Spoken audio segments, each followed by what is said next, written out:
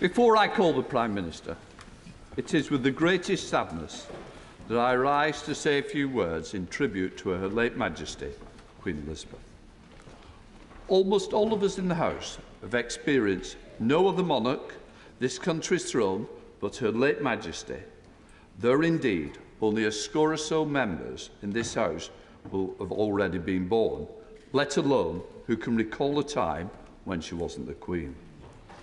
She is wedded in our minds with the Crown and all it stands for. After accession in February 1952, she first came to the Palace of Westminster to open the session of Parliament in November 1952, when Winston Churchill was the Prime Minister and Speaker William Morrison was in the chair almost 70 years ago. 57 complete sessions of Parliament have passed since then, and as she was here to open all but 3 of them, as parliamentarians, we have celebrated with her for silver, golden, diamond jubilees, and of course marked her platinum jubilee this year, in which the lamp standards have been unveiled in New Palace Yard. In this place, her reign saw 10 different speakers occupy the chair. During her reign, there were 18 general elections, and I'm sure the Prime Minister will remind of us how many of her predecessors she welcomed to, and always, I am sure, with quiet wisdom. As the longest-serving monarch the country has known, she would have been assured of a notable entry in our history books, even were it not for the magnificence in which she undertook the role as Queen, but for a magnificent service, and what a service that entailed, not just as head of the nation, but head of the Commonwealth, head of the Armed Forces, and Supreme Governor of the Church of England. Over her reign, she has seen unprecedented social, cultural, technological change. Through it all, she was the most conscientious and dutiful of monarchs. But while she understood the inescapable nature of duty, which sometimes must have weighed upon her heavily, she also delighted in carrying it out, for she was the most devoted monarch. As well as Queen, she was a wife, a mother, a grandmother and great-grandmother, roles she carried out with the same sense of vocation as well as human kindness as the role of Queen. Her life, without unhappiness and troubles, but our memories of her will be filled with that image of a gently smiling dedication that showed throughout her life. Indeed, while this is a time of very considerable sadness, those memories of a noble, gracious lady who devoted her life to her family, the United Kingdom, and those nations around the world whom she served as Queen, will bring us some consolation and joy. My deepest sympathies are with His Majesty, the King, and other members of the royal family, to whom I commend all our sincere condolences and support at this very, very sad time. Order. We are meeting today for tributes to Her late Majesty Queen Elizabeth. I would like to inform the House that we will sit today until approximately 10 p.m. for tributes. At approximately 6 o'clock, the House will be suspended while His Majesty, the King, makes his broadcast to the nation. Members present will be able to watch the broadcast on screens in the chamber. We will then resume our proceedings to continue with tributes. The House will then sit again tomorrow at 1 o'clock.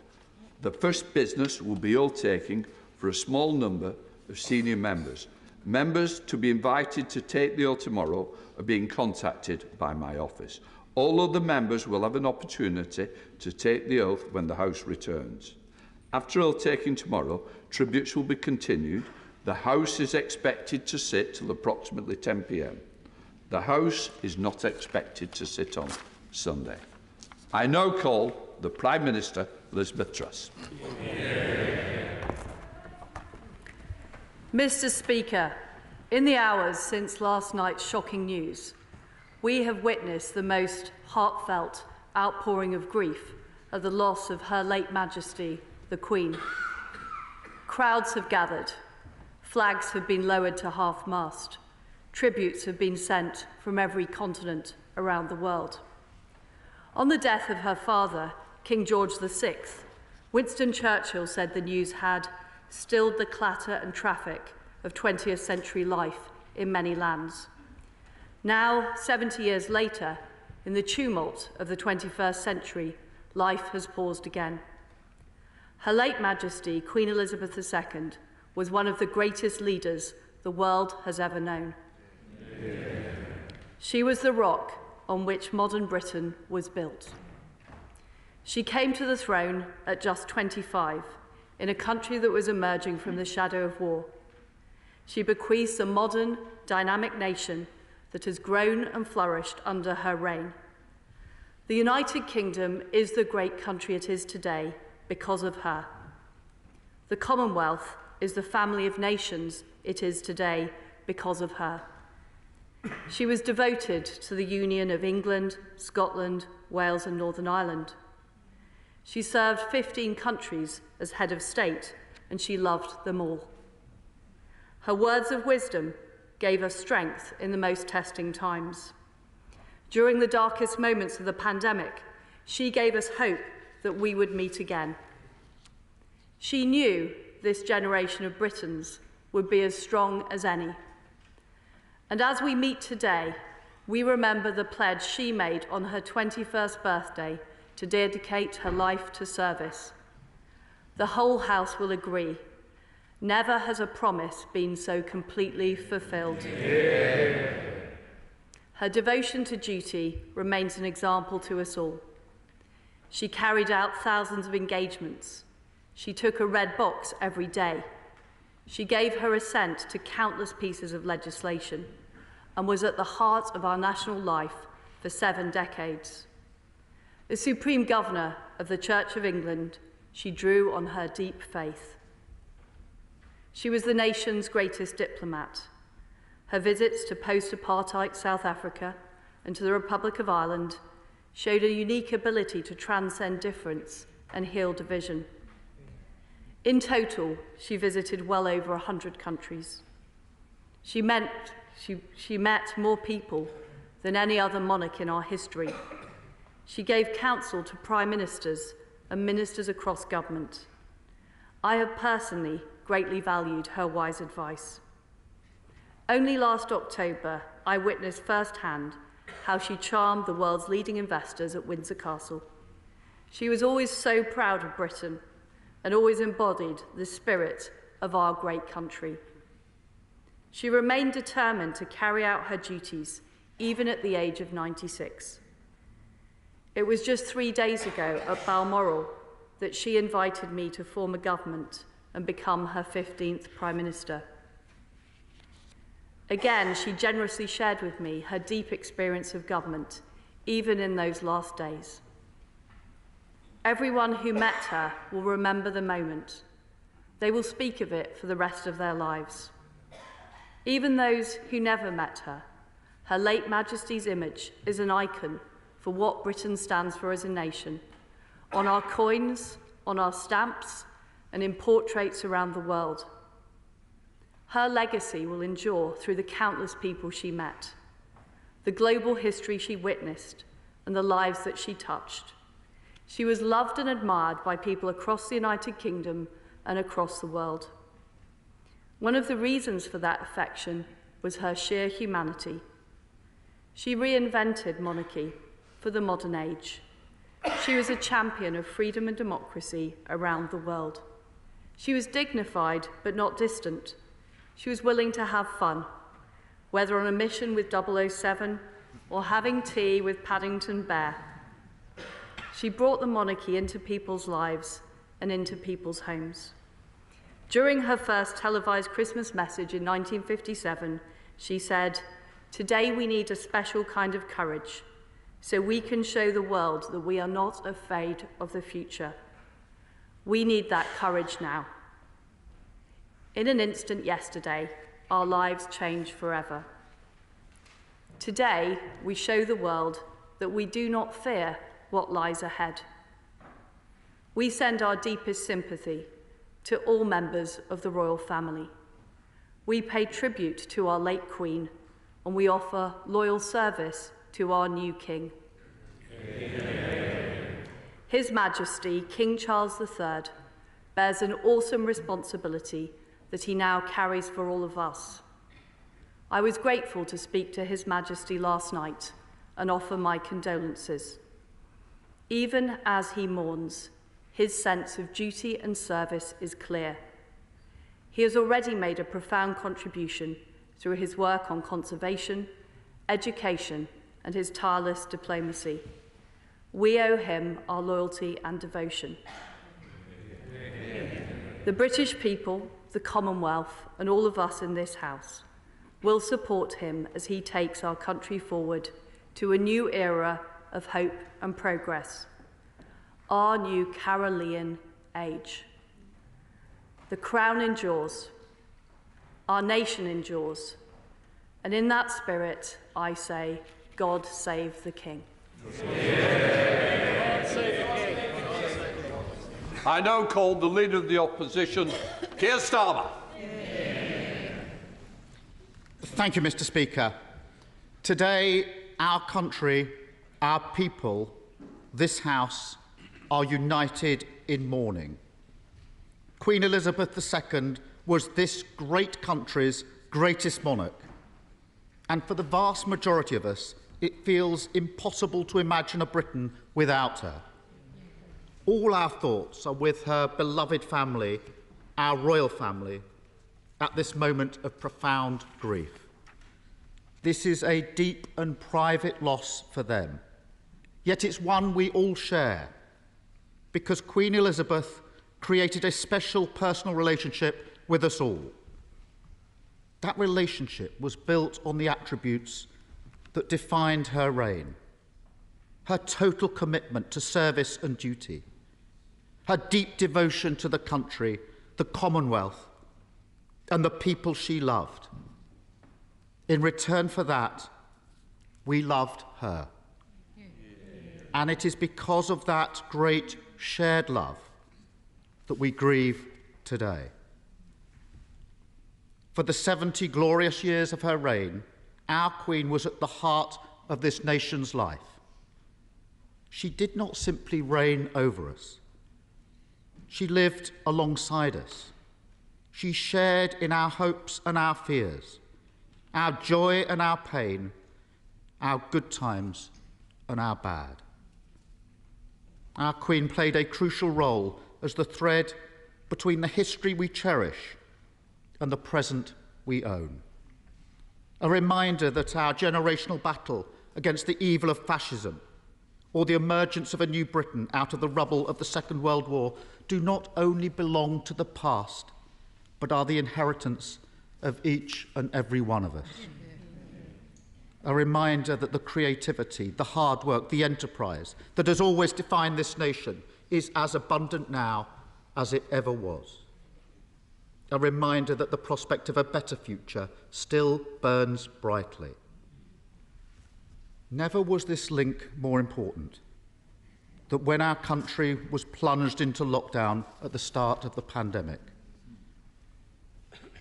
her simple message that we would see family again, that we would see friends again, that we would be together again, gave people strength and courage when they needed it most.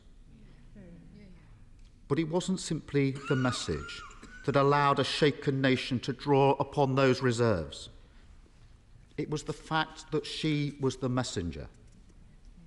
COVID closed the front doors of every home in the country. It made our lives smaller and more remote.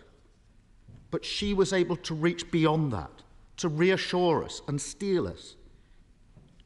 At the time we were most alone, at a time we'd been driven apart, she held the nation close in a way no one else could have done. For that, we say thank you. On the occasion of the Queen's Silver Jubilee in 1977, Philip Larkin wrote of her reign: "In times when nothing stood, but worsened or grew strange, there was one constant good: she did not change.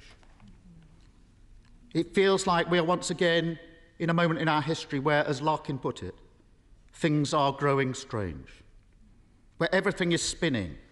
A nation requires a still point. When times are difficult, it requires comfort. And when direction is hard to find, it requires leadership. The loss of our Queen robs this country of its stillest point, its greatest comfort, at precisely the time we need those things most.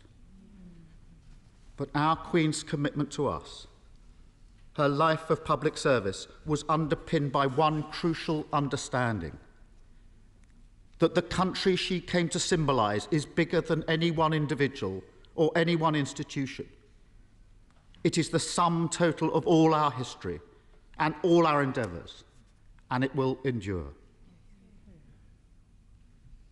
The late Queen would have wanted us to redouble our efforts, to turn our collar up and face the storm, to carry on. Most of all, she would want us to remember that it is in these moments that we must pull together. This House is a place where ideas and ideals are debated. Of course, that leads to passionate disagreement. Of course, temperatures can run high. But we all do it in pursuit of something greater. We do it because we believe we can make this great country and its people greater still. At this moment of uncertainty, where our country feels caught between a past it cannot relive and a future yet to be revealed, we must always remember one of the great lessons of our Queen's reign: that we are always better when we rise above the petty, the trivial, the day-to-day, to focus on the things that really matter, the things that unite us, rather than those which divide us. Yeah. Our Elizabethan age may now be over, but her legacy will live on forever. And as the children of that era, it falls upon us to take that legacy forward, to show the same love of country, the love of one another, as she did, to show empathy and compassion as she did, and to get Britain through this dark night and bring it into the dawn as she did. We join together today not just to say goodbye to our Queen, to share in our mourning, but to say something else important. God save the King, because as one era ends, so another begins. King Charles III has been a devoted servant of this country his entire life. He has been a powerful voice for fairness and understood the importance of the environment long before many others. As he ascends to his new role, with the Queen Consort by his side, the whole House, indeed the whole country, will join today to wish him a long, happy and successful reign. Yeah.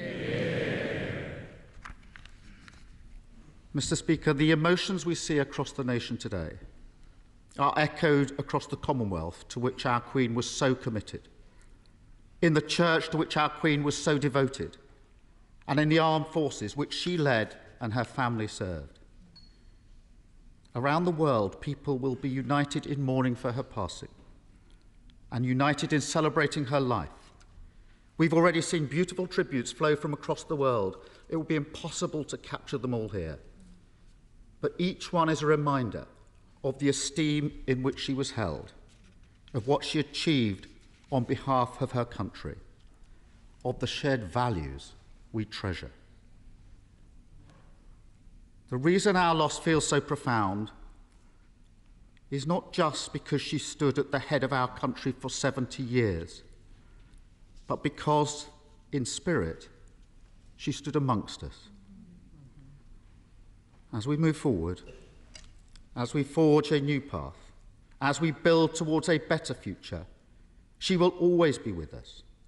For all she gave us and all she will continue to give us, we say thank you. May our Queen rest in peace. God save the King. I now call on the Father of the House, Sir Peter Bottomley. Constituents will wish me briefly to record their love, respect and gratitude to Her late Majesty. We can give continuing life to her values and virtues of kindness, aspiration, perseverance and pride. We thank her, we miss her, and we should say what she would wish: God save the King. Yeah. I now call on the Leader of the SNP, Ian Blackford. Yeah. Thank you, Mr. Speaker. It is, of course, with great sadness that we unite to offer our prayers, focus our sorrow, and gather our collective thoughts on the passing of Her Majesty the Queen. On behalf of the Scottish National Party, I would like to offer my condolences as we hold the Queen and her family in our thoughts and prayers at this difficult time. The grief and mourning which reverberates around this chamber and across the world will be all the more acute for the King and members of the royal family. Only they can understand the deep personal loss of a close family member, and people across society who have similarly lost loved ones will understand the pain that they must feel as we ensure our heartfelt condolences are with them today. Over the coming days, people up and down these islands will seek to come to terms in their own private way with the loss of one of the true constants in all our lives. In that regard, my thoughts are also with our own Prime Minister, just days into office, and having to come to terms with the enormity of the loss of the head of state and show the leadership that is now required in her position. We can also help but dwell on the late Queen, who, right to the end, fulfilled her duty by appointing the new Prime Minister. But of course, many will feel this as a deeply personal loss, for the Queen's continuous and abiding presence and the leadership she has shown over 7 decades will be the enduring marker to the remarkable tenure as our head of state. Her Majesty the Queen has been head of state for longer than most of us have been alive, and the majority of us have never known a public life without the Queen at the helm. For many, she has been a steady hand guiding the ship and a perpetual symbol of stability. 15 Prime Ministers and 5 First Ministers of Scotland have benefited from her institutional knowledge and, of course, her wise counsel. As the figurehead of the Commonwealth, she was a unifying force recognised the world over, visiting at least 117 countries, and was committed to celebrating the diverse values and cultures around the globe, all born out of a duty to serve. During her reign, the world has changed immeasurably, through the good times and the bad times, through war and peace, through boom and bust, through the advances in technology and communication and the dawn of the internet age. To many, she was a guiding light, ever present as she bore witness to the evolution of these islands into the modern era. A thread of continuity running through the fabric of the Commonwealth, at once tying societies to our shared histories and making new history.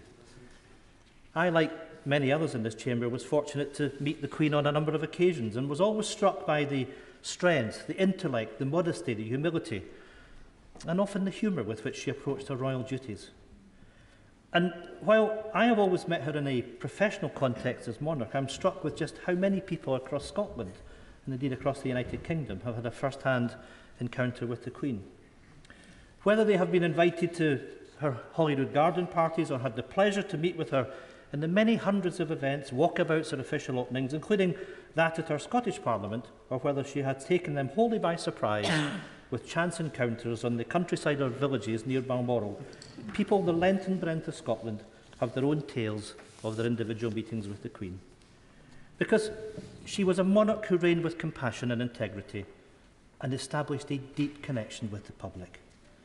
And the affection which the Queen had for Scotland and that Scotland had for the Queen cannot be underestimated. On the Queen's first visit to Scotland following her coronation, the moderator of the General Assembly of the Church of Scotland said to her, "Today, you and I are Scotland, greeting with all that we have to offer of love and duty, our gracious young Queen." We can today look back on these words and say that for as long as Her Majesty reigned, both she and Scotland held true to these values of love and duty for one another. Speaking when she reconvened our Scottish Parliament in 1999, Her Majesty set out the obligation on members to set lasting standards of vision and purpose, of debate and discussion, not just for our own generation, but for future generations. And it is clear that members across the Scottish Parliament, and I trust in this place, from all walks of political life, have moved forward with that sense of vision and purpose in mind.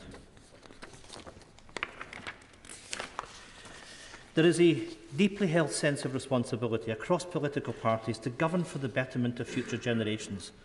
In our case, to uphold the values of the Scottish Parliament, which are described in the ceremonial mace: wisdom, justice, compassion and integrity. The values that set the aspirations for a modern Scotland, the values that so often embodied by Her Majesty herself. And in what was sadly her final ever address to the Scottish Parliament, her love of Scotland and its people was clear, when she said, "It is the people that make a place, and there are few places where this is truer than it is in Scotland." The relationship between Scotland and the Queen was one of shared admiration. Indeed, whilst she was everyone's Queen, for many in Scotland, she was Elizabeth, Queen of Scots. Her Majesty's roots in Scotland run deep. She was descended from the Royal House of Stuart on both sides, and her family, of course, her mother, was from Glamis and Angus. It is clear that these family ties gave way to a great and enduring affection, and Scotland was a place that was truly held dear to her, not only in an official capacity, but in a private capacity as well. It is well known that Balmoral, with its beautiful and atmospheric scenery, was the Queen's favourite home. Balmoral was a place where she was able to enjoy freedom, peace and the ability to indulge her love of the great outdoors, whether that was walking with her dogs, riding with horses, hosting picnics and barbecues, or from behind the wheel of her Land Rover. It is clear that Balmoral has been a place of peace and sanctuary for her throughout her whole life, and perhaps particularly so following the death of her husband, life companion and love, His Royal Highness Prince Philip, Duke of Edinburgh. It is therefore perhaps fitting that she has met her final peace at Balmoral, a place where she found such enjoyment and comfort. And as someone of demonstrably strong faith, she will now have enduring peace with herself and, of course, to be reunited with Prince Philip. Her Majesty was a life of grace and wisdom, defined by its service to the public and by the lives that she touched. Her legacy and her enduring presence will live on. God bless the Queen. May she rest in peace. God bless the King. Boris Johnson. Thank you, Mr. Speaker. I hope the House will not mind if I begin with a personal confession. A few months ago, the BBC came to see me to talk about Her Majesty the Queen, and we sat down and the cameras started rolling, and they requested that I should talk about her in the past tense. And I'm afraid I simply choked up and I couldn't go on. I'm really not easily moved to tears, but I was so overcome with sadness that I had to ask them to go away.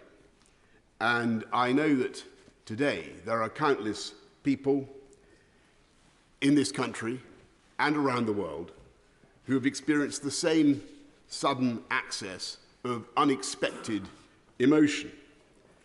And I think millions of us are trying to understand why we are feeling this deep and personal and almost familial sense of loss. Perhaps it's partly that she's always been there, a changeless human reference point in British life, the person who, all the surveys say, appears most often in our dreams, so unvarying in her pole-star radiance that we have perhaps been lulled into thinking that she might be in some way eternal. But I think our shock is keener today because we are coming to understand in her death the full magnitude of what she did for us all. And think of what we asked that 25-year-old woman all those years ago.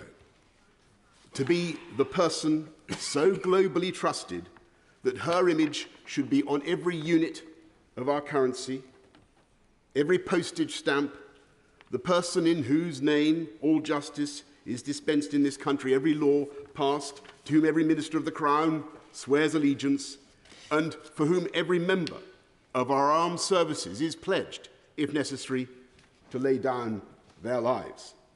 Think what we asked of her in that moment. Not just to be the living embodiment in her DNA of the history and continuity and unity of this country, but to be the figurehead of our entire system, the keystone in the vast arch of the British state, a role that only she could fulfill because in the brilliant and durable bargain of the constitutional monarchy, only she could be trusted to be above any party political or commercial interest and to incarnate impartially the very concept and essence of the nation.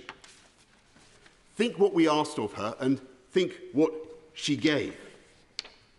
She showed the world not just how to reign over a people, she showed the world how to give, how to love, and how to serve. And as we look back at that vast arc of service, its sheer duration is almost impossible to take in. She was the last living person in British public life to have served in uniform in the Second World War. She was the first female member of the royal family in 1,000 years to serve full-time in the armed forces, and that impulse to do her duty carried her right through into her 10th decade to the very moment in Balmoral, as my right honourable friend has said, only 3 days ago, when she saw off her 14th Prime Minister and welcomed her 15th, and I can tell you, in that audience, she was as radiant and as knowledgeable and as fascinated by politics as ever I can remember, and as wise in her advice as anyone I know, if not wiser. And over that extraordinary span of public service, with her naturally retentive and inquiring mind, I think, and doubtless many of the 15 would agree, that she became the greatest statesman and diplomat of all. And she knew instinctively how to cheer up the nation, how to lead a celebration. I remember her innocent joy more than 10 years ago after the opening ceremony of the London Olympics, when I told her that the leader of a friendly Middle Eastern country seemed actually to believe that she had jumped out of a helicopter in a pink dress and parachuted into the stadium. And I remember her equal pleasure on being told just a few weeks ago that she had been a smash hit in her performance with Paddington Bear. And perhaps more importantly, she knew how to keep us going when times were toughest.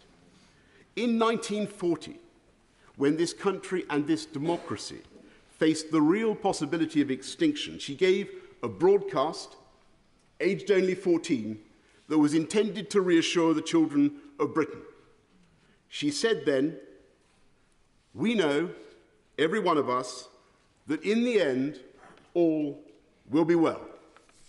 She was right. And she was right again in the darkest days of the COVID pandemic, when she came on our screens and told us that we would meet again. And we did. And I know I speak for other Prime Ministers, when I say ex-Prime Ministers, when I say that she helped to comfort and guide us, as well as the nation, because she had the patience and the sense of history to see that troubles come and go and that disasters are seldom as bad as they seem. And it was that indomitability, that humour, that work ethic and that sense of history which together made her Elizabeth the Great. And when I call her that, I should add one, Elizabeth the Great, I should add one final quality, of course, which was her humility. Her single-bar electric fire Tupperware using refusal to be grand.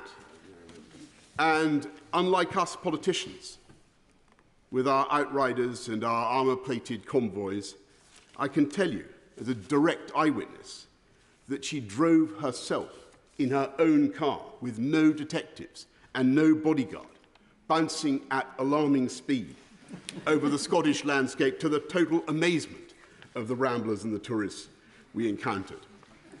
And it is that indomitable spirit with which she created the modern constitutional monarchy.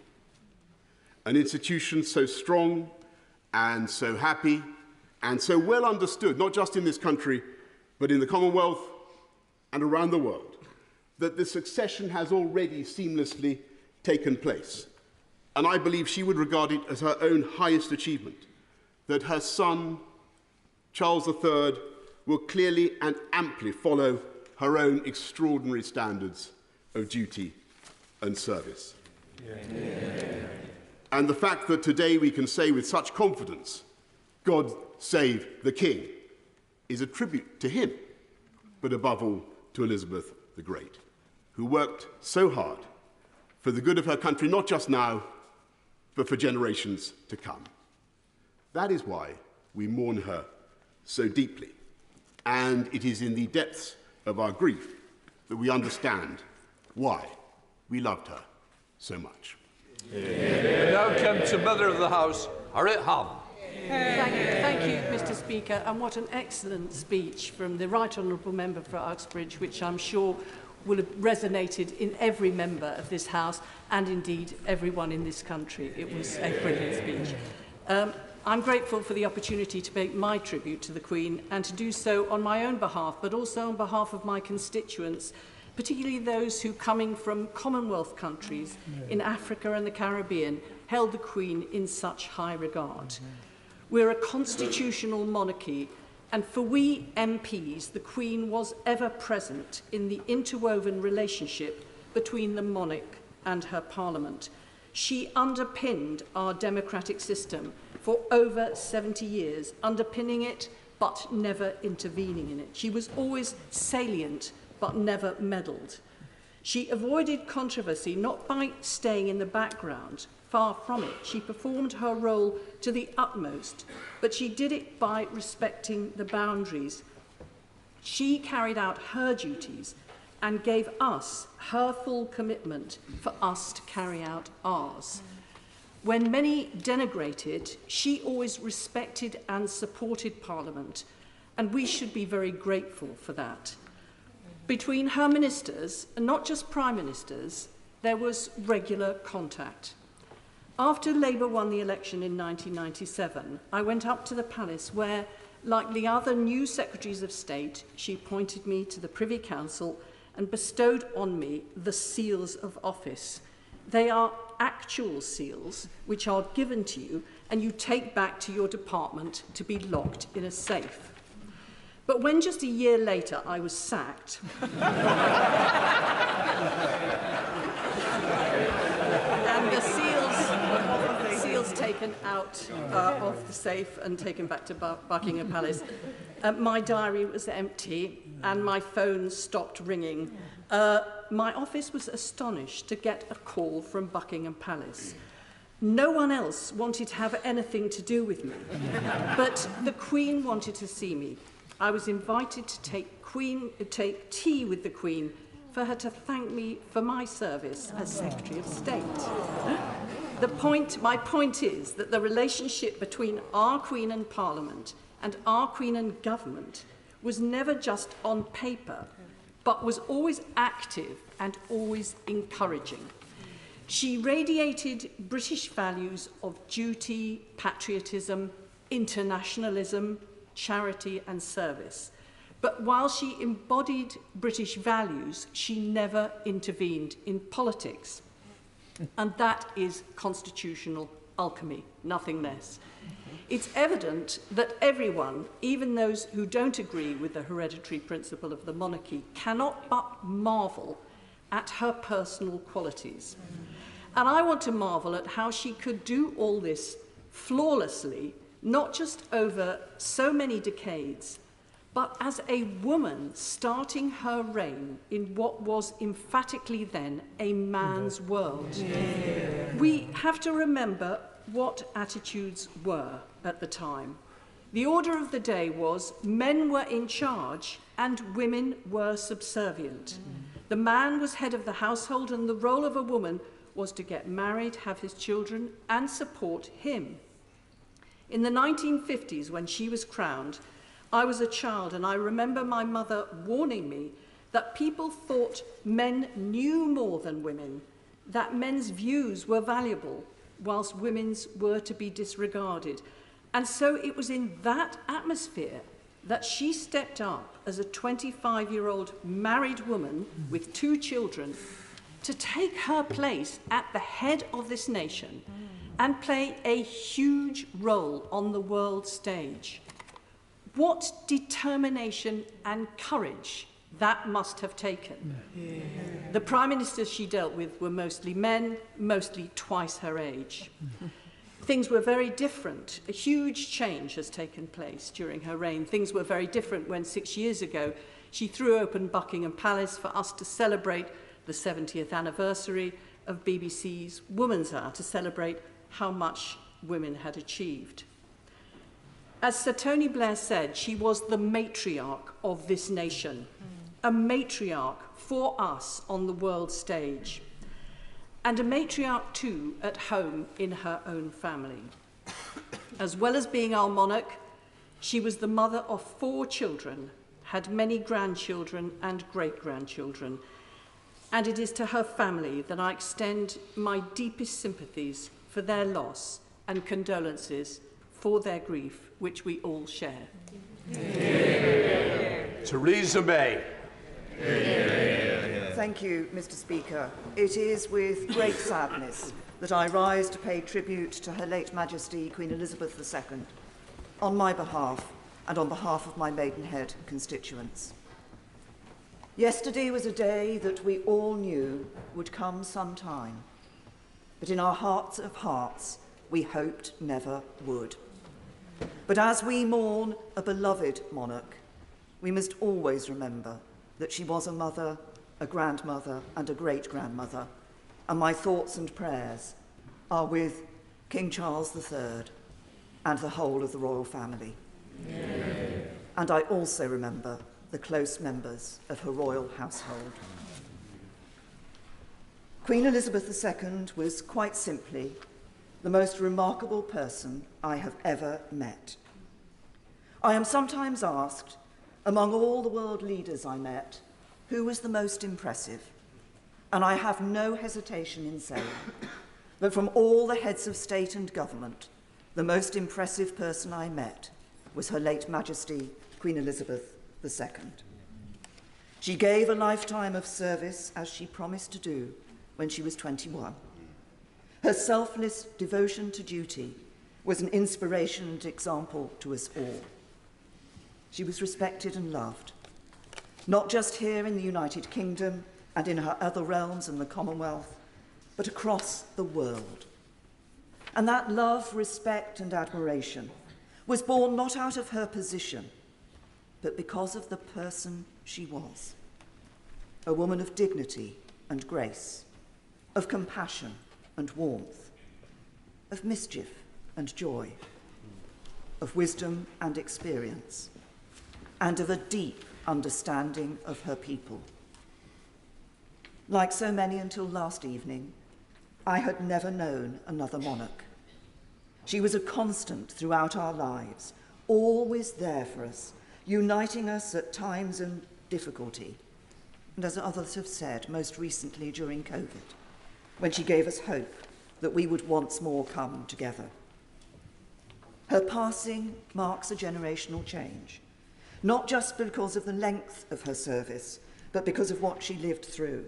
When we marked the 75th anniversary of the D-Day landings in 2019, she was with the world leaders not just as Queen, but as someone who had worn uniform during the Second World War, an experience which, quite apart from anything else, had taught her how to strip an engine.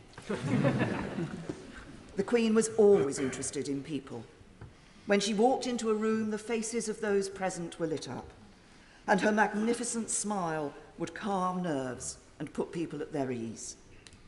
As I said on her Platinum Jubilee, I saw that at Chogham in 2018, when there was a reception at Windsor before a lunch, and the leaders were gathered and talking amongst themselves, and I knew Her Majesty was going to join the reception, but they didn't. The minute she walked into the room, the sense of love and respect was palpable, and they all turned and they all wanted to speak to her. They loved her, and she loved the Commonwealth, and the Commonwealth today is a significant part of her legacy. But I also saw that on other occasions, including on what was one of her last, if not the last, appearance she made in public, when she came to open Thames Hospice in my Maidenhead constituency in July. The moment she walked through the door, the atmosphere in the room changed. You felt the love and respect of the people there for her. And as she spoke to staff and patients, she exuded a warmth and humanity which put people at their ease. She was Queen, but she embodied us. Across the nations of the world and for so many people, meeting Queen Elizabeth simply made their day, and for many will be the memory of their life. Of course, for those of us who had the honour to serve as one of her Prime Ministers, those meetings were more frequent with the weekly audiences. These were not meetings with a high and mighty monarch, but a conversation with a woman of experience and knowledge and immense wisdom. They were also the one meeting I went to which I knew would not be briefed out to the media.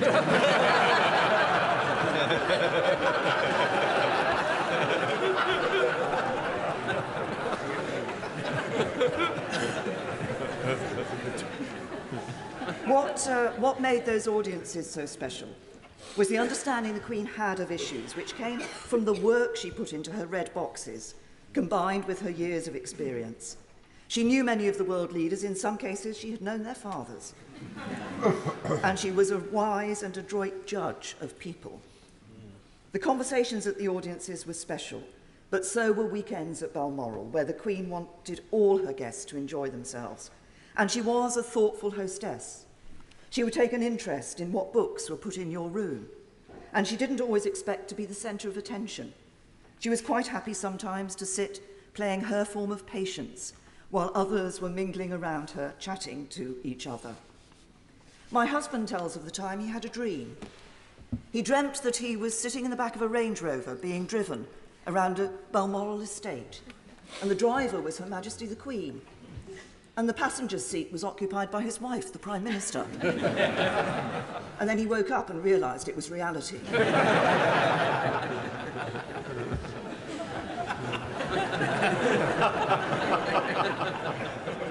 Her Majesty loved the countryside, and she was down to earth and a woman of common sense. I remember one picnic at Balmoral which was taking place in one of the bothies on the estate. The hampers came from the castle and we all mucked in to put the food and drink out on the table. I picked up some cheese, put it on a plate and was transferring it to the table. The cheese fell on the floor. I had a split-second decision to make.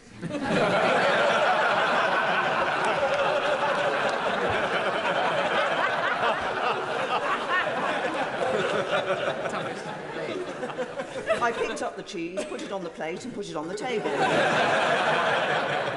And I turned round to see that my every move had been watched very carefully by Her Majesty the Queen.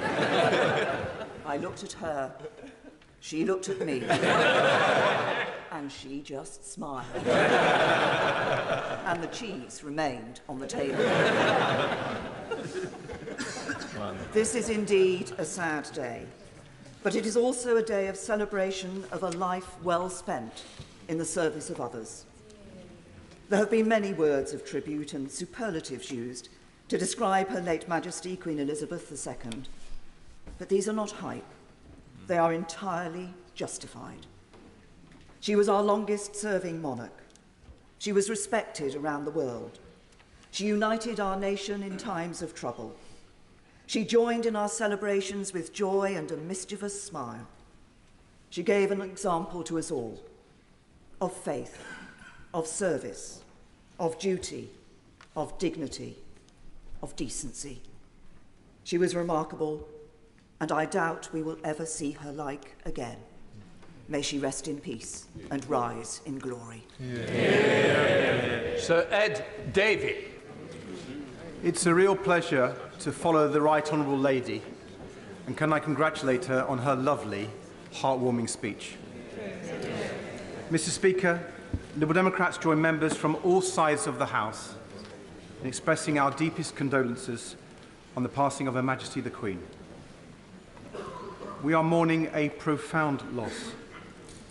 The Queen was a formidable monarch who faithfully served our country for all her life and was loved the world over. She represented not only duty and courage, but warmth and compassion, and she was a living reminder of our collective past, of the greatest generation and their sacrifices for our freedom. For many people, myself included, Her Majesty was an ever-fixed mark in our lives. As the world changed around us and politicians came and went, she was our nation's constant. In challenging times, she was always a source of calm and comfort.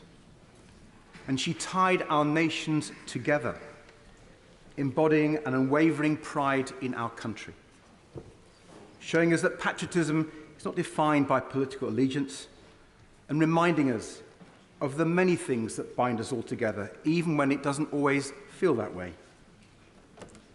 We saw this so vividly during the Platinum Jubilee celebrations in June. I'm proud to represent the oldest royal borough in England, Kingston-upon-Thames. And our Jubilee Street parties certainly lived up to that status. It was truly wonderful to see such an outpouring of affection from people across Kingston from all walks of life. School children who baked Jubilee cakes, neighbours who shared bunting, choirs who sang hymns of praise. And it was incredibly fitting, wasn't it? That after so long kept apart by COVID, it was the Queen and a celebration of Her Majesty's reign that brought our communities back together so joyfully. Just as the whole country is united today, so sadly, in grief.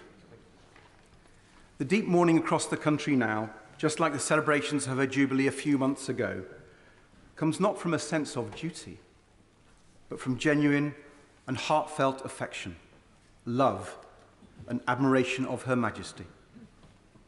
It was not because we were her subjects, but because she was truly our Queen. What she meant to us is perhaps best summed up by a phrase on so many people's lips over the last 24 hours. I can't imagine our country without her. For almost everyone in our country, she has been there our whole lives. Times of national grief and national jubilation, she has never not been there for us. So it's hard to accept that she is gone, and hard to see how we go on without her.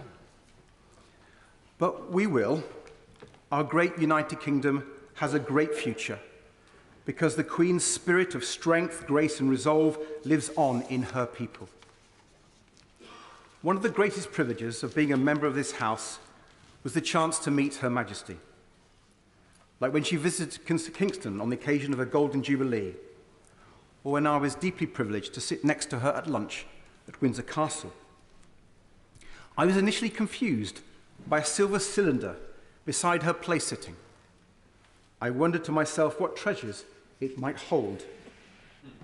I had my suspicions when, as dessert was served, her beloved corgis were let in and nestled themselves around her feet. And the Queen lifted up the lid of the cylinder, plucked out some digestive biscuits, and began sneaking them to her grateful dogs. Whenever I met her, I was struck by her warmth, her wisdom, and her humour. And I'm looking forward to hearing similar stories from Honourable and Right Honourable members across the House as they give glimpses of the wonderful person beneath the crown. Her Majesty will be remembered with honour as a monarch who guided our country out of the shadow of a terrible war, who helmed us calmly through troubled waters and brought us safely into a new millennium. and she will be remembered so fondly as the monarch who leapt from a helicopter with James Bond and showed Paddington where she kept her marmalade sandwiches. And for the royal family, she will be remembered simply as a beloved mother, grandmother, and great-grandmother. Our thoughts, prayers, and condolences are with them all as they bear this terrible loss. After a lifetime of dedicated and tireless service to our country and our Commonwealth, Her Majesty has gone to her eternal rest. May God rest her soul, and may God save the King. Amen. Now come to Sir Ian Duncan Smith. Mr. Speaker, I'm grateful. So much has already been said. I don't intend to repeat it much, but I just want to say that it is a sad day for all of us. It's tragic news, bringing to the end a remarkable career spanning 70 years, endless prime ministers and endless leaders of the opposition too. But for those 70 years, Her Majesty carried out her duties with charm, humility, not often mentioned, real humility, and also endless humour. She was quite remarkable in a way, and she learnt that from somebody that we haven't mentioned today, her father, who in his own way, someone who never expected in a way to be the monarch, who suffered a very significant problem in a speech impediment, and yet he showed her that it was possible to rise above the challenge and to deliver your service to your country at an incredible time. And that service and duty, there is no question she learnt at the knees of her father, overcoming his own difficulties and putting his country and their service first, something quite often forgotten about. And a couple of things that come to mind, because in fact, so often we've taken Her Majesty for granted. We expect her to be there. The way the crowds, whenever anything is good or bad in our country, they gather at Buckingham Palace, whether she's there, or she was there, or not there. They gathered. It was almost as though they could touch the railings and draw some succor or some support or some sort of mystical help. And there they were again last night in pouring rain outside Buckingham Palace. But quite often in all of that, Mr. Speaker, we often forgot that she was also a human being with her own family issues and problems. And I remember particularly during that period when two of her sons were facing marriage breakups, which were being widely reported in the newspapers, in the media, with everybody speculating in public about all that was going on. I wonder how many in this House could ever have borne something like that in such public domain, such a sad tragedy for their mother. And then, to top it all, Windsor Castle burns down, a place she loved deeply and felt responsible for.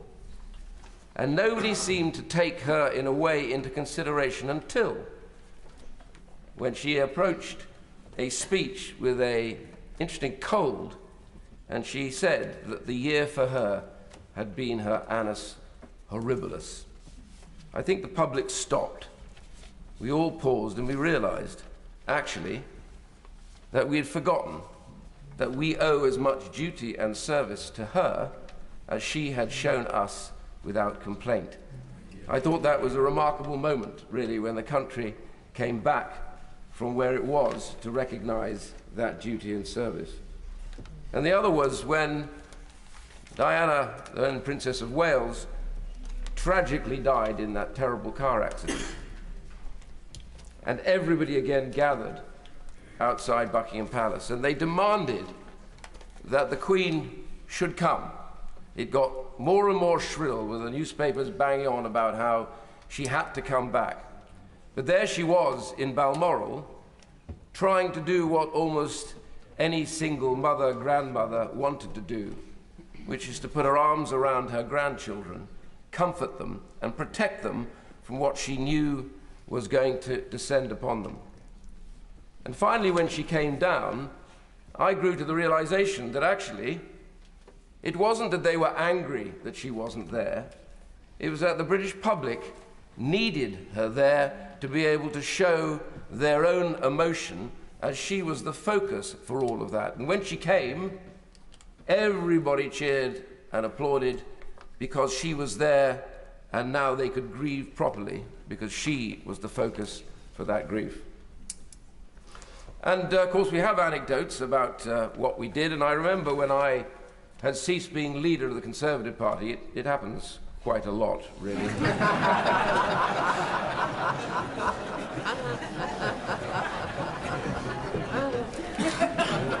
I think she was pretty used to it, actually. Yes. But she kindly asked me to take leave of her officially, which I thought was pretty kind, really. As said earlier on, nobody else wanted me to do it, so it was decent of her to do it. I remember when I came to the palace and I was ushered into her drawing room, small personal sitting room, I was struck by two or three things. One was the 2-bar electric fire, which had a very strange piece of cardboard cut out in the shape of flames, coloured with crayons, I suspect by somebody in the palace, yellow and red, surrounding the 2-bar fire, which I thought was peculiarly dangerous, but notwithstanding that, I'm sure it had a purpose. The other one was the Tupperware radio sitting next to her, which I hadn't seen since my parents smashed their last one. And then she very sweetly asked me how I was, being clearly sympathetic about what had happened. And I just shrugged and said, "Well, ma'am, nobody died and I'm still here." Whereupon she roared with laughter, and the funny thing was, as she did, she paused, looking at me, not sure whether I'd actually made a joke or whether I'd not. I laughed too, and then she laughed again. Whether at me or with me, I couldn't figure that out. That was something to relish. The other anecdote I just wanted to share with the House for a second was slightly different. It was when I was in one of those Privy Councils, and for some reason we were offered drinks to have at the end of the Privy Council. Didn't happen very often, so I took full advantage and ordered a whiskey. And while we had finished the Privy Council, she came round to talk to those of us in the Privy Council and chat. And she came to me, and like everybody else, nervous as anything, I stumbled through, and then I said, "Oh, ma'am, I remember I'd just been reading some stuff about one of Churchill's speeches, and I suddenly recalled something that he had said at the time. It was 1941, and President Roosevelt had sent a note over with the person that he had just defeated in his third election. And in it, as Churchill said, he had written in his own hand a verse from Longfellow. Now remember, in 41, we didn't know whether we would survive or not. And Churchill read it out, and I started to speak it, and she started speaking it as well. And I just want to share it with the House. It was, sail on, O ship of state. Sail on, O Union, strong and great. Humanity with all its fears, with all its hopes for future years, is hanging breathless on thy fate. She said it perfectly. She smiled slightly, and I did detect a little dampness in her eye, and then she moved on. And in a way, it suddenly struck me that that was exactly her. She was the ship of state. We look to her for everything, good and in difficult times. She loved the Union with a passion. And she loved Scotland, I think probably most of all. The track was, that was who she was. She was that ship of state, and somehow we have too often taken her for granted. But she has never complained, and she always gave us service. And now for that union of hearts, if the House would indulge me, I want to quote from W.H. Auden with a few changes. Stop all the clocks, cut out the telephones, prevent the dogs from barking with the juicy bone, silence the piano, and with muffled drums, bring out the coffin, let the mourners come.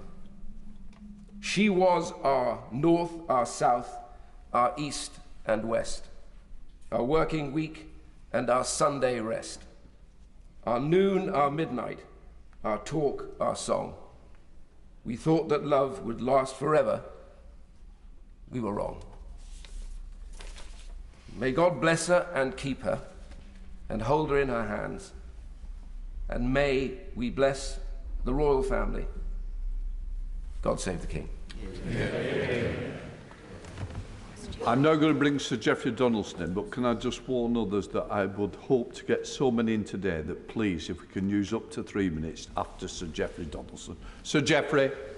Thank you, Mr. Speaker. And on behalf of my colleagues in the Democratic Unionist Party and on behalf of many across Northern Ireland, I wish to offer our sincere sympathy to His Majesty the King and to other members of the royal family on the passing of our dear Sovereign, Queen Elizabeth II.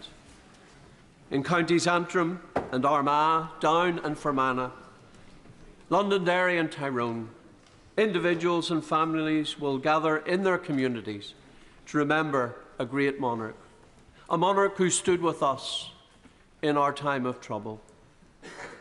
Her Majesty the Queen has been a steadfast and unshakable head of state for the United Kingdom and for the Commonwealth, and her gracious approach has been, as others have said, a constant throughout our lives. In 1952, during her first Christmas broadcast, Queen Elizabeth asked the nation to pray, and I quote, that God may give me wisdom and strength to carry out the solemn promises I shall be making, and that I may faithfully serve Him and you all the days of my life. She certainly fulfilled her promises. And today we mourn her passing. But we do so with tremendous honour for one who served God and her people faithfully. Her Majesty led by example in Northern Ireland and reached out the hand of friendship to help with the reconciliation process. We are duty bound to build on that foundation. The royal visit to the Republic of Ireland in 2011 was groundbreaking, and the warmth with which Her Majesty was received demonstrated that she was revered and respected far beyond this United Kingdom. I remember with fondness her speech during that visit, where she again referred to her Christian convictions and reminded us that forgiveness lies at the heart of her faith and that it can reconcile divided communities. Her visits to my own constituency in Lagan Valley, to the city of Lisburn, to Dromore, and of course to Royal Hillsborough, invoke precious memories for the residents and for all of us.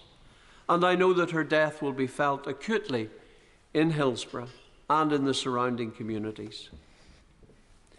During the most traumatic of days of our troubled past in Northern Ireland, Her Majesty visited with us many times to show solidarity with her people in their darkest of hours.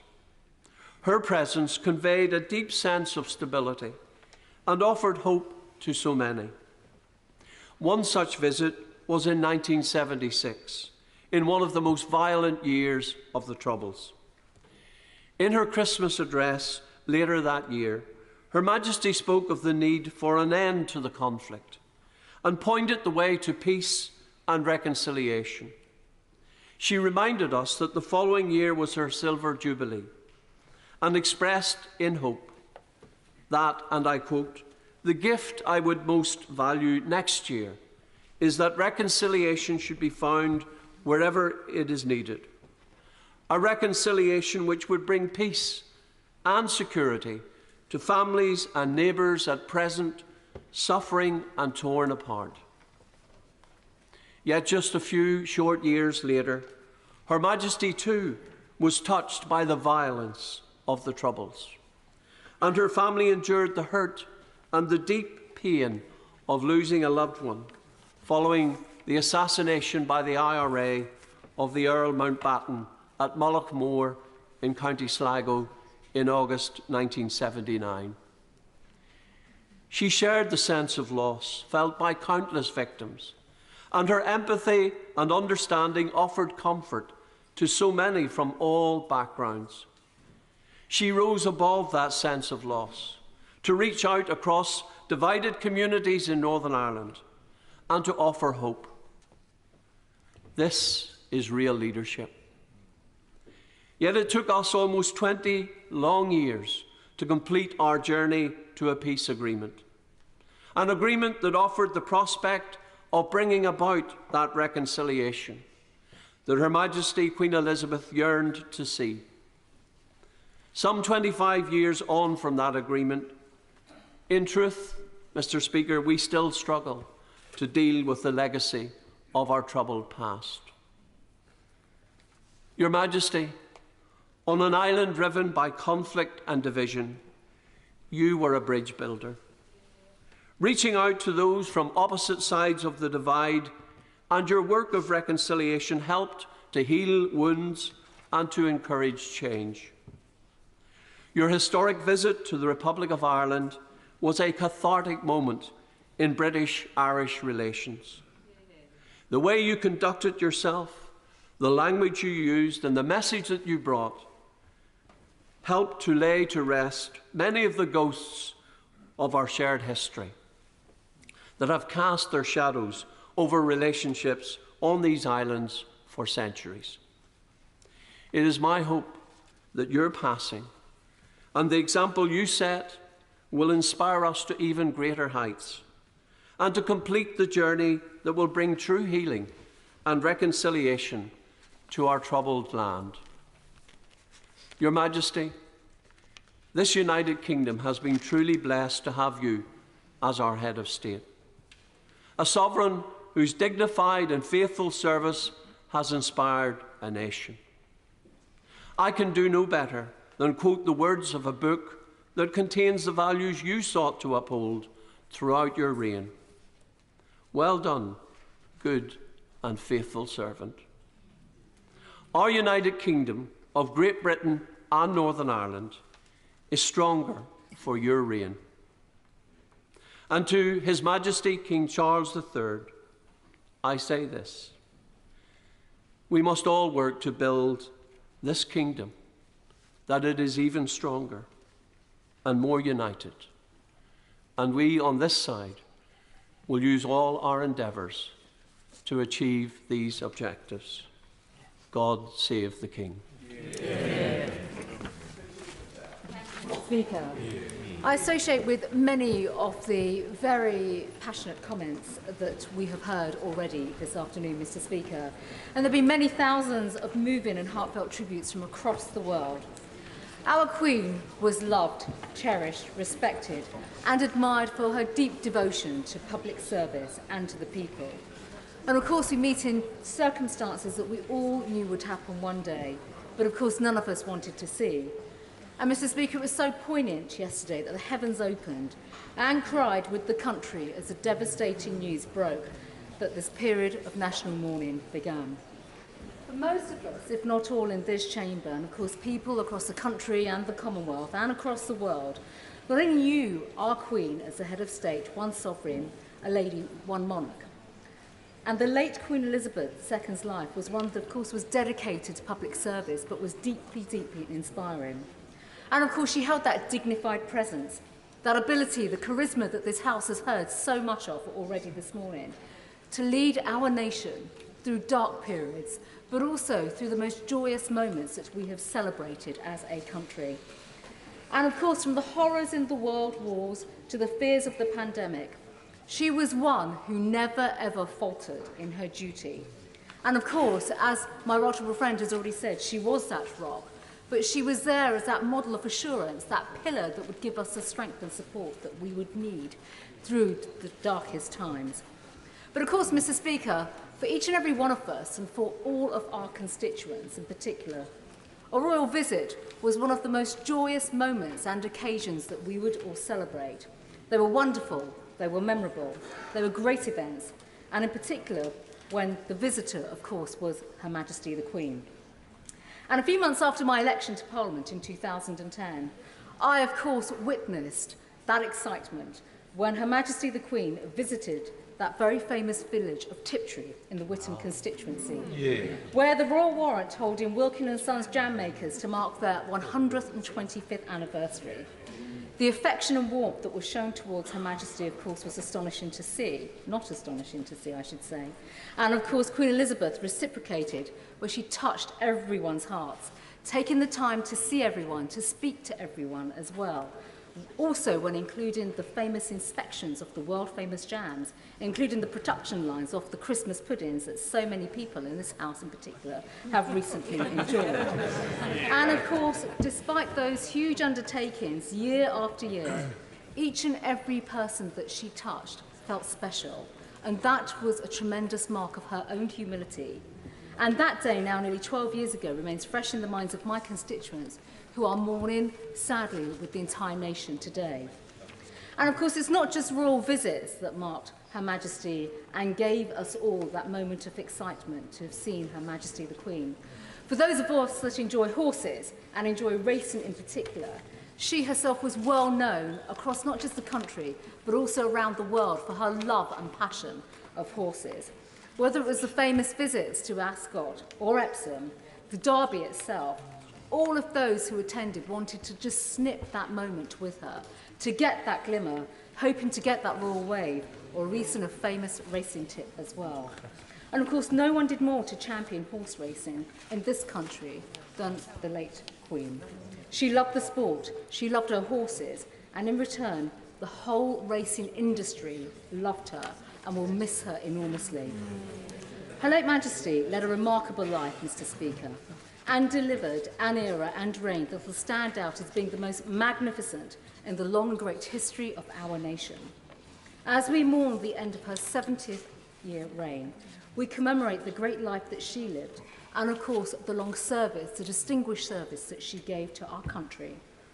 We reflect on the importance of the monarch in our public life, of course, and at this particular time, a moment in time, our thoughts and prayer are naturally with her family. And we offer our wholehearted support and, of course, our commitment to the King, King Charles III. In the years ahead, while we face, of course, while the faces on our notes and coins and stamps will, of course, change, Her late Majesty will always occupy a special place and an affectionate in the hearts of our nation. God rest her soul, and God save the King. Dame Margaret Beckett. Thank you, Mr. Speaker. I've heard it said that on occasions like this, most of us talk about ourselves, and that's inevitable because we're talking about the links we have in our memories with the person who is gone. But I think perhaps I'm one of the few in this House who does remember when the Queen's father died. I must admit my memories are twofold. First, how surprised I was that people thought 25 was young. And secondly, that when she came to the throne, we all got a bar of chocolate. I first encountered Her Majesty at One Remove, soon after I was first elected to this House in October 1974, and I do recognise that many honourable members here were not born then. By 1975, I was a junior government whip. We had a small majority and a large legislative programme. And there was a duty that usually fell to a very senior whip, one of writing every day, by hand, direct to Her Majesty the Queen to tell her what was happening in her Parliament. I was told this had probably originated with the first Prime Minister who wrote to the King to tell him what was happening in the House. And I was asked to undertake this duty to help my colleague. It seemed to me, I was told, by the way, this is very important, that this was a personal message from a member of the government to Her Majesty for her eyes only. That is relevant. It seemed to me that there was very little point in telling her the things she knew from her red box, or that she had read probably in the chat column in the Daily Telegraph. So what I wrote to her about was the stuff that I thought she wouldn't get from either of those sources. I wrote to her about the gossip in the tea. occasionally slightly edited. And I wrote to her about the rows that people were having behind the scenes in committee rooms or in corridors. There was no feedback, but there wasn't any rebuke either. But then a day came when the Queen went on an overseas visit. Now, I knew, of course, that official correspondence always goes through official channels when the Queen is out of the country. But I was a very new MP, and I thought that something that was marked from me personally to the Queen personally, that no one would have the impertinence to read that. Some busybody in number 10, however, did. Perhaps a little unfortunately, and not unknown to members in this House, there was something of a dispute going on at the time about the issue of our relationship with the European Community. And I told the Queen what we thought about it and what we were saying about it and where I thought the ministers of the day were sometimes getting it wrong. And the House may not be surprised to learn, I will not sully your ears, but there's a short, pithy phrase, that common usage, that encapsulates really exactly what happened next. But suffice it to say that I was summoned to the Chief Whip, and after a brief and spirited discussion, the job returned to the person to whom it had originally been assigned. It was many years later, but rather typically, that I heard very indirectly and subtly that perhaps Her Majesty had slightly regretted a return to normal service. And I thought that was comforting. I was pleased about that. It was many years later, after a short involuntary break in my service in this House, that I returned for my present constituency, where we have had the great honour to entertain Her Majesty on many occasions, not least in everybody's memory, when she opened our new football stadium and indeed our brand new hospital, to which she was gracious enough to agree we could give the title of the Royal Derby Hospital, in which it rejoices to this day. And over the years, 3 years, for example, as President of the Council, I was fortunate enough to have many encounters with Her Majesty and can absolutely endorse everything that has been said and will be said, no doubt, about her intelligence, her awareness, and her attitudes.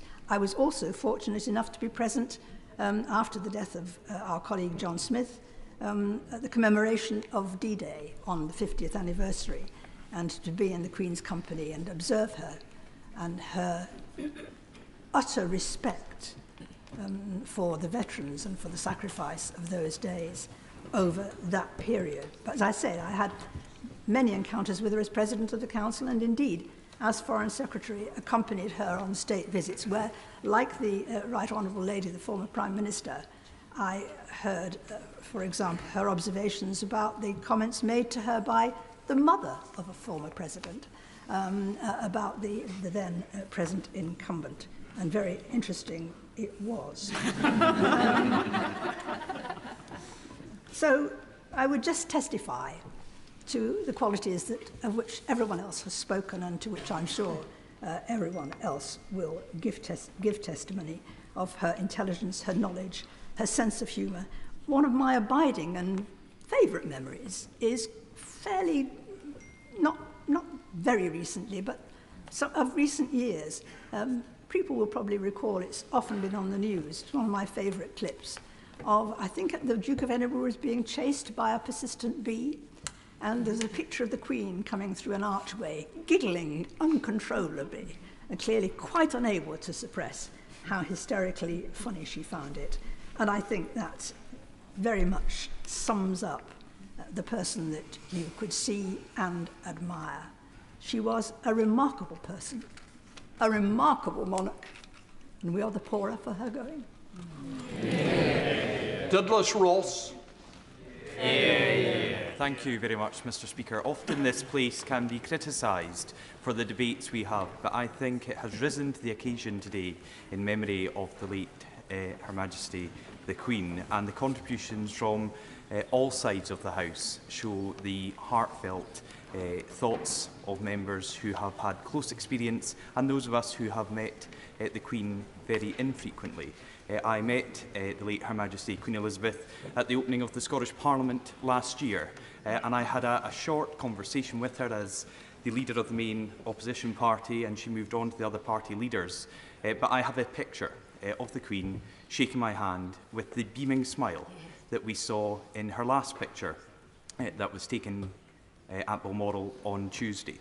And Her Majesty the Queen loves Scotland, and Scotland loved Her Majesty the Queen. And I think it is right that that picture was taken by an excellent Scottish photographer, Jane Barlow, who captured Her Majesty looking very calm, very happy, and very at home in Balmoral, which she loved.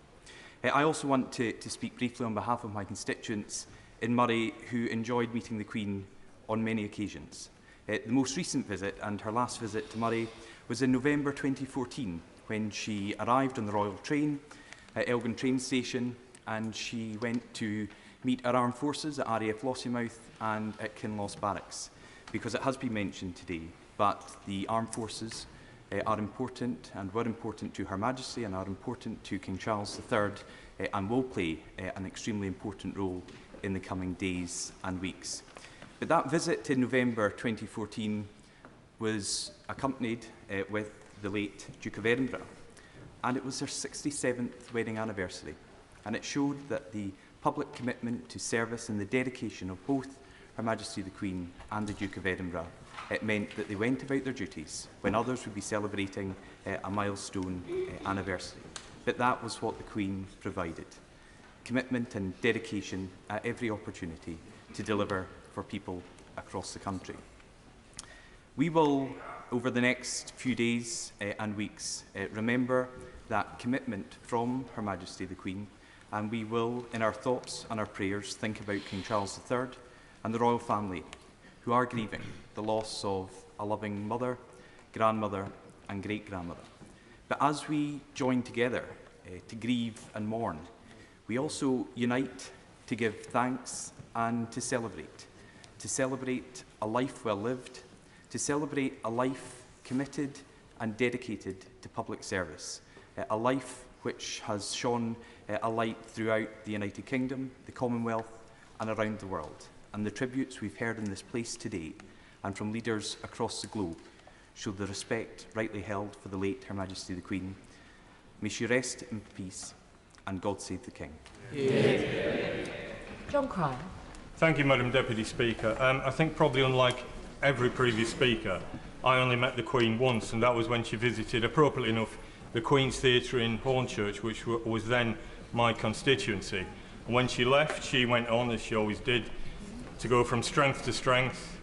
I left to be ejected from Parliament by the voters at the following election. So we had slightly different experiences after her visit. As the leader of the Liberal Democrats has said, it's difficult to imagine the world without her, and that's absolutely true.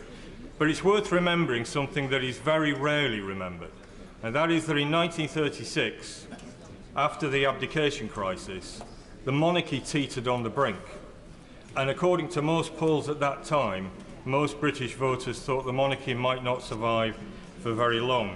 Now, since 1945, the monarchy has been the most popular institution in Britain and has polled something like 80%. There's no institution that's polled anything like that level of popularity over such a sustained period of time. Now, that's not an accident. It happened for two reasons, both because the Queen and her father, George VI, had that iron dedication to public service, which possibly started in the most spectacular way when George VI decided to remain in London during the war, instead of following the advice to leave London and go elsewhere, perhaps even to Canada, as one advisor told him. That started then, but the second reason is that both George VI and Elizabeth II had an absolutely clear understanding of the constitutional parameters of the role of the monarchy, and neither of them ever strayed outside that role. And in the case of the Queen, despite repeated attempts to pull her into political controversies, including the first one I can remember was in 1974, we had a hung parliament. And there was article after article in the press in those days saying that the Queen should intervene, should pull the parties together, the two big parties, perhaps the three big parties, to form some sort of coalition government, and she refused to do it. And she was absolutely right to refuse to do it. And she was persistent in that all the way through. And that's her great legacy, that the monarchy has survived as that popular institution because she observed those absolutely correct constitutional parameters. And I think we can all hope that if the new king, as I'm sure he will, observes those parameters and has that dedication to public service which he's already demonstrated, he can reunite and draw together a nation which is as bitterly divided as I can remember. Dame Andrea Leadsom. Thank you, Madam Deputy Speaker. Today was strange to wake up to the first day without our much-loved and hugely respected Queen Elizabeth II. There is a sense of personal loss as well as shock. Somehow her long years of service, commitment and duty felt as if they would never come to an end. As one of the older members of my family told me just this morning, things changed so much in her and our lifetime, and sometimes we feel hopelessly out of date and rather uncomfortable. She was our figurehead, and for that we are truly grateful. The Queen's reign was somehow timeless. Listening back this morning to her first televised Christmas broadcast in 1957, and then to her broadcast to the nation during COVID, Queen Elizabeth II proved continuity right from the post-war years through 15 different prime ministers, from Sir Winston Churchill to my right honourable friend, the member for South West Norfolk, and to the extraordinary, heartwarming royal digital performances with James Bond and with Paddington Bear. For me, her handbag will now always contain a marmalade sandwich. Yes. I always remember being sworn in as a Privy Councillor. It was the same day as my right honourable friend, the member for Uxbridge, and we were given the usual briefing on how you kneel on a footstool with your right hand by your side, your left hand holding a Bible, and my right honourable friend and I looked at each other and we were like, what if you fall off your footstool? And we were told very straight-faced, don't worry, the Queen will find it very amusing, which we didn't find reassuring, but luckily didn't happen. As Lord President of the Council during the hung Parliament of 2017 to 2019, I had the honour of regular audiences with the Queen ahead of Privy Council meetings. On those occasions, I was always struck by the warmth of the welcome and the frankness of the conversation. The Queen was always interested to hear updates on the progress of legislation and the mood of the House. She was very well informed and also quite challenging at a time of extraordinary events, from Brexit to Donald Trump's visit to behaviour scandals here in Westminster. Once a year, the leaders of the Commons and Lords would be invited to Windsor Castle for lunch with the Queen and Prince Philip. These occasions felt quite overwhelming, but at the same time, after a pre-lunch drink in the sitting room and getting into a conversation about how well the restoration of Windsor Castle was presided over by Prince Philip compared to our own efforts to restore the Palace of Westminster, Baroness Evans of Bowes Park and I were very soon distracted as we sought to defend the indefensible. A happy memory for me is going to Sandringham for Privy Council 1 January, with log fires burning and the Queen's corgis pottering around. I recall the Queen saying what a very busy Christmas she'd had, and I suggested, well, at least her family don't need to pause Christmas lunch for the Queen's speech, at which she told me they most certainly did. As for all of us, her family would pause lunch and watch the Queen's speech, and Princess Charlotte had run over to the TV screen and said, look, there's Gangan. Very heartwarming. At each of the audiences, it would strike me anew that Privy Council meetings were just one of the many daily duties of the Queen, and that her cheerfulness and her twinkling eyes were always a constant. Truly, she was a monarch who put the comfort of others above herself, and she never faltered in her promise to spend her life devoted to service. And as we've prayed every day sitting in this place, that Queen Elizabeth I may always incline to thy will and walk in thy way, So I believe we can now pray with confidence that after this life she may attain everlasting joy and felicity through Jesus Christ our Lord. Queen Elizabeth II spent her life building relationships in our nation, our Commonwealth and across the world. In her achievements we can all take comfort and know that as the crown passes to our new king, we will have the example of her legacy to unite us in loyal allegiance to her successor, King Charles III. God save the King. Dame Angela Eagle. Thank you very much, Madam Deputy Speaker, and it's an honour to pay a tribute to Her late Majesty Queen Elizabeth II on behalf of my constituents in Wallasey, who are in shock and mourning today. One of the things that strikes everyone contemplating this sad news is the sheer span of the length of time of her reign, the longest ever reign in UK history, someone who lived through an era of profound upheaval and change, but who represented continuity and certainty amidst the tumult. When she was born, it's hard to remember that in 1926 only 10 women had ever been elected into this place, into this House of Commons. And at that time, women did not exercise the vote on the same terms as men. Thankfully, that has now changed, though I always say that work to achieve equality is never done. But she, as the Mother of the House said earlier, led just by example. She led by being. She demonstrated, as our head of state, who was clearly, obviously, a woman and a wife and a mother, how possible it was, even if that had been granted to her by fate, by destiny, to combine the roles of the pressure that she had on her with a family life. Her coronation was the first to be televised. Now the monarchy has a presence on social media platforms seen by billions. Her reign has seen the transition from empire to Commonwealth, from conflict to peace in Northern Ireland, but also from complacency to climate emergency, which demonstrates to all of us that we have much to do and many problems to confront us. The values she personified are clear and have been clear from the comments in this House. Utter commitment to public service and duty.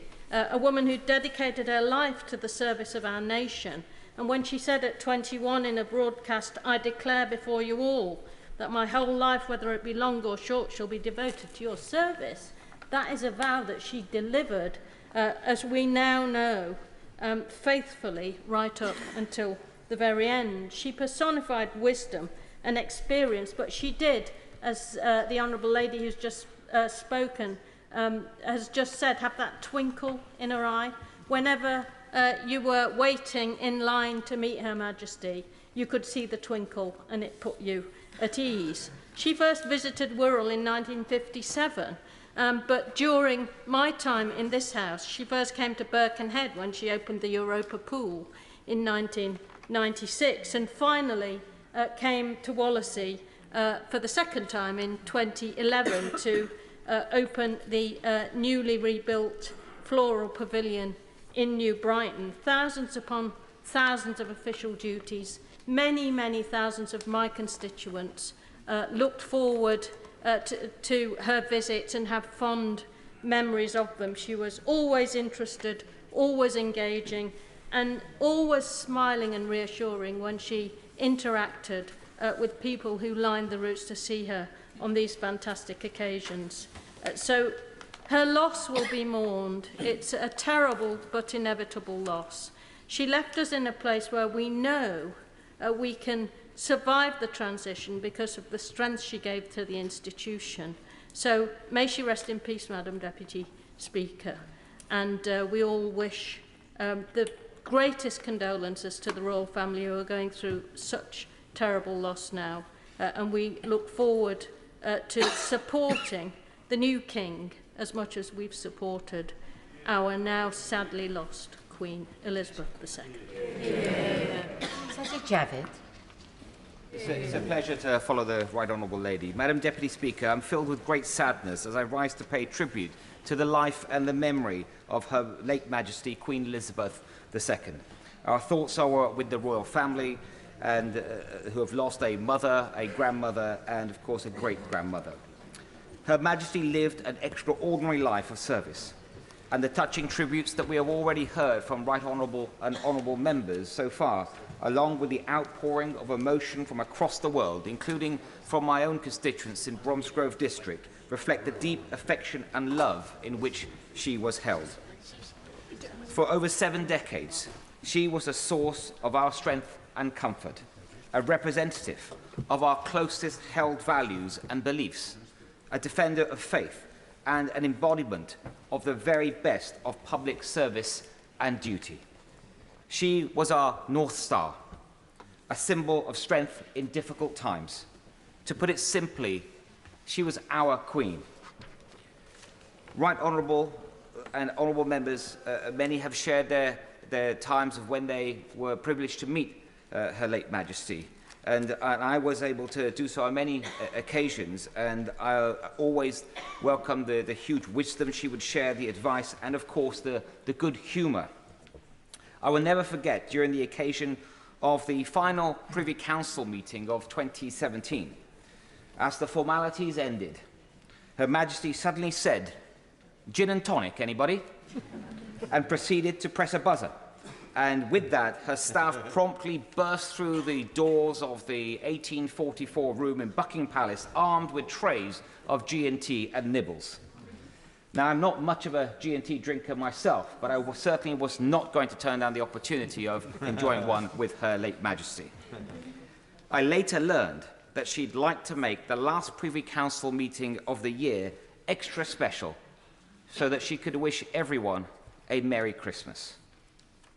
Madam Deputy Speaker, our country faces immense challenges at home and abroad, and the person that has always been there is there no longer.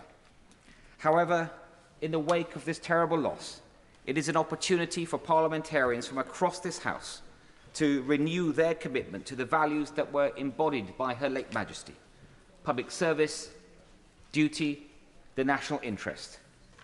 If we can leave this place having achieved but the smallest fraction of what Her late Majesty achieved, our country would be the better for it. After a lifetime of service, Her late Majesty is now at rest. May she rest in peace, and God save the King. Liz Roberts. Diolch yn fawr iawn, Dirprwy.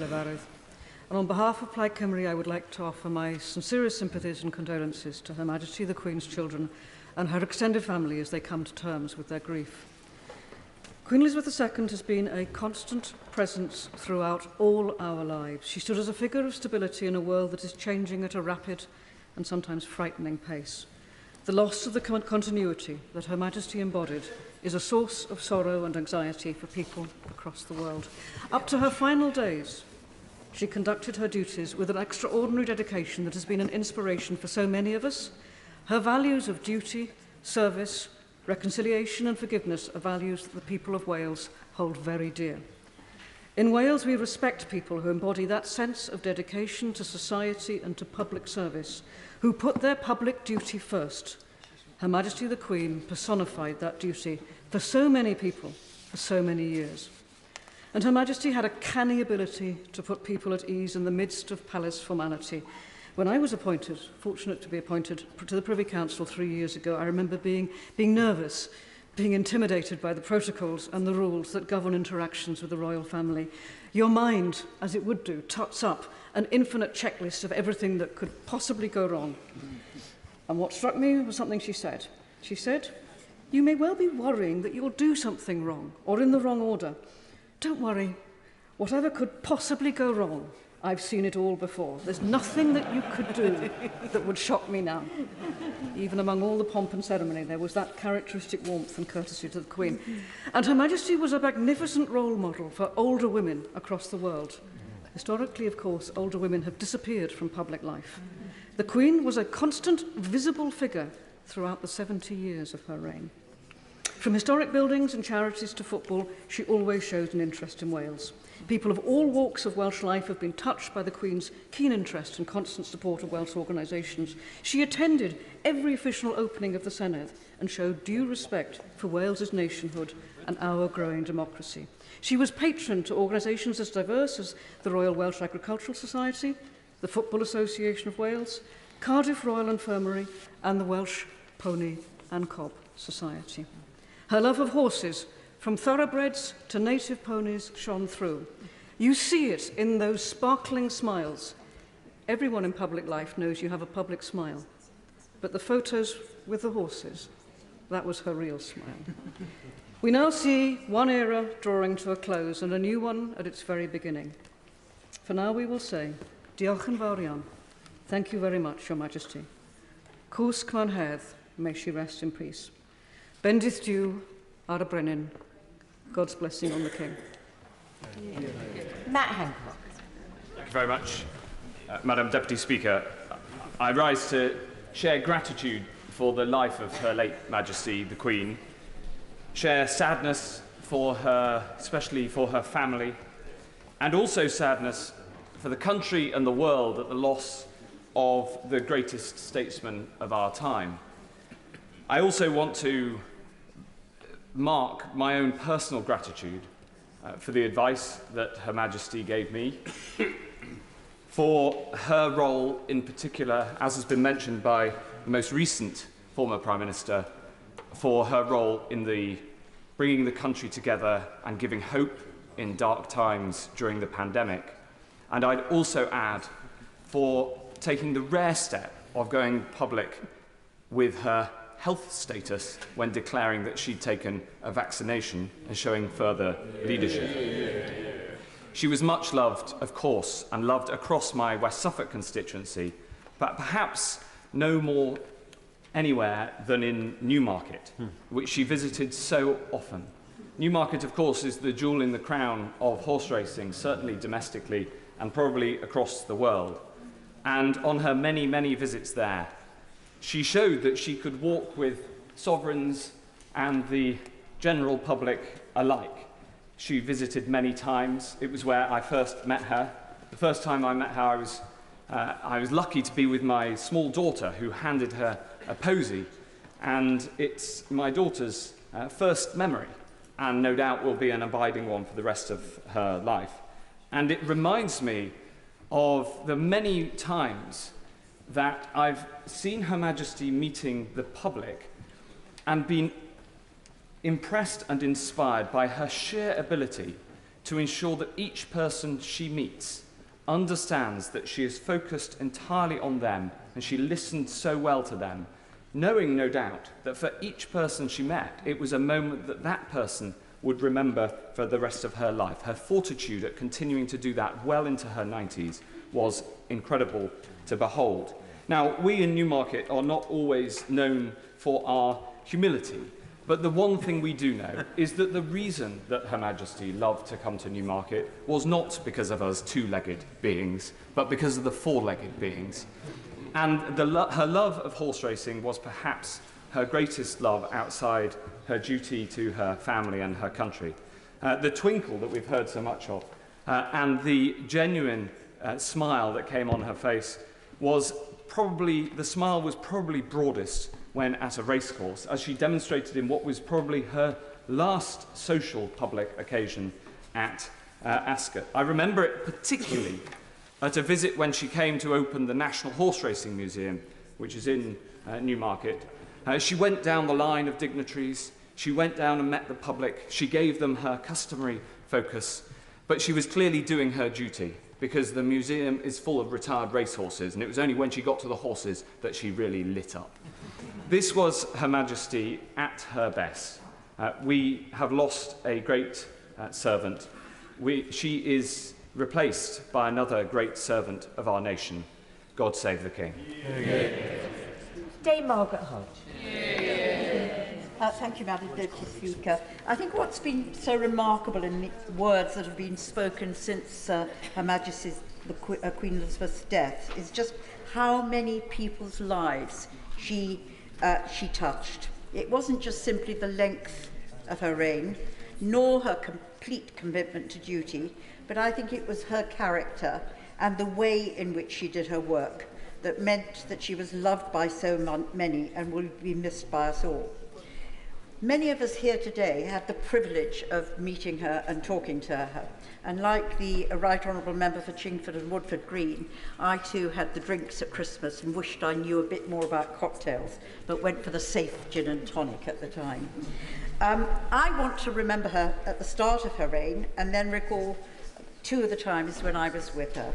I was 8 when Queen Elizabeth was crowned. Just to say to my right honourable friend, the member for Derby South, we were still rationed in those days, if she remembers. So the reason that the chocolate was so welcome was it was rationed chocolate. We didn't care about the eggs and the meat being rationed, but the chocolate being rationed was really important. We didn't have a television in our home, so we huddled and crowded around a small black and white television in one of our neighbours' houses. But I really remember seeing the coach, seeing the glittering jewels on her crown, and seeing her stunning white dress. It was simply like a fairy tale, a Cinderella or a Snow White coming true. And that magical moment of beauty, hope, and goodness has stayed with me all through her long reign. There were two occasions when I met her that also remain strong in my memory. Firstly, in the early 80s, when I was leader in Islington, the Queen visited Sadler's Wells, and we laid on a session for her with a group of old age pensioners, women, living in Finsbury, and we were running there a Keep Fit dancing class under the tutorship of Sadler's Wells teachers. The Queen walked into the room, and the warmth of her smile as she entered the room and the utter joy of the women at being watched by Her Majesty and the calm way that she put them at ease when she talked to them was just simply brilliant. And for the Queen, I think it was probably just another day, but for the women, it was probably one of the most eventful days in their lives. The second was when the Queen came to visit Barking and Dagenham in July 2015, when she was nearly 90, to mark the 50th anniversary of the creation of the borough. She spent almost the whole day there, opening a community centre, lunching in a local theatre. She visited schools and she watched a swimming display. Thousands of my constituents came out to see her, and many met her, and she did enjoy a rapturous reception. And the fact that she's chosen to spend so much of her time with us on what must have been a tiring day, she was getting on for 90, demonstrates, I think, her total commitment to duty, to us, to her people. And among the sea of Union Jacks that met her, I just remember the placards which said, "Welcome our Queen, we love you." Madam Deputy Speaker, at a time of constant change, Queen Elizabeth II gave us stability. At a time of uncertainty, tension and conflict, she always provided a path to reconciliation. And as a nation and community, she provided leadership that brought recognition, respect and status and love to all of Great Britain and all of our people. We will miss her. Nigel Adams. Thank you, Madam Deputy Speaker. It is with great sadness that I rise to speak in the tributes to Her late Majesty the Queen, not only on my behalf, but on behalf of my constituents in Selby and Ainsty. The news the whole nation had been dreading brings the reign of the longest-serving monarch in British history to an end. As we've heard, as a child, she was not expected to be Queen, but her destiny and that of our nation changed when her father acceded to the throne as King George VI. She, as we've heard, as a 21-year-old young woman, pledged to live a life of service. There can be no one anywhere, Madam Deputy Speaker, that can say she did not deliver on that pledge. I vividly recall the celebrations for the Queen's Silver Jubilee in my village and across the nation. It's also incredible that she has also celebrated golden, diamond and platinum jubilees. Her life spanned some of the most amazing milestones over the last century, from the discovery of penicillin, the moon landings, and the invention of the World Wide Web. She was also a monarch that circumnavigated the world, visiting hundreds of countries, including those Commonwealth countries which she held with such affection. And Madam Deputy Speaker, the Queen also visited Selby in my constituency alongside her beloved husband, the Duke of Edinburgh. This was in 1969, when they came to present Maundy money to 43 men and 43 women at Selby Abbey. 10,000 people lined the town streets that day to welcome and catch a glimpse of their monarch. Now, like many honourable and right honourable members, I've had the privilege of meeting the Queen both times at the Palace, and I cannot tell you, Madam Deputy Speaker, how nervous I was as we lined up to meet her. All my nerves were becalmed, however, once I'd been greeted by that beautifully warm smile and her welcoming words.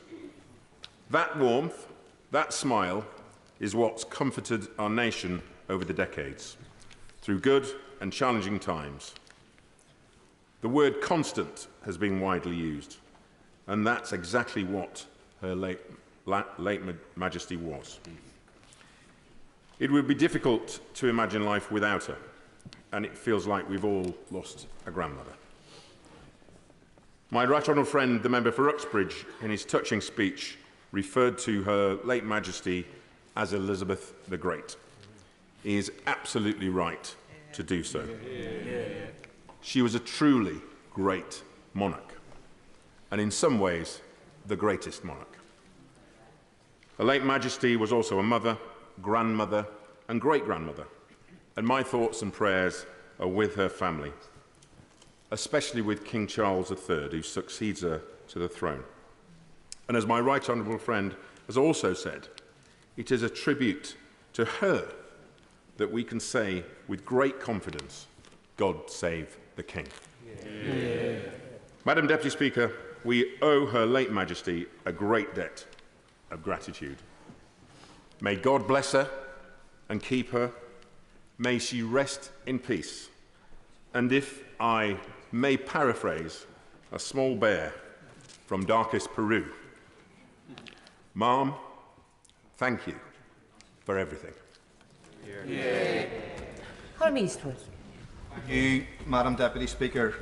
The warm tributes that have already been paid to Queen Elizabeth II by honourable and right honourable members today tell their own story about the great respect and deep affection that so many from such diverse and different backgrounds had for her. It is an affection and a respect that transcends mere political difference and speaks to her position as a leader and an example of public service. As others have already said, the Queen was one of the most consequential civic figures of the last century. As political leaders came and went, as public opinion ebbed and flowed, she remained a constant, an unyielding and limitless source of strength and comfort for her people in times of national pride and sorrow. The scale of her reign, lasting more than 70 years, spanned the embers of conflict following the Second World War to the peace process between our islands and our peoples. During that time, she forged a legacy that will outlast all of us here. But I hope that lays the foundation for enduring relations between these islands, in spite of the challenges we now face. As leader of the SDLP, I had cause to meet with Queen Elizabeth on a number of occasions.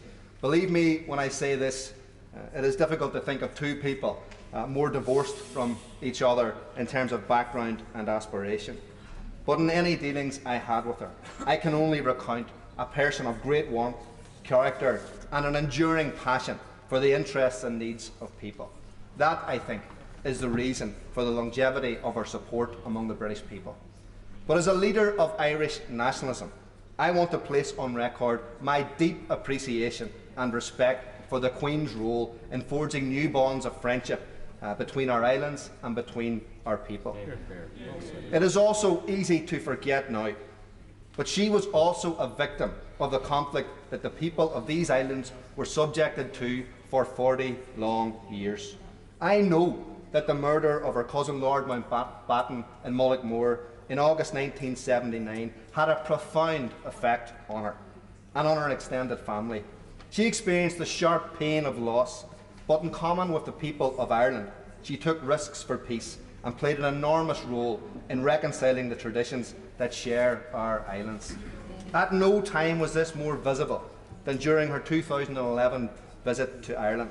I believe that Queen Elizabeth's visit to the Gardens of Remembrance in Dublin and the way she stretched herself to be an example of a good neighbour to Ireland in those moments contributed in a very significant way to healing the wounds of our past. Those couple of focal, those few words of Irish, Húchtarán agus a Cearja, President and friends, was a symbolic embrace of the Irish people, and it was deeply, deeply appreciated. The blessings of a long life doesn't make the burden of saying goodbye any lighter. My sincerest condolences are with the Queen's immediate family, with Right Honourable and Honourable members here today, and most particularly with those in Northern Ireland for whom she held a cherished place in their lives and in their hearts. I know how difficult it is to lose your hero, but there is comfort in the lasting legacy that she will leave, having helped shape our common history. The story of our peoples is fundamentally and inseparably intertwined. We all live in each other's shadow. I hope that we continue to build on the legacy that Queen Elizabeth II helped forge. May she rest in peace. Order. Just a reminder that the Speaker's guidance was 3 minutes in order to be able to get in as many people as possible. David Jones. Thank you, Madam Deputy Speaker. And as other Right Honourable and Honourable members have mentioned, it is impossible for virtually all of us and our constituents to remember a time when Her Majesty the Queen was not there. I was born a matter of weeks after she acceded to the throne, and throughout my life, and indeed all our lives, hers has been a continuous, reassuring presence, providing wise guidance for the country through good times and bad. She was both an anchor and a lodestone for our nation, and it is indeed hard to contemplate life without her. For 7 decades, she was there for us, and I think that many of us thought that she always would be. She had a rare, innate ability to generate affection, respect, and loyalty, not only from the people of this country, but from countless millions throughout the Commonwealth and beyond. Hers was arguably the most recognised face on the planet, and it's not only here that she will be missed, but in other lands across the world, even in the few countries that she never visited during her long reign. At the time of her Platinum Jubilee, the BBC broadcast a remarkable documentary called Elizabeth, the Unseen Queen, which was part narrated by the Queen herself. And in the documentary, she spoke the following words of an Australian Aboriginal proverb. "We are all visitors to this time, this place. We are just passing through. Our purpose here is to observe, to learn, to grow, to love, and then we return home." And Madam Deputy Speaker, while we and our constituents feel the most profound grief at her passing, and our mourning will undoubtedly continue long beyond her funeral, we must find comfort in the knowledge that our Queen, strong in the Christian faith that sustained her throughout her life, has returned home and is at peace. God bless the lovely memory of Her Majesty. God save the King. Ed Miliband. Thank you, Madam Deputy Speaker. I rise at a time of great sadness for our country, and I do so on behalf of my constituents in Doncaster North, and I know, Madam Deputy Speaker, I speak for you and your constituents in Doncaster Central, indeed right across Doncaster. I would say also, Madam Deputy Speaker, the House has been at its best today with some wonderful speeches and memories of Her Majesty Queen Elizabeth. I was Leader of the Opposition, as the House will know, and I know that it is noted that the Queen experienced 15 Prime Ministers. I think perhaps it has been lost count of how many leaders of the opposition she went through, which says something about leaders of the opposition, perhaps. But it is in that spirit, in my experience, that I want to talk briefly to the House, because I think one thing that has come through so much since Her Majesty's passing last night is the words public service. And I want to reflect on some qualities, some extraordinary qualities that she showed in terms of public service. First of all, her ability to bring people together and unify our country.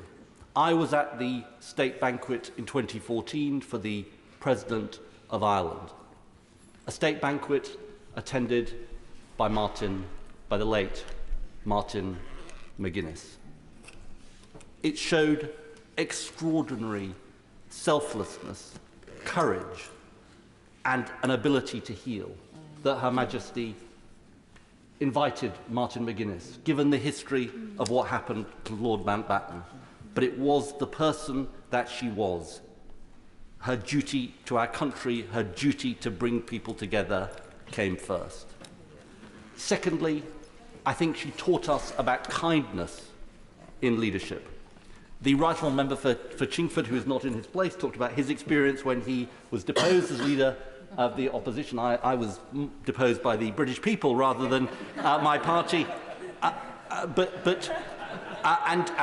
should say that to the House that as my career nosedived, my wife's took off, and she became a High Court judge in 2019 and became a Dame. And so we were both invited to the palace to meet Her Majesty. And Her Majesty fixed me with her gaze as we saw each other and said, "Oh, it's you," she said. "What are you doing here?" knowing full well why I was there. And we had a wonderful conversation. And there she was at 93, still full of vim, vigour, and humour. And there is a lesson for us all in the kindness she showed to me and to other members of this House. And thirdly, I want to say something about her sense of humour, because I go back to a time in 2008 when I had been recently appointed the Secretary of State for Climate Change, and I went to my first ever Privy Council meeting, and Her Majesty was reading out laws that were being passed. And as she did so, she paused for a moment and said, because she was having trouble reading, and she said, "Yes, it's these new long-life light bulbs that we've introduced."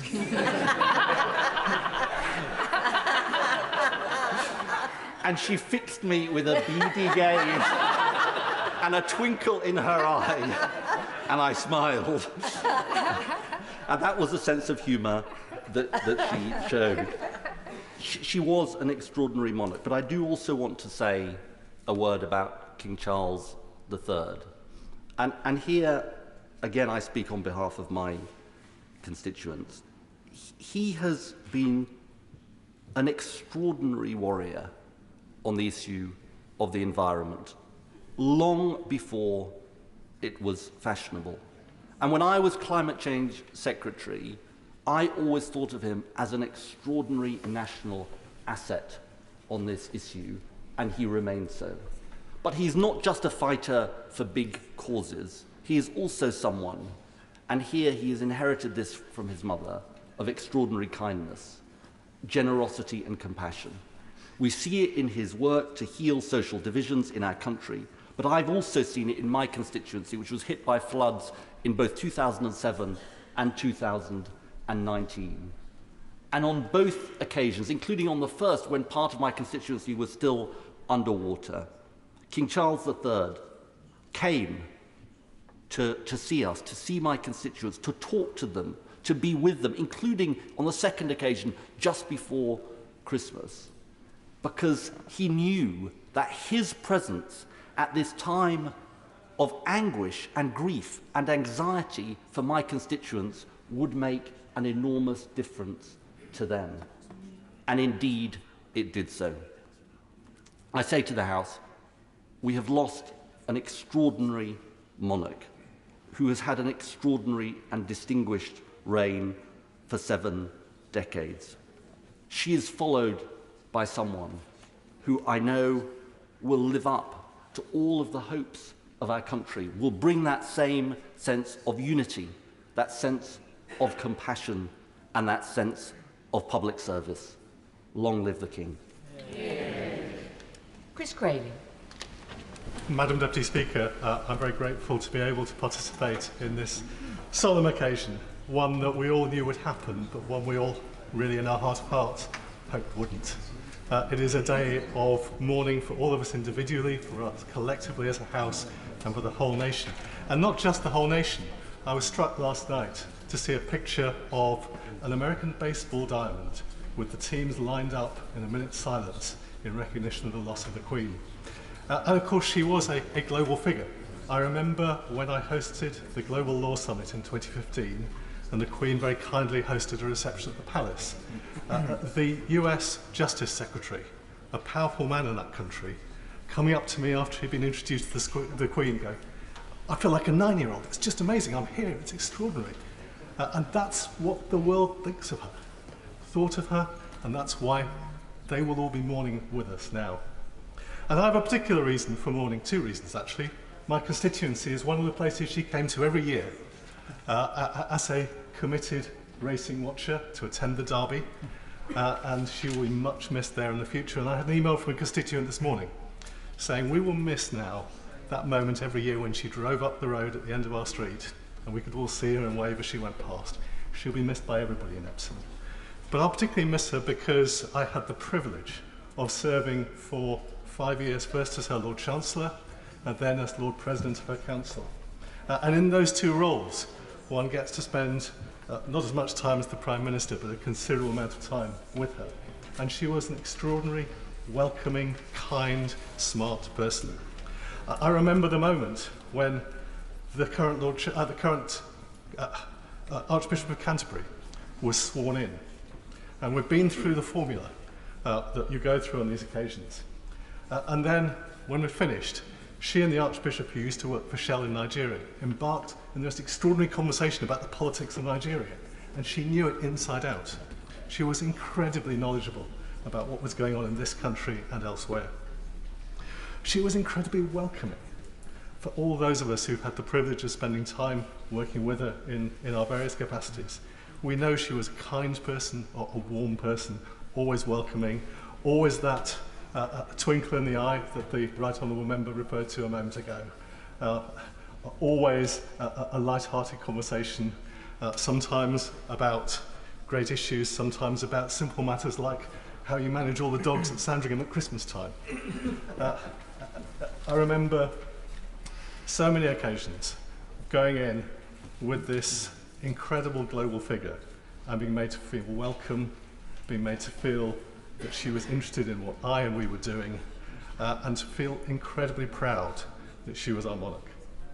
And I join the Right Honourable Member in wishing all the very best to King Charles III. He has had a long apprenticeship. He will, I believe, be a great monarch, and I know everyone in this House will wish him all the very best for what is a very difficult time for him. We'll also want to extend their condolences to all members of the royal family who've lost their grandmother and their great-grandmother. It is a very sad occasion for them. But I particularly today think back to one conversation I had with her. We were, before a Privy Council meeting, talking about the way technology is changing the world. And I said, you know, it's extraordinary. The world's changing so fast. Who knows where we'll be in 30 years' time? And she said, the only thing I know is I won't be there. And sadly, Madam Deputy Speaker, she isn't, and we will miss her. Hilary Benn. Thank you very much indeed, Madam Deputy Speaker. I rise on behalf of my constituency, Leeds Central, as we together mourn the Queen's passing, offer our heartfelt condolences to His Majesty the King and to the royal family on their private grief borne so publicly, and to mark an extraordinary life. It was at my first meeting of the Privy Council that I came to understand that the Queen was determined that things should be done correctly. We were waiting outside the door, and one of the footmen opened it to see what was going on, and as he closed it, he turned to his colleague and said, "She's moving the footstools again." To which he received the reply, "She's the Queen." If she wants to move the footstools, she can move the footstools. Now, hers was a life that above all else embodied constancy. We have known no other, and we feel the Queen's passing so keenly precisely because she was always here. Her devotion to duty, to service, and to representing our country ran like an unbroken thread through the decades and through each of our lives. Like the passing of time and the changing of the seasons, she was always here. And although, as we have heard, so many things changed during her reign, she did not change. Above the noisy clamour of politics and public debate, she carried on and showed us what service means, carried out with grace and with humour. And now the day has come, as we long feared but knew it would, that she is no longer here. And as the people of Leeds and of Yorkshire and of the country come to terms with their deep sense of loss at this moment in the history of our nation, our United Kingdom, let us give thanks for her uniquely long and well-lived life. And just as faith, hope, and love abide, so will our memories of the Queen, her constancy, her service, and her profound sense of duty. Thank you for everything that you did, Ma'am, and may you rest in peace eternal. Andrew Stevenson. Thank you, Madam Deputy Speaker. I had the very great privilege of serving as the Vice-Chamberlain of Her Majesty's household between July 2018 and April 2019, a role and a title given to the fourth most senior government whip. It's a role that the Right Honourable Member for Derby South spoke about earlier in her fantastic contribution. It's a role that most Honourable and Right Honourable Members don't know even exists, apart from when they see one of the government whips stood at the bar of the House wearing a tailcoat and carrying what appears to be a snooker cue. It's also a role that only people hear about when they realise that somebody has to be held hostage at the palace before Her Majesty would come to Parliament for the state opening. However, the role is much more than that, in that alongside your day-to-day activities in the Whip's office, you would write a daily note to Her Majesty, keeping her updated with parliamentary business, giving her all the gossip, and then going to Parliament to discuss those matters. I'm just very glad that, unlike the Right Honourable Member for Derby South, the Chief Whip nor the Prime Minister ever read my notes.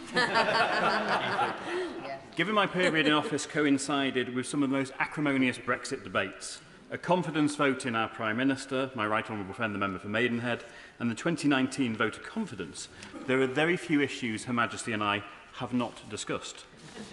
Indeed, my final week in office as the Vice-Chamberlain included nude protesters gluing themselves to the glass in the public gallery and the chamber being suspended after water started pouring through the ceiling into the press gallery.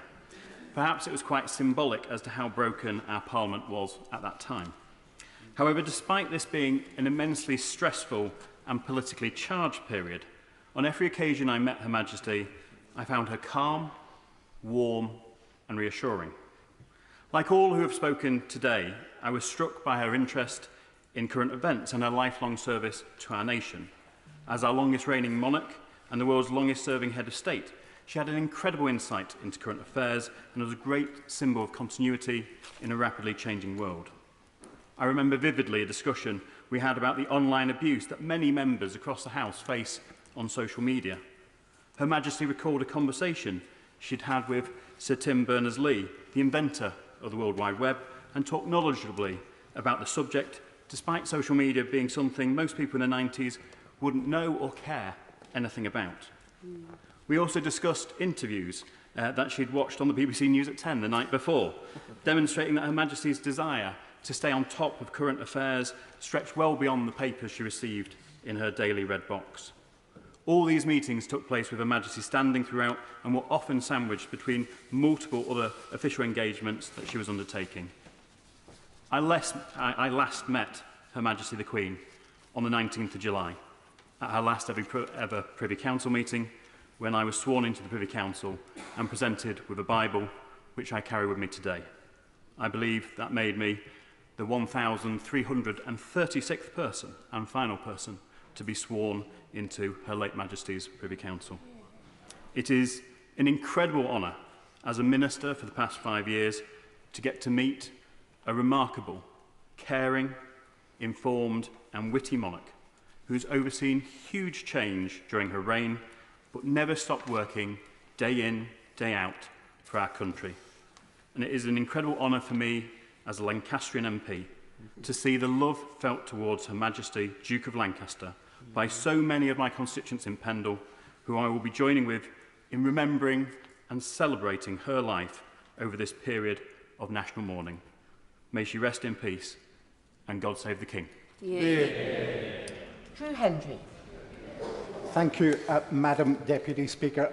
I never had the pleasure of meeting the late Queen personally, but I have met her son, the new King, on several occasions, and I can testify personally to his deep love for the Highlands. And I know that my constituents in Inverness, Nairn, Badenoch and Strathspey will want to join me in holding him in our thoughts as he deals with this most personal of losses, that of his mother.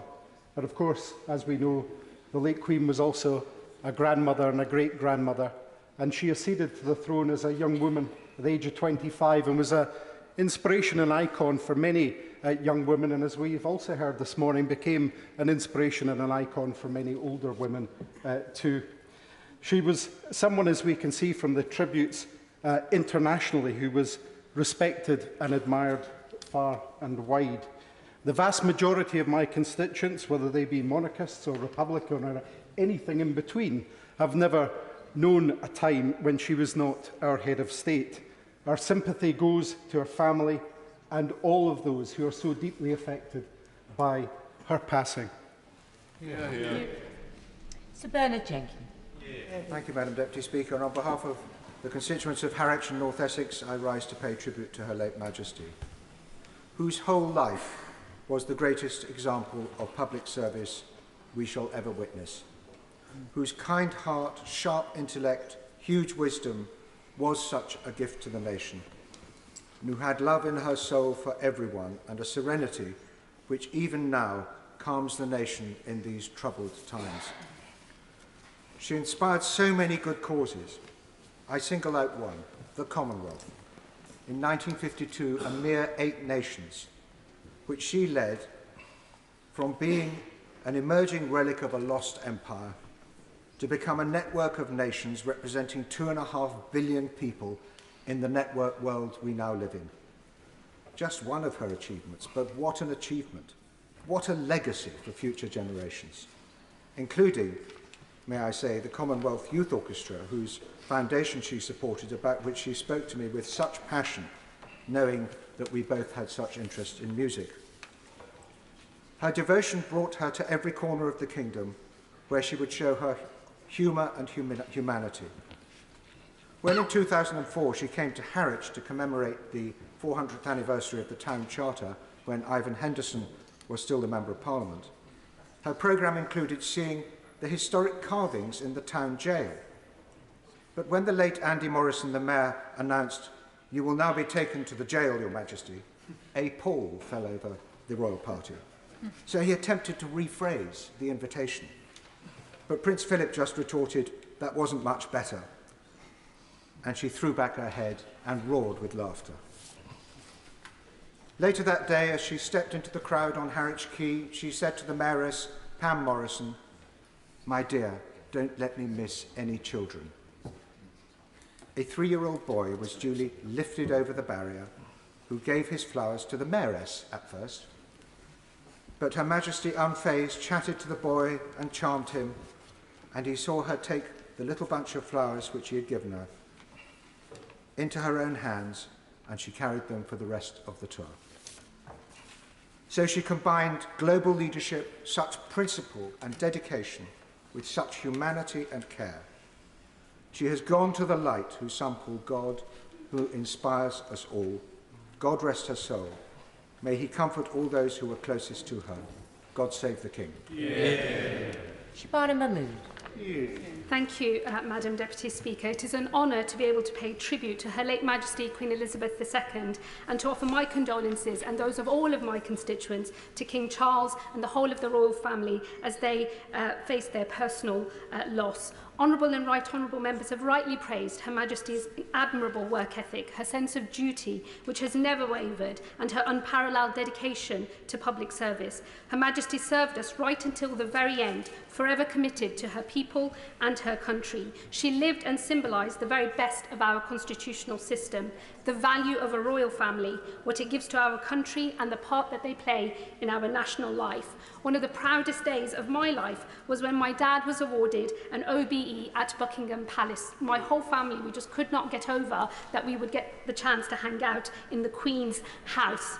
On that day, it fell to the Queen's daughter, the Princess Royal, to hand out the honours, but the whole occasion was made magical because it followed precisely the exact example of the Queen herself.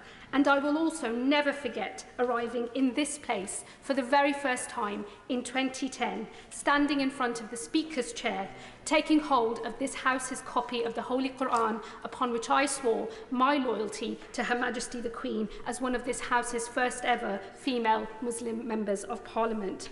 Her relationship with Birmingham was strong, and in return we Brummies had a deep affection for her and gratitude for the time that she devoted to us in the 70 years of her reign.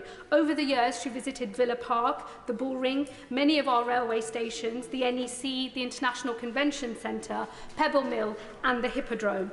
And of course, we have just hosted the Commonwealth Games, an important moment for our city that has such a deep connection with the Commonwealth and which is inextricably linked with the Queen herself. Like so many thousands of Brummies, as much as I am a child of Birmingham, of England and of Britain, I am also a child and grandchild of the Commonwealth.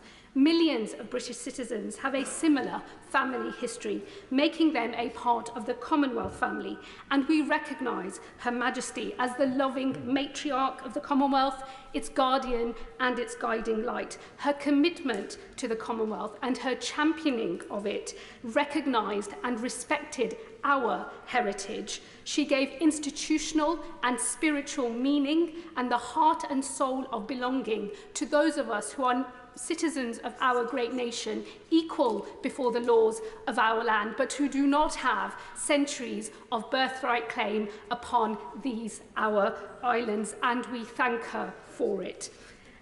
For me, her Christian faith also is something that always stood out. She was a committed Christian, as we know, Supreme Governor of the Church of England. It might surprise some that her commitment to her Christian faith could mean so much to those of us who practice, observe, and belong to other faith communities. But in a speech at Lambeth Palace to mark her Diamond Jubilee, the Queen said, and I quote, "The concept of our established church is occasionally misunderstood and I believe commonly underappreciated. Its role is not to defend Anglicanism to the exclusion of other religions. Instead, the church has a duty to protect the free practice of all faiths in this country." She was defender of the faith, but she was a queen for those of us with other faiths and indeed for those of none. May God make it easy for her. May he give her loved ones strength. And if I may offer this House an Islamic verse which Muslims recite when someone dies and which I hope will resonate with the Queen's Christian faith too. Inna lillahi wa inna ilayhi raji'un. To God we belong and to God we all return. Madam Deputy Speaker, I rise on behalf of, well, to make my own tribute, but also on behalf of the constituents of North East Hertfordshire in Royston, Baldock, Buntingford and Letchworth. The Queen was very much loved and admired in our area, a remarkable woman and a wonderful head of state. She knew our area well from visiting her mother's family, who live in a village near Hitchin, St Paul's Walden. We were lucky that the Queen was able to be with us for some of our most important events. She opened the new North Hertfordshire Leisure Centre at Letchworth Garden City, and later, in my first year as MP in 1993, she came to open a new housing development at Beach Hill and a sheltered housing scheme at Tabor Court in Letchworth. And Letchworth was also proud that she chose the Marmot pram as the baby carriage for the new king, made in Letchworth.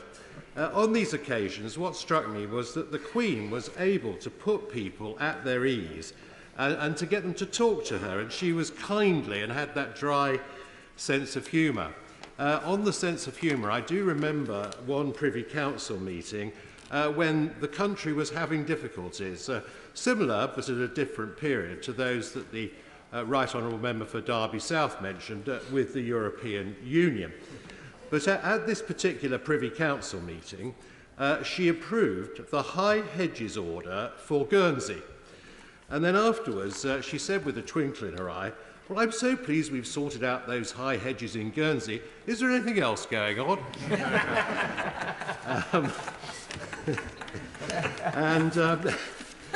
People in North East Hertfordshire loved the Queen, and we will miss her. Our thoughts are with the royal family, and long live the King. Dame Diana Johnson. Thank you, Madam Deputy Speaker. I think there have been some wonderful tributes to Her late Majesty the Queen. Particularly, I just want to comment on the contribution from my honourable friend, the member for Birmingham Ladywood, who talked about the Commonwealth and the importance of faith to the late Queen.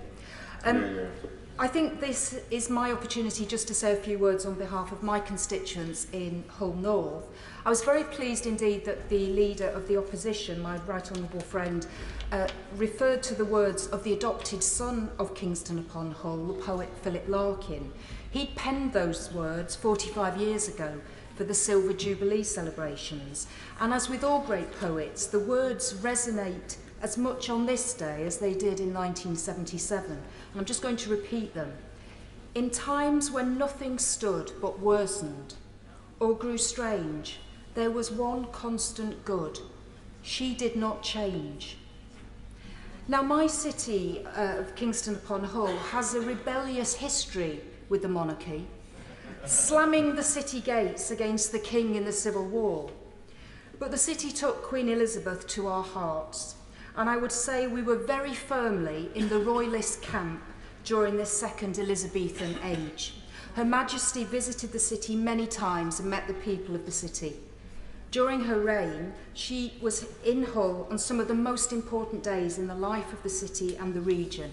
These include the opening of the iconic Humber Bridge in 1981, celebrating the city's 700th birthday in 1999, and visiting Hull in 2017 when we were the UK City of Culture. Her first visit to the city was actually to Hull Royal Infirmary in 1957, and she came again 50 years later to open the Queen's Cancer Centre at Castle Hill Hospital in 2009. The city will miss her.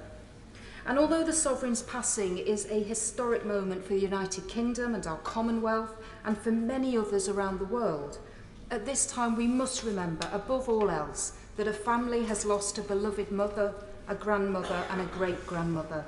And like many others, this loss to the nation resonates very personally with the loss of one's own parents or grandparents. And in particular, I remember my Auntie Betty, a staunch royalist who loved the Queen and was also born in the same year as the Queen, 1926. So on behalf of the people of Hull, my thoughts and prayers are with the royal family at this saddest of times. I also want to express condolences on behalf of the Commonwealth War Graves Commission, which I sit as a member. And although there is great sadness at this time, let us also remember a long life of service, so well lived, devoted to this nation, a life that should be celebrated. The Queen was a member of that greatest generation who herself, as we've heard, served in uniform in World War II, helping to secure our democracy's survival against tyranny. This was also a Queen who embraced change throughout her life and saw us into the digital age. And I just wanted to end by saying it was a special honour to be sworn in as a Privy Councillor over Zoom during the COVID pandemic. So I didn't have any of the worries about the footstool and falling over. And so the Queen was on a very large screen in front of me. She looked entirely at ease and was taking this new technology completely in her stride, perhaps rather more so than the Lord President of the Council at that time, the Right Honourable Member for North East Somerset. So to conclude, like the vast majority of Britons alive today, I have known no other monarch. But sadly, we now have the point where change has come, and we, alongside the condolences to the royal family, we look to the new King Charles III. One era is ending, a new one is beginning. Queen Elizabeth II would want us to go forward as a great nation in all our faiths and beliefs, proving that she was never mistaken in hers. God save the King. Sir Roger Gale. Thank you, Madam Deputy Speaker. In paying tribute to Her late Majesty, may I, on behalf of my constituents in North Thanet, simply say that our condolences are with His Majesty King Charles, the Queen Consort, and all the members of the royal family. The then Prince Charles, speaking at the Jubilee, opened his remarks by saying, "Your Majesty, Mummy." And I think we all need to remember that this family has lost a mother, a grandmother, and a great-grandmother. And we all feel their pain, and our thoughts really are, and prayers really are with them. Madam Deputy Speaker, I was 9 years old when King George VI died. I can remember it fairly vividly. And rather like the Right Honourable Lady, the member for Derby South, the next, I think, most memorable event in my connection with the royal family was the bar of chocolate that we were all given at the coronation. And I seem to remember we got a coronation mug as well. And for 70 years, so far as I am concerned, this great lady has been my lodestar, my monarch. I was listening on the wireless, I think some people call it a radio,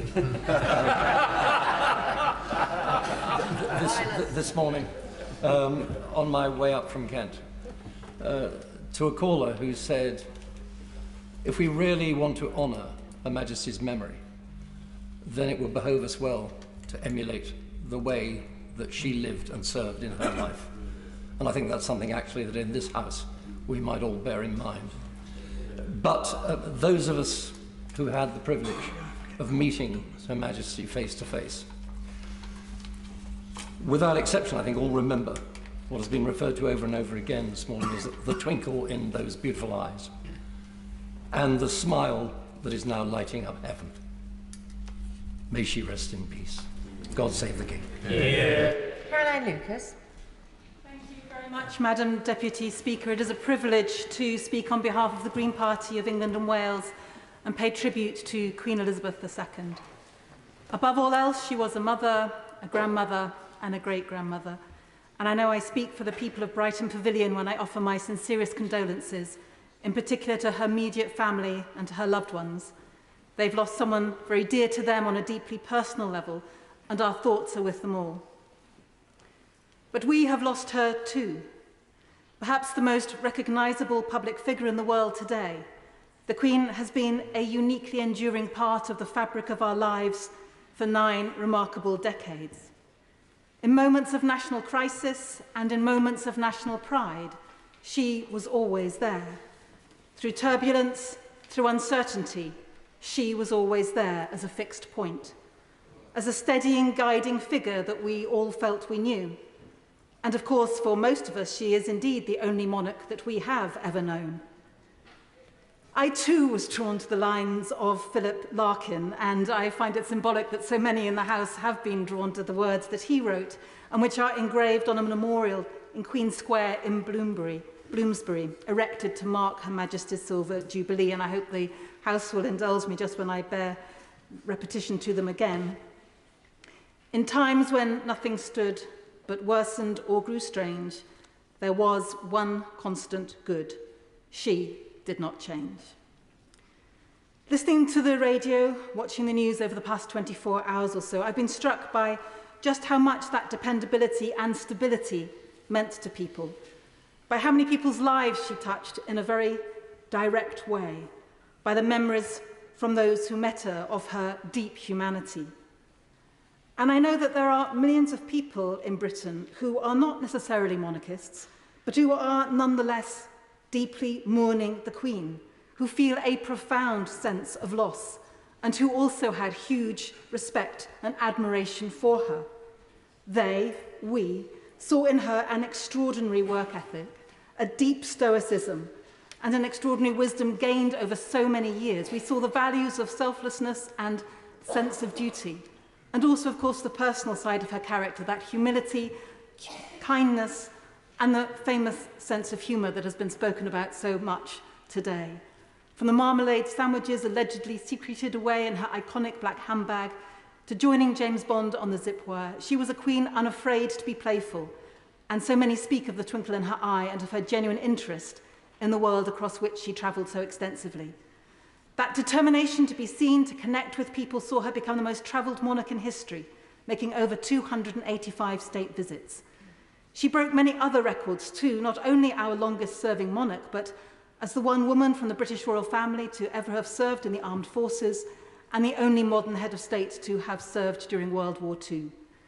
All of which speaks to her driving purpose, that deep sense of duty. Today, young and old, people of all faiths and none, royalists and republicans across our 4 nations, the Commonwealth and the world, are united in that recognition that she worked so tirelessly and did so until the very last days of her remarkable life. From all walks of life and all corners of the globe, people want to pay their respects. And Her Majesty did inspire genuine respect as well as admiration, love and affection. She is part of the world's collective understanding of Britishness, the epitome of faith and steadfastness. So I want to thank her for her devotion and for her dignity. Her enduring legacy will be as multifaceted as she was herself in life. But I believe that she would want the most abiding aspect of that legacy to be hope and solidarity, as symbolised by the double rainbow that stretched across the skies above Buckingham Palace yesterday, shortly after the announcement of her death. Rest in peace, Your Majesty, and thank you. Mel Stride. Madam Deputy Speaker, and I rise to pay tribute to a very remarkable and wonderful lady, not just on my behalf, but on behalf of the constituents of Central Devon. Queen Elizabeth II, our longest reigning monarch, a passionate head of the Commonwealth for which she did so much, loved, admired, and of course recognised throughout the world. A life that spanned so much. When she came to the throne, of course, World War II was a very fresh memory. There was still rationing. Man had yet to walk upon the moon. She reigned through Suez, the Cuban Missile Crisis. She saw the Beatles, a solitary football World Cup victory. She saw Concorde fly. She witnessed industrial unrest on an industrial scale within her own family. She suffered, of course, great personal tragedy. She was there alongside us for the dawn of a new millennium. She joined James Bond for the opening, as we have heard, of the London Olympics, and Paddington for the Jubilee. And she said of the Lionesses and their recent triumph, "You have all set an example that will be an inspiration for girls and women today and for future generations." That could equally be said for her. Elizabeth, as we have heard, has always been here. She's always been a part of our lives, a part of our world, and perhaps in essence, that is why she will be so sorely missed. She was certainly with us in Devon and the West Country, Madam Deputy Speaker. She would have known my constituency well, along with, no doubt, the constituencies of all of us in this House. She was a frequent visitor to the South West, as recently as the G7 summit, where she for the first time met President Biden, one of 13 presidents of the United States with whom she was to make an acquaintance, all of them since Harry S. Truman, with the exception of Lyndon Johnson. When she was 13, she accompanied her family, including her father, King George VI, to the Britannia Royal Naval College in Dartmouth. And she was to remember this as the first time that she met a then young cadet, her future husband, Prince Philip of Greece and Denmark. Now that is something, Madam Deputy Speaker, of which Devon can be particularly proud. And as Queen, she returned to Dartmouth with Prince Philip, of course, before the coronation. Many of us have shared today our personal reflections of the contact that we have had with Her Majesty. Mine came through being the comptroller of the Royal Household in our Whip's office, and also briefly as Lord President of the Council. My impression of her in the small number of private meetings that I had with her was that she was sharp, that she was kindly, that she was humorous. She had that twinkle in her eye. And indeed, before I went in to see her for the first time, the equerry turned to me and, to put me at ease, I think, told me a little anecdote about an ambassador that had gone in to see her for the first time. And on approaching her, his phone, to his horror, had sprung into life and started ringing, and he looked panicked. And after he turned it off, she turned to him and said, well, perhaps you should have answered it. It might have been somebody important. I thought perhaps that Her Majesty could be a little mischievous on occasion. I didn't know her well enough to be sure of that, but I was certain of the fact that she could be great fun. That was something that shone through when you met her. And wise, of course, based on her huge experience of life and the world. And just as everybody told me, she was somebody who put you at your ease, somebody it was good to be with. She made you feel special. It was the honour of my life, Madam Deputy Speaker, to have spent just that little time with her. Queen Elizabeth, thank you. You gave us all so much. Rest in peace. God save the King. Miss Bryant. Thank you, Madam Deputy Speaker. Ring out the old, ring in the new, wrote Tennyson on the death of his much-loved friend. And we proclaim, the Queen is dead, long live the King. But it feels too sudden, too soon, too sharp a turn in our lives, because the death of the Queen is painful. It hurts. We don't have to ask, "O death, where is thy sting?" because we know. The nation feels that sting of death. It is as if a member of our own family has departed, and weirdly we feel as if we ought to tell the members of our family who've already long departed the news. Even Google, with its brightly coloured logo, is grey today, which is sort of ironic for Her Majesty, who wore every colour under the sun at some point in her life. The poet, priest and Member of Parliament John Donne said, when preaching to Whitehall in 1627, that the best protection against a fearful death was a life devoted to a calling. Well, that's exactly what it was, wasn't it?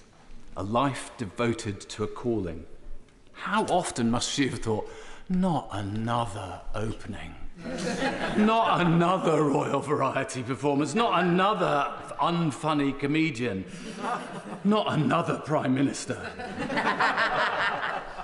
Yet she did her duty in the words, perhaps, of the Boy Scouts and the Guides promise, to do my best, to do my duty to God and to the Queen. She did her duty to herself. I pledged my allegiance to her 10 times as a clergyman and as a Member of Parliament, and of course we all have, and to her heirs and successors. And in one sense, that's not personal at all. Our allegiance was to her as head of state, the embodiment of our shared life as a United Kingdom. But I suspect we all also felt we owed allegiance to her personally, because she had earned her moral authority. She donned a uniform to do her bit to fight fascism. She could not lead us into battle or give us laws or administer justice, but she gave us her heart and her devotion to these old islands and to all the peoples of our brotherhood of nations, as she herself faithfully promised in 1957. There are other queens.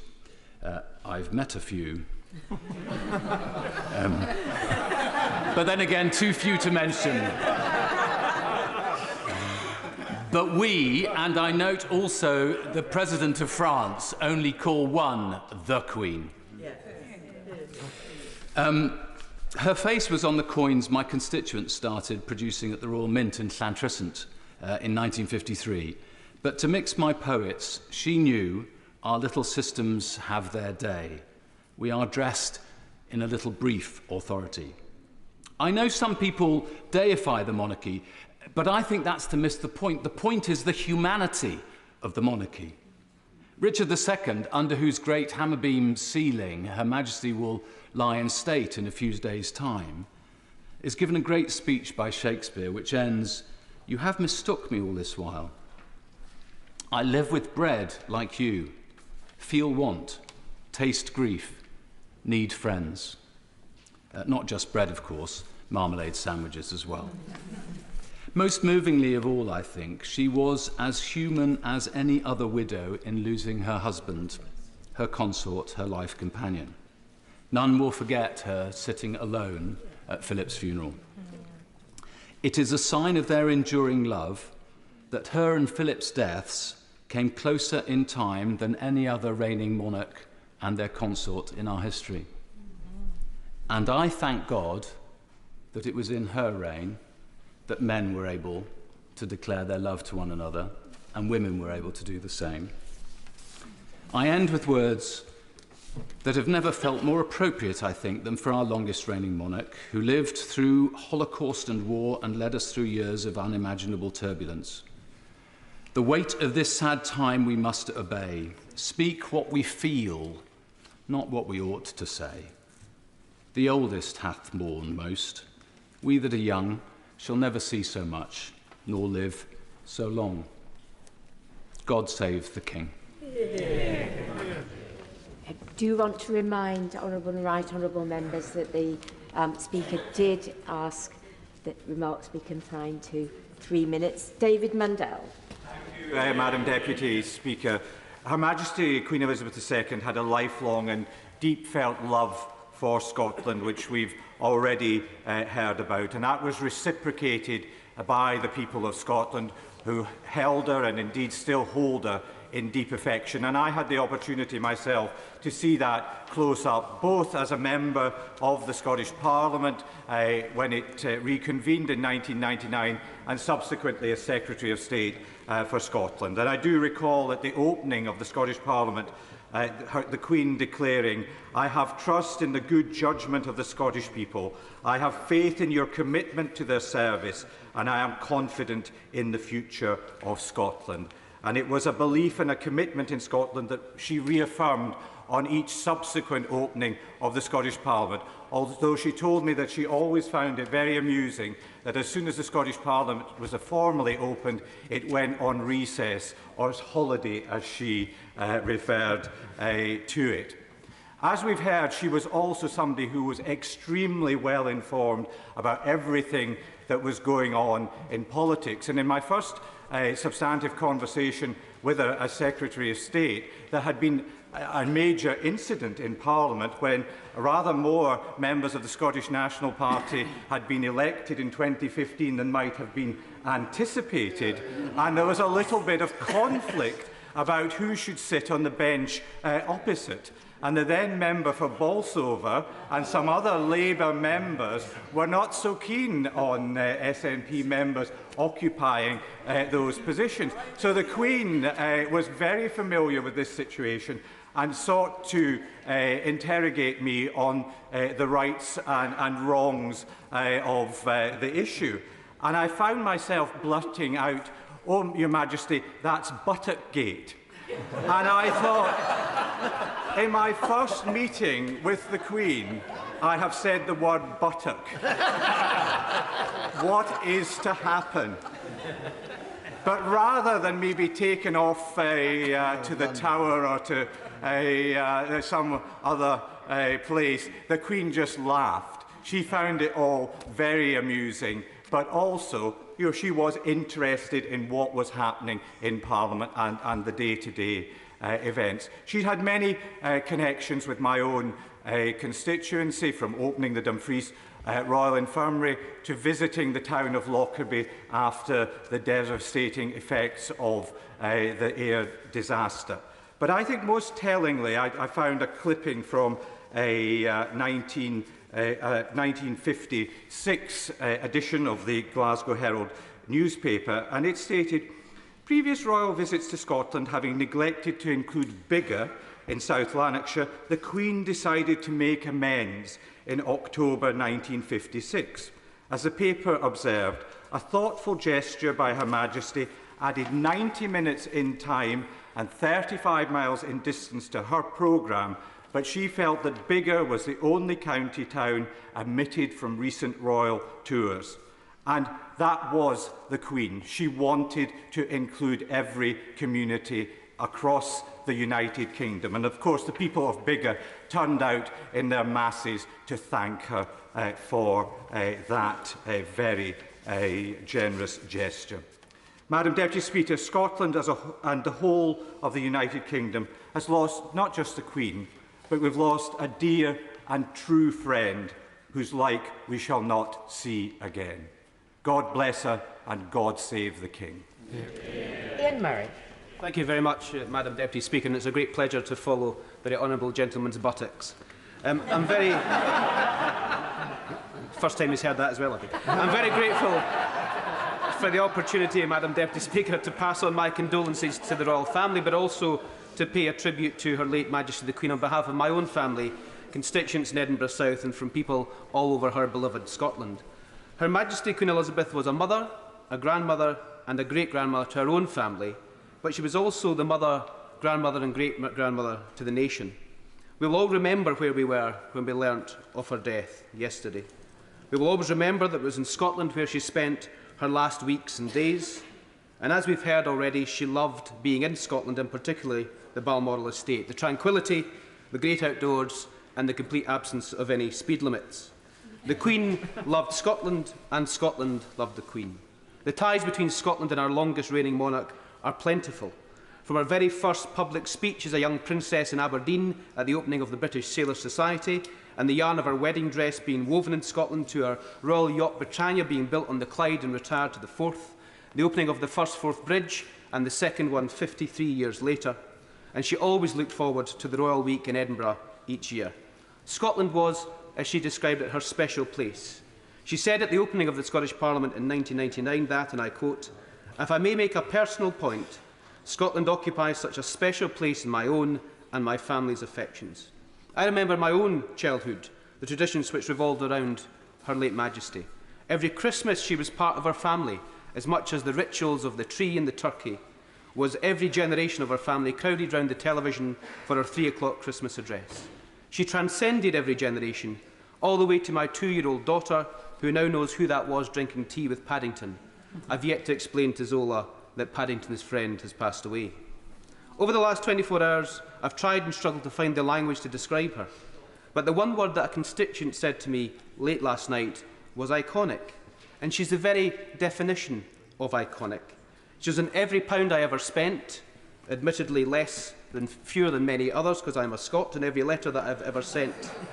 Her name is on dozens of plaques on buildings all over my constituency and tens of thousands all over the country. She embodied what it means to be British. She epitomised public duty, decency and dignity. She picked us up when we were down. And when our grandchildren and their grandchildren look back at this time, it will be Elizabeth II, above all else, they will remember as the thread through every part of our post-war history. She was truly our greatest monarch.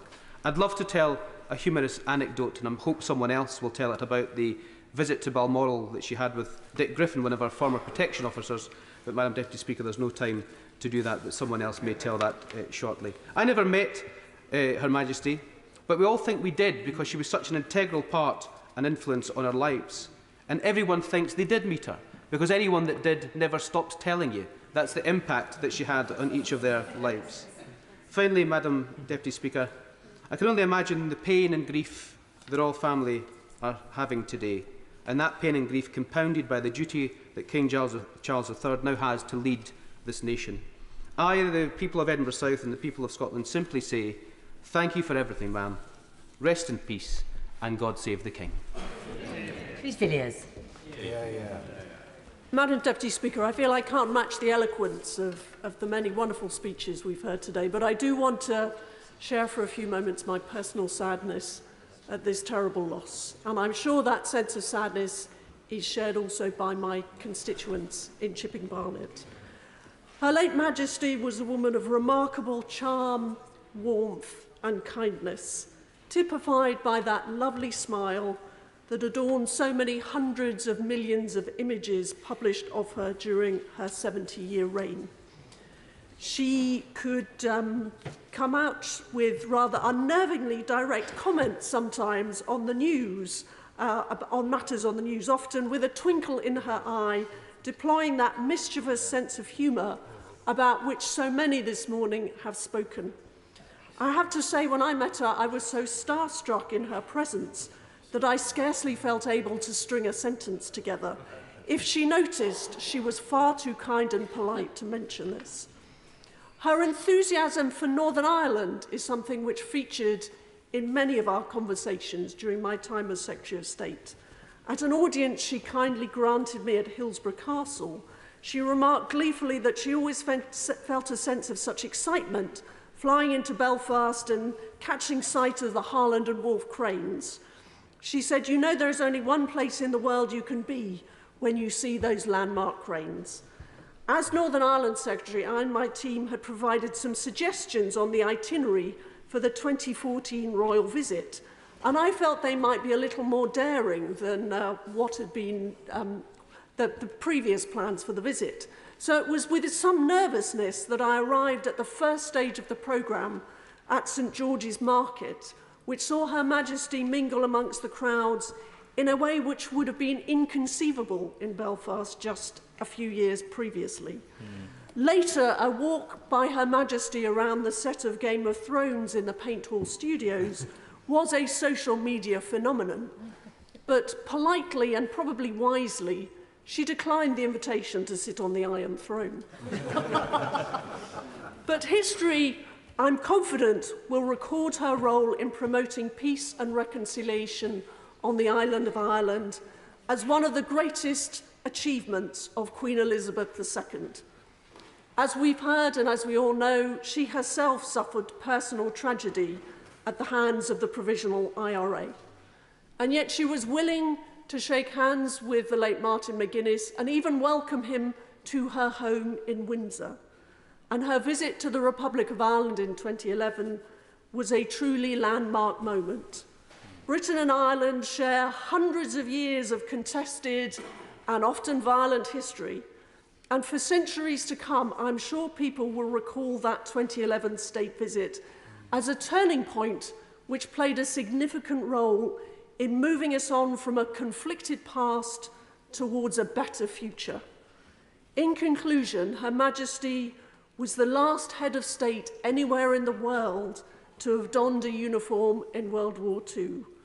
As our new Prime Minister said, Queen Elizabeth was the rock upon which we built the modern nation we are today. She has been an unchanging constant in all our lives, there for us in good times and bad. As we move on from the Elizabeth to a new Carolingian age, this loss truly marks the end of an era. Without her presence, life in this country will never be the same again. God save the King. Well done. Catherine McKinnell. My thoughts, prayers and condolences and those of communities across Newcastle North are with His Majesty the King, the royal family and the country as we mourn, remember and celebrate the incredible life of Her Majesty. As I learned the news of her passing yesterday, as I'm sure is the case for many, I shed a tear. I was asked by one of my children what the Queen meant to me. And it was only when I thought about how I would answer that question to them that I realised the profound impact that her ever-presence had had. A strong, steadfast matriarch, unwavering in her calm, measured, dignified approach, no matter the challenges thrown at her or at our nation, and there have been many. So often she captured the mood of her country, shared our joys, provided comfort. Her intervention during the pandemic, a time of such anxiety and unease, was pitch perfect and soothed the nation. The tributes have been global, as was her reach, yet at the same time so deeply personal. A unique, unrivalled and personal connection to millions of people across the globe. As I'm sure with many members across this House, on every school visit I make, I'm asked, whether I know the Queen. And whilst Newcastle can seem a very long way from Buckingham Palace, Her Majesty is felt very closely. We've been privileged in Newcastle to have had many visits from Her Majesty over the years. Images of her visits show sheer joy that she brought every time she came, whether it was opening Newcastle's Eldon Square, visiting the Millennium Bridge, or her visit to the City Library. Indeed, I was only just in Eldon Square buying new school shoes for my children, and we stopped and remarked upon the plaque that is very prominent there of her visit when she opened it in 1977. Her legacy will live on for many years to come. Her Majesty had a particular connection with our metro service, first opening the Tyne and Wear Metro in 1981, which included naming the Queen Elizabeth II Metro Bridge over the Tyne and travelling on the 4020 Metro car. For the Golden Jubilee and for this year's Platinum Jubilee, the original Metro car from 1981 received a makeover, and in the Golden Jubilee she got to travel in a golden Metro car. But it's her love and knowledge of horses that is, of course, legendary. So we were really honoured to have Her Majesty visit Newcastle Gosforth Park Racecourse in my constituency for the famous Northumberland Plate Race Day. The photos from that day show her beaming from ear to ear, only in the way that racing can bring about. There is such a rich life of duty, of service, of deep faith to reflect on. There is so much to learn from her life and her example, and there is so much to do to ensure her legacy ensures. May perpetual light shine upon her. May she rest in peace. God save the King. Sir Edward Lee. I'm sure I speak with for other colleagues when I say that when a debate's been going on for 3 hours, one feels more and more inadequate about what one's going to say and how one can do true justice to this magnificent tapestry. The Speaker, when he opened the debate, said there's only a score of members who were alive in the previous reign. I must confess I was one of them, but my memories of the previous reign are very dim indeed. I was so young when the present Queen came to the throne, and she has been, as so many people have said, an extraordinary guiding star to us. I think some of the best parts of the debates have, of course, been wonderful literary allusions, but also personal memories. And I remember when I was talking to her once during my time on the Public Accounts Committee, I was very nervous because we were trying to abolish the Royal Train, a train which was so expensive and so slow that it could only travel during the night. But when I raised it with her, she immediately diffused the whole issue. She was charm itself, and despite our efforts, I think the Royal Train carried on running for many years after that. Still does. And still does. And I remember at a Privy Council meeting, I was quite nervous, although quite proud, to mention to her that my father, decades before, had been Clerk of the Privy Council. I was particularly nervous because when I mentioned that as a younger man, very proudly, the Duke of Edinburgh, he said that the whole Privy Council was a bloody waste of time. Indeed, it's quite formulaic. I think when Nick Clegg was leader of the Council, he actually turned over 2 pages of orders, and nobody noticed apart from the Queen, who immediately stopped the proceedings. But when I mentioned my father, how kind she was, the present clerk, of course, had no memory of one of his predecessors 4 decades before, but she immediately remembered my father and thanked me for his service. So what a wonderful, kind and superbly astute person she is. Before I sit down, may I just mention one thing? And I was very struck by the wonderful speech from the Honourable Member for Ladywood, who talked on behalf of Muslims. Now, I'm not an Anglican, and indeed, under the first Elizabeth, us Catholics had a bit of a torrid time. Indeed, one of my ancestors was hung, drawn and quartered merely for being a Catholic priest. And we didn't do so well under the second Charles either. But I think she has played, if I may put it this way, an absolute blinder in the way that she has carried out her role as Supreme Governor of the Church of England. We all know that so many top politicians just don't do God. They're embarrassed to talk about religion. They feel they're putting themselves on the pedestal, they'll be dragged down. But I think what she realised and what she epitomises is when so many people talk about service, it comes from her deep faith. That unlike all the rest of us who have spent so many years trying to get into this place and serve the public, she never asked for this job, but she has been sustained for all her life by her deep and abiding faith. And when people are sad or mourning or in difficulties, when she gives that Christmas broadcast, she appeals and comforts to people of all faiths and none. I think we should really thank her for that, because it's so difficult. And in one of those Christmas broadcasts 50 years ago, she said, "Wise men, since the beginning of time, have studied the skies. Whatever our faith, we can all follow a star. Indeed, one must follow one, if the immensity of the future opening before us is not to dazzle our eyes." Dear colleagues, she has been our guiding star for all that time. Remember, her first broadcast was, yes, 80 years ago to children displaced by war. She has been our guiding star. Eternal rest grant unto her. May perpetual light shine upon her. Mr. Oswald. Thank you, Madam Deputy Speaker, and I'm grateful to have the opportunity to stand here and give a tribute to the late Queen on behalf of my constituents in East Renfrewshire. I know that East Renfrewshire Council has opened a book of condolence this morning, and I know that very many local residents will want to use that opportunity to pay their respects and share their memories of meeting the late Queen and what she has meant to them. And I know that for so many people in my community and people far beyond, she was simply a constant. She was, after all, Queen for longer than most of us here have been alive, and she's the only monarch that we have ever known. Her reign has stretched across society that has changed so much in the many intervening years, but the thing which has not changed and never changed was her focus, which remained unchanging on her duty throughout all of that time. And that sense of service and duty and her resolve to persist was a hallmark throughout her reign. And I don't think anyone will fail to have been moved by the knowledge that she continued, even this week, dealing with the installation of a new Prime Minister. In fact, during her reign, the late Queen saw 15 Prime Ministers, 5 First Ministers, 13 US Presidents.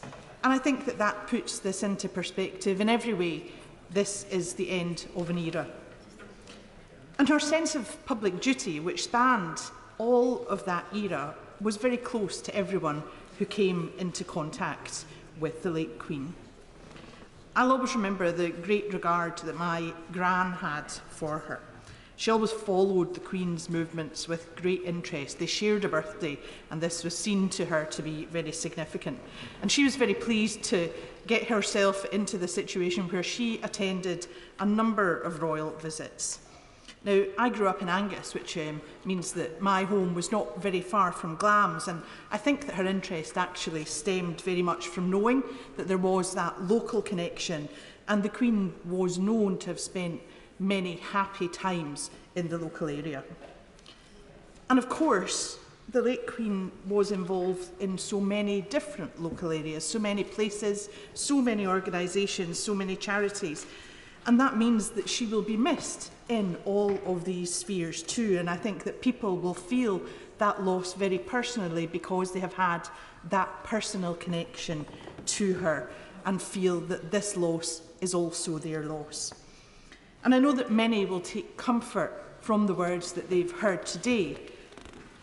But I think that for all of her public presence and for all of her influence, it's obvious that most of all she will be missed by her family.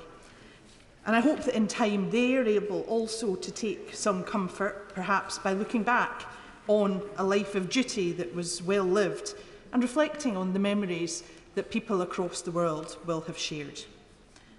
I'm sure we all know from our own lives that very deep sense of grief and loss that the King and the royal family will be experiencing just now. It's very difficult to lose a loved family member, and my thoughts and the thoughts of people in East Renfrewshire are with them today. Yeah. Thank you, Madam Deputy Speaker. I returned to Westminster after the dreaded news from our home at Upton Crescent in Shropshire, having told this morning our Hanover bell, struck in 1701 in respect of the Act of Succession. I struck it 96 times in respectful memory of Her Majesty. Farewell, our longest and most loved and devoted sovereign in the history of our country and the Crown in Parliament. She loved her people and they loved her, as did my constituents in Stone for whom I speak. They showed this in those heady days of her 70th Jubilee, which they joyfully celebrated with her, never to forget the profound loss of her dearly loved husband, Prince Philip, only a few months before. As she requested, God helped her keep her vow of service, which she made on her accession to the throne in February 1952.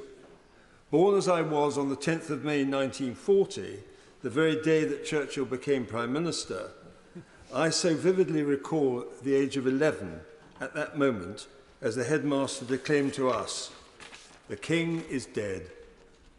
God save the Queen." I watched her coronation with wonder on a small television screen in black and white on the 2nd of June 1953, just as Hillary climbed Everest and we won the Ashes, and it was a triple whammy because of the coronation itself. She was graceful in her majesty, and in equal parts she was selfless. She had Christian faith and integrity. She was constant. She was wise. She had an extraordinary spontaneous beauty.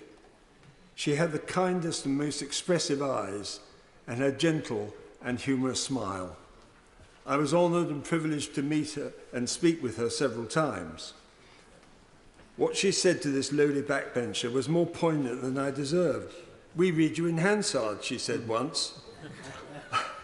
Your Majesty, I replied, "I'm very surprised very few do." I said, "Particularly on the issue of Europe." She thought that was very amusing. I was proud to be knighted by the Queen herself at Windsor, one of the greatest honours of my life. She was the mother of our nation and of the Commonwealth. She was the supreme diplomat for our country and, as many have said, also in Ireland. She lived in the hearts of her subjects, who will always remember her, and for them she will never die. All our prayers are with the whole royal family, mother, grandmother, great-grandmother. May she rest in peace, and God save the King. Seema Malhotra. Madam Deputy Speaker, at this very sad time we remember the life of Queen Elizabeth II with gratitude for her love and service to our nation. Her Majesty lived her life guided by a deep sense of duty, a duty to her people, her country, her family, an overwhelming sense of public service. She carried out her duties without stint, without complaint, and through the toughest of times and the darkest of hours. As a politician, I have also appreciated her stability and constancy that she has brought through recent difficult and tumultuous years, how she has been so attentive to adapting through periods of social change through her time, and her respect for our democracy. That's why we mourn our Queen, because her sense of duty, her humour and her warmth has touched the hearts of the nation, and indeed so many across the world, in her beloved Commonwealth and beyond. She has lived a truly remarkable life. She was purposeful in all that she did. Young and old loved her. And I know I am already not the only MP to know that probably the first and most important question we will always be asked on a visit to a primary school is, have you met the Queen? Madam Deputy Speaker, today I laid flowers at Buckingham Palace on behalf of my constituents, with our thoughts and prayers for King Charles III and all his family. My constituents are sharing in the national grief, and I have been receiving moving and thoughtful messages from them. One said, "News of the passing of Her Majesty deeply saddened me. Her reign, spanning over 70 years, was a celebration of leadership, of courage and dedication. She led the nation with exemplary steadfastness even while battling with her own personal grief. Another said, "Rest in peace to an amazing icon. She was the face of Britain and was loved by all." Locally, we recall the special memory of a visit by Her Majesty to open the new wing of the Gurdwara Sri Guru Singh Sabha on Alice Way in Hounslow in October 2004. This Gurdwara has a wonderful library, classes and community wellbeing and support services, all of which she saw.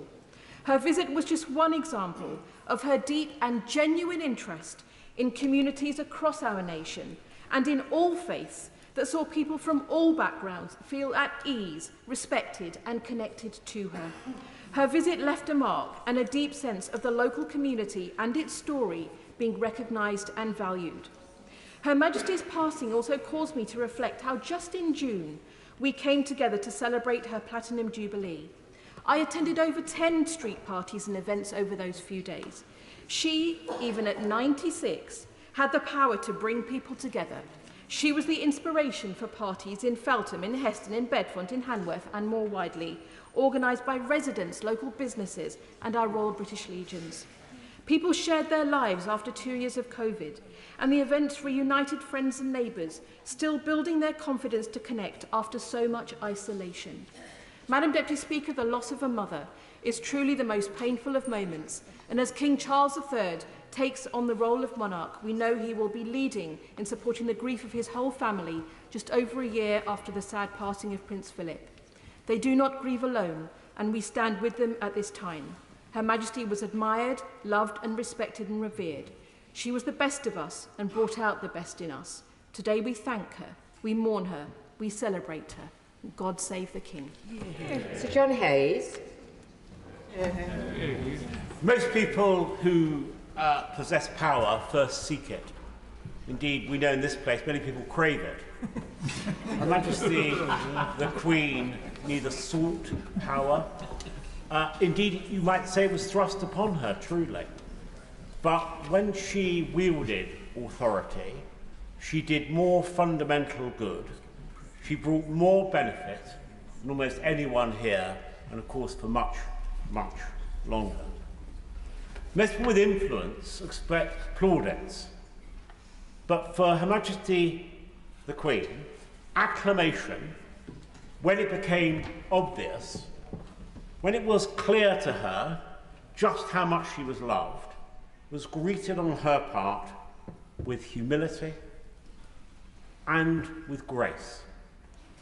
Most of those who lead expect to bring change, but for Her Majesty, constancy was the most fundamental thing she could bring to the nation, a permanent part of who we are as a people, each of us and all of us. It's not that she was behind the times, she was beyond the times. And I remember meeting her a number of times, particularly 20 years ago, when she said to me in Buckingham Palace, "Do you use computers in your office?" I said, well yes, we do, Your Majesty.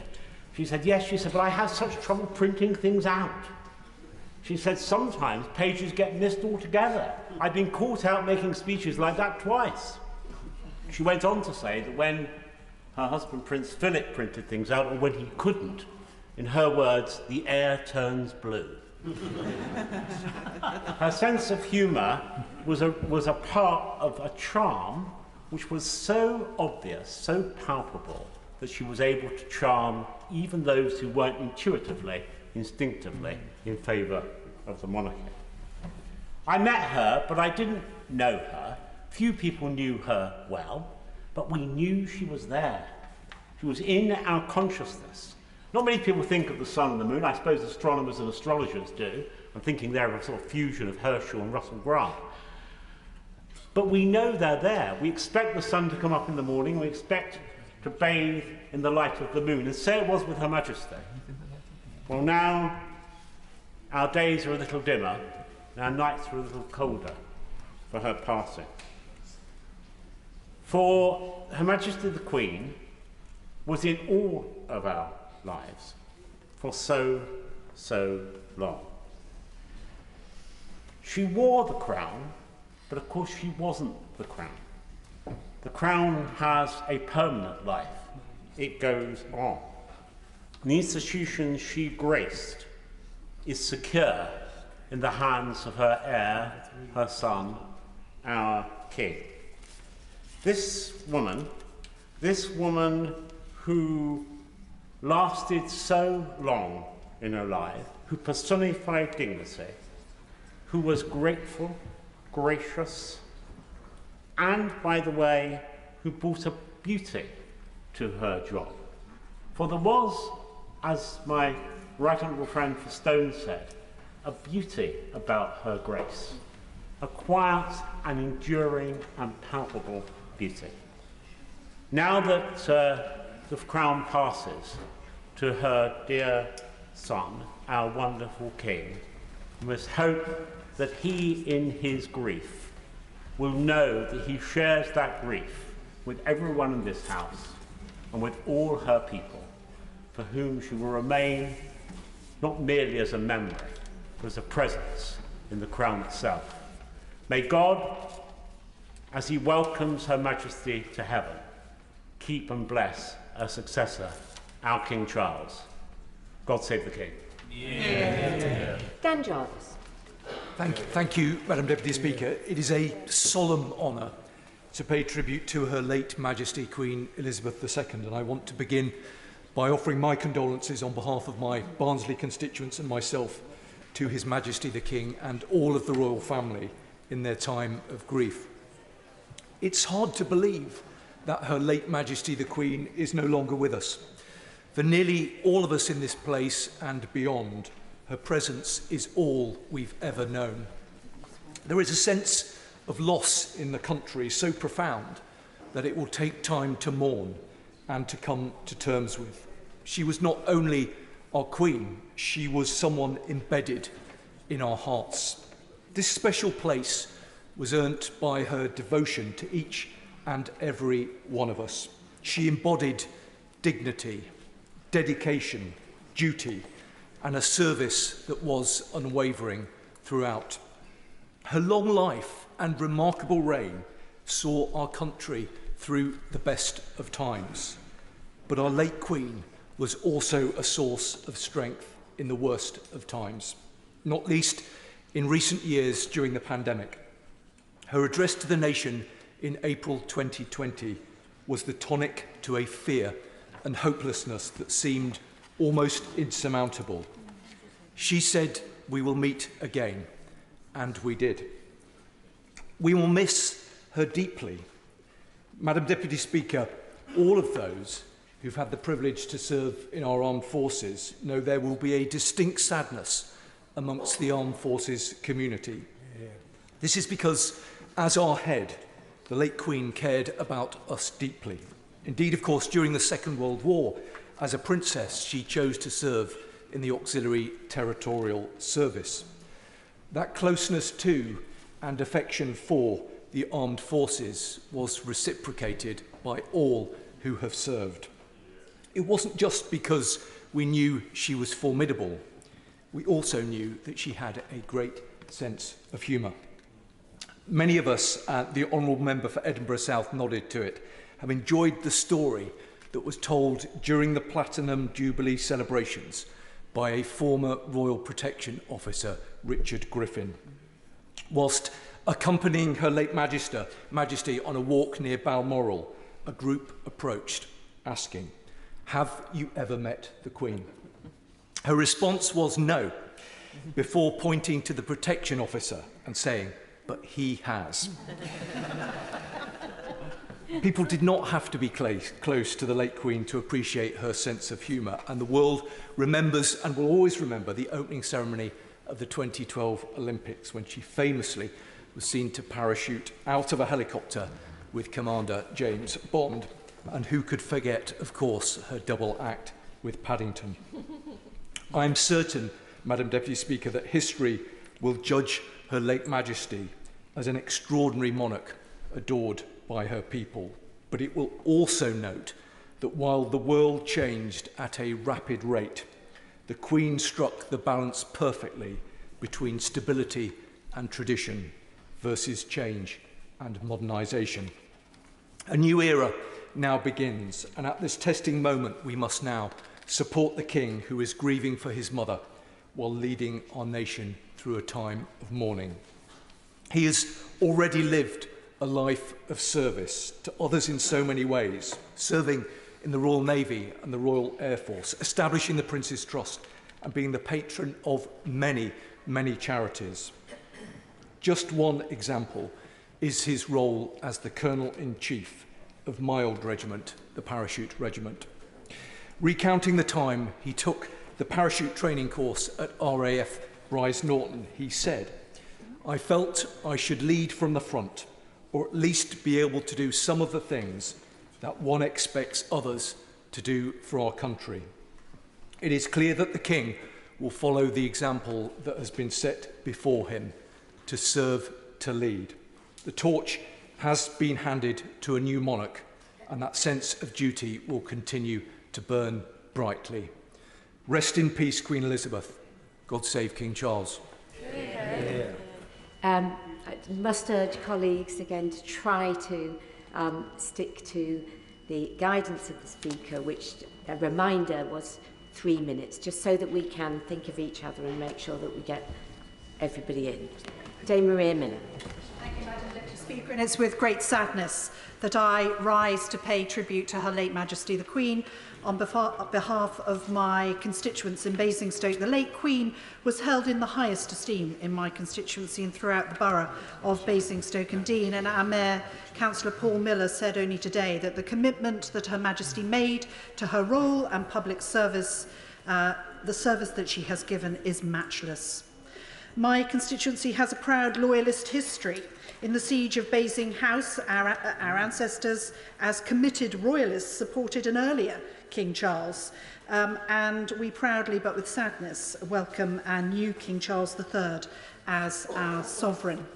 As we all come together to grieve the loss of Her late Majesty the Queen, we remember the remarkable woman that she was, an inspiration for a nation, and a person who made us proud to be part of a united kingdom.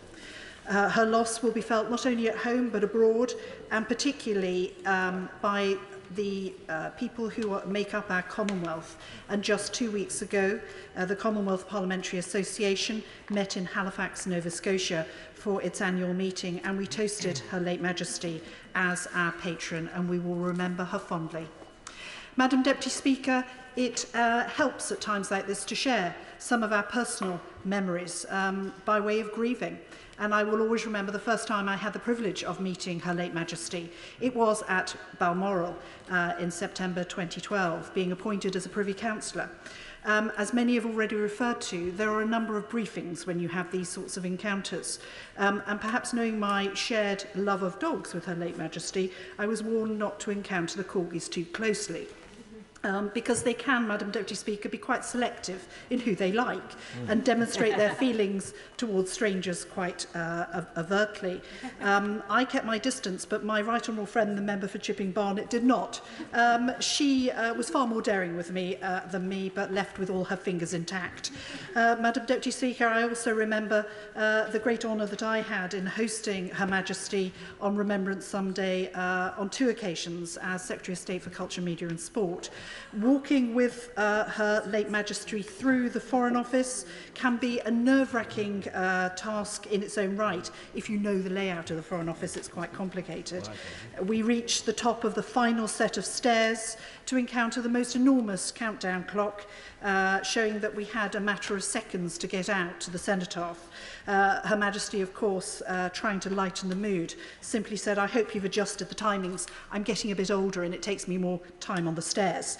Her usual sense of humour at play and trying to put everybody at their rest, at their ease.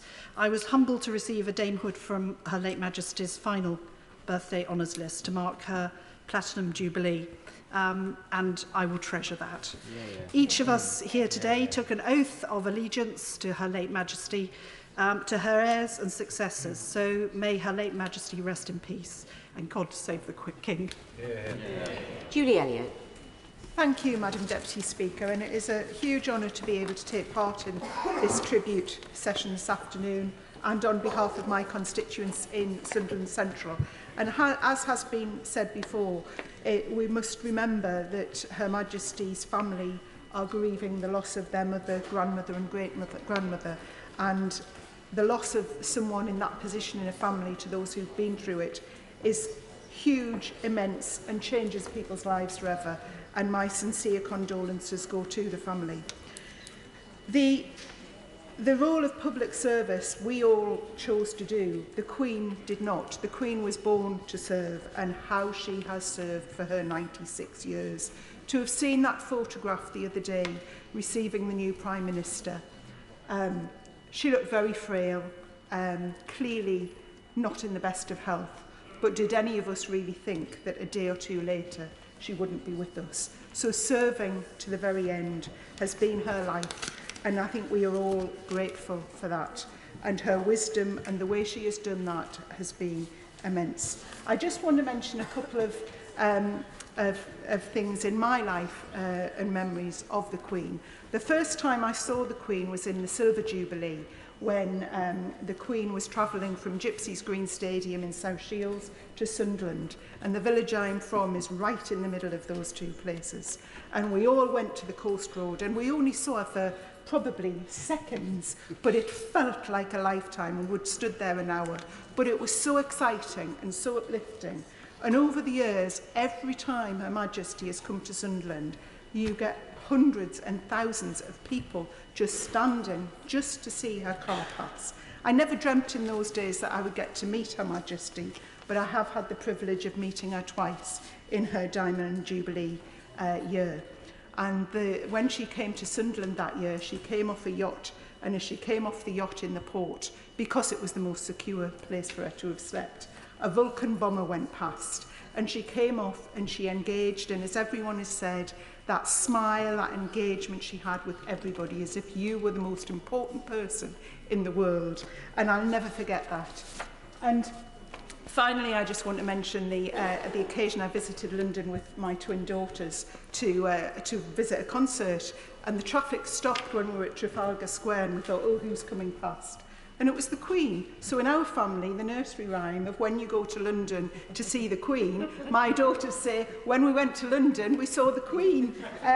But she's visited Sunderland many, many times. The first time as Princess Elizabeth, and she launched a ship, because I think it was just after the Second World War, and we were the most productive number of ships built in Sunderland of anywhere in the world. But I don't want to repeat everything that's been said, but her comforting, calm presence when she addresses the nation is, I think, the thing I will miss most. The calming feeling that you got when she addressed the nation, as has been said lastly in the pandemic, of thinking, well, we're all going to be all right. I think that is the thing I will miss most, that calming, nurturing feeling that we all had as if we were one of her own. So I think losing her at the age she was, we have to celebrate a life well lived and thank her for her life of service. We remember her and we hope that she rests in peace eternally. Alan Cairns. Thank you, Madam Deputy Speaker, and on behalf of the constituents of the Vale of Glamorgan, I rise to pay tribute and to give thanks for the life of Her Majesty Queen Elizabeth II. Amongst all the recollections of Right Honourable Members, I will remember her for her service, duty, humility and faith. We've witnessed many years of her service as our longest reigning monarch through unrecognisable change. The length of her reign means that only 12% of the population has lived longer than the time that she has been on the throne. Her duty to communities in all nations of the United Kingdom, to the Union of the United Kingdom and to the Commonwealth was recognised across the globe. In spite of the admiration in which she was held and her standing here and around the world, her humility was obvious in the way she acted, the way she spoke and the way she related to us all. This demonstrated her understanding of the challenges we all face. And at a time of increasing secularisation of society, she is someone who turned to her faith for inspiration in challenging times and to give thanks during the better times.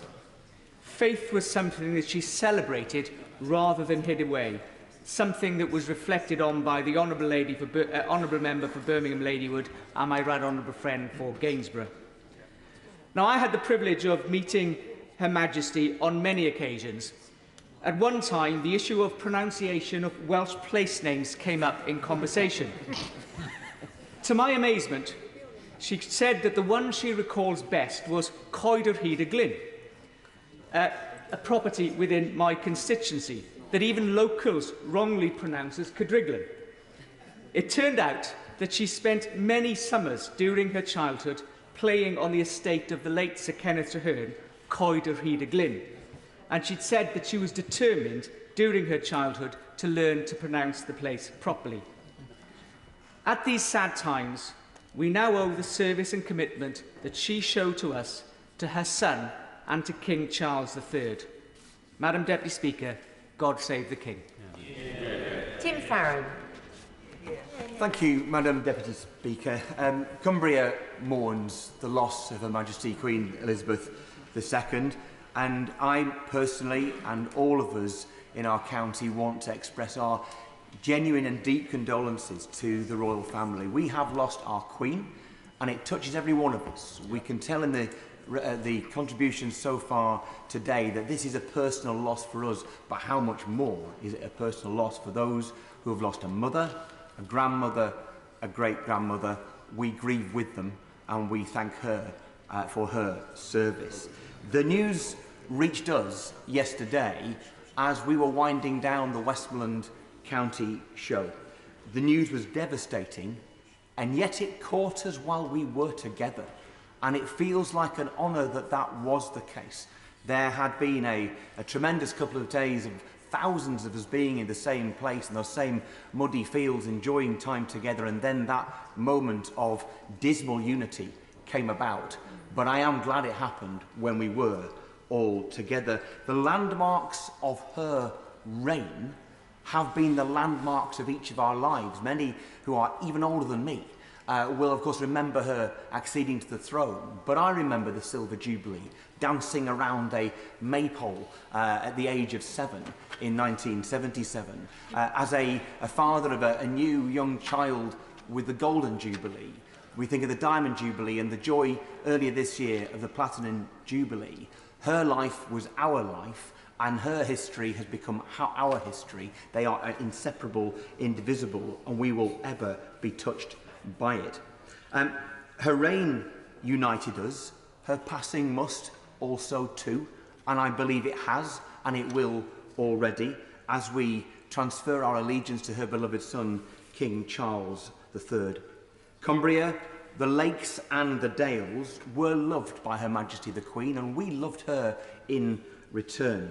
Her visits to Cumbria were always massively special to us, and relatively recently her visits to Kendal and Windermere, where she was presented with Westmoreland wildflowers to honour her, with Lakeland wool to warm her, and Kendal mint cake to sustain her.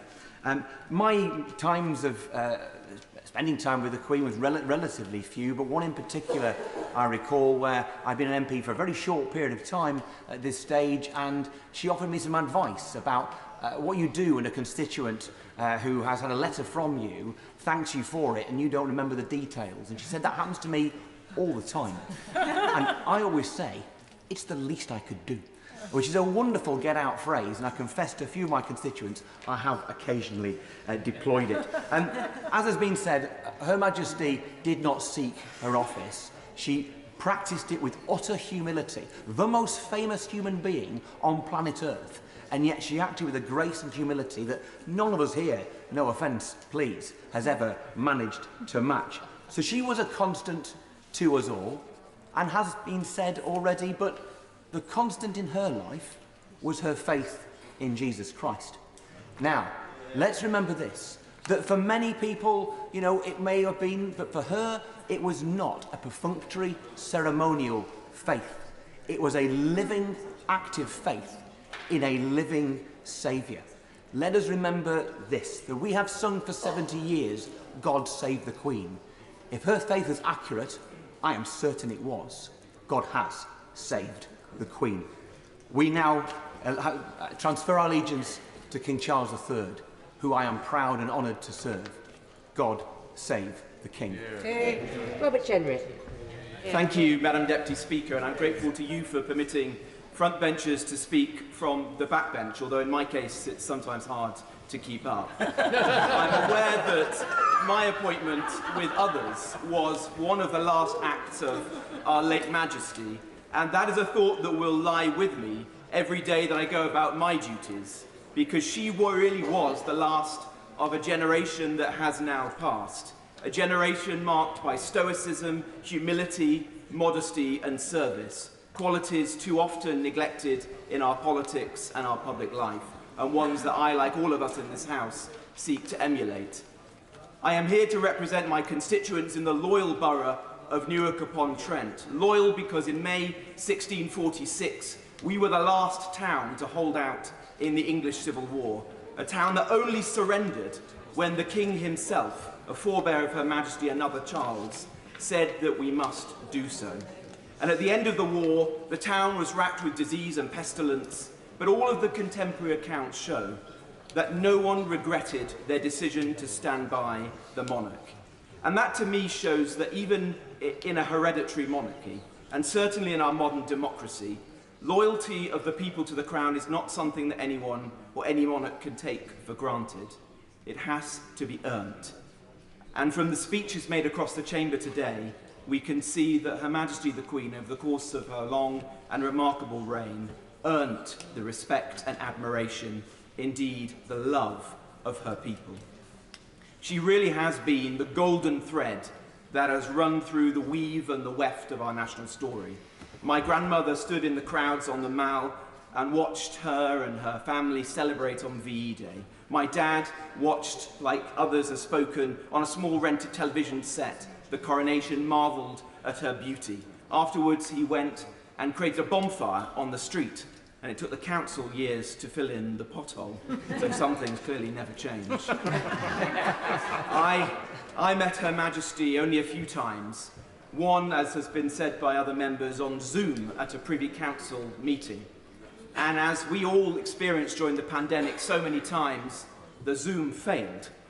And then out of the darkness, suddenly a voice emerged.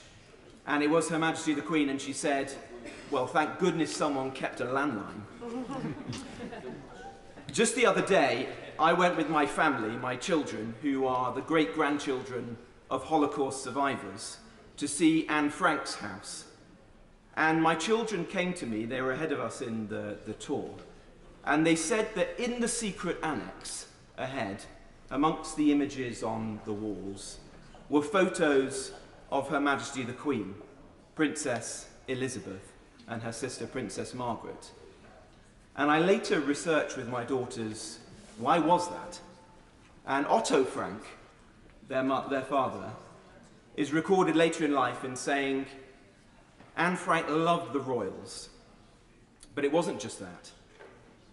He wanted to put some photos on the wall that would give the children strength. And Anne Frank said it was also the beautiful smile that kept her going. May she rest in peace, and God save the King. Valerie Vance. Madam Deputy Speaker, and it's a pleasure to follow the Honourable Member for the loyal constituency of Newark. Madam Deputy Speaker, it falls to our generation to tell of the passing of our gracious sovereign, of the passing of a platinum Elizabethan age, of a young woman with responsibility thrust on her, but without a manual. She wrote her own story, and in doing so, wrote the story of our nation through which we've all lived. We have known her as the young woman who actively supported the war effort and danced in the street when it was over, jumping out of planes, showing us her sense of humour at the Olympic ceremony in 2012 that showed us we were more than just medals. I was in Walsall yesterday when I heard the sad news of Queen Elizabeth's passing. I know my constituents in Walsall South are grieving. The owner of Fortune Cookie, our local Chinese takeaway, was in tears. And again, like every other member, every school I've ever visited, the question is always asked, have you met the Queen? And Lorna, based in Walsall South, makes her handbags. I hope that link will continue, especially now that we know, thanks to a refugee from Peru, she used to keep her marmalade sandwiches to keep her going. As a lawyer, all I ever knew was the Queen's Bench Division or Queen's Counsel. That, like our stamps and notes, will change to herald a new era. Having been born in Aden to Goan parents, I had never imagined I would meet Queen Elizabeth. But I did, in the gallery in the other place, the British Museum, or at the Privy Council. Those who've had an audience with her can testify to her wisdom and generosity of spirit. She had the ability to speak with you as though she'd known you forever, whether to a winning jockey or a little girl with a posy, or working to the end to welcome her 15th Prime Minister. Like all of us, she knew life is a roller coaster, but she never complained, and only ever mentioned 1 year as an annus horribilis. Our Queen carried out her duties with dignity, grace, and love for us and her country, and yet embraced different countries and cultures through the Commonwealth, while always respecting differences and dealing with changes, acknowledging past mistakes, knowing that life and history moves on. Queen Elizabeth reminded us that we are human beings first and members of a race second, and our duty is to help each other make this world a better place and live in peace, just as she said in her first broadcast. And how we will miss those quiet, reassuring messages to the nation at Christmas and at difficult times. Duty, service, defender of the faith, and love for her United Kingdom, a constant that brought us all together. The bright full moon shone down last night and there was a rainbow over Windsor Castle, and it reminded us of God's promise to his faithful. We pray for her grieving family to get through this difficult time, and especially for King Charles III. Eternal rest grant unto Queen Elizabeth Alexandra Mary Windsor. May she rest in peace. Tobias Elwood. Thank you very much, Madam Deputy Speaker. These are indeed the saddest of times for us to gather here today to pay tribute to the late Majesty the Queen. I suspect that we all will remember where we were yesterday when news came that doctors were gravely concerned about Her Majesty's health. Our world was suddenly put on hold, and then came the announcement that we had dreaded to hear. Our rock of stability, the one person who came to symbolise the very best of Britain, was no longer with us. Her Majesty's sense of duty to serve was especially appreciated by our armed forces. That phrase, for Queen and country, is not just a catchphrase, it's the allegiance you pledge when you join Her Majesty's armed forces. The Queen was our Commander-in-Chief, and she was only too aware, having served herself, of the sacrifices personnel were willing to make, all done in her name. This emptiness that we now feel is a testament to the admiration, the respect, and the affection that we all had for her. We have not known a Britain, indeed, without her. Perhaps we can consider ourselves fortunate that the nation was able to come together this year to mark the Queen's Platinum Jubilee and celebrate with her a most incredible life of service, from the street parties across the country, including in my constituency in Bournemouth East, to that wonderful celebration outside Buckingham Palace where the Queen and Paddington Bear stole the show. Only on one occasion did I have cause to formally write to Her Majesty, and that was to ask her if she would agree to Parliament's clock tower to be renamed the Elizabeth Tower to mark the Diamond Jubilee 10 years ago. I was truly honoured when she accepted. That name was formally changed, and we now have a constant parliamentary landmark honouring Her Majesty. As we now mourn the person we knew, we should reflect the constant is also the monarchy itself, the British monarchy that has matured over centuries and allowed our great country to advance, to mature, to thrive as a democracy. Her loss does, of course, leave a mark, the end of an era. But in our new king, who is well prepared to serve, the monarchy will continue to play its role in how our state functions. So yes, we do mourn the loss of our Queen, but we also transfer our faith, our allegiance to our new King, His Majesty Charles III. Long live the King. Angela Rayner. Thank you, Madam Deputy Speaker, and thank you to colleagues across the House for their moving words today. Like other members, I have found the outpouring of affection from both our shores and across the world for our Queen deeply heartwarming. I hope the royal family finds solace in this over the coming days and weeks. I have always taken great inspiration from our Queen. She was a woman who found herself in a position of leadership at such a young age. A woman who threw herself into service as not just the most recognisable, but also the most admired of global leaders. A woman who steered those of us through loved times of joy, darkness, and always drawing on her own experience and inner strength to help those that most need it. And I'm in awe of the way she took on this unimaginable responsibility. She got on with the job. She never stopped, and she has set an example for all of us. One of the most proudest moments of my life, and also for my family, was when I was sworn into the Privy Council. These kind of things don't happen to a girl like me. It was surreal to meet Her Majesty the Queen Elizabeth II herself via Zoom. She could put anyone at ease, adapting to the challenges and the circumstances and the change. Most of all, though, she was a loving grandmother, and for me as a grandmother myself, I know and understand the complete love that she had for her family. Her children and her grandchildren were the centre of her life, and I know the whole house shares in both their pain and their pride. To us, she was our Queen, our national figurehead, and the greatest and longest-serving monarch in British history. To them, she was also Granny. The loss of such a loving presence will be heartbreaking, and my heart goes out to them.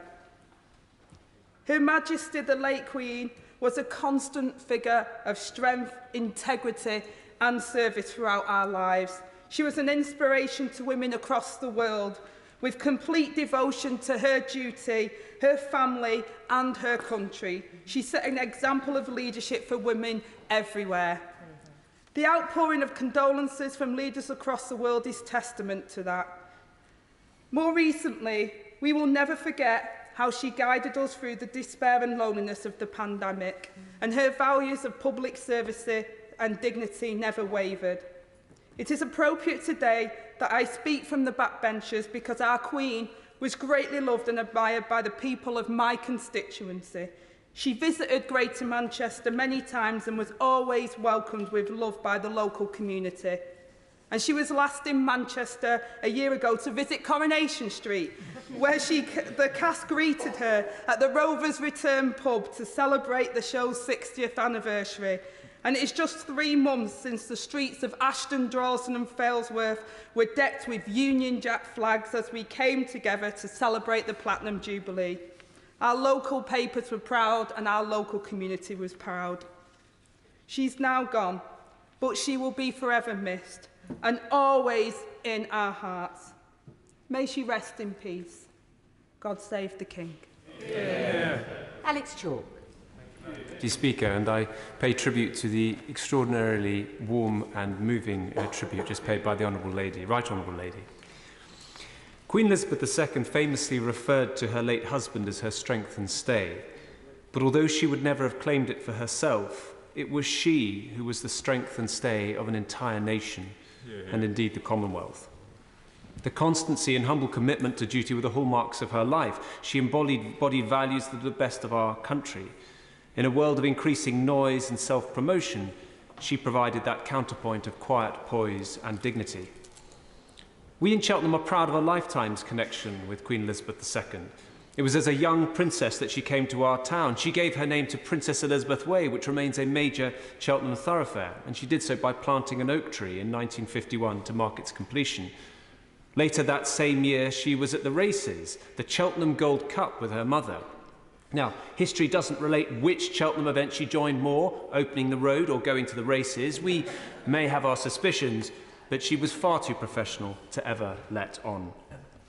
Prince Philip was back in 1957 to open an extension to what is now the University of Gloucestershire. And in 2004, she was in Cheltenham to open GCHQ, or the Donut as we refer to it. Indeed, she was a strong supporter of the intelligence agencies and unveiled the plaque in 2019 at GCHQ's first London home.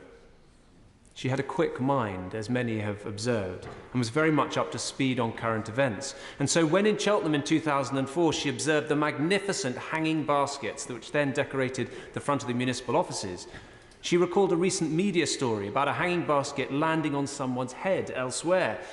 She noted that Cheltenham's display was so magnificent it could wipe out the entire council.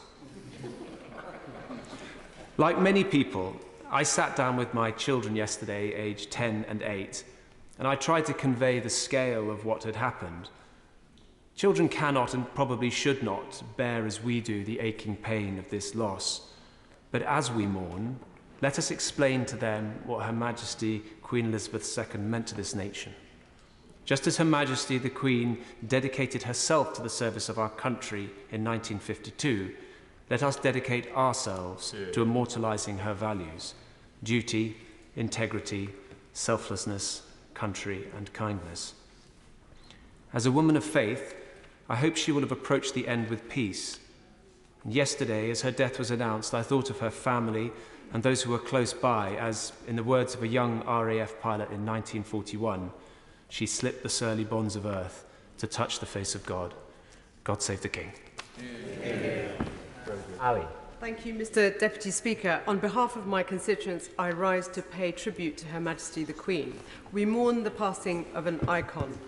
She was admired across the world and touched our lives in so many positive ways. The Queen was a constant example of service, of duty, of wisdom, of dedication to her people, her country and the Commonwealth. These were her civic virtues, needed now more than ever. She began her life of service as a child and worked until the final days of her life. The tone was set during World War II when the then King and Queen chose to stay in London during the Blitz, and the young Princess Elizabeth joined the Auxiliary Territorial Army. When their home, Buckingham Palace, was bombed, the Queen Mother famously said that she could now look the East End in the face. Ever since then, EastEnders have embraced the Queen and her family with a particular bond of love and loyalty. Of course, today's East End is a very different place, more diverse and more connected to the rest of the world, and in particular the Commonwealth countries. Her Majesty reimagined Britain's post-colonial place in the world, and the Commonwealth has grown to 54 nations with nearly 2.5 billion people. Mr. Deputy Speaker, I can personally relate to the story of the Commonwealth as a child born in a Commonwealth country, Bangladesh, which joined in 1972. And I remember in 1983 watching with pride the Queen visiting that very new country with Prince Philip. It was a state visit and a big moment for a new nation. And it was a time and a moment that made us feel proud to be British, made us feel we belonged not only to this country, but also to the Commonwealth family. And across the Commonwealth, people are remembering when the Queen came to town with a great sense of warmth and affection.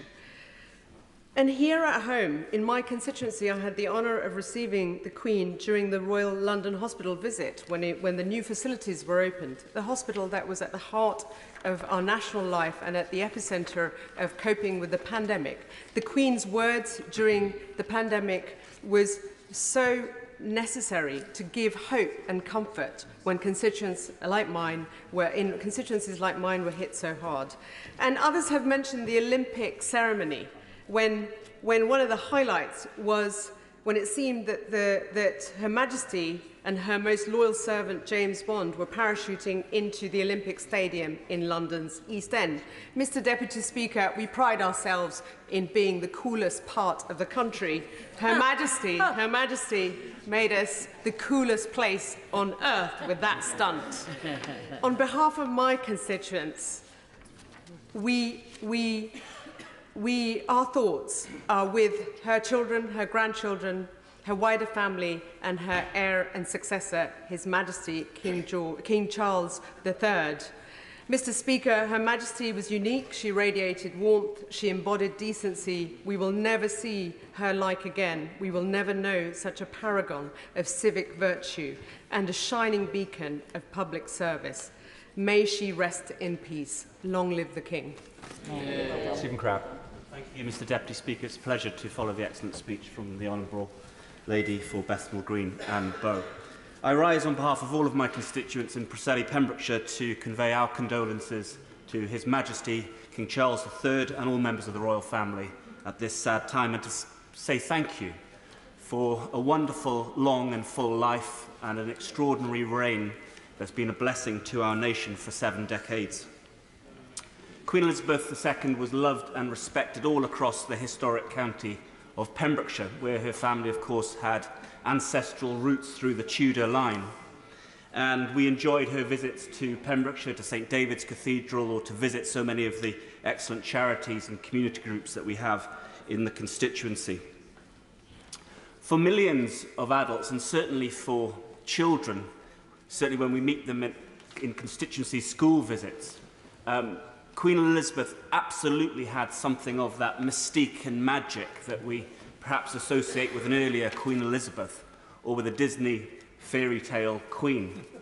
But her reign was also an extraordinarily human and personal reign, as we've been hearing so often today, shaped as it was by her amazing capacity to touch people at a very individual level, to raise their self-esteem, to touch their hearts in a very, very special way that left lasting lifetime memories. And for now, Mr. Deputy Speaker, that joy that she gave to the nation, to people in all of our constituencies that she met, for now that joy gives way to grief and sadness. In time we will remember the reign with joy once again, but in the meantime we ask God to bless her and to save King. Griffith. Thank you very much indeed, Mr. Deputy Speaker, for giving me this opportunity to speak in tribute to Her late Majesty Queen Elizabeth II. I would firstly like to begin by expressing my most sincere condolences to her family on my own behalf and on behalf of the people across the constituency of Llanelli. Our thoughts are particularly with the King, Charles III, her other children, her grandchildren, their families. For them, this is a deeply personal loss. And whilst they've always had to share the Queen, their mother and grandmother, with the public, that is particularly hard at this time of immense grief. And for them too, this follows so close on the loss of their father and grandfather, the late Prince Philip. I would like to set on record my huge appreciation for the way the Queen carried out her duties, shouldering an enormous workload and responsibility from a young age for a full 70 years, including working right into this week, appointing the new Prime Minister. The Queen was absolutely exemplary in her dedication and commitment, an example to all of us in public life. But she went above and beyond that, taking a personal interest in matters and showing real empathy with people. And in Wales, we were very privileged to receive her visits on many occasions, and she's been with us for important moments in our nation's history, opening the National Assembly for Wales in 1999, and last year opening the 6th session of the Senedd. In relation to that visit, I would like to tell you about a young woman, Fian Gwither, from my constituency, who at the opening of the Senedd was tasked with presenting Her Majesty with a bouquet of flowers. But as you can imagine, as that moment approached, she was very, very nervous. But she need not have worried. The Queen looked at her and immediately understood the situation and put her at ease, asking her gently, "Are those flowers for me? How beautiful. They match my outfit."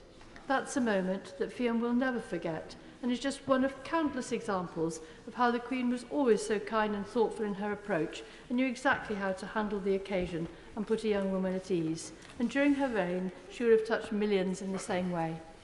But it's not only on happy occasions that the Queen has visited Wales. She will always be remembered for her visit to Aberfan in the aftermath of the terrible tragedy of 1966, when a slag heap buried the school. This has been put on record by Jeff Edwards, the last child to be rescued from the school. Speaking about her visit, he stressed the community's appreciation, saying that people felt comfort from the fact the Queen, who was head of state, had come to a small mining village and had shown direct interest and concern for her subjects who had gone through this enormous event. But the Queen's role goes far beyond Wales and beyond the UK to the Commonwealth. There we have seen huge changes, a complex transition from the Empire to today's Commonwealth. With such a range of nations, each with its own particular circumstances, it is no wonder that sometimes tensions have arisen.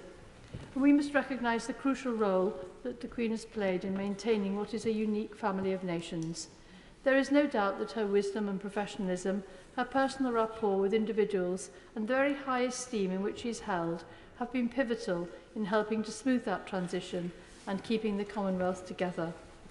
And now, Mr Deputy Speaker, going forward, the best tribute that we can give is to follow her excellent example and to try and serve our communities with the same dedication and fortitude that she showed throughout her life.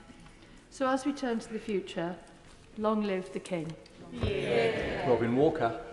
Thank you, Mr Deputy Speaker. As someone with the honour of representing the faithful city of Worcester, I want to pass on the love, prayers and good wishes of constituents, faith and civic leaders to all the royal family, and especially His Majesty the King at this sad and historic moment. I can associate myself with so many of the superlatives we have heard from across the House today, but I want to focus on two things. Her Majesty's faith and her profound connection, as the Honourable Lady who just spoke was speaking about, with children. Her late Majesty swore at her coronation to be a defender of the faith, and in so many messages over the decades, she not only defended, but enhanced and gently protected the role of faith in our society, not only for her own Church of England, but as we've heard from people of all faiths and denominations, for people across the whole of the United Kingdom of all faiths and none. When Princess Elizabeth first visited Worcester in 1951, she was already the mother of 2 small children, and the beautiful princess was greeted by flower girls and a parade of scouts and guides outside the cathedral. As a lifelong patron of the guides and former girl guide herself, as well as the fount of so many Queen's Scout Awards, she has inspired millions of young people.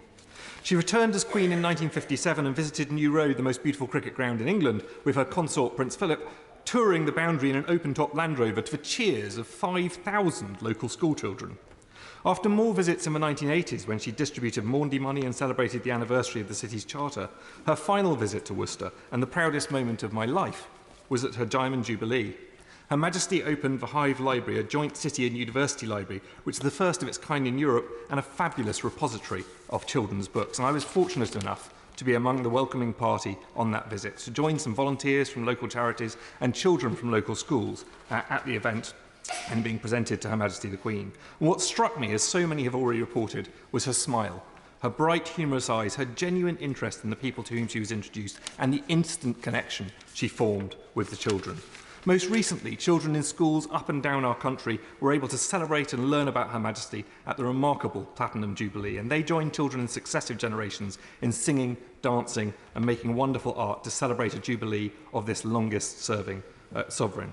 She was described by one of our former Prime Ministers as a matriarch, and of course that is right, but I think we've also lost the world's favourite granny.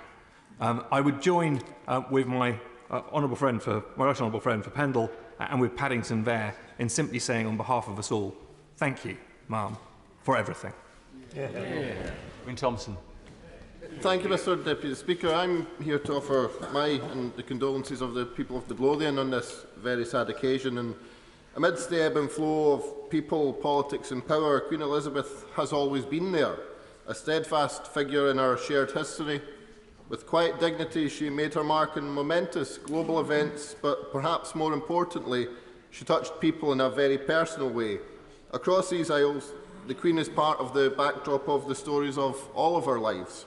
The Queen brought grace, warmth, dignity and humour to a role which in turn brought respect from people across political divides, and her passing brings an unsettling time, a time of grief and reflection, and for many a reminder of loved ones lost. People across the nations may feel understandably they've lost a loved one of their own. Yet already preparations are underway and the duty occupies the new King Charles III, showing in the immortal words of Terry Pratchett that truly the only thing known to travel faster than ordinary light is indeed monarchy. But regardless of our views on monarchy, the Queen is respected for her remarkable dignity with which she held herself throughout trying times, and we appreciate the twinkle in her eye, her humour, her love of animals, and the humility with which she held far from humble office. She was the first Queen Elizabeth in Scotland, of course, with lineage stretching back to the Stuart dynasty and Mary Queen of Scots. And in Scotland, hosting barbecues in the hills of Balmoral, it said that was where she was happiest. Older generations will fondly remember the royal tour of Midlothian back in 1961, where she was out and about across the county, viewing aspects of everyday life and visiting in Roslin Chapel or the rural housing schemes at Temple, the carpet factory in Bonnyrigg and to the Lonehead Memorial Park. There was no standing room left in the streets of Dalkeith at this time, with crowds climbing on the roof of the bus station seeking a glimpse of the young Queen. And more recently, she was warmly welcomed back to Midlothian for the reopening of the Borders Railway, unveiling a plaque at the station in Newton Grange, where she was welcomed with a wonderful performance by the Newton Grange Silver Band, who expressed their condolences at this time. People from all walks of life in Midlothian wish to convey their respects and make it clear just how fondly the Queen is remembered.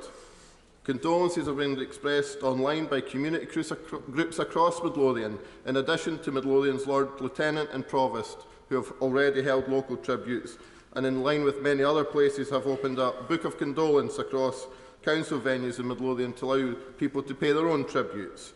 And Mr Deputy Speaker, as a previous member and the current chair of the All-Party Group for the Boys Brigade, I've always been keenly aware of Her Majesty's role as the organisation's patron, and know that all in the Boys Brigade world wish to pass on their thoughts and prayers of the entire Boys Brigade family at this time.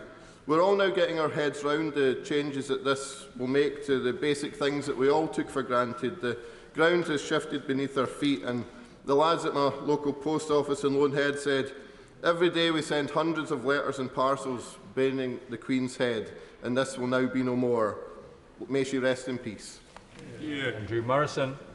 Mr Deputy Speaker, I rise with the deep and profound condolences of my constituents in South West Wiltshire.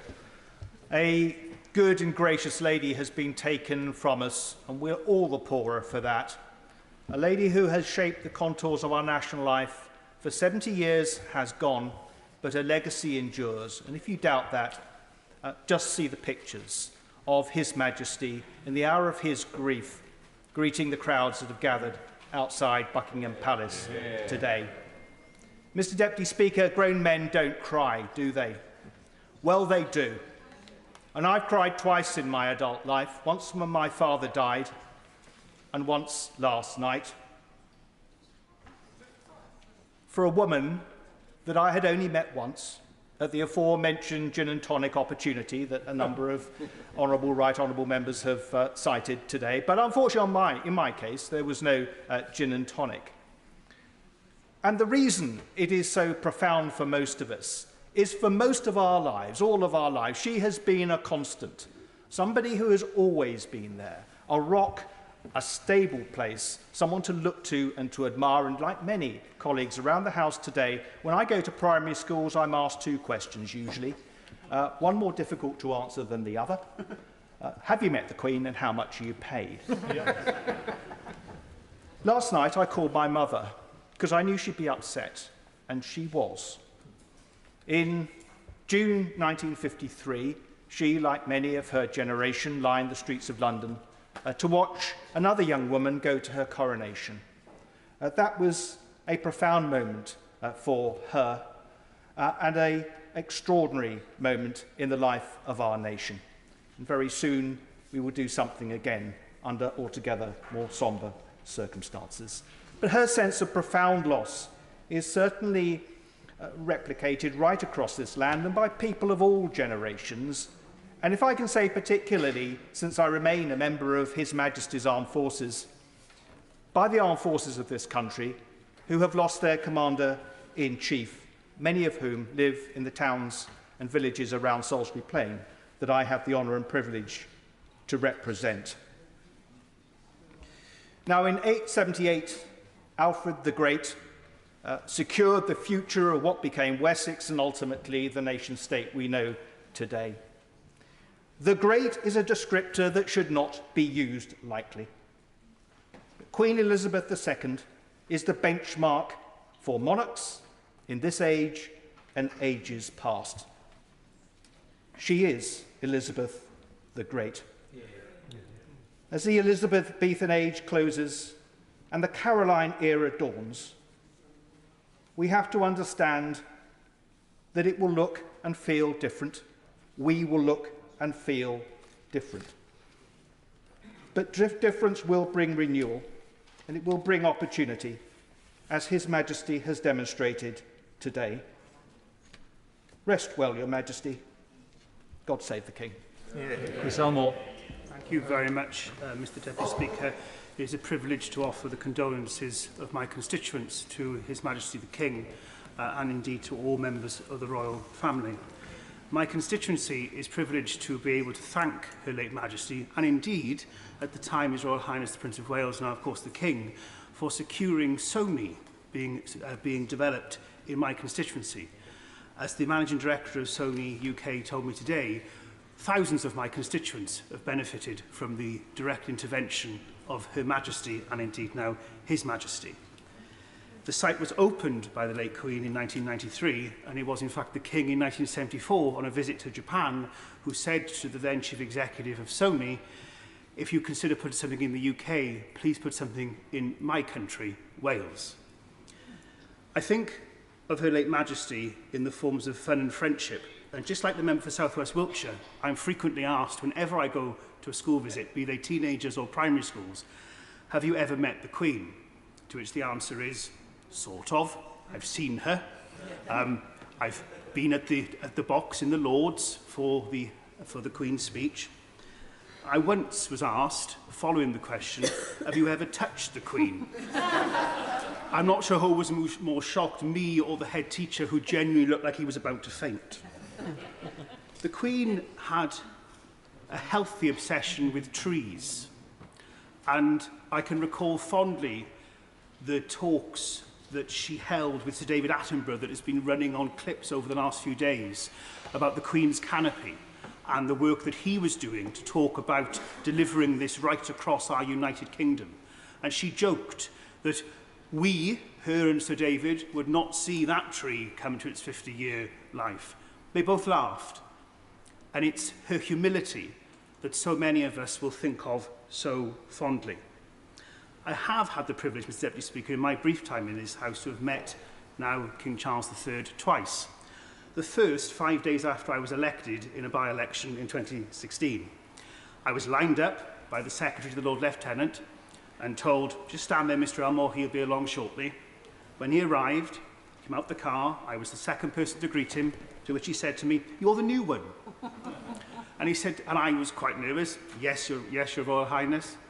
He said, I wouldn't worry about it, I'm terribly nice. And I think that common touch is what he has picked up from the late Queen. And I know he will go on to serve this country well, to serve the Commonwealth well. God bless and keep the Queen and all who mourn her, and God save the King. I'd like to thank Chris Elmore for keeping well within the 3-minute limit. So please, could people look at their contributions, keep them as short as you can, because we want to get as many in as we possibly can. Esther McVeigh. Thank you, Mr Deputy Speaker. There has been so many wonderful, moving tributes today. It's been a real pleasure to be in the chamber to listen to them all. And with your permission, Mr Deputy Speaker, I will make my tribute through the eyes of the school children of Tatton. For as so many MPs have mentioned here today, the curiosity those children have of the late Queen Elizabeth II. And the question they do ask, particularly in primary school and junior school, is, have you met the Queen? And when I say yes, there are literally squeals of delight, gasps of disbelief, uncontainable excitement ripple through the class.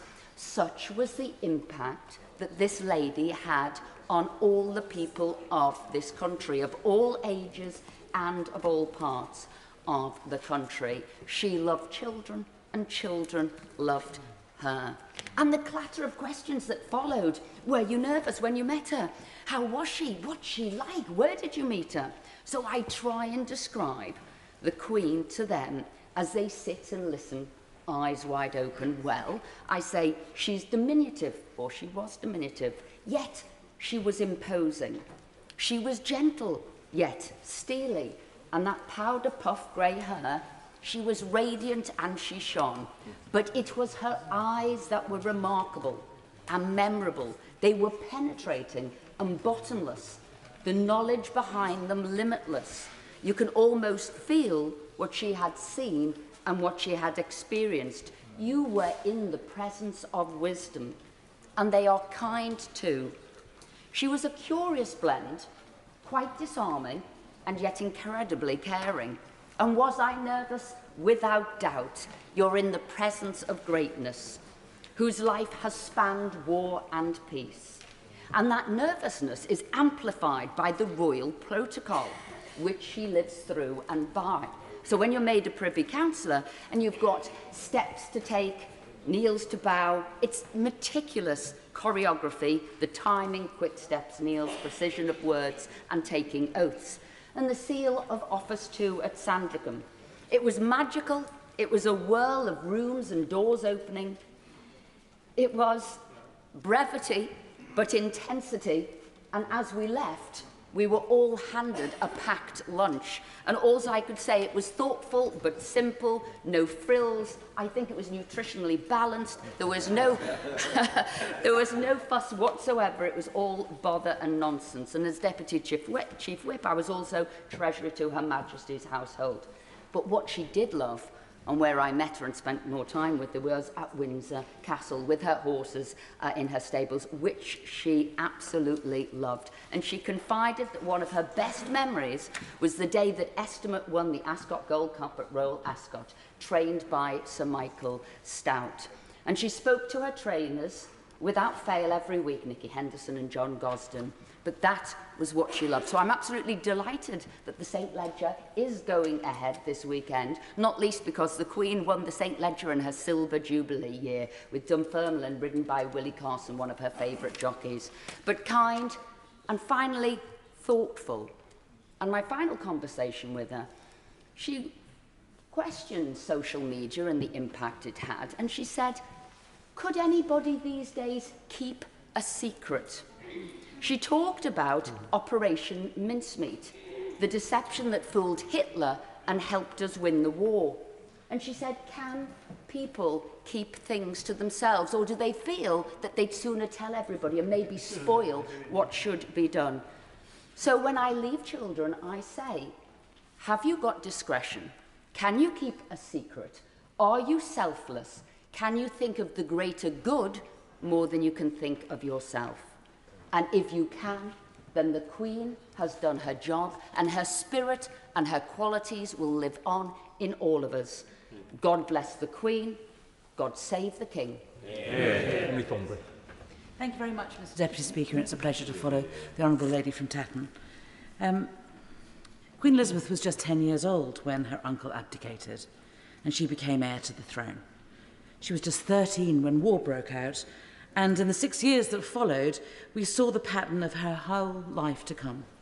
Standing with her people in those dark hours, at home and across the Commonwealth, sharing in their grief when her own uncle fell in service, leading our national celebrations when victory and freedom was finally secured, and throughout the war, setting the perfect example by rolling her sleeves up and doing her bit for the collective effort.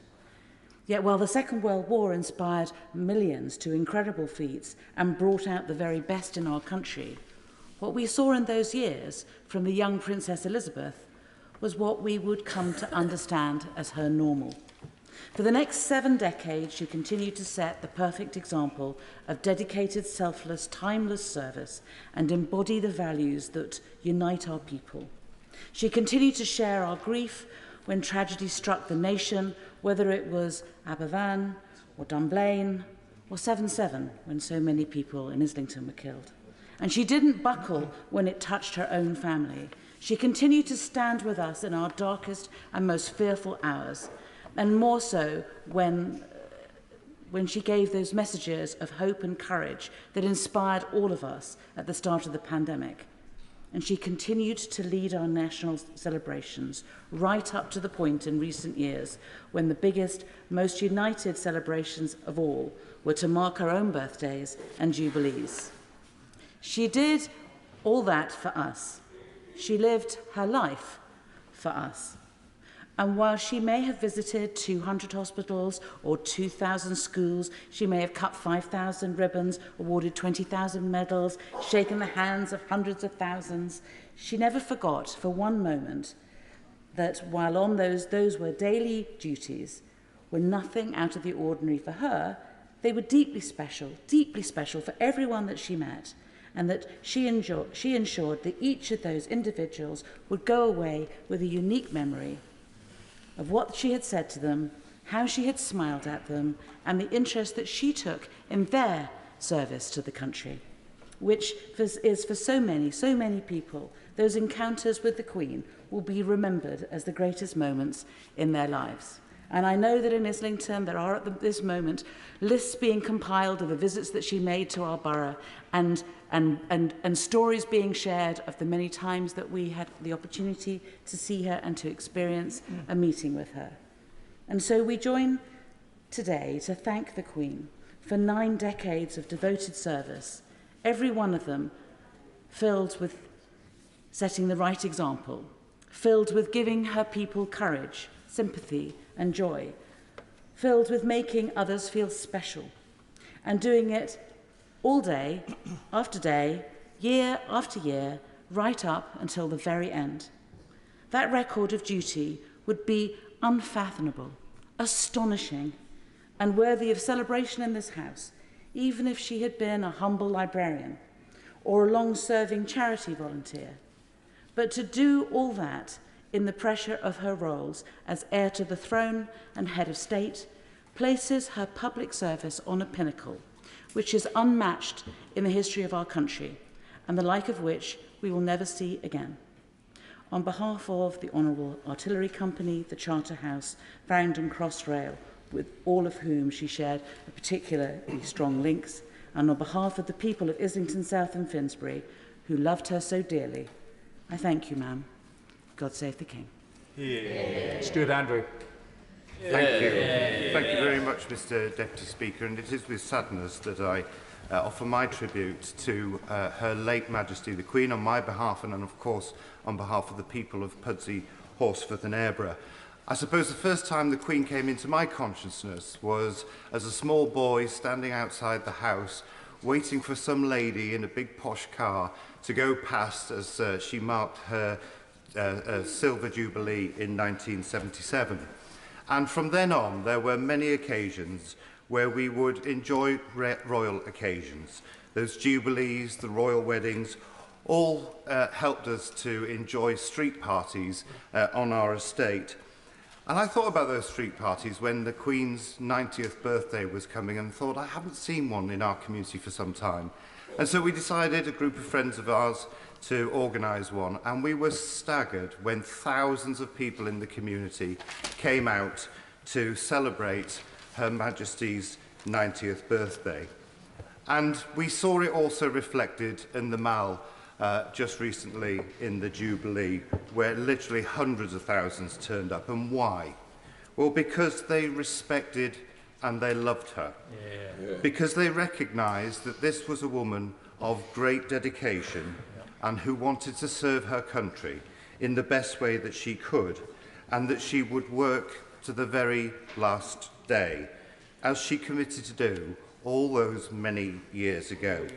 And last night, a couple of us went up to the palace, and again, people were there, meeting, strangers talking, all sharing conversations and memories about the late Her Majesty the Queen. The public, the British public, showing how much they loved her. And then she was there when we needed her most. Many have talked about the pandemics, but also when our country has had those awful terrorist attacks. And she has always given warm words, comfort to those victims and to their families. And we will remember that amazing speech she made in the hospital in London, where she said that they will not change our way of life. Yeah. I don't know about anybody else, but whenever I visit a constituent who's celebrating their 100th birthday, the card from Her Majesty the Queen is front and centre in the living room. Because, of course, why wouldn't they do it? It's such a proud thing for them to have.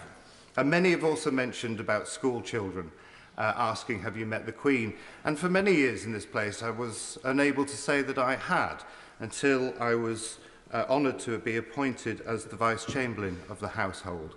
And I remember my moment when I was being introduced to her, waiting for these doors to open.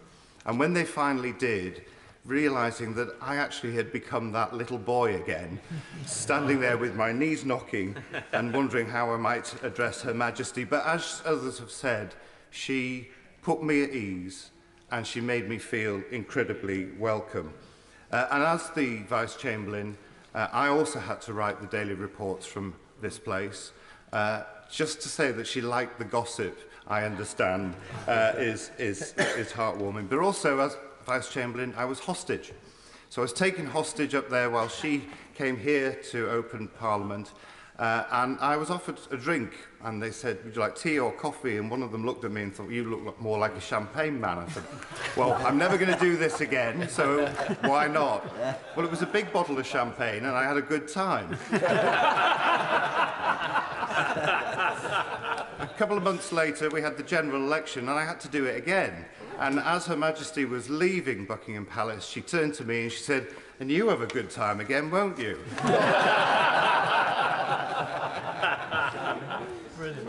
To conclude, Mr. Deputy Speaker, that during the awful attacks of 9/11, the Queen said to the people of America, grief is the price we pay for love.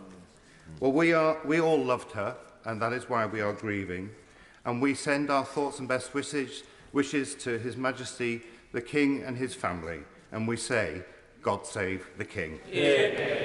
So say, please look again at your contributions so that they are sticking to the 3 minutes. Alistair Carmichael. Thank you very much, Mr. Deputy Speaker. I'm grateful to you for the opportunity to try and articulate the very keen and profound sense of loss that there is felt across the Northern Isles today. Her Majesty made a number of visits to Orkney and to Shetland over the years of her reign, all of which built a real connection between Orcadians and Shetlanders and their monarch.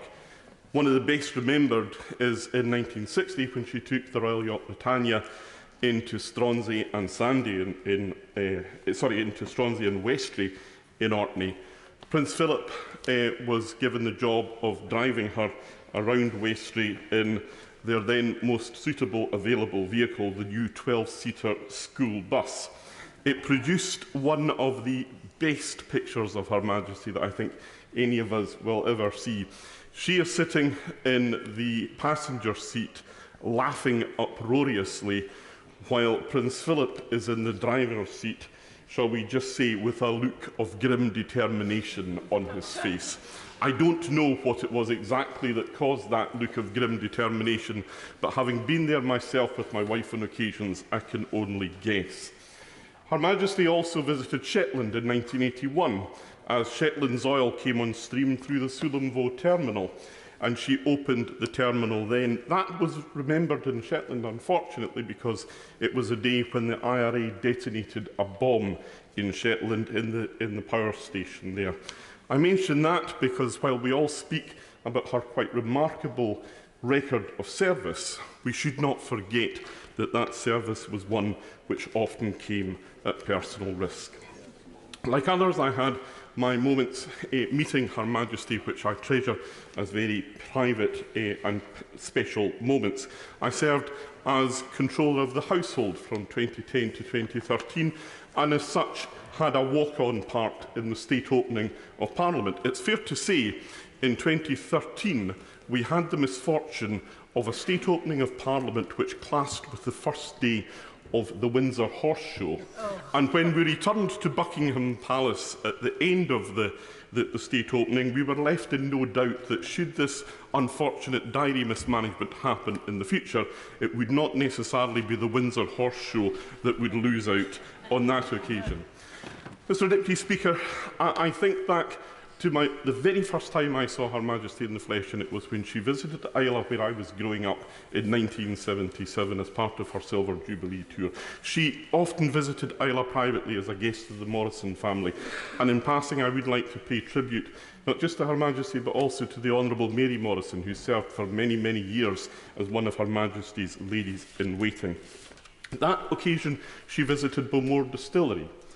That was the first time she had visited a distillery, and it came back to me in 2014 when I was present as Secretary of State for Scotland at the naming of the aircraft carrier HMS Queen Elizabeth. On that occasion, as the aircraft carrier was named, there was a bottle of Bowmore whisky smashed on the side of the boat, and the smell of that malt whisky drifted across Rosyth, and it took me back to that day in 1977. I mention that because I think, like so many people, these are the threads that Her Majesty interwove throughout our lives that enriched the fabric of our country. That is why we miss her, and that is why we now pledge our new allegiance to His Majesty the King. God save the King. Pritchard. Thank you, Mr Deputy Speaker, and I rise to pay my own personal tribute to the late Majesty Queen Elizabeth II, and on behalf of all my constituents throughout the Wrekin constituency. And Queen Elizabeth visited Shropshire many times over her long reign. In particular, her visits to the Wrekin are still remembered with abiding fondness and deep affection.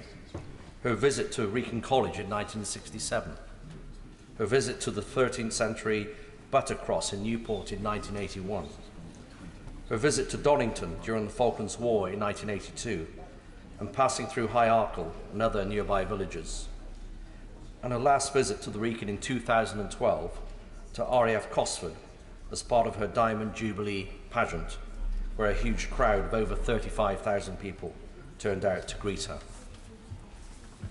The late Queen Elizabeth was the personification of duty, integrity, selflessness, steadfastness, and resoluteness, and always with a superb sense of humour, observation, and wit. Yes, born out of her own decency and exemplary character, but also born out of her deep and abiding Christian faith, something she quietly attested to throughout her long reign, and so often heard through her comforting and unifying Christmas Day messages, which we will all miss. Mr Deputy Speaker, the Wrekin loved the Queen, Shropshire loved the Queen. She will abide in all our hearts and memories. May she rest in peace and rise in glory. Long live the King. Marsha de Cordova. Thank you, Mr Deputy Speaker. It's an honour to not only speak on my own behalf, but also on the behalf of my constituents in Battersea, and also pass on their condolences. The passing of Her Majesty the Queen is a great loss for the royal family and for our country. Our remarkable Queen dedicated 70 years of our life serving our country as our longest reigning sovereign, and devoted her life to the betterment of this country. And today we celebrate her service and express our thanks for her steadfast leadership. The Queen was a role model and someone who touched the lives of so many in her own unique and distinguished way. Now, over the course of her reign, there was great transformation and progress in the world, yet she served as that constant and reassuring figure during periods of change that provided us all with a sense of security. The Queen was incredibly resolute and principled, and she had a work ethic and commitment to the duty and service which she placed above all other considerations. And we can say even in her 90s and the days before her death, she was still working and serving our country. Now, her strong and abiding faith in God was the golden thread that guided her work and her commitment to respecting everybody and appreciating difference and serving people. Now, across Battersea, people will be reflecting on her selfless service and leadership of our country. And the Queen visited the constituency on many occasions, including the then Children's Home on the Winstanley estate and, of course, Battersea Dogs and Cats Home. We all know how passionate she was about animals and their welfare, and this was shown by her patronage of the home. And as they have already said this week, that they were so lucky to have had such a valuable relationship with her. She wasn't just our Queen, as she was seen globally by all the contributions and tributes that have come her way. Now, as I close, my thoughts and prayers are with His Royal Highness King Charles and the royal family. May she rest in peace and rise in eternal glory. God save the King. Greg Hands. Thank you, Mr. Deputy Speaker, and I rise to add my tribute to Her late Majesty Queen Elizabeth II on behalf of my Chelsea and Fulham constituents at a time of great sadness for the whole country. She was much loved in the Royal Borough of Kensington and Chelsea, and as much so amongst my Fulham constituents as well. She came at least once a year to my constituency, to the Chelsea Flower Show. Indeed, the first time and the last time that I personally met her was at the Chelsea Flower Show in 2010, and then this year, just 3 months ago. The Chelsea Flower Show was one of her absolute favourite events. She rarely, if ever, missed it. She may have been to it more than 70 times. But in 2010, it was my first Chelsea Flower Show, and I was third in the royal receiving line, and I was exceptionally nervous. This wasn't helped by the receiving line taking around 2 hours, as almost the entire royal family comes at 10-minute intervals. It started with Princess Alexandra, I think, and eventually the Queen arrived, and all passed well. I had bowed in the right place and extended her my hand at the right time. We had a brief and charming and pleasant conversation. I could relax, except I had forgotten one thing.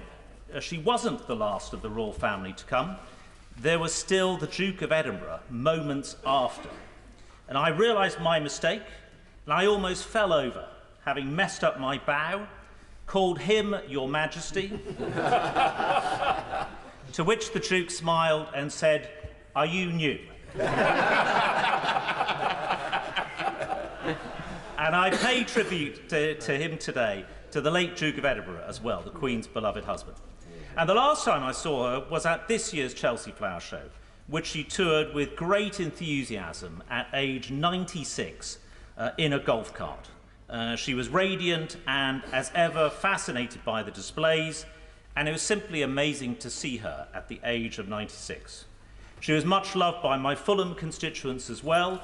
Indeed, one of the iconic pieces of video footage from the 1977 Silver Jubilee was a clip of a group of women on Kingwood Road in Fulham, arm in Jubilee hats, singing all together, "Maybe It's Because I'm a Londoner." She will be grieved and warmly remembered the length of the King's Road, and as appropriately along the new King's Road as well. I also met her, Mr. Deputy Speaker, in my role as the government's Deputy Chief Whip. Many in this House will know that the Deputy Chief Whip is also the honorific treasurer of the royal household, and the role comes with a wand of office, which looks like a long billiard cue which unscrews in the middle, referred to earlier by my right honourable friend, the member for Pendle. The day came in October 2013 for the transfer of the wand of office from my predecessor, Sir John Randall, now Lord Randall, to me in a ceremony at the palace. I was once again nervous. Once again, it all started well. Sir John handed the Queen the wand of office. She handed then to me the wand of office. But I started fidgeting with this wand of office. I found it a fascinating article as Sir John carried on speaking with Her Majesty. And I started absent-mindedly, Mr Deputy Speaker, unscrewing the wand of office. I had an alarmed look from Her Majesty and an alarmed look from Sir John Randall, who told me, stop it.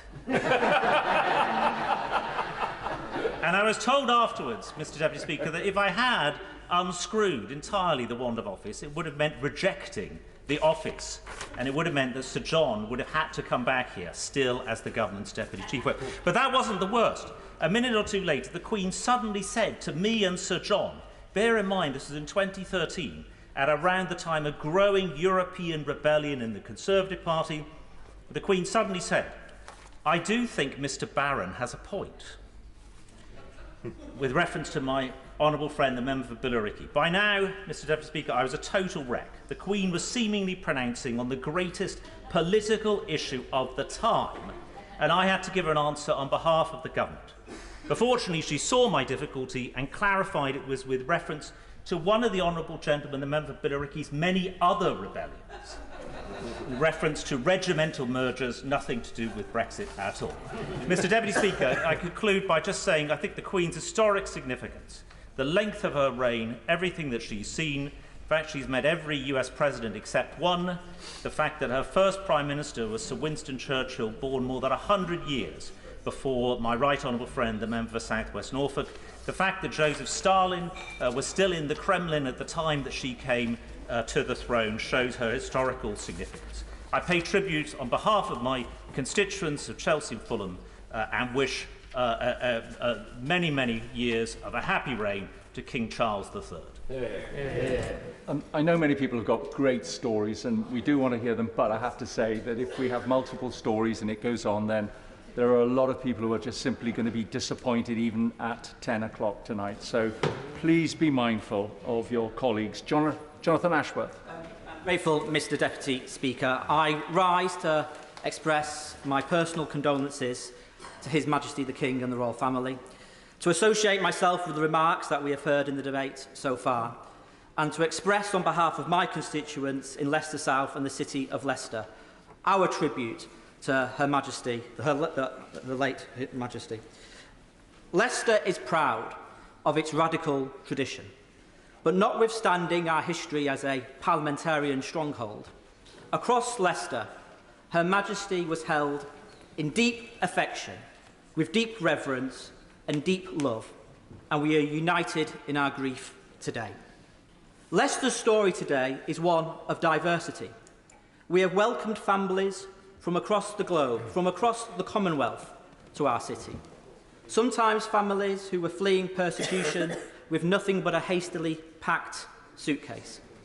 And Her Majesty's leadership of the Commonwealth not only stands as a reminder of the bonds of solidarity between the different nations of the Commonwealth, but it is also stands as a symbol of inspirational hope for families who were fleeing persecution, hope for a better future for themselves and their children, something that we have been reminded of recently in Leicester just last month, as we recalled the 50-year anniversary of the expulsion of the Asian community from Uganda. And Her Majesty herself celebrated our diversity in Leicester also. She was proud of our different faith groups, and today in Leicester, if I may say so, our mosques at Jummah prayers have been recognising Her Majesty's death and expressing their thanks. Our Hindu temples have been placing garlands over pictures of Her Majesty's. There are prayers in our synagogues, our gurdwaras, our Jain temples, and we were particularly proud 10 years ago to host Her Majesty for the start of her Diamond Jubilee tour in Leicester, and all of our communities came together. Indeed, for the start of that Diamond Jubilee tour, my honourable friend from Leicester West, we had the privilege of welcoming her to De Montfort University in my constituency for the start of that tour. And as we were queuing up to greet Her Majesty and His Royal Highness the Duke of Edinburgh, and we were waiting nervously, and I think I caught, just in the corner of my eye, Her Majesty looking somewhat bemused, if not slightly askance, at her husband, the Duke of Edinburgh, who had asked me and the member for Leicester West whether we were Reds or Blues. I don't know what his opinion was of our answer, frankly. But not only did we celebrate Her Majesty for the start of the Diamond Jubilee tour, a few months later, we were nervous in Leicester, because it was a few months later that we discovered the remains of the last Yorkist monarch in a Leicester City Council car park. This provoked all kinds of knotty constitutional questions for the palace today and what we were going to do with Richard III. But Her Majesty, with the usual aplomb and diplomatic skill that we've heard so much of, let it be known that she was following developments with great interest, and a couple of years later visited Leicester Cathedral, the final resting place of Richard III, to hand out Maundy money on Maundy Thursday. Let me finish with this point, Mr. Deputy Speaker. In February 1952, when this House debated a motion on the loss of His Majesty, King George, Winston Churchill from the dispatch box said he hoped that the accession of Queen Elizabeth would usher in a golden age. In response, the former Prime Minister and then Leader of the Opposition, Clement Attlee, said that he hoped the accession of Queen Elizabeth would lead to another glorious Elizabethan era, more renowned than the first one. My God, she more than surpassed the aspirations and hopes of those two great Prime Ministers. Rest in peace, and God save the King. I know everybody's keen to get in as well, so there again, look at the time limits, but please don't approach the chair either. I mean, every time I choose somebody, it means I'm not choosing everybody else. And I know there's a lot of pressure, and I know you all want to get in. So Gary Streeter. Thank you very much, Mr. Deputy Speaker, and it's a privilege to bring a tribute to our late Queen on behalf not just of myself, but of course my constituents in South West Devon. And I want to focus in on her excellent Christmas broadcasts every year, which have been mentioned by some colleagues. Her ability to connect with the whole nation was never better expressed than through her Christmas Day broadcasts. In our household, as in many others, they were unmissable events, and in recent years the whole day was shaped around them. And each year, as we know, she spoke with great warmth and insight about the events of the year with ever more personal reflections. And she never shirked from touching on painful events, not just the positive, knowing that all of our lives are made up with ups and downs. And in particular, she used those opportunities to remind the nation of the true meaning of Christmas, namely the birth of her Saviour, our Saviour, Jesus Christ. On the 3rd of August this very year, she said this: "Throughout my life, the message and teachings of Christ have been my guide, and in them I find hope." It was, Mr. Deputy Speaker, a simple but clear explanation of the influences that had shaped her life. And in our celebration of her greatness as a monarch, she would want us to recognise the significance of the gospel message that produced such fruit in her. If she was the rock on which modern Britain was built, it was because she stood on the true rock, the Rock of Ages. And in our pluralistic society, containing citizens of all faiths and none, her declaration of Christian faith never jarred nor grated or alienated, as we heard from the Honourable Lady from Birmingham, Ladywood, because it was authentic. And this was demonstrated through her magnificent Christmas broadcasts. But I believe, in my final point, Mr. Deputy Speaker, I believe it is also possible to discern in her broadcasts another deep quality that she possessed. That even in her 80s and in her 90s, she did not stand still or remain static. She was moving forward, learning, developing year on year. She became more intimate with her subjects during those broadcasts, more personal, ever more bold. She had an appetite for progress and advancement to the very end. So an authentic life shaped by her sincere faith that produced in all the vicissitudes of life a remarkable woman and a great monarch. On behalf of the people of South West Devon, thank you, Your Majesty, for your life of service on our behalf. May you rest in peace and rise in glory. Steve Reid. Thank you, Mr. Deputy Speaker. We've heard some really wonderful anecdotes and stories this afternoon of members' meetings with Her late Majesty the Queen. But for most people who met her, those moments would have been more fleeting. But they lodge in the memory because of the huge importance the Queen has played in our life as a nation and our sense of who we are. I first saw her as a schoolboy during the Silver Jubilee walkabout in Windsor, feeling so excited as so many other children would have done over the years, simply to snatch a photograph of her with my little plastic camera. It would be an iPhone today, of course. Another was when she came to open the Lambeth Academy in Clapham. The students were besides themselves with excitement that the Queen had come to visit their school. And it's these little moments like these, through these little moments, that the Queen has been a constant presence who lit up our lives for as long as most of us have been alive.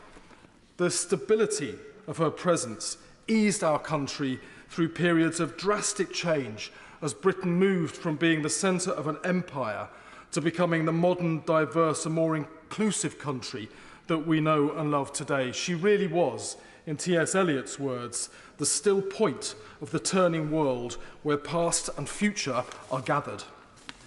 My constituency of Croydon North is one of the country's most diverse. People who came there from the Commonwealth feel a special bond with Her late Majesty as a connection between their past and their future. Many others who arrived from outside the Commonwealth would consider their citizenship ceremonies, where they swore allegiance to Her Majesty, to be among the most important moments in their lives. During the Platinum Jubilee celebrations, we saw a great outpouring of love for Her late Majesty. In Croydon North, as elsewhere, our diverse communities came together to celebrate a woman who united us as a community and as a country in a way that nothing and no one else could do. Her loss will be felt keenly and it will be felt personally. 3 months ago, my father died, and the next day a rainbow appeared over his house, and we took that as a sign that he was at peace. I take the rainbow that appeared over Windsor Castle in the same way, and as a sign that Her late Majesty has been taken into the arms of God and has found her eternal peace. On behalf of the people of Croydon North, I offer my deepest thanks to Her late Majesty for a lifetime of service, my condolences to the royal family on their loss, and my loyalty to our new King Charles III as he ascends the throne to meet his destiny and ours. Mark Francois. Mr. Deputy Speaker, we have lost our sovereign, the most remarkable woman, the longest reigning monarch in British history, who in 70 years barely ever put a foot wrong. She was perhaps the most famous person in the world, and possibly the most popular too. If the House will indulge me, it's almost a year since we lost our great friend Sir David Amess.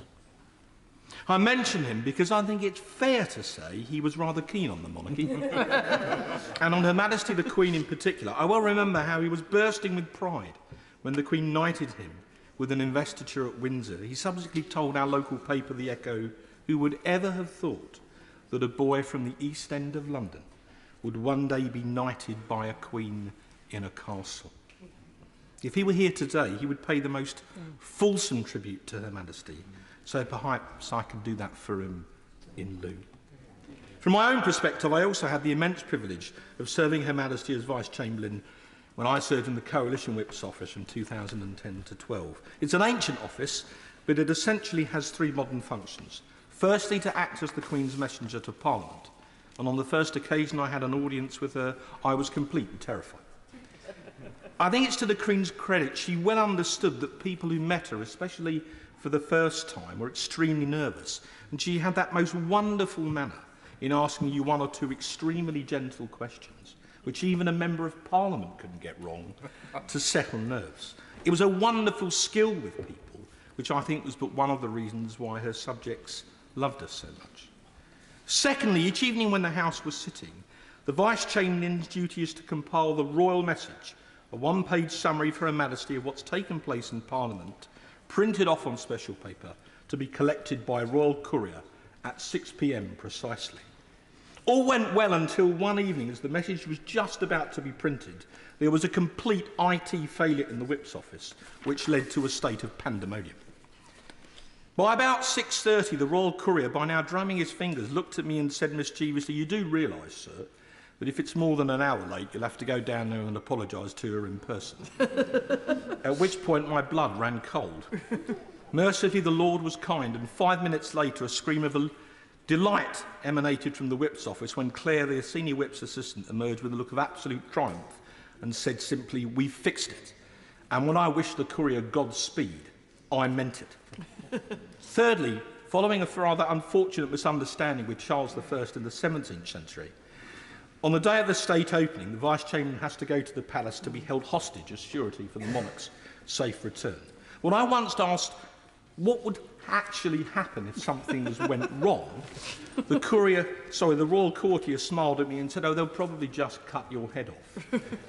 This was vaguely in the back of my mind on both occasions when I performed the duty. On the first, the Duke was unfortunately unwell, but on the second, he accompanied the Queen as they came down the steps. I was standing there in morning dress with my wand of office, and suddenly he walked up to me and said, "Who are you?" I was stunned, but before I could reply, the Queen said with slight exasperation, "He's the hostage." To which the Duke replied, "Oh, jolly good." They got in the coach and went to Parliament. I was there when they came back, and as they passed me, I bowed my head and said, "Well done, Your Majesty," when the Duke turned on his heel and walked straight up to me and said, "I bet you're bloody relieved to see us." Mr. Speaker, on her 21st birthday, the Queen Elizabeth famously proclaimed, "My whole life, be it long or short, will be spent in the service of my people." In modern parlance, she then did exactly what it said on the tin, and my constituents in Raleigh and Wickford and the whole country loved her for it. We have lost our Queen, but her legacy lives on. God save our King. Carol Moynihan. Thank you, Mr Deputy Speaker.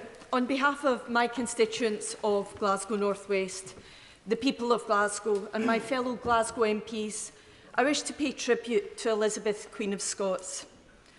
Her passing is a time of profound sadness. Queen Elizabeth was a constant in our lives, the only head of state we have known.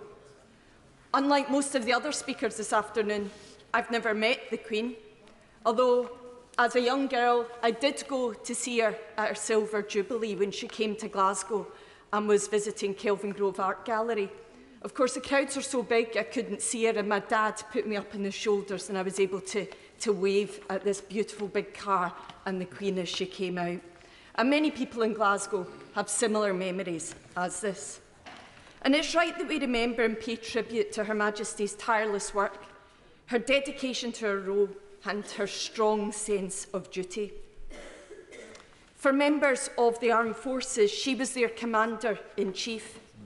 And my husband's commission parchment from Her Majesty hangs proudly in our home.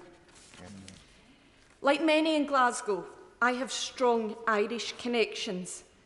And many members this afternoon have spoken of her wit and her ability to view a situation with clarity and wisdom. And I'm reminded of her visit to Dublin in 2011, the first by a reigning monarch for a century. The Queen understood that this was a historic event, but also that it required some delicacy. She wished to address the President, Mary McAleese, in Irish, but had been warned against attempting this for fear that she might make a mistake and the gesture be misinterpreted. Undaunted, she began, Auchtaran agus Accordia, President and friends. Instantly, all tension was lifted. President McAleese mouthed the word wow, and the audience at Dublin Castle burst into applause. Wisdom, understanding and respect such as this was why she was loved by monarchists and republicans, people of all faiths and those of none. I'd like to finish by extending my sympathy and that of my constituents and the people of Glasgow, and indeed our prayers, to the entire royal family, who will most acutely feel this loss of a much-loved mother, grandmother and great-grandmother. May she rest in peace. Tracy Crouch. Mr Deputy Speaker, I rise humbly and with great sadness to pay tribute to Her Majesty the Queen on behalf of my constituents of Chatham and Aylesford. The outpouring of love and respect for her is heartfelt and genuine, demonstrating her reach into the most local of communities across the nation. Given the length of her reign, it is no surprise she has visited my constituency several times, most recently in Aylesford in 2019, but she has an ever-presence in a variety of ways. Before the news broke yesterday afternoon, I was at Chatham Town Football Club celebrating their receipt of the Queen's Award for Voluntary Service, bestowed upon them for their work in the community in this year's Platinum Jubilee Honours List. Just one of a number of people and organisations who have been honoured for the service they have given. It was Her Majesty's love of sport that I wanted to briefly comment on, and by doing so refer the House to my entrance in the Register of Interests. Her love of horse racing is well known. Her first runner was in October 1949 and her first winner 3 days later, which was, in fact, her first of more than 1,000 British winners.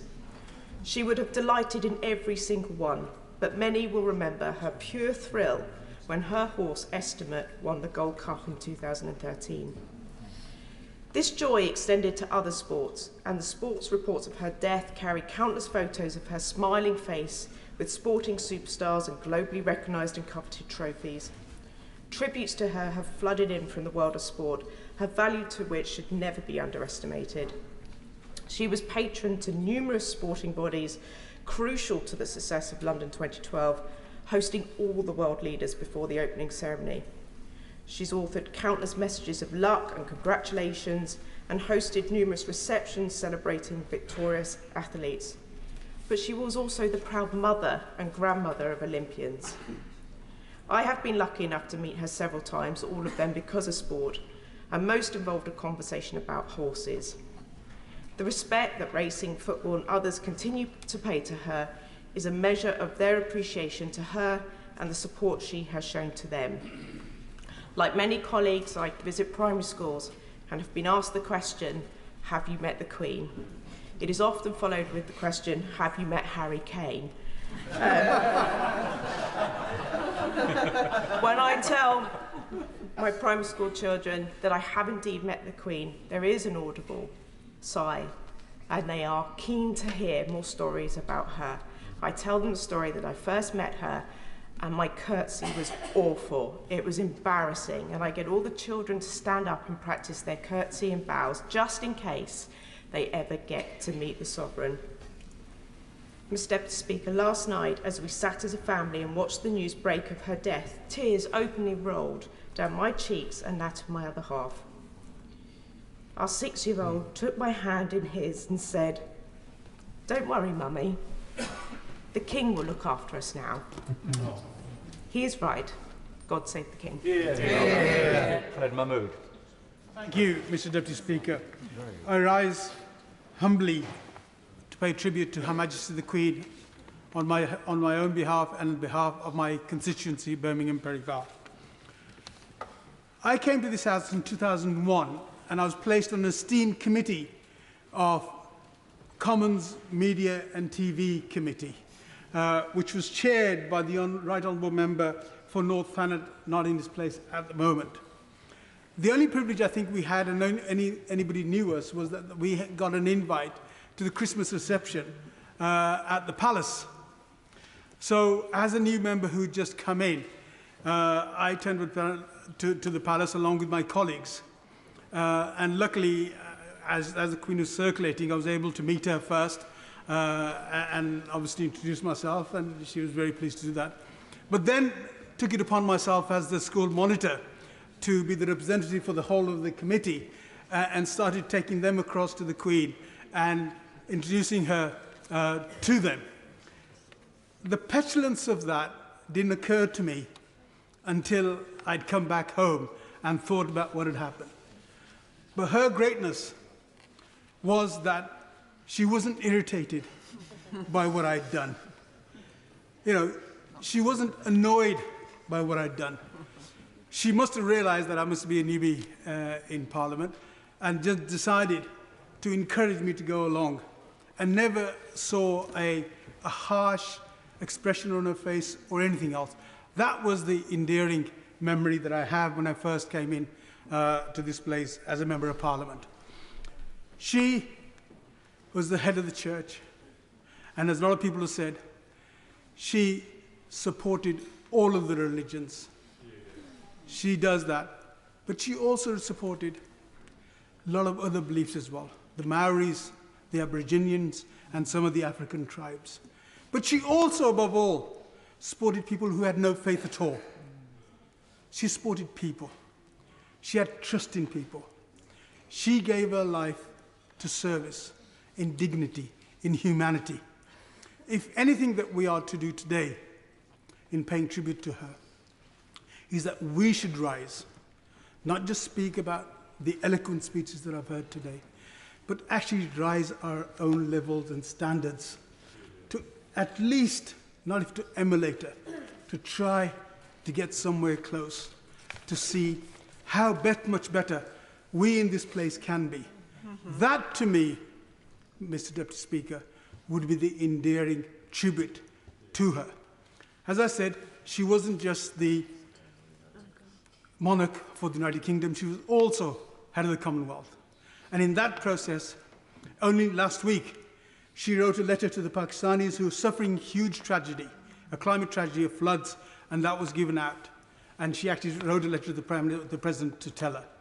My last word is a Muslim prayer, which has already been recited by my friend, honourable friend from Ladywood. Inna lillahi wa inna illahi raji'un. Indeed, to God we belong, and to God we shall turn. May she rest in peace. Thank you. Yeah.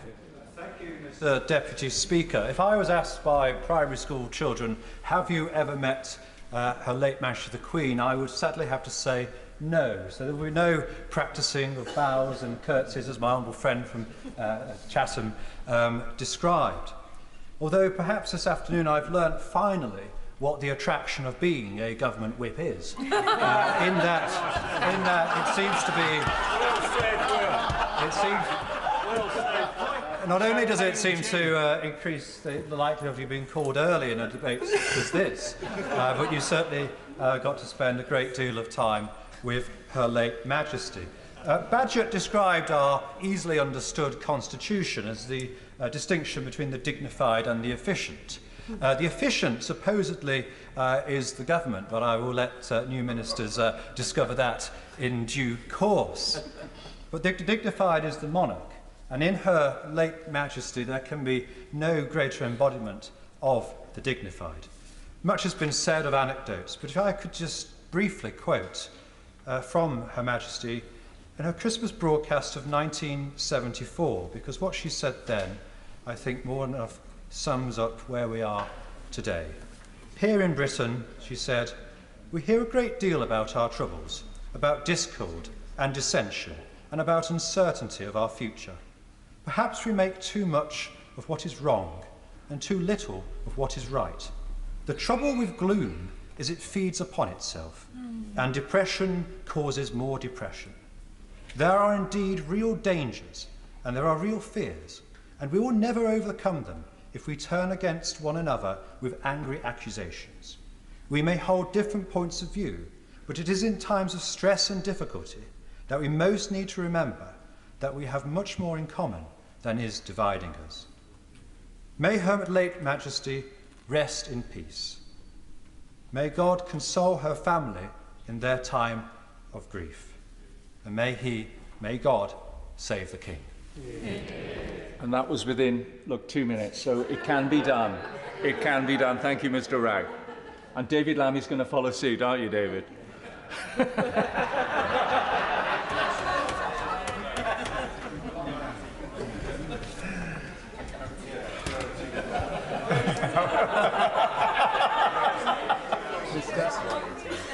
Mr. Deputy Speaker, I rise on behalf of the people of Tottenham who mourn the late Her Majesty's loss very, very greatly.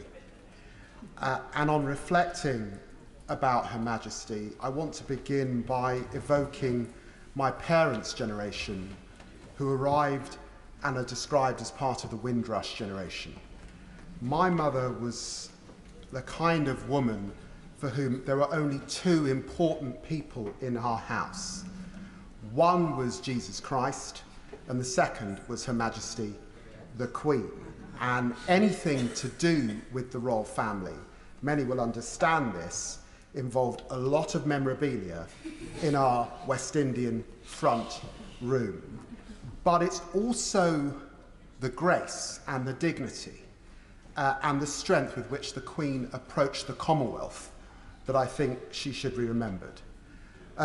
She guided the Commonwealth from a community of countries that had been colonised to a voluntary association of 56 countries.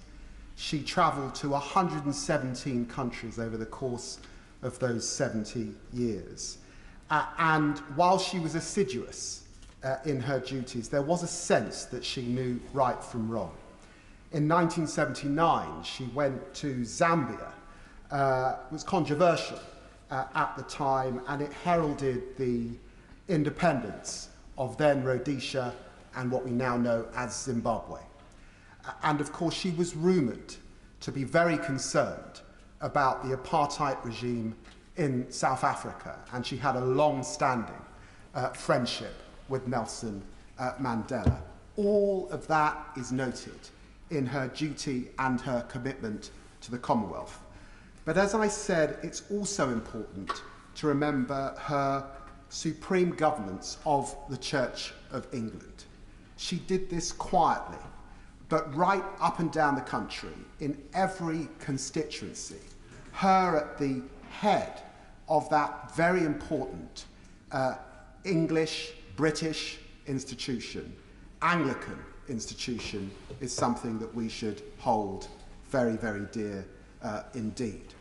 I have my own small story, if you'll let me, Mr. Deputy Speaker, and that is the Privy Council, of course. It was the most important day of my life.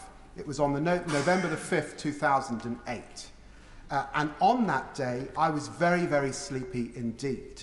I was sleepy because my friend Barack Obama had become President of the United States the day before.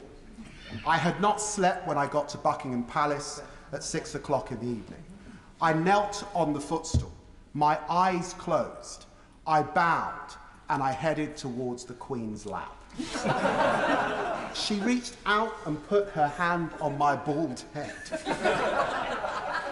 She was generous and she was gracious in all of the Privy Council meetings that I attended afterwards, for which I'm grateful. She understood the importance of Barack Obama becoming the 44th President of the United States of America. She carried herself with great dignity. Yesterday, I was at Dumfries House when I heard the news, and Prince Charles was unable to meet with us. We were there to discuss the Commonwealth. We were there to discuss his commitment to skills and young people. He will be a very, very good king indeed. Thank you, Mr. Deputy Speaker. Stephen Hammond. Thank you, Mr. Deputy Speaker. I rise on behalf of the constituency of Wimbledon, New Malden, Morden, Rains Park and Botsford Park, and I want to stay on behalf of all of my constituents. I wish to pay tribute to our beloved monarch and all that she has done. I also want to express on behalf of them our sincere condolences to King Charles III and the whole of the royal family on the loss that they've suffered. For many have today spoken of not only their ceremonial, but of course their personal loss. Her reign has transcended, as many colleagues have already said, including my friend from Stockport, times of turbulence and times of gloom. It's transcended the mass usage of automobiles, telephones, jet travel and the digital age. And surely we reflect, as we mourn today, it was her steadfast commitment to duty, to loyalty and to our country and to our people that helped us not only overcome and embrace those changes, but shape in a way that we now see is so much for the better this country we live in, modern Britain. Many people, as I go around Wimbledon, tell me that they are grateful for the visit she made to my constituency. In the Diamond Jubilee year, much has been spoken of the fact she is a fan of horse racing. She came to the All England to watch tennis. It's not exactly the Queen's favourite sport. She hadn't been for 25 years before. She watched a game, and after she left, I said to one of the members of the committee, well, that went well. He said, well, she was charming, it was wonderful. I said, she even appeared to be interested in tennis. He said to me, well, she did ask to know the result of the 420 from Ascot. On behalf of all my constituents, my heartfelt thoughts and prayers are for our new King. My thanks for the life and reign of his mother, our beloved monarch, Queen Elizabeth. God save the King. Yeah. Carla Lockhart. Thank you, Mr. Deputy Speaker. I join with members across the House in expressing my deepest sorrow and that of my constituents in Upper Bann on the death of Her Majesty Queen Elizabeth II. To His Majesty King Charles III, Her Majesty the Queen Consort, and to the entire royal household, our love, thoughts and prayers are with you as you mourn the loss of such a special mother, grandmother and great-grandmother. All of us in this place and right across the country have been a blessed people to live under the second Elizabethan age. We have benefited abundantly from her leadership, her wisdom, her discernment, and the grace of one who for over 70 years devoted her life to the unstinting service of this nation and the Commonwealth. When the United Kingdom faced dark moments, her radiance and fortitude shone through, guiding her people to better days. In times of celebration, she led the nation with a sense of fun, warmth, of style, and a sparkle in the eye. Prime ministers were to come and go, but Her Majesty remained constant, steadfast, and sure. And that sense of surety for Her Majesty came from her faith, her love for Christ that she often spoke of in her Christmas message. That faith gave her the strength to fulfil her earthly vocation. And whilst we thank her for her service today, she receives her heavenly reward for service to her King. Mr. Deputy Speaker, this country is the poorer for the passing of Queen Elizabeth II. The depth of grief is reflective of the love and affection in which she was held. To our adoring, loyal subjects in Northern Ireland, we hold fast to the wonderful memories of Her Majesty's visit. These were often symbolic and a testament to her commitment to a better future for everyone in Northern Ireland. Importantly, she also ensured that those who served her in our most troubled times were sure of her appreciation for service and sacrifice, and those victims of terrorism knew the caring spirit of the Queen. Mr. Deputy Speaker, every corner of this kingdom has now embarked on a new era. We commit to the service of our new King, His Majesty King Charles III. His too a life of service, his too a record of commitment to duty. To close my remarks on Her Majesty Queen Elizabeth II, I quote a Bible text which is fitting for her life of service to our nation. 2 Timothy chapter 4, verse 7. I have fought a good fight, I have finished my course, I have kept the faith. I pray that God will grant King Charles III wisdom and good health in his reign over us, and that he too will keep the faith as his beloved mum before him. God save the King. Victoria Prentice. Thank you. In her address to the nation during the pandemic, resplendent, you remember, in her NHS scrub-coloured dress and brooch, Her Majesty praised, and I quote, the attributes of self-discipline, quiet, good-humoured resolve, and of fellow feeling, which she felt characterised our nation. These are qualities which she modelled for us and for which we loved her. But to these she added a less definable quality, a presence, a splendour, which came from her deep faith and her certainty that the crown is at the very centre of our Constitution. This, combined with her considerable beauty and charm, meant she lit up every room. I'll never forget the day she came to Banbury in 2008 on the 400th anniversary of the town's charter. Later that day, she opened the Oxford Children's Hospital. My largest donors were corralled for really quite a long time for security reasons before she appeared. The excitement in the room and some very healthy competition meant that that was the most lucrative hour I have ever spent in fundraising. It's clear from the speeches today that we saw in the Queen a reflection of our own passions for diplomacy, for charity, for institutions, for the countryside, for racing. We feel that she loved every one of our constituencies. The combination of service and majesty is unbeatable, and this will endure. God save the King. Yeah. David. Thank you, Mr. Deputy Speaker. Soon after the general election of 2001, there was a reception in Buckingham Palace. I had just been elected, and I attended along with several hundred others. Soon after I arrived at the banqueting hall, it was announced that the Queen and the Duke of Edinburgh had arrived, and after her entrance, the Queen moved around the hall, politely speaking to a number of assembled guests. I was chatting to a Labour colleague, but then I became acutely aware that there were hundreds of eyes focused in my direction. That was because the Queen had moved to my side and was obviously intent on speaking with me. I introduced myself to her in an uncomfortable way, and we exchanged a number of pleasantries. I then expected her to move on, but no, the Queen was obviously intent on having a conversation with me. And what a conversation that was. With me slightly awkwardly talking about the royal yacht, and then going on to talk about the royal train, and how I recalled to Her Majesty how, as a schoolboy, I was excited to see the royal train pass near my home village of Kevin-Cribble.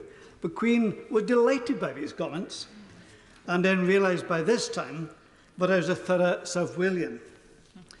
The Queen then proceeded to ask me about how Welsh devolution was progressing. These were the early days of devolution, and I gave a diplomatic answer. The Queen was pleased with that answer, but then moved on to ask me how I saw things with regard to the Assembly in Northern Ireland. Given that the Stormont Assembly was at that time suspended, and the situation was extremely delicate, I gave a general response, explaining how difficult things were.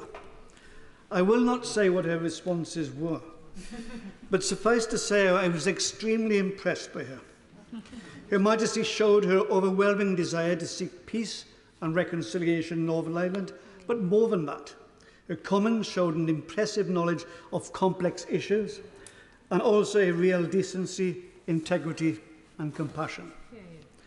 These qualities were in evidence throughout her long reign and were clearly seen in all parts of the United Kingdom.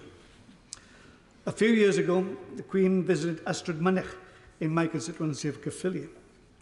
The people of the area will always remember her real warmth and genuine interest in them.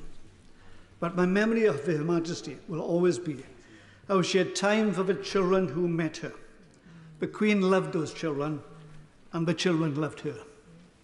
Undoubtedly, Queen Elizabeth II was an exceptional monarch. We will miss her enormously. May she rest in peace, and God save the King. Marcus Jones. Thank you, Mr. Deputy Speaker. I speak for all of my constituents in the Neaton when I speak of our deep sadness at Queen Elizabeth's passing and our gratitude for her long and distinguished reign. On behalf of my constituents, I would like to convey our deepest condolences to King Charles III and our late Queen's family. Like a number of Right Honourable members today, I've had the absolute honour and privilege of being the Vice-Chamberlain to the household and the Controller to the household. When I was made Vice-Chamberlain, I was dispatched off to the palace with my Right Honourable friend for Pudsey, who spoke earlier, we did the exchange of wands of office with Her Majesty, I was as nervous as a kitten, but it went extremely well, and I was very pleased with myself. Moments later, I was handed a humble address that I was to ask Her Majesty to sign, and then I would bring it back to the House and deliver it in the House as per norm. I went back into the room and handed Her Majesty the humble address.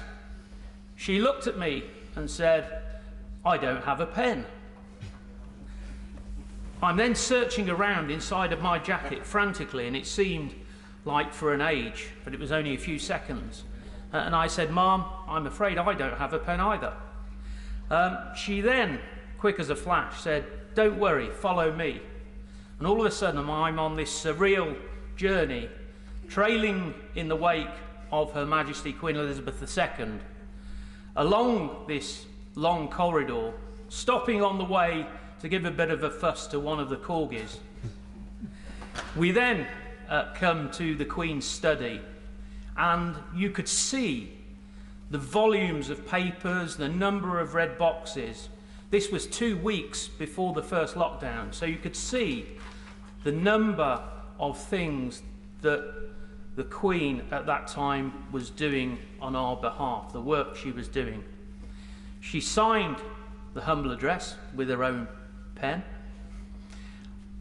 She then started to speak to me and ask me about my wife and my family, and it was fantastic. I came out of that room feeling on top of the world. Now, I feel that whether it probably a president, a prime minister, a school child that the Queen was speaking to on a school visit, or a patient in a hospital or a hospice, all of those people will have gone away with exactly the same feeling. That was one of Her Majesty's abiding qualities amongst many others. Thank you, ma'am, for your dedication and service to our nation. God save the King. Alison McGovern. Thank you, Mr. Deputy Speaker. And on behalf of everybody in the Wirral, particularly in my constituency, I extend our profound condolences to the royal family. We have all lost our Queen. They have lost a beloved family member, and we hold them in our hearts. As my friend, the Right Honourable Member for Wallasey, mentioned earlier, the Queen first visited my constituency in 1957, where she visited the famous Port Sunlight villages and the cottages, named the Duke of York cottages, named after her father. Since then, many in the Wirral have felt strongly about the Queen and have supported all that she has done. And Mr. Speaker, I want to talk above all else in favour of the Queen's constancy. The news of the end of Her late Majesty Queen Elizabeth's reign has felt like the ground we stand on shifting beneath our feet. All that we have known is changed. Down the years, our country has been drawn together in celebration and in sorrow by Her late Majesty, and it simply feels impossible to know how to react without her. She had a peerless understanding of the country that we love, hard-won through her life, which saw our country's growth, but also its emergence from the darkness of war. And I reflect on what her generation saw in all of them. They knew not only the pain of loss, but also the overwhelming devastation of war. And we've heard so often about that profoundly important visit to Ireland in 2011 and her role as a peace builder. The Queen's example to us all is that patient constancy, and that is the best path to change. In her 20s, she said she could not do what the men before her in her role who preceded her could do, but that unlike them, via modern communication, she could broadcast across nations. I think she was a fan of new technology, whether it was speaking to us all from the dawn of television, or whether it was just recently, again as we've heard, on Zoom, working from home during the pandemic. She was a marvel. And in politics, it seems so often that change comes too slowly, and when it does come, we fall back. So I ask myself, with relevance to the Queen's legacy, how is it that our country makes progress? And I think it's not that any individual can make progress by themselves, but rather it's in our institutions, those institutions that persist when individuals fail, that really shifts our country from darkness to the light. That's progress. And it's what Her late Majesty made with the constitutional role that was hers. She could always see what the future had on offer, and she built a path for us all. It has been utterly humbling to hear from leaders across the world, and I trust that global outpouring brings her family comfort. Our country is not perfect, but in Her late Majesty's example, we have seen not only the model of service, but also the never-ending hope in our future that sprung eternal on these islands through her reign. Long live the King. Philip Dunn. Thank you, Mr. Deputy Speaker. Today marks the end of an era, the modern Elizabethan era, the only monarch that I and almost everyone in this chamber and most of our nation have ever known. I join those who've spoken so movingly from across the House in mourning the death of our longest-serving sovereign, Her late Majesty Queen Elizabeth II, and pass on my condolences with those of my constituents from South Shropshire to members of the royal family who grieve her loss. We reflect today with a mixture of great sadness and sense of loss, but also remembering with great joy the inspiration which she gave in devoting her life to the service of others. Her first of 15 Prime Ministers heralded her accession to the throne as launching a golden age, a signal for a brightening salvation of the human scene. And so it proved in so many areas of human endeavour and achievement by her and her subjects over these past 70 years.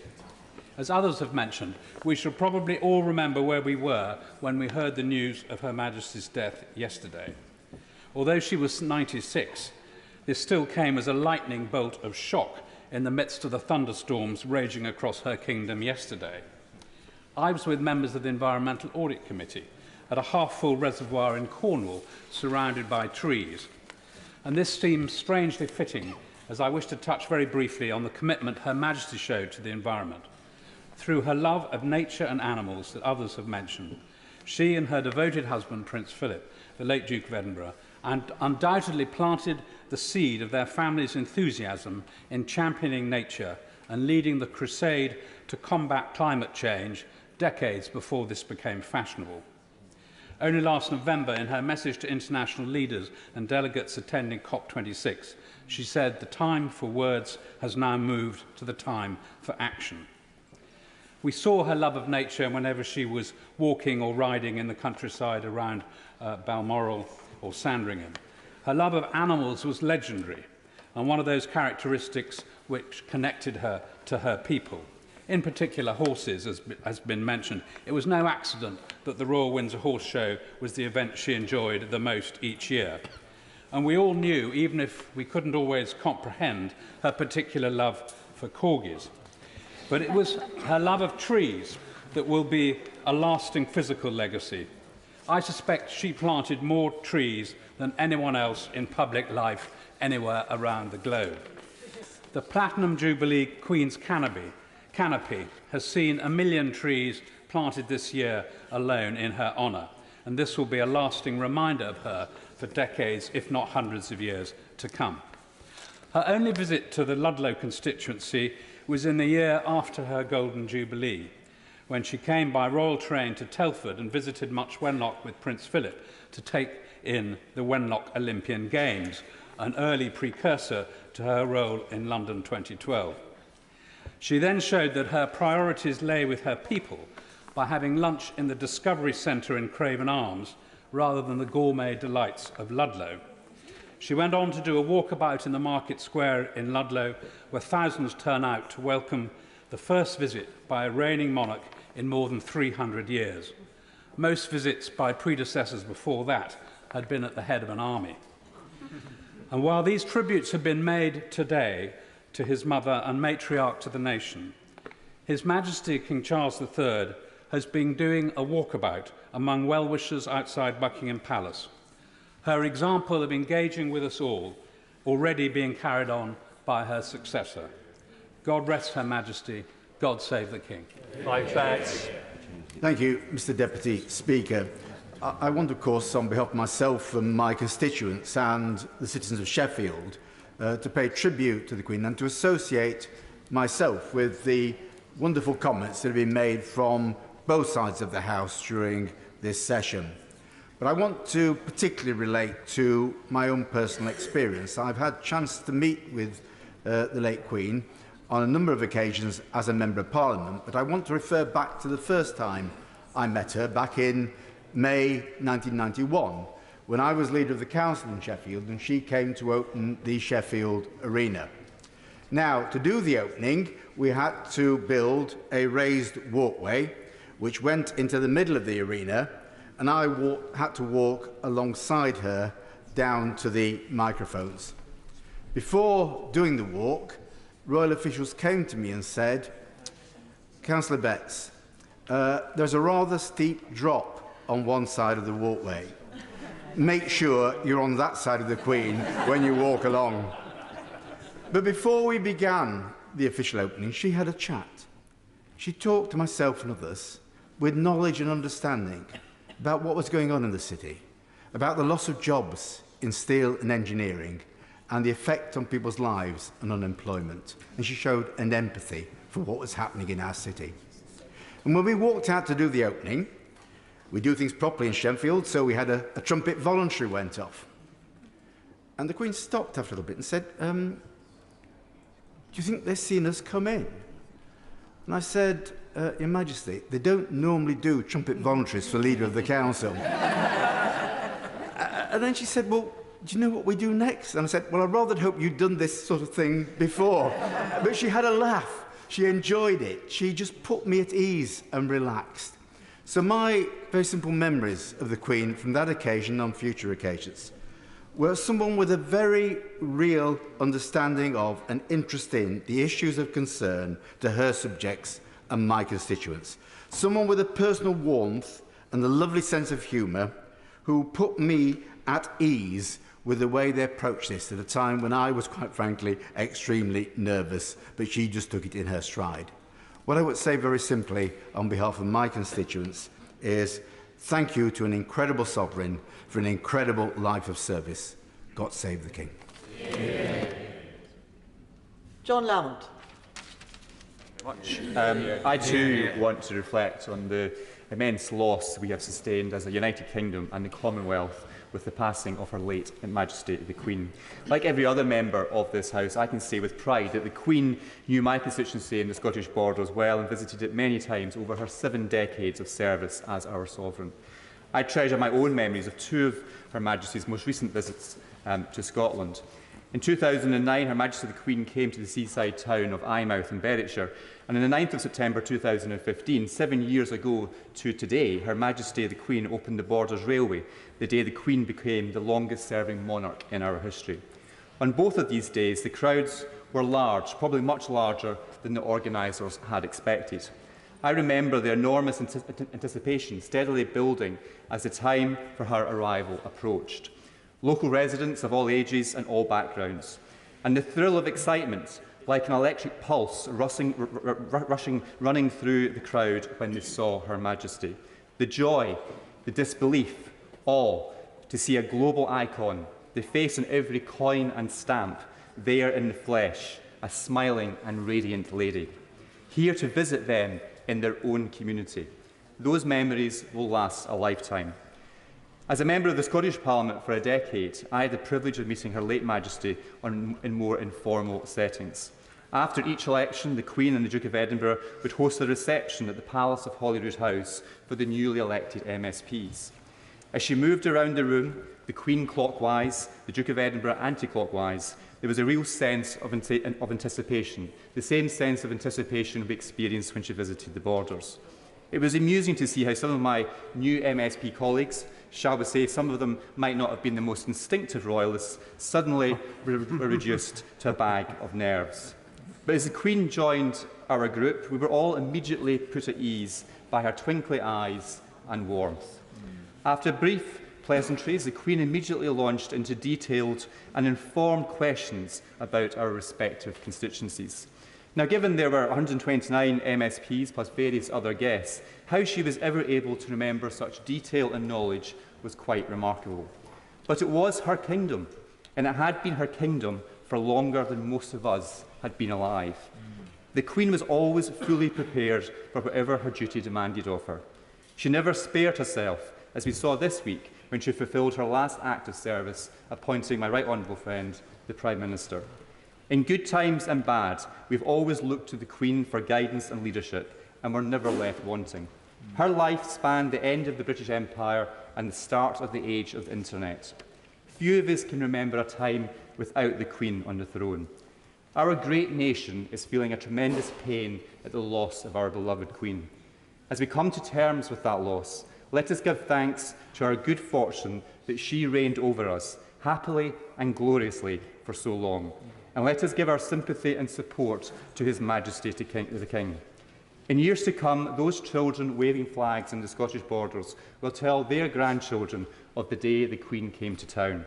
Each of them, each of us here, and all of our constituents will forever be able to say with pride that we are Elizabethans. God save the King. Order. As Mr. Speaker announced at the beginning of proceedings today, at approximately 6 p.m. the House will be suspended while His Majesty the King makes his broadcast to the nation. Members present will be able to watch that broadcast on screens in the chamber. We will then resume our proceedings to continue tributes. The House will now be suspended while the King makes his broadcast to the nation. The House is suspended. Order.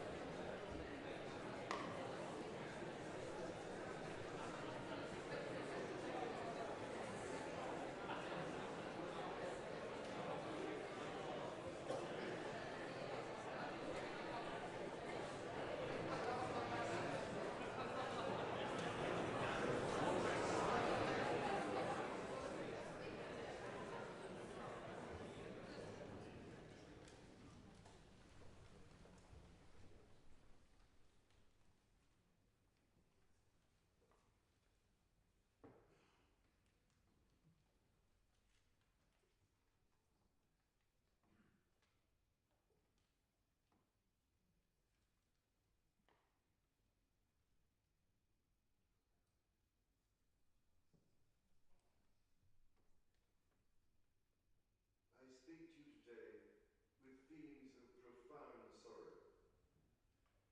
Throughout her life, Her Majesty the Queen, my beloved mother, was an inspiration, an example to me and to all my family. And we owe her the most heartfelt debt any family could owe to their mother, for her love, affection, guidance, understanding, and example. Queen Elizabeth was a life well lived, a promise with destiny kept, and she is mourned most deeply in her passing. That promise of lifelong service I renew to you all today. Alongside the personal grief that all my family are feeling, we also share with so many of you in the United Kingdom, in all the countries where the Queen was head of state, in the Commonwealth and across the world, a deep sense of gratitude for the more than 70 years in which my mother, as Queen, served the people of so many nations. In 1947, on her 21st birthday, she pledged in a broadcast from Cape Town to the Commonwealth to devote her life, whether it be short or long, to the service of her peoples. That was more than a promise.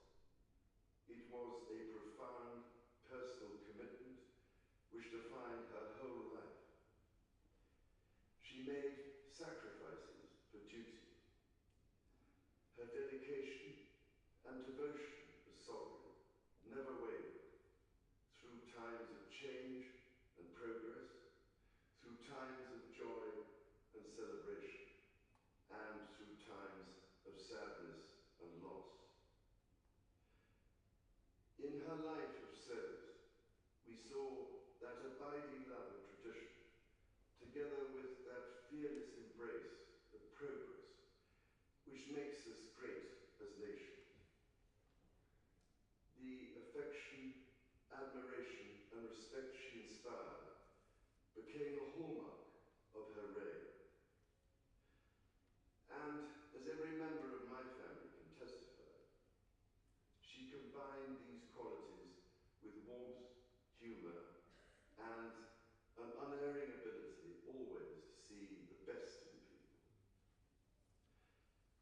I pay tribute to my mother's memory, and I honour her life of service. I know that her death brings great sadness to so many of you, and I share that sense of loss beyond measure with you all. When the Queen came to the throne, Britain and the world were still coping with the privations and aftermath of the Second World War, and still living by the conventions of earlier times. In the course of the last 70 years, we have seen our society become one of many cultures and many faiths. The institutions of the state have changed in turn.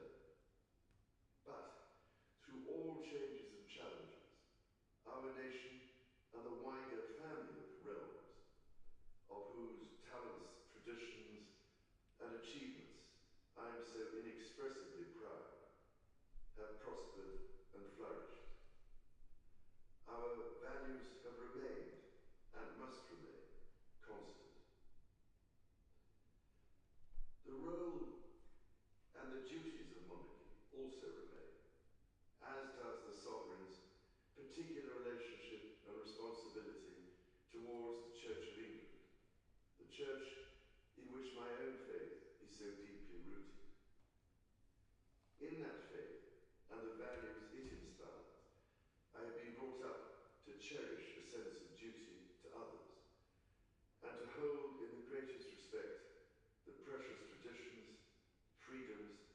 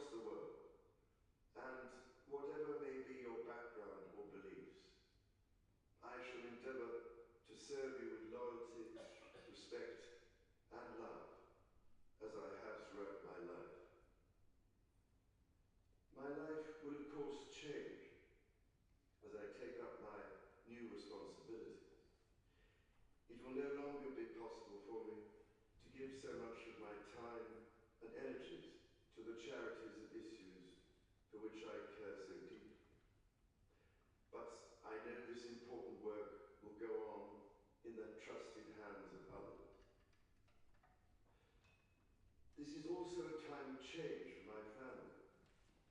I count on the loving help of my darling wife, Camilla. In recognition of her own loyal public service since our marriage 17 years ago, she becomes my Queen Consort. I know she will bring to the demands of her new role the steadfast devotion to duty on which I have come to rely so much. As my heir, William now assumes the Scottish titles which have meant so much to me. He succeeds me as Duke of Cornwall and takes on the responsibilities for the Duchy of Cornwall, which I have undertaken for more than 5 decades. Today, I am proud to create him Prince of Wales, to Cymru, the country whose title I've been so greatly privileged to bear during so much of my life and duty.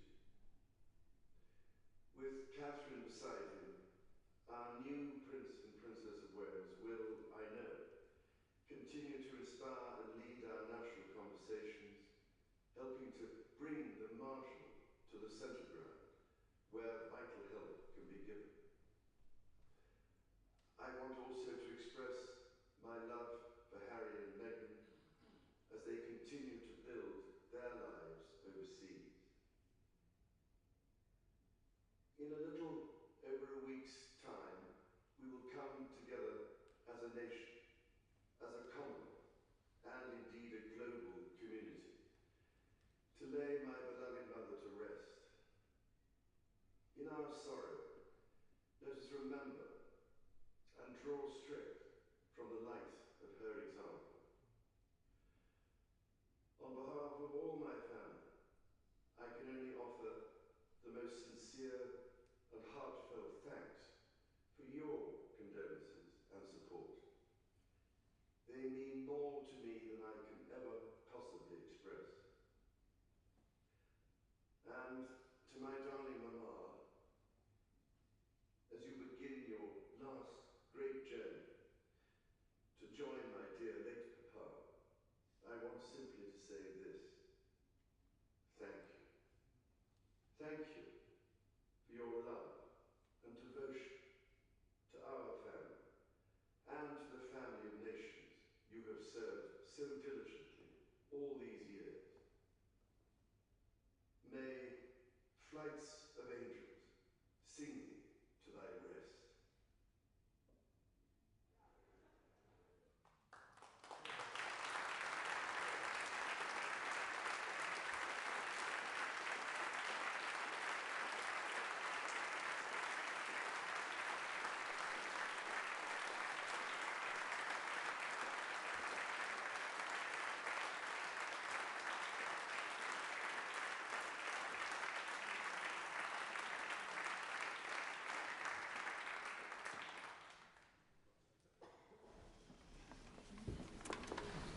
God save the King. God save the King. What a very moving address from our new monarch. And how privileged we are to sit here together in this chamber and witness his ascent to the throne. Let us continue now with tributes. Order. The sitting is resumed. The next tribute comes from Rosanna Allen-Khan. Thank you, Madam Deputy Speaker. And I am truly humbled to follow what was, quite frankly, one of the most beautiful outpourings of love I have ever had the pleasure of witnessing. I rise to add my tribute to Her Majesty Queen Elizabeth II on behalf of the people of Tooting who are united in grief. So many have been in touch with their own memories and stories, yet one word shines through again and again, and that is duty. This sense of duty underpinned everything she did. Some recall her service in the British Army when, at a time with invasion imminent, she could have fled to Canada. Instead, she stayed in London and put on a khaki uniform and a tin helmet. I remember best her service during the pandemic. Suffering the grief of the loss of her dear husband, Philip, she cut a lonely figure at his funeral as she observed social distancing. She embodied the pain that so many people were experiencing at the same time, and she led truly by example. She was a shining beacon of light in that dark moment and never once deviated from her duty. It is almost 20 years since Her Majesty visited St George's University in Tooting to see the work of aspiring doctors, nurses and meeting NHS staff. And I often see the plaque she unveiled of two hands clasped in friendship and mutual support when I'm there. We all need to hold each other's hands a little tighter and to hug our loved ones a little closer. I'm reminded very deeply of the story told by trauma surgeon David Knott after his return from the horrors of fleeing war-torn Aleppo. Meeting the Queen, the doctor was deeply distressed and could not face making polite conversation over lunch about his work. Sensing this in that special way that she did, the Queen touched his hand and brought forth a silver barrel of biscuits. These are for the dogs, she told him. And they proceeded to spend the lunch feeding the corgis under the table. There, she said, that's so much better than talking, isn't it? Such intuition, such emotional intelligence, such kindness. I mentioned Her Majesty's role in the war. As a young princess, during the darkest hours of World War II, she gave a BBC radio broadcast and said, "When the peace comes, it will be for us all. The children of today, to make the world of tomorrow a better place." And she did. She made our world a better place. She showed strength as a woman and the strength to shape modern Britain. So let us commit to carry on that spirit of service and, above all, duty. Duty to our constituents, duty to our country, and to making the world a better place. Thank you. Andrew Selous. Thank you very much, Madam Deputy Speaker. And tonight the good people of Bedfordshire are grieving so deeply because they loved their Queen so dearly.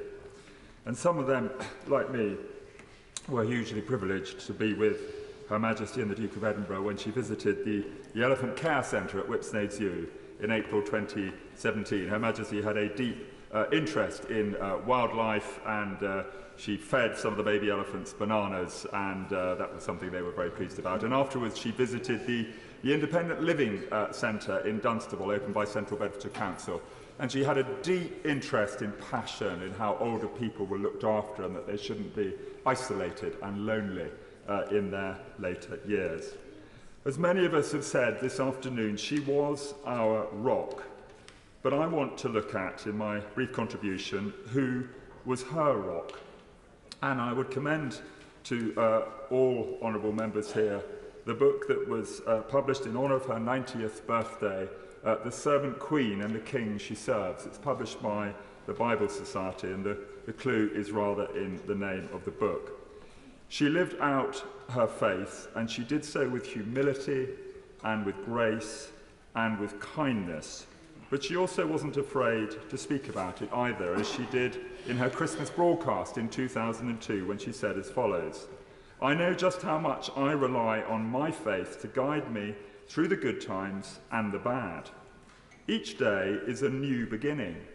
I know that the only way to live my life is to do what is right, to take the long view, to give of my best in all that the day brings, and to put my trust in God.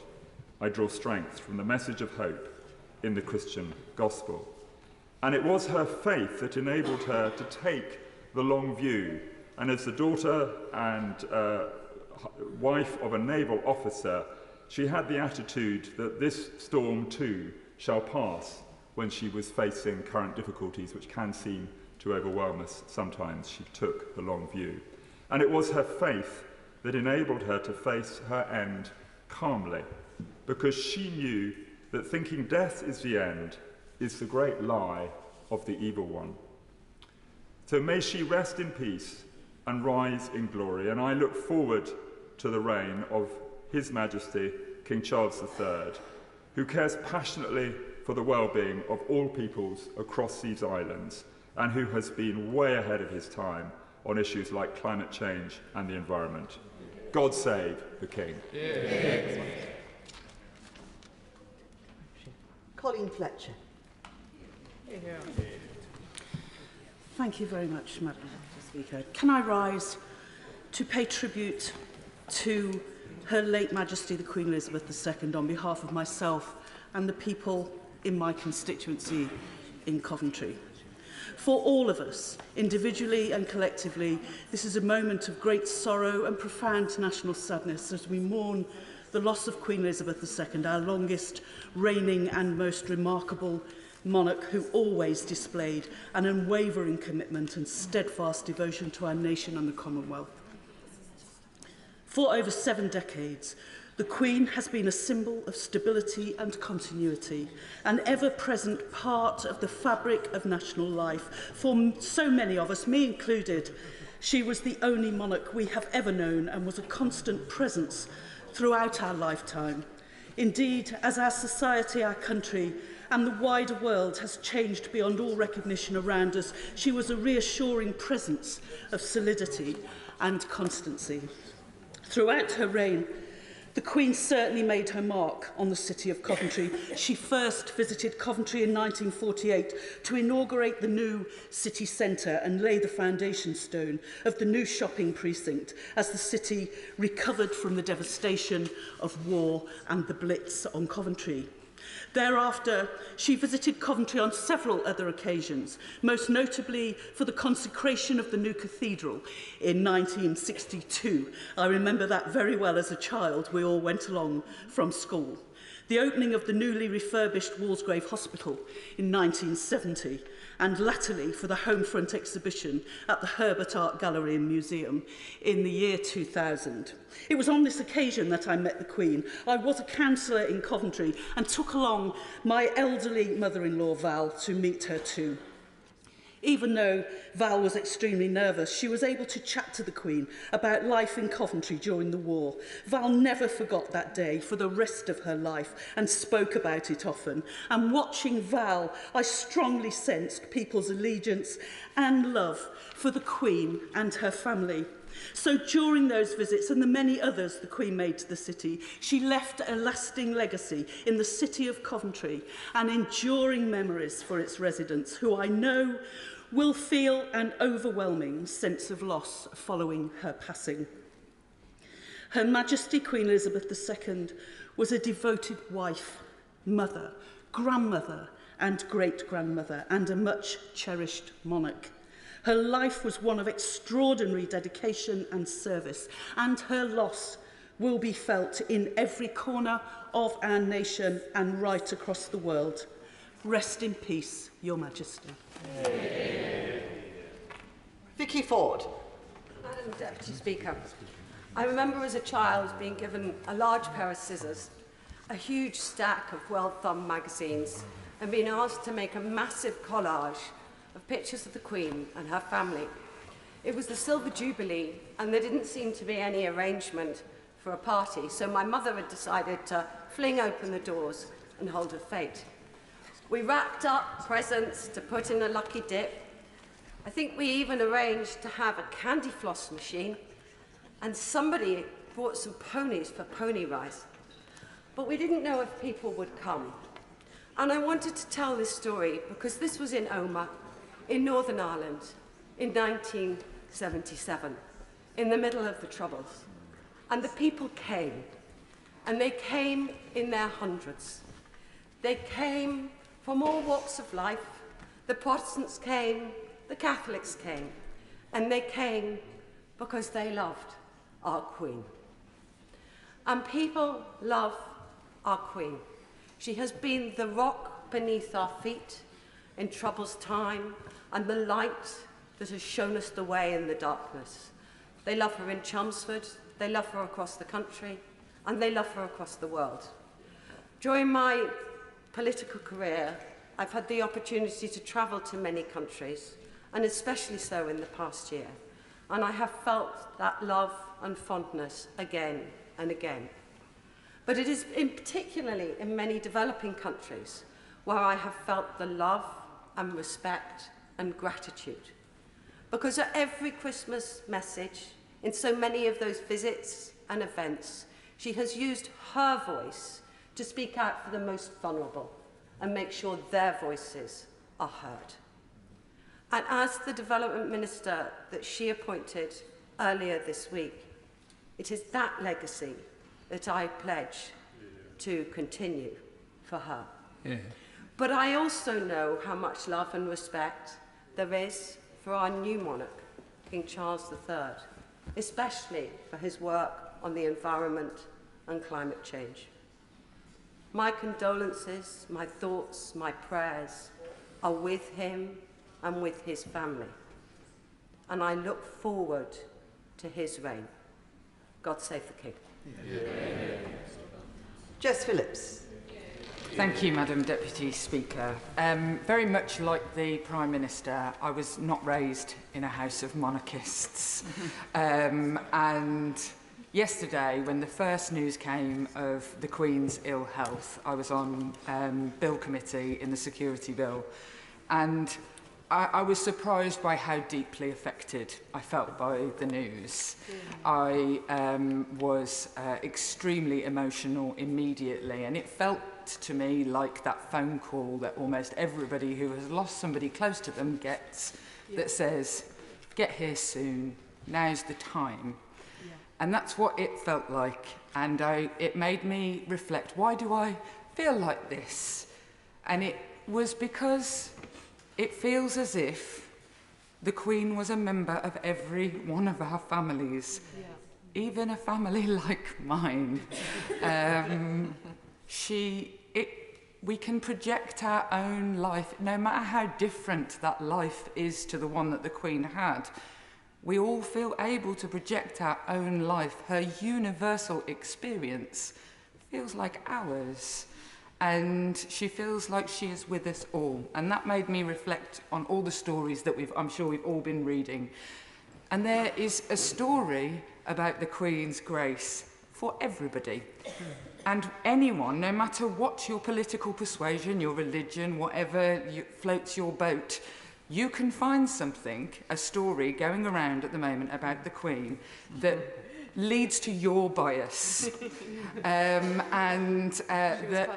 She was clever like that. It's a credible skill, and shows what an icon and a diplomat she was. You can see her as a traditionalist. You can see her as a modernist. You can see her as somebody with deep faith. You can see her as somebody who represented, well, people without a faith. But what I have found is that the Queen was a feminist. And this is the brilliant story about the Crown Prince of Saudi Arabia being driven around very, very, quite roughly by the Queen around the Balmoral estate when women in Saudi Arabia were not allowed to drive, is one of my top stories. But I saw this story and it said, when the Queen came to open the Rolls building, she was ushered into a room in which we were waiting, in which waiting were all the judges. She looked at the ermine-clad ranks of Chancery judges, smiled and crisply said, "Where are the women?" A look of panic crossed multiple faces until someone saw 3 female Chancery District judges in a dark corner. "There they are," he shouted. So the Queen went to talk to them. What a woman, what a leader, that everybody, no matter what sort of family they grew up in, no matter which bit of the world, everybody feels that they have a tiny little bit of her with us. God rest the Queen. Alberto Costa. Thank you, Madam Deputy Speaker. In April 2017, as MP for South Leicestershire, I had the honour of meeting Her late Majesty the Queen and His late Highness Prince Philip when the Queen hosted lunch for a small gathering at St Martin's House in Leicester following the Royal Maundy service in Leicester Cathedral.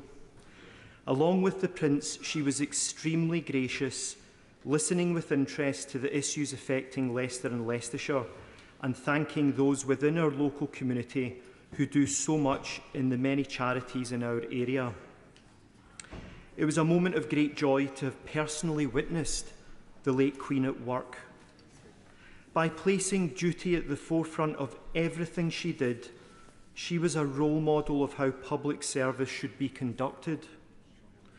Madam Deputy Speaker, on behalf of the Chairman and Councillors of the Town and Parish Councils of South Leicestershire, the Chairman of Harbour District Council, Councillor Neil Bannister, and his fellow Harbour councillors, the Chairman of Blaby District Councillor, Councillor Ian Hewson, the Leicestershire County Councillors of my constituency, on behalf of all my constituents and of my family, my wife Maria, daughter Sophie, and son Alexander, as the Member of Parliament for South Leicestershire, I want to give thanks for the 7 decades of public service given by our late Queen, and may I express my sincere condolences to His Majesty the King and the royal family. God save the King. Liz Kendall. On behalf of the people of Leicester West, I would like to send our deepest sympathy and condolences to His Majesty the King and the royal family. They have lost their mother, grandmother, and great-grandmother, as well as their sovereign. And I hope the fact the whole nation grieves alongside them provides some small comfort at this difficult time. Queen Elizabeth was a simply remarkable public servant, unparalleled in our lifetime, who always put her people and country first. She dedicated her life to duty and to others. It was never, ever about herself. And I think it is this selfless service why she holds such a unique place in our history and hearts, and what she'll be remembered for most of all. Her astonishing reign saw changes unimaginable 70 years ago. Her constant calm presence gave us stability through turbulent times, and her words of wisdom provided perspective and strengthened our resolve. I think in particular of her address to the nation during the COVID pandemic. The Queen reminded us how families had been separated during the Second World War, that this was painful, but the right thing to do. And she also rightly said this challenge was different from the war, because in this instance, we would join with nations across the globe in a common endeavour to beat the virus. There is nothing more powerful than hope for a better future, and that better days lie ahead. And that is what the Queen gave us so many times. Finally, many honourable members will know that I represent a very diverse constituency. And as my honourable friend, the member for Leicester South, said, we were absolutely thrilled when the Queen decided to begin her Diamond Jubilee tour in Leicester 10 years ago. Her Majesty's loss will be felt in every community and by those of every faith, as well as those with none. Christian, Hindu, Sikh, Muslim, Jewish and Jain, the Queen stood for the values we all share, for what we hold in common, not what divides us. As does His Majesty the King. I saw this when he visited the Narborough Road in my constituency, often called the most diverse street in the country, with more than 20 different nationalities along the way. It was a huge day, and he was welcomed with excitement, joy, and open arms, as I'm sure he will be as our new king. It just remains for me to send my constituents' thoughts and prayers to the royal family, our thanks to the late Queen for all she gave, and to say on behalf of us all, long live King Charles III. Yeah. Helen Whately. Thank you, Madam Deputy Speaker. On behalf of my constituents of Faversham and Mid-Kent, I will echo the moving words we just heard from King Charles III. Your late Majesty the Queen, thank you, and may you rest in peace. A rest truly earned through a lifetime of service. Most of us across our country cannot remember a time before Her Majesty Queen Elizabeth. She has been a constant in a changing and often dangerous world, a source of strength and steadfastness. A leader by example with the courage to carry on whatever the storm. And she showed us that strength and courage need not be at the expense of kindness or indeed humour. And she touched the lives of so many people in the UK and around the world, old and young alike. I am sure we have all been asked when visiting primary schools, have you met the Queen? In fact, more often than we're asked, have you met the Prime Minister? Sadly, my answer to the first of those questions has always been no. But I do have something that I'm very personally grateful to her for. During the pandemic, Her Majesty the Queen addressed the nation. It was a dark time, and I remember her address very well, not only for the compassion and hope she expressed, but for one particular detail. As Care Minister, I was endeavouring to get social care staff thought of and talked about on a par with staff in the NHS. When I heard the Queen was going to make an address, I sought to get a message to her. I don't know to this day if it reached her, but what mattered is when she got to that section of her address, when she spoke of healthcare staff, she spoke of health and social care staff in the same breath. And she realised how important her words would be to those care workers across the country. And that brought tears to my eyes. After the bleak time of the pandemic, she then brought our communities together for her Jubilee, a joyful celebration of what we have in common. As a nation, we mourn her, but her family are first and foremost in my thoughts as they mourn a mother, a grandmother, and a great-grandmother. I wish them strength and solace in a life so long and well lived. And our thoughts are with our new King. We know he will serve with passion and dedication, and on behalf of my constituents, I wish him strength and good fortune as he takes on the responsibilities of our head of state. Long live the King. Barry Gardner. This morning I was walking to the station at Wembley Central and an Afghan lady stopped me. Her English was, well, let's just say it wasn't much better than my Pashtun, but through her accent I heard her say, "You are MP, yes?" I said I was and asked if I could help her in any way. She shook her head and left me confused because I thought I heard her say, "I at Green Party. Sorry." Then she moved on. It took me a few moments to work out what she was actually saying. She wasn't making a statement about her political affiliation, but saying that she had been at the Queen's Party, one of the glorious street parties we held in Brent for the Platinum Jubilee. And in that simple word, sorry, she wanted to express her condolences and share her own sorrow at the death of Her late Majesty the Queen. In Brent, we like to claim that we're the most diverse place in the world. It may even be true. We speak more than 160 languages around the dinner tables. We've welcomed generations of immigrants, people who came to build a better life for their children, asylum seekers, like that lady from Afghanistan. She spoke for every one of my constituents in Brent when she said, "I at Queen's Party. Sorry."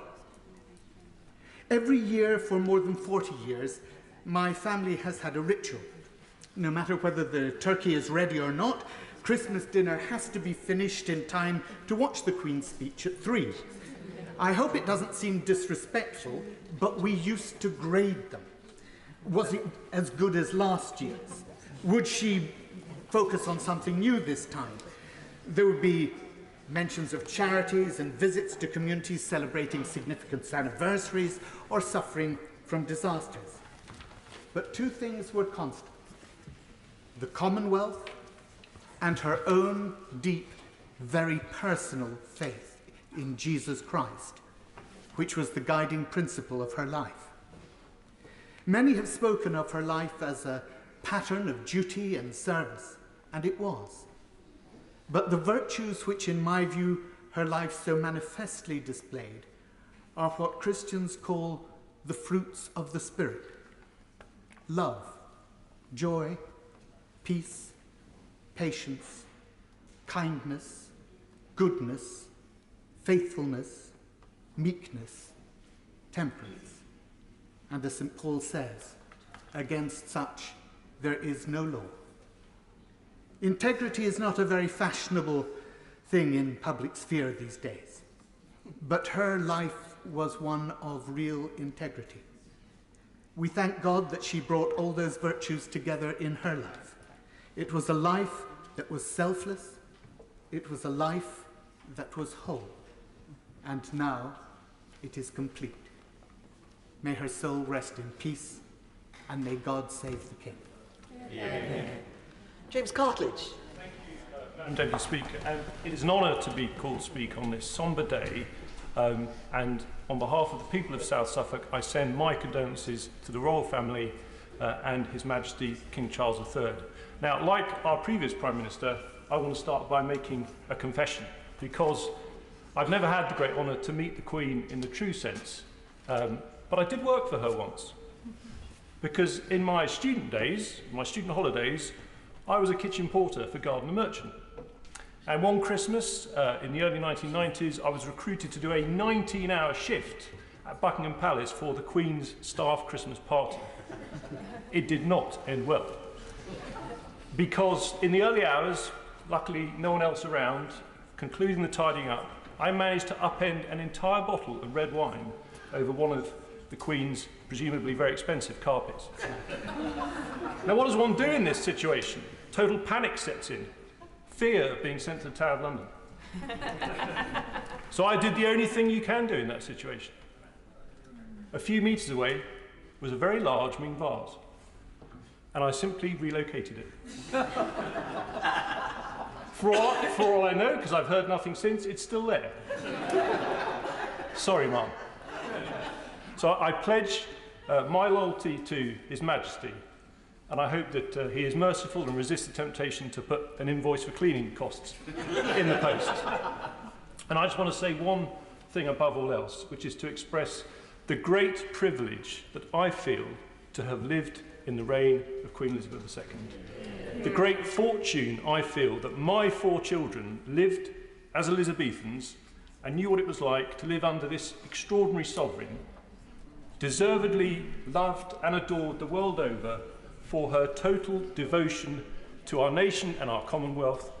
May she rest in peace, supported in her sleep by our eternal love and affection. God save the King. Yeah. Leila Moran. Thank you, Madam Deputy Speaker, and it is a true honour to be able to pay tribute to the late Queen Elizabeth II on behalf of my constituents in Oxford West and Abingdon. And I restate the deep sorrow and sadness that many have already expressed. The ties between the Queen and the community were strong indeed. In every milestone of her reign, Abingdon celebrated with an eccentric and much-loved bun throwing, and she was a regular visitor to our area. She inspected a military parade at RAF Abingdon in 1968. She opened Sophos at Abingdon Science Park in 2004 and reopened the Ashmolean Museum in Oxford after its refurbishment in 2009.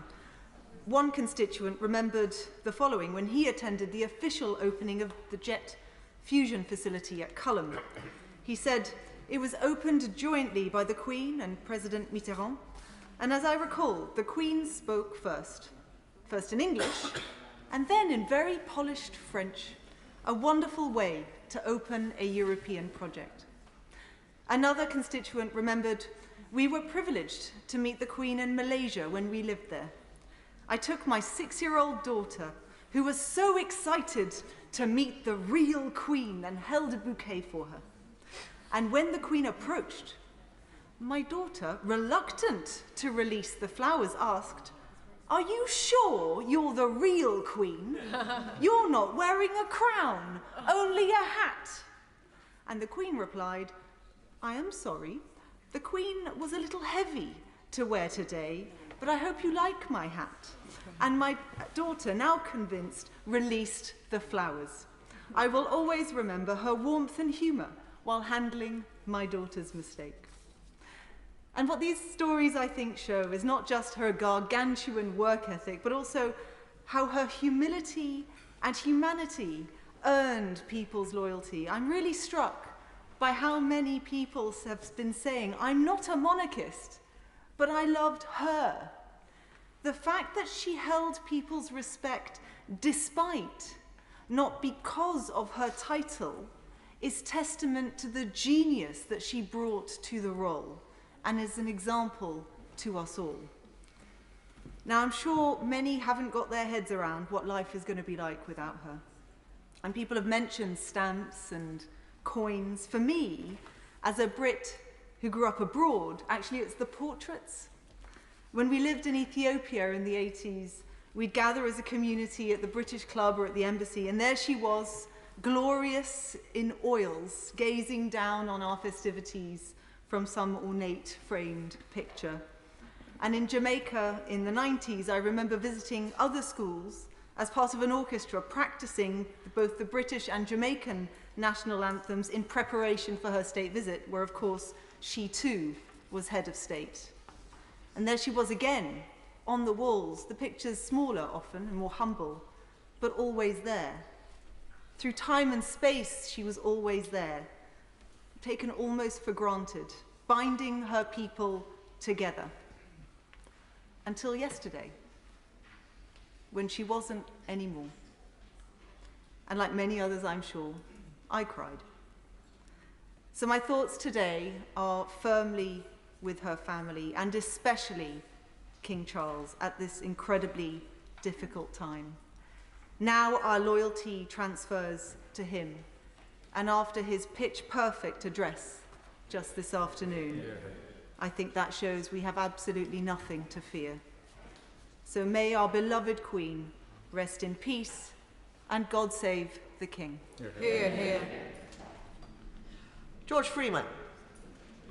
Thank you, Madam Deputy Speaker. On behalf of the people of Mid-Norfolk, I want to send our deepest condolences to all the royal family, Her late Majesty's many friends and the royal household, and echo the comments of the previous speaker and pay tribute to the King's spine-tingling tribute to his mother we heard a little earlier. This news has stopped the country in its tracks. All of us, as many colleagues have said, whether we were lucky enough to have met Her Majesty or not, feel that we've lost our own much-loved grandmother, but also something very precious, a part of us, a part of our nation. We stopped the clocks and the political debates out of profound respect for our longest-serving monarch, who, as head of state on the throne, has guided our nation through the most extraordinary 70 years, celebrated in the Jubilee so sincerely by a grateful nation earlier this year, and how wonderful that she had a chance to see that gratitude. But our nation also mourns a remarkable woman who has become, quite simply, as my right honourable friend the Prime Minister put it, this nation's rock. As the mother, grandmother, great-grandmother and figurehead not just of the royal family, but to all her subjects, regardless of faith, race or any other creed, across this great nation. Through tumultuous times, she has been a shining beacon of dedication to duty, office, public service and nationhood, the exemplary spirit and embodiment of the very best of the United Kingdom, a unifying sea anchor stabilising our ship of state in often turbulent seas, always cheered, as today, by massed crowds wherever she travelled, nowhere more, may I say, than in her beloved county, royal county of Norfolk, where, through her home at Sandringham, she and her family have always been held proudly in very close affection and esteem, not least by the many serving and former members of the armed forces, in our county and country, and which it's been the privilege of my life to represent in her parliaments and serve as a Minister of the Crown under her last 3 Prime Ministers.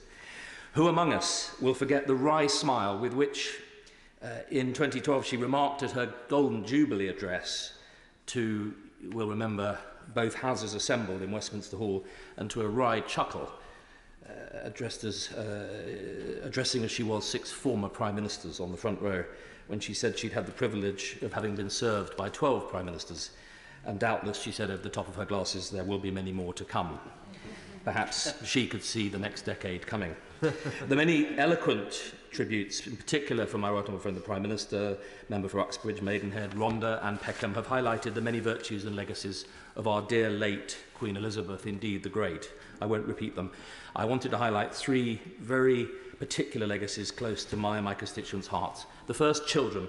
The Queen understood and believed deeply that all of us in public office have a special duty to the children who are our future. They can't vote or make their case in this chamber. They need us to speak for them. And as she famously said, children teach us all a lesson, just as the Christmas story does, that in the birth of a child there is a new dawn with endless potential. And her duty in the cause of children around this country is legendary.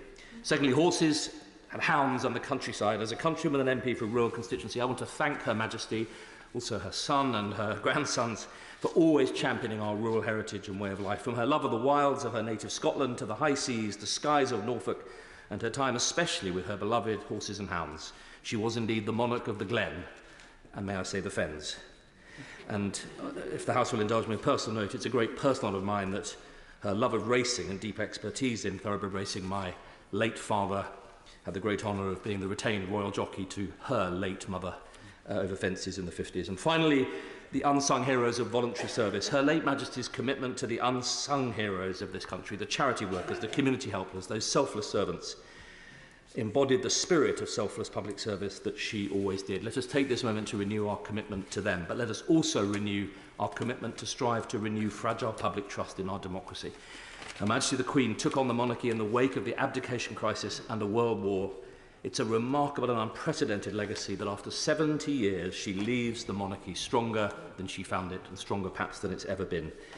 God bless Your Majesty. May she rest in eternal peace, and may God save the King. Rebecca Long-Bailey. Thank you, Madam Deputy Speaker. On behalf of my constituents in Salford and Eccles, it's an honour to pay tribute to Her late Majesty the Queen Elizabeth II and to send our heartfelt condolences, love and prayers to her family, the royal household, all who loved her and the nation at this sad time. It's undeniable that she served us with unrelenting duty, dignity and kindness. Her dedication to uniting us all was a beacon of goodness through her long reign, and she never failed to lift us up through the hard times and through the good times.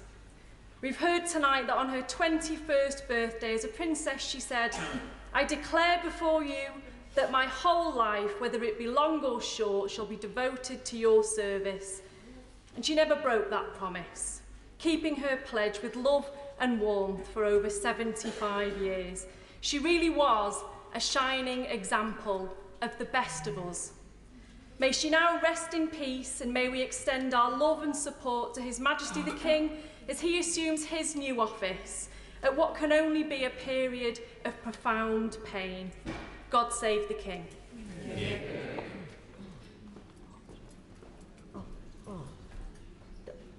I have to say, the reason for my hesitation is that there are several people who I had intended to call, and I find that they're not present, which is most unfortunate for them. Most unfortunate for them. There are 4 people. I will tell them later who they are. So instead, we'll go to Hugh Merriman. Thank you, Madam Deputy Speaker, and I rise at this sombre time to represent my constituents in East Sussex to send our condolences to the royal family for their deep loss of Her late Majesty the Queen. East Sussex was a county that Her Majesty visited many times. She helped to commemorate the 900th year of the Norman invasion, visiting Pevensey Bay where William the Conqueror first landed, and then going to Battle Town, where the Battle of Hastings took place. For many, we are not just mourning a glorious reign of public service for the last 70 years, we're also mourning the loss of the one constant to have glued together our past and the present.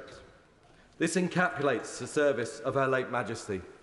She represented the historic traditions of the past, but she also sought to champion and support the ideas of the future and the generations to come.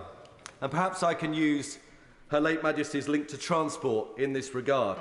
There are many modes to which she would be remembered in land, air and sea, but I would like to go to the London Underground. As a 13-year-old, in 1939, then Princess Elizabeth joined her sister Princess Margaret for her first trip on the London Underground. According to the network staff magazine Penny Fair, they reported both princesses were greatly interested in the escalators, automatic ticket machines and automatic doors. Despite their status, the princesses sat in the third-class smoking carriage of the District Line train. A further trip 30 years later on the Underground was to mark the opening of the Victoria Line. There she operated the controls in the cab of the first train on that line, going from Green Park to Oxford Circus. It being the first tube line to be automatically operated, the Queen could be said to be its very first driver.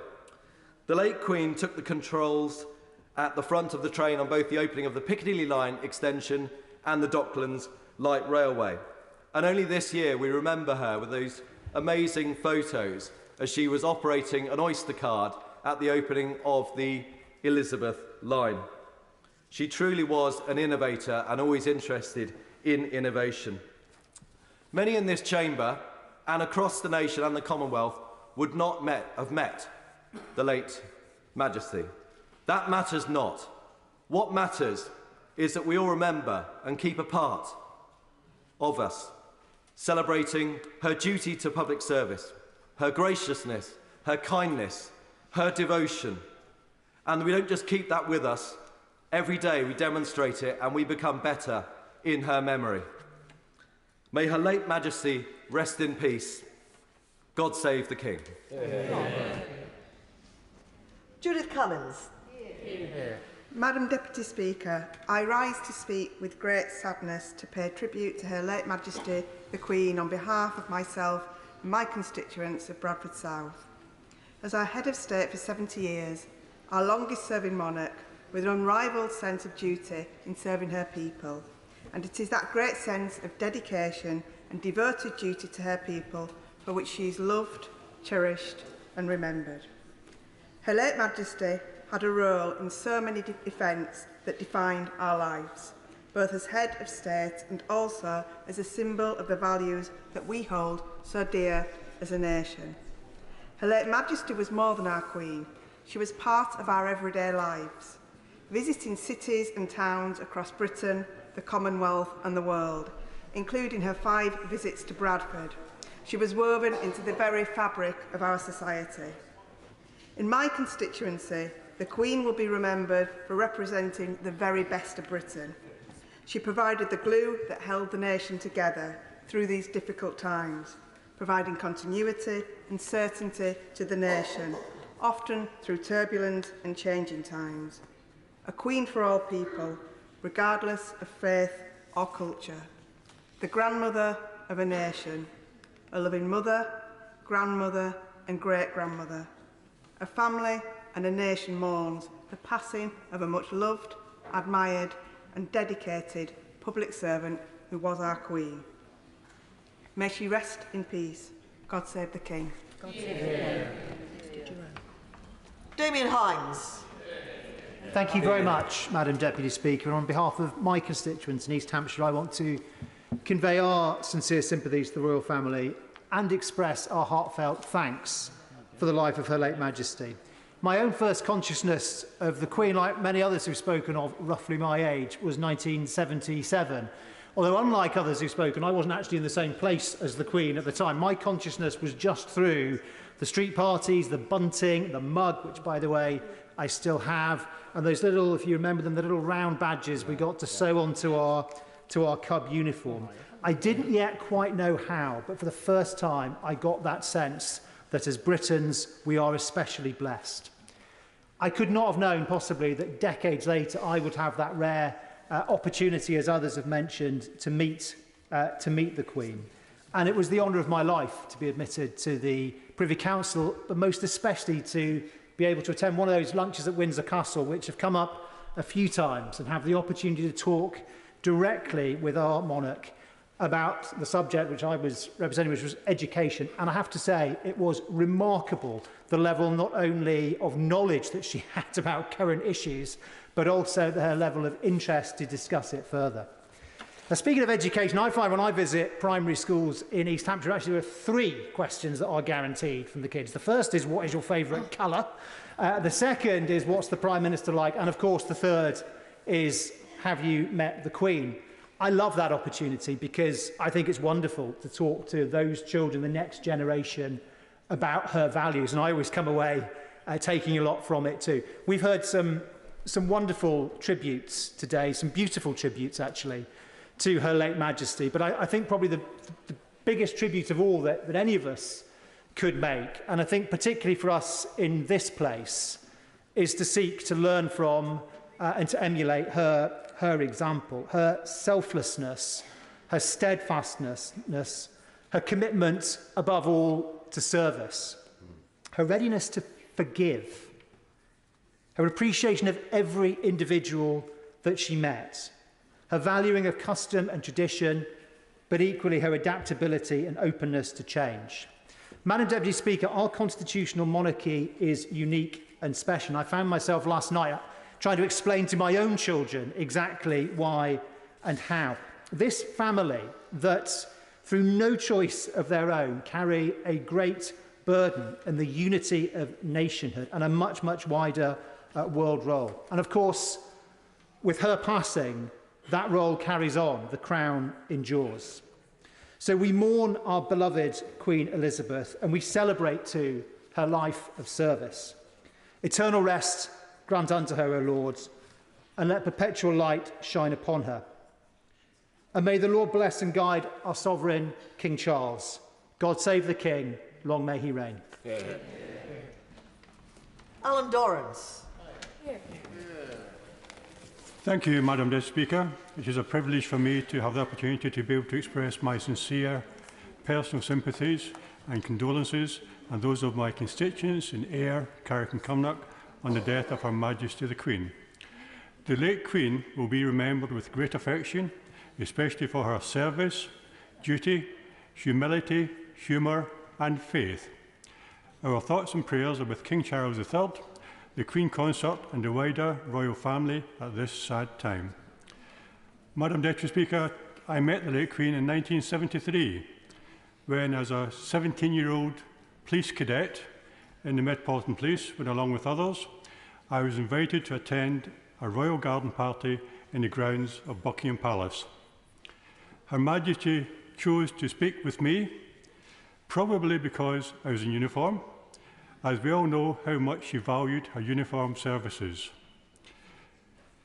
Her royal presence, her smile and gentleness left a lasting impression on me. A few years later, when I was attested as a police constable, I took an oath of allegiance, which contained the words, "I will well and truly serve the Queen in the office of constable, with fairness, integrity, diligence and impartiality, upholding fundamental human rights and according equal respect to all people." Madam Deputy Speaker, those words from me encapsulate many of the values and virtues and leadership qualities so clearly displayed by the Queen throughout her long and illustrious reign.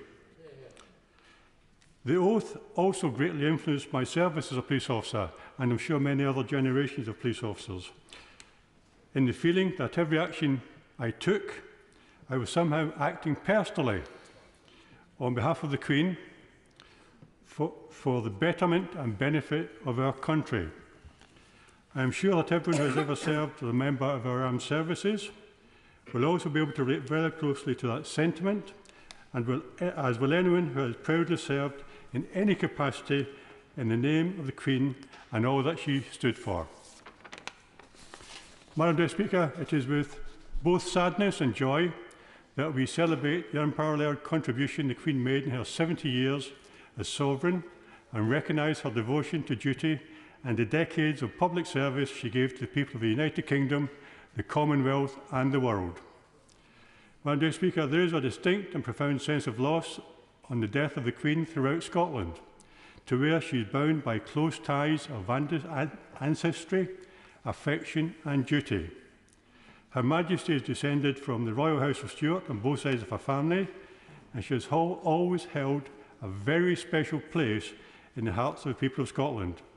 And I know Her Majesty also held a similar affection for Scotland, its culture and its people.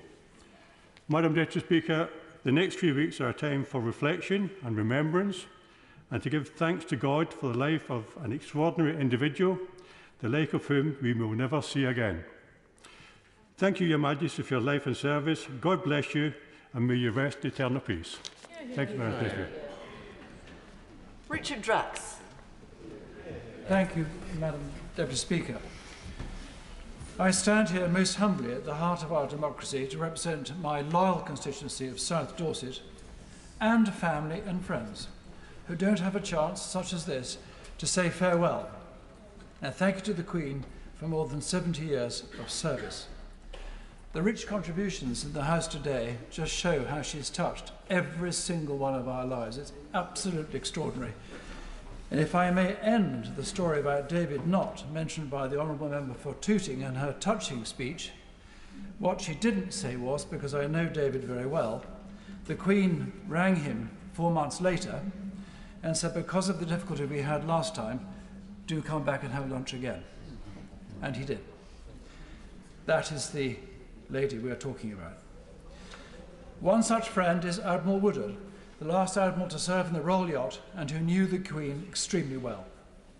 Sadly, he lies very ill in hospital, but I know that both he and his devoted wife, Rosie, want me to tell you just what a kind, remarkable and dutiful woman the Queen was, and how she will be sorely missed. None of us will forget what happens at momentous events where we are. I was returning from Birmingham from a meeting with the Defence Committee where we went to go and see Boeing. I felt like everyone in this House and all the eloquent and excellent speeches I've heard, and millions across the world, an overwhelming feeling of loss. It was personal. We've heard that so many times tonight, and shockingly real. I was fortunate enough to have the honour to serve the Queen for 9 years in the Army, meeting her twice, participating in her unique birthday parade on 2 occasions. There was not a guardsman that would not have followed the Queen to hell and back had she ordered it. Such was the affection they had for her. And on that note, allow me to tell you a very short story. As I returned to Wellington Barracks one morning, I looked into the company office and the company clerk was sitting behind his typewriter. He was covered in bruises. It looked as if he'd run into a brick wall at 90 miles an hour. I said to him, "What on earth happened to you?" In a deadpan voice, the clerk explained he'd taken his wife out to the pub when 3 troublemakers entered. During the evening, these troublemakers picked a fight with the couple and began to insult his wife. I intervened and I said, "I quite understand, I can understand, I see what happened." He said, no, sir, you don't understand.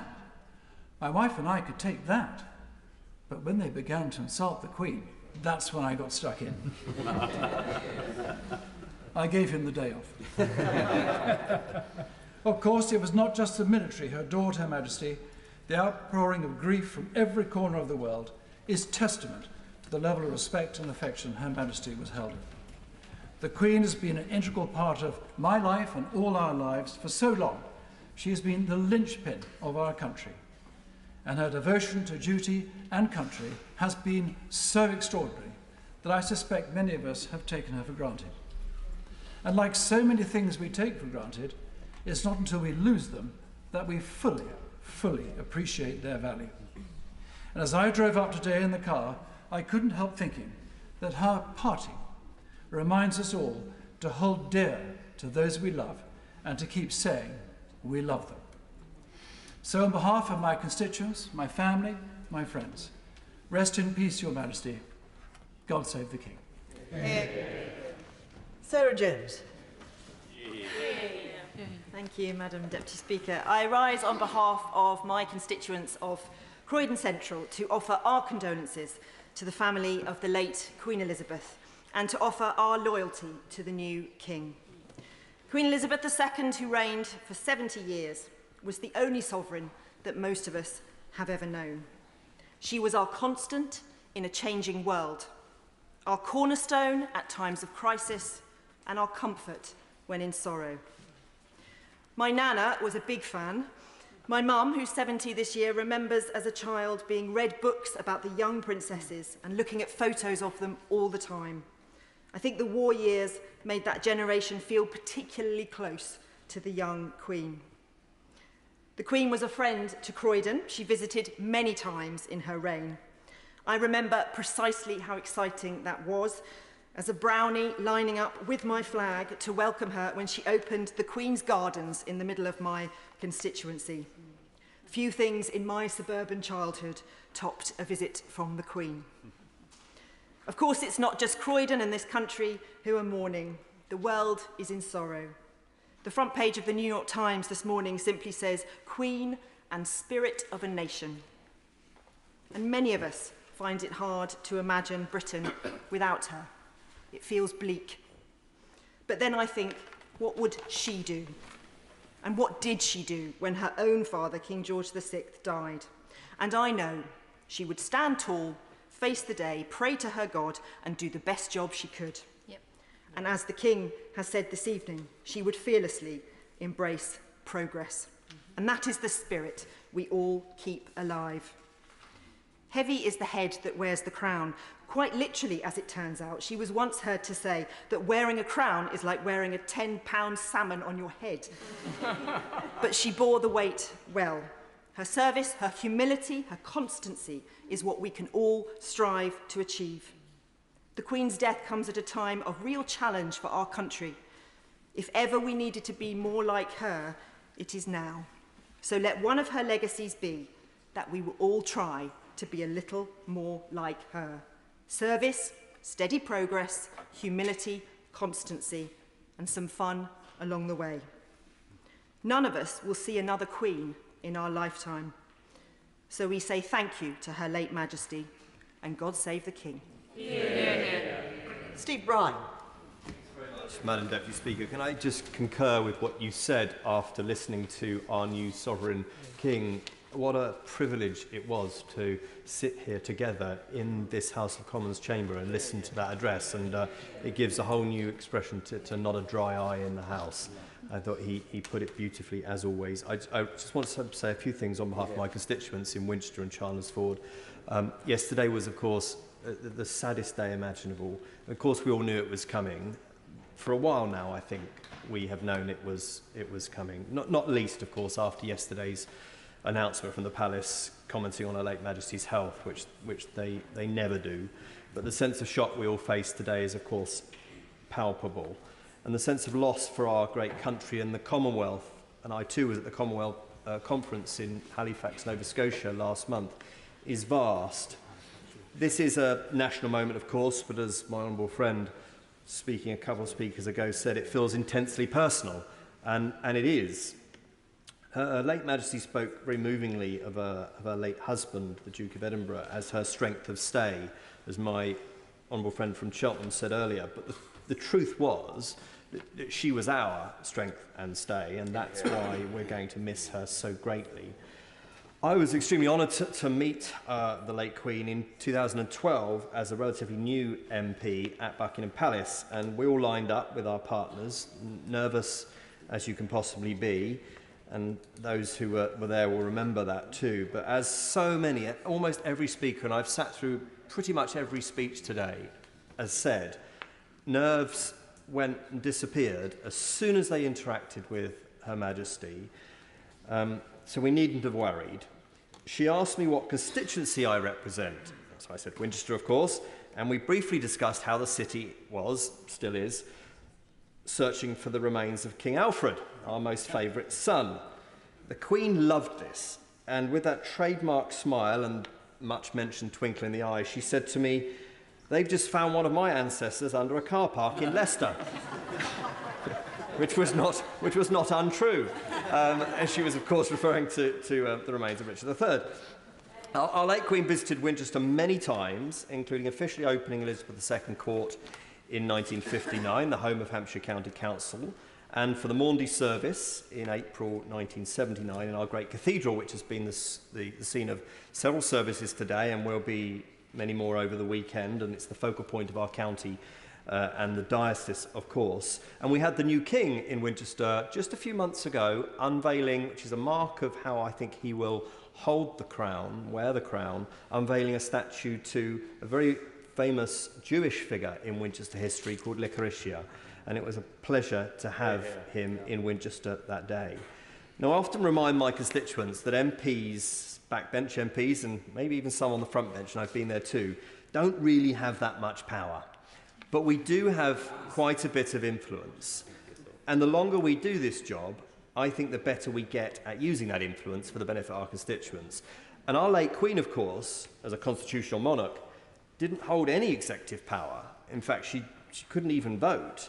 But boy, did she wield great influence through her vast experience, which we've heard about from her Prime Minister and her former Prime Ministers, her knowledge and the commanding respect she had all over the world. There's been a lot of replaying overnight of the words spoken by the young Princess Elizabeth on her 21st birthday while in South Africa. And the famous section of that speech, of course, was whether my life be long or short, shall be devoted to the service of our imperial family. But she then went on to a lesser-known passage which said, "But I shall not have the strength to carry out this resolution alone unless you join in it with me, as I now invite you to do." And I've always been struck by that comment as incredibly revealing and brave, because I think our then future Queen was saying, I don't embody the divine right of kings and queens, so fabled, of course, in British history. I have to earn it and I have to keep it. I need your support. And I think she reigned in that spirit every single day of her 70 years, never lost in the majesty of it all, as some of her very famous predecessors, always knowing that she had to draw that strength from the support of her people, and always knowing that she had to constantly be seen to be believed. And maybe those two famous appearances on the balcony of Buckingham Palace at either end of the fabulous Platinum Jubilee weekend earlier this summer showed that right until almost the very end, she knew that she had to be seen to be believed. And I'm so glad that the country and the world had those incredible moments. We've heard a lot today, just finally, Madam Deputy Speaker, about school children and how they ask us if we've ever met the Queen. And I get that too. But I had a school here probably a decade ago when I was a relatively new MP. And as we were leaving, one of the school children said to me, "Mr. Bryan, can I just ask you a question that I didn't want to ask in front of all the children?" And I said, "Yes, of course." And this young lad said to me, "How did God save the Queen?" And I still maintain it's the best question I've ever been asked. And for those who want, the answer was, that's one for your teachers. But maybe our late Sovereign Lady now knows the answer to that. As a Christian in this House, I believe everyone, whether they live on this planet a matter of hours or 96 hugely influential years, as one of the most famous people ever to walk the planet, I think they change our world by their presence in it. We are so lucky, as people have said today, to have had Queen Elizabeth II in our lives, and we are changed by it and will ever more be so. So thank you, Queen Elizabeth II. It's been a privilege. God save the King. Yeah. Toby Perkins. Thank you very much, Madam Deputy Speaker. I rise to speak on behalf of the people of Chesterfield and Staveley, who share the shock, sadness and pride at the passing of our beloved late Queen Elizabeth II, and to send our condolences to King Charles III, who spoke so well just a few moments ago. Last night, prayers at St Michael's Church in Brimington were dedicated to Her late Majesty, and the bells on the famous crooked spire will be ringing muffled tones of mourning. Books of condolence have already been set up in Chesterfield Borough Council's contact centre, and others are appearing across the borough as our town citizens come out to send their respect and regards to a truly remarkable woman who has embodied our nation as our monarch for 70 years.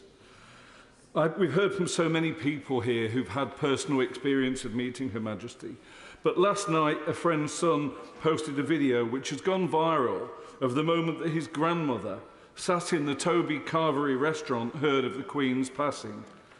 Uncontrollably, she sobs. In the background, you can hear her son's bewilderment. But you never even knew her mother. But the British people didn't have to meet our Queen to feel that we knew her, or to feel bereaved at her loss. She was indeed a friend to so very many of us. She's been the constant throughout our lives, at every celebration and grand occasion naturally, but more crucially in times of peril, worry and heartbreak. It was Her Majesty the Queen that we looked to. The Queen promised on her coronation to serve our nation faithfully, and the dedication, wisdom and fortitude that she's shown throughout every day of that service has inspired so many of us. She loved our country, the 4 nations that make up our United Kingdom individually and collectively, and she took great pride in the Commonwealth as she helped lead our nation through its changing place in the world, from being the head of the British Empire to the Commonwealth to a prominent nation at the head of the EU and subsequently into our post-Brexit future. She led us through 2 painful and divisive referendums without ever breaking her famous political impartiality.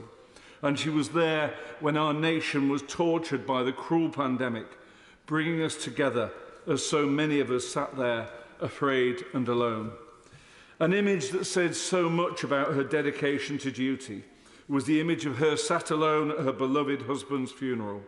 No one would have begrudged her being sat with a family member, but it was typical that she would want the world to see that she was also subject to the same restrictions so painfully being observed by her people. In closing, I'd like to say that we should all remember that Her late Majesty's family are grieving right now, yet forced at this most painful moment to grieve in public. Those organs of the press who believe they are defending Her Majesty the Queen by attacking her children or her grandchildren, or claiming to know better than they do how her family should grieve, do our nation and our royal family a huge disservice. The people of Chesterfield will always take pride in her selfless devotion and wish His Majesty King Charles III a long, happy and successful reign. God save the King. Rebecca Parr. Thank you, Madam Deputy Speaker. And I'm absolutely honoured to be able to pay tribute for the remarkable life of Her Majesty, who has touched all of our hearts in so many ways, bringing comfort and guidance to all of us whenever it is needed.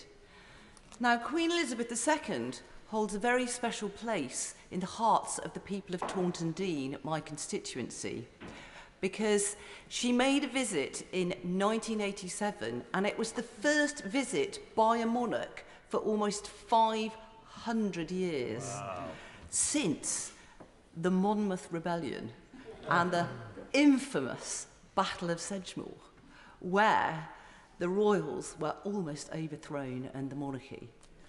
Now, it's a well-known story in my constituency that Queen Victoria was passing down through the West Country on the train heading to Devon, and when she was passing through Taunton, she asked for all the blinds to be put down because she didn't want to see rebellious Taunton. And that was following the Monmouth Rebellion, which was absolutely years before. And the train stopped in Taunton and a civil party was waiting for her, but she refused to alight. Now, many, many years later, this incident was related to the Duke of Edinburgh, and he was absolutely furious. So, of course, he shared the story with Her Majesty the Queen, and she determined to set the record straight. And that's why in 1987 she made that visit to Taunton. And we still thank her for it. We're back in the good books. Hopefully that can happen to the rest of us. Similar things going on in this place. I think it demonstrates, doesn't it, just that power that Her Majesty had, how she always wanted to set the record straight, to be fair, and I'm delighted that since then she's made other visits to Taunton and to Somerset. I just wanted to recount a very small personal story about Her Majesty. Now, I can't lay claim to any of these bowings and going to Buckingham Palace with all the big titles that one may get in this place, although the stories have been absolutely brilliant that we've heard. It was back a very long time ago, in 1985. I was working for the National Farmers Union in Taunton, and I ran an organisation called the Taste of Somerset, which was all sorts of small, independent food and drink producers belonged to it. It was the first such initiative in the country. And I had to set up a big marquee for the Taste of Somerset, running at the Royal Bath and West Show, of which Her Majesty was a patron. And I then was given the honour of presenting her with a Taste of Somerset hamper. And I was absolutely beside myself with nerves. As so many colleagues have said, you know, when you think you're going to meet the Queen, I'd had the outfit made, I'd had the hair done, practiced the curtsy, I was beside myself. But anyway, along she came, and she was utterly charming and delightful, and all she had to do was that smile. And she made me feel so comfortable, I forgot all my nerves. And we've still got that photograph my mother has on the mantelpiece, on the sideboard at home, of the beautiful smile and the handing over of the basket. Now, beside that picture on my mother's sideboard is a picture of Prince Charles with my walking through the family farm at home, because it was a duchy farm on which I grew up. And that's a treasured photograph on our sideboard as well, and I remember that day so well. We were all invited, walking across the farm, talking about trees, cows, the countryside, everything Prince Charles was so passionate about. And the remarkable thing I also remember about the event was we had lunch together and he ate my pudding. And I would tell this story because beside that letter right now, that photograph, is a letter that Prince Charles himself, now the King, sent to my mother just at the beginning of this week. And it was a letter, and he was then Prince Charles, to my mother, giving condolences for my dear father, the farmer, who died, and we buried him last week. And it was the most wonderful, personal, emotional letter, remembering all the visits to the farm that you could ever wish for. And that's the mark of the man. And how sad, Madam Deputy Speaker, that now the tables in literally 3 days have turned, and now we are offering our condolences to the Prince Charles, who is now our wonderful King. And I'd like to give those deepest condolences from the people of Taunton Deane. Now, just briefly, Her Majesty, of course, has been a cornerstone in all of our lives, head of state for 70 years, presiding over us through all of our ups and downs, and everybody across this house and even outside has just used a list of words that I think none of us can disagree with.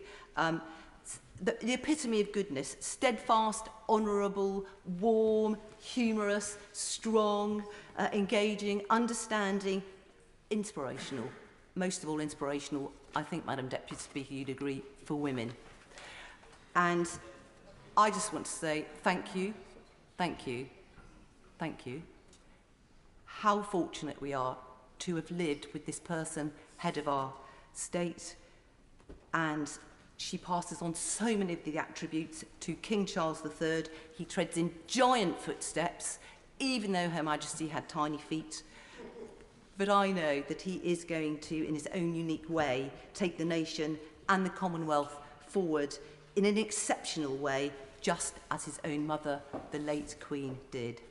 So may Her Blessed Majesty rest in peace, and God save the King. Yeah. Order. We're going to sit till around 10 o'clock this evening, so that's another 2.5 hours.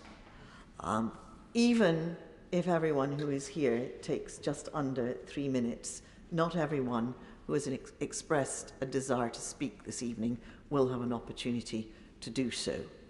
The remedy rests with you. Mr. Speaker asked, and Madam Deputy Speaker asked earlier, if people could please keep their contributions to under 3 minutes. Now, contributions have crept up to well over 3 minutes. I might gently hint that there is no need now to repeat the things that have already been said 122 times. There are many emotions which we are all feeling, and they have already been expressed. So I make a plea to everyone who is now going to speak. Have a look at the notes you have, cut them in half, and you will be loved by your colleagues, always remembering that brevity is the soul of wit. Chiomura. Thank you, Madam Deputy Speaker. The people of Newcastle have always held a strong and proud sense of our own identity as Geordies, as working people, as citizens of the United Kingdom, and for 7 decades as subjects of Her Majesty Queen Elizabeth. Her death leaves us bereft in ways we cannot fully comprehend. Queen Elizabeth cared about the things that we Geordies care about. She was, like so many Geordies, a veteran of our armed forces, devoted to our servicemen and women. I am proud that the Queen's own yeomanry is headquartered in my constituency. The Queen loved her sport, as we do, and we remember with great affection when she presented Newcastle United with our last FA Cup trophy in 1955. We look forward to King Charles III making a similar presentation in the near future. I never met her late Majesty, like the majority of my constituents, but her presence graced our city. She first came to Newcastle Central in 1954, a day she said she would never forget. I remember when she opened Eldon Square in 1977 and our Metro in 1981, and I regularly look upon the plaque commemorating her opening of our beautiful city library. As head of state, Queen Elizabeth was a profoundly important global figure. She could have tried to retain the imperial aura of the monarchy's past, or faded into the background as a distant symbol.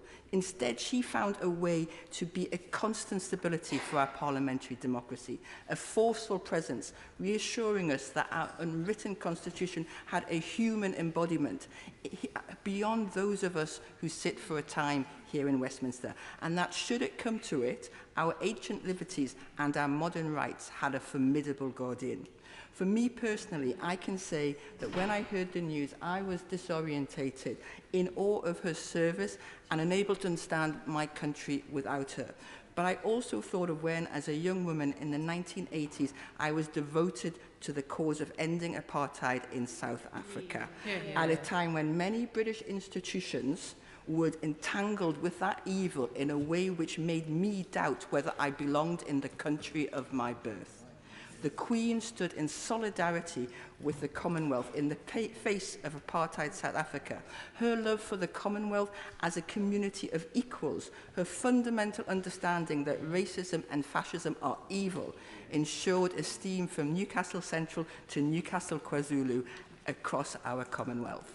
But I end where I started in Newcastle. Her Platinum Jubilee celebrated with enthusiasm in our leafy avenues and less cared for council estates.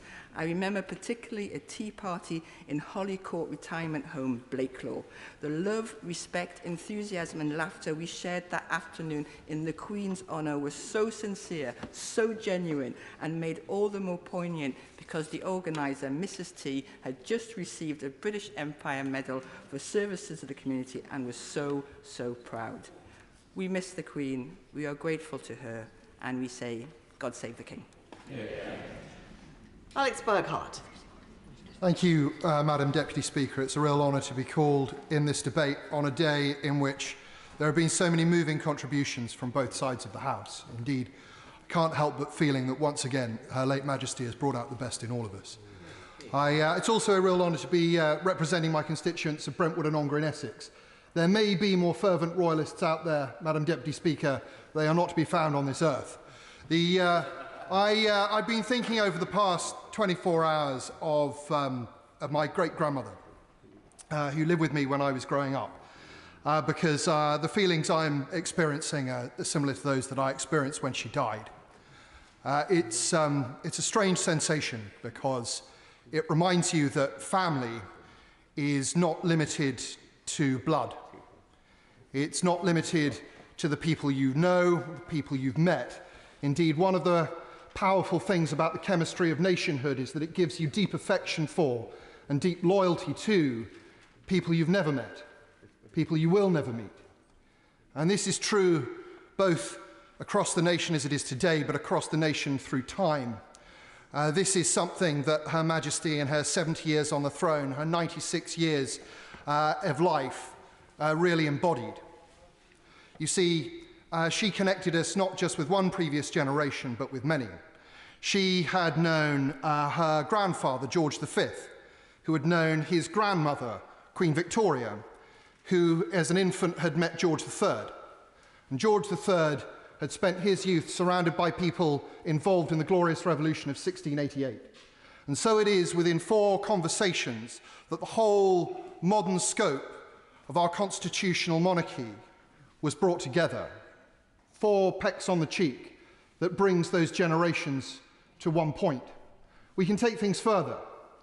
You see, today is the 935th anniversary of the death of William the Conqueror in 1087, so I'm sure the House is aware.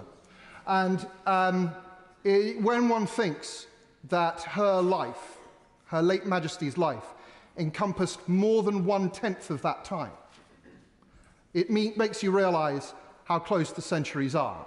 When we think of our union, the great union between England and Scotland, 315 years old this year, 22% of that time saw her on the throne. She was not just a witness to history, she was a part of it. She left it to us as her legacy. A nation may chase after its past, Madam Deputy Speaker, but it will not catch it. What it can hope to do is imitate it and use its strengths to fight the monsters of today and the future. This Her late Majesty knew. This we will do in her memory. God save the Queen. Carolyn Harris. Thank you, Madam Deputy Speaker. And as we collectively mourn the loss of our Queen Elizabeth II, I join others in sending my prayers and condolences and those of my constituents to the King, the Queen Consort and the whole of the royal family. And as Deputy Leader of the Welsh Labour Party, I send our condolences to all of the royal family. We all have our own memories of the Queen. Mine stretch back to the 1960s, when as a young child, I stood outside my primary school in Bryhyfryd to watch her car drive past. I can't quite remember the purpose of her visit, but I do remember the buzz of excitement amongst my classmates and how honoured we felt to just catch a glimpse of her. And I also remember the honour of receiving an invite to the Queen's Garden Party. Years before I entered this place, I was heavily pregnant at the time and had no interest at all in going anywhere. But I wasn't going to miss the opportunity to be part of something so special as Her Majesty's Garden Party. Because she was special. Her dedicated service for more than 70 years will be remembered forever. She served our country with loyalty, with dignity and with grace. And even as her health began to fail in recent years, her commitment never faltered. She will be missed immeasurably by this country, the Commonwealth, and indeed across the world, but nowhere more so than amongst her own family. And our thoughts remain with them foremost at this time. It was an honour to see her as a little girl. It was an honour to be invited to the garden party. And it's my greatest honour to pay tribute to her today on behalf of the communities across Swans East. She served us well and it has earned her sleep. Rest in peace, our Queen. God save the King and God bless the new Prince and Princess of Wales. Yeah. Maggie Throop. Thank you, Madam Deputy Speaker. It's with the deepest sadness that I rise to speak on behalf of the people of Erewash to pay tribute to our late Sovereign Majesty Queen Elizabeth II. In an era of unprecedented change, Her Majesty has been a constant beacon of strength and stability, whose sense of duty and public service remained until the very last moment of her life. Whilst today Britain mourns the passing of our head of state, we must first and foremost remember that the King and his family have lost their beloved mother, grandmother and great-grandmother. A sense of grief and sorrow that will be familiar to all of us who have lost loved ones. I therefore want to extend my sincere and heartfelt condolences to the King and the whole royal family at this sad time. It's estimated that around 1/3 of the country has either met or seen the Queen during her reign. It's fair to say that she will have touched each and every one of us in some way or another. For me personally, I'm immensely proud to have achieved the Queen's Guide Award. I know the values I learned en route to that award helped me to serve as a Member of Parliament today. Yeah. As a woman born in the first decade of the Queen's reign, I, like so many others, view Her Majesty as an icon and a role model. Not only a beautiful lady in mind and spirit, but also someone who approached the heavy burden of the crown with grace and good humour in order to serve us, her people, perhaps aided by 1 or 2 marmalade sandwiches at times. Although not originally destined to ascend to the throne, in 1952, our new Queen stood out as one of the few married, working mothers, and certainly the only female head of state of any major Western power. 7 decades later, and following Her Majesty's example, women have firmly cemented their position in the workplace, represented every sector from construction to government, and perhaps the most poignant reminder of which was the appointment of my right honourable friend as the Queen's 3rd female Prime Minister just 4 days ago.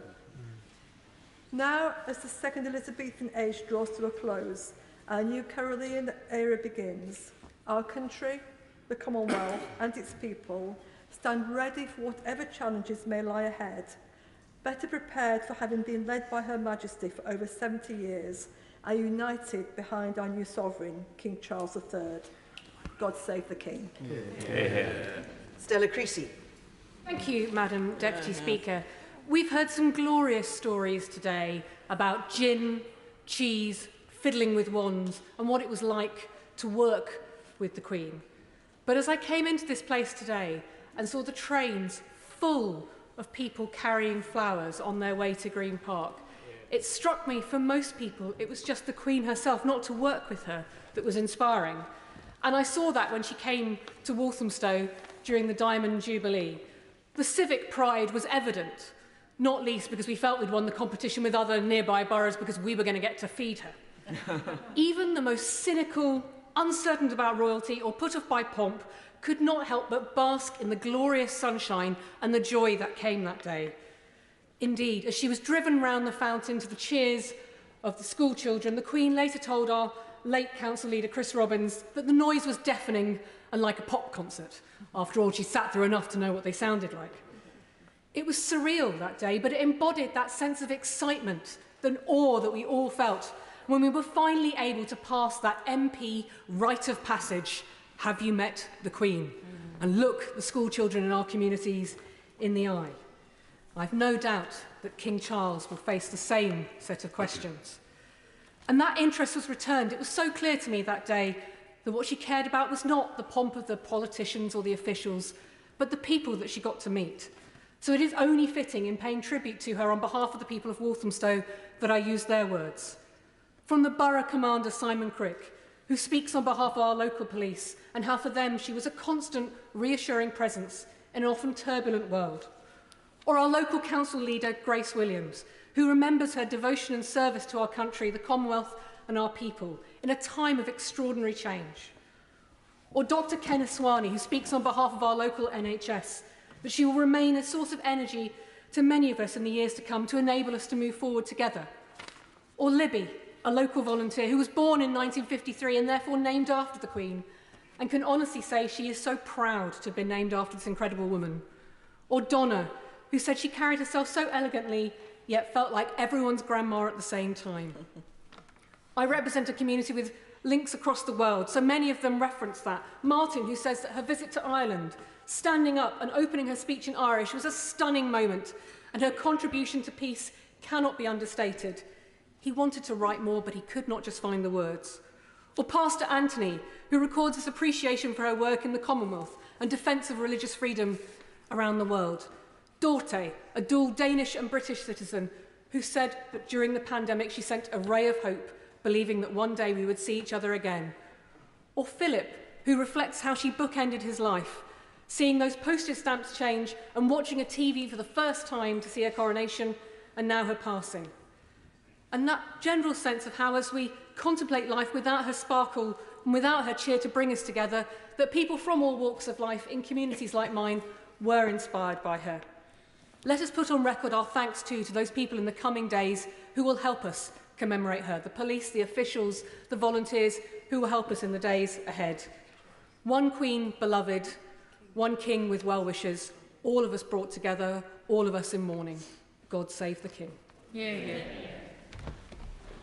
Just before I call the next colleague, I'd like to briefly make my own tribute on behalf of the people of Epping Forest, whose voice will otherwise be unheard, simply to say that Her Majesty was held so dear in all our hearts for her kindness, her cleverness, her dedication and her grace, and that as a role model for women of future generations, she was unsurpassed.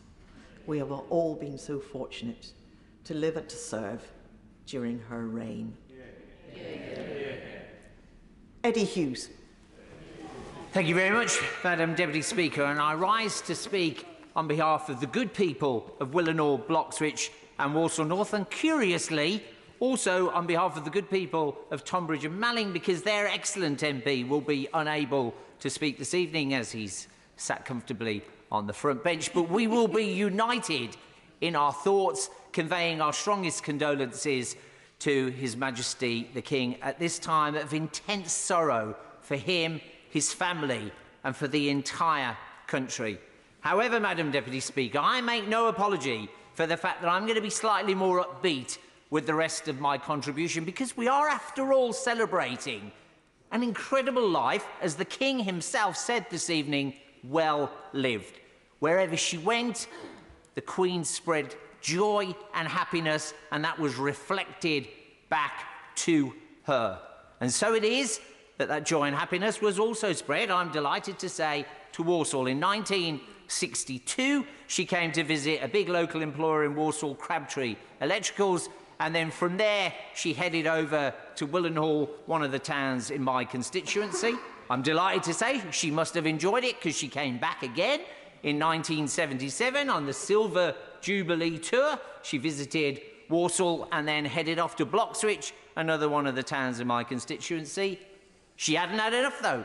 She came back again in 2000 for the opening of our iconic art gallery. Now, I have to say, Madam Deputy Speaker, I was slightly distracted on this occasion because my friend Simon was her close protection officer on that day. So as we toured the gallery, I was very slightly distracted by the fact that he had a gun in his pocket.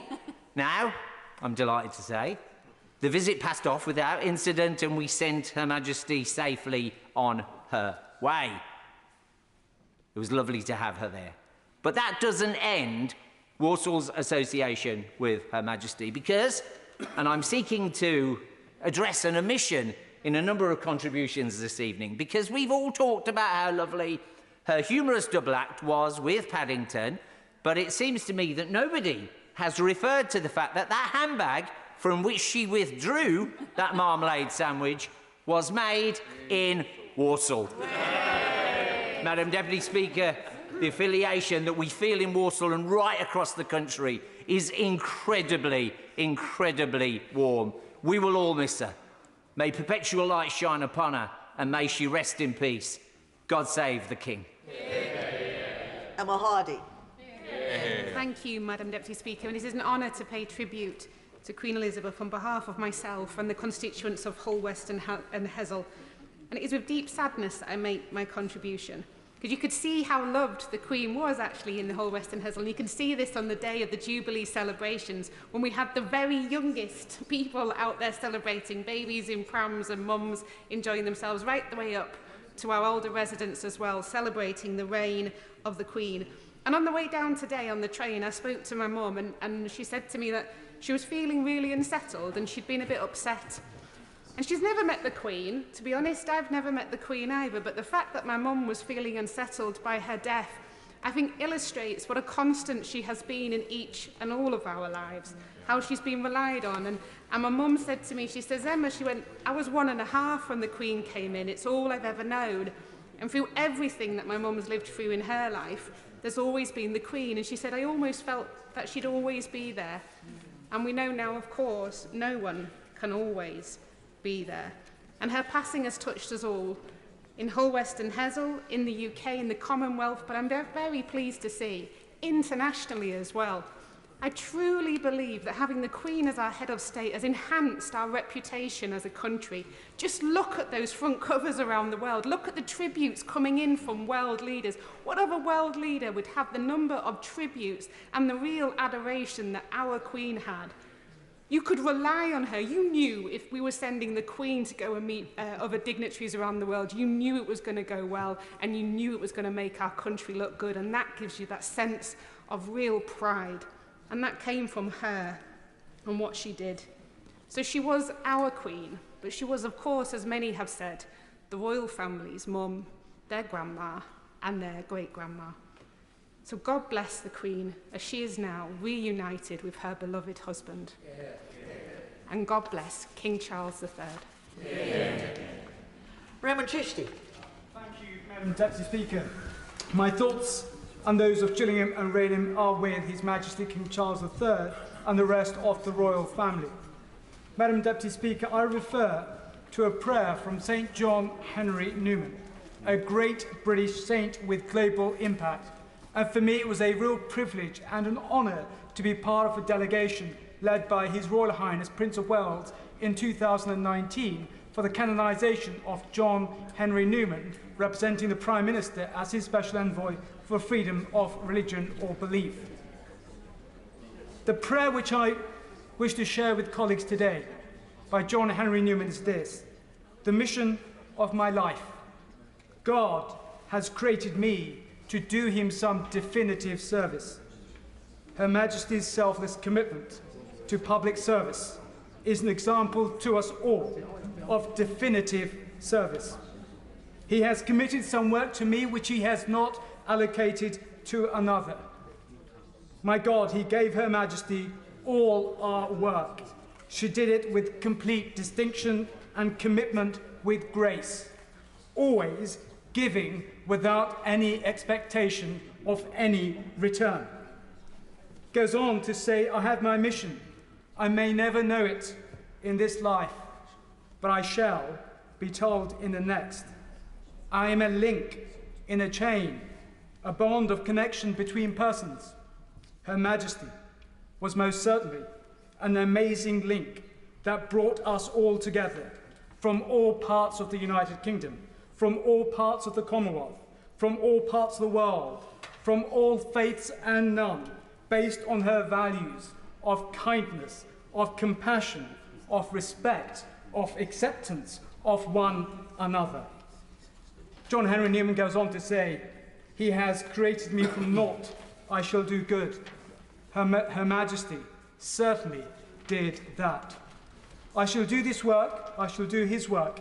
I shall be an angel of peace, a preacher of truth in my own place, whilst not intending, if I do but keep his commandments.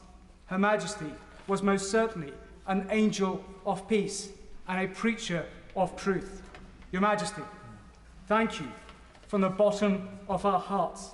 Your values, what you stood for, will forever live on and are an inspiration for us all.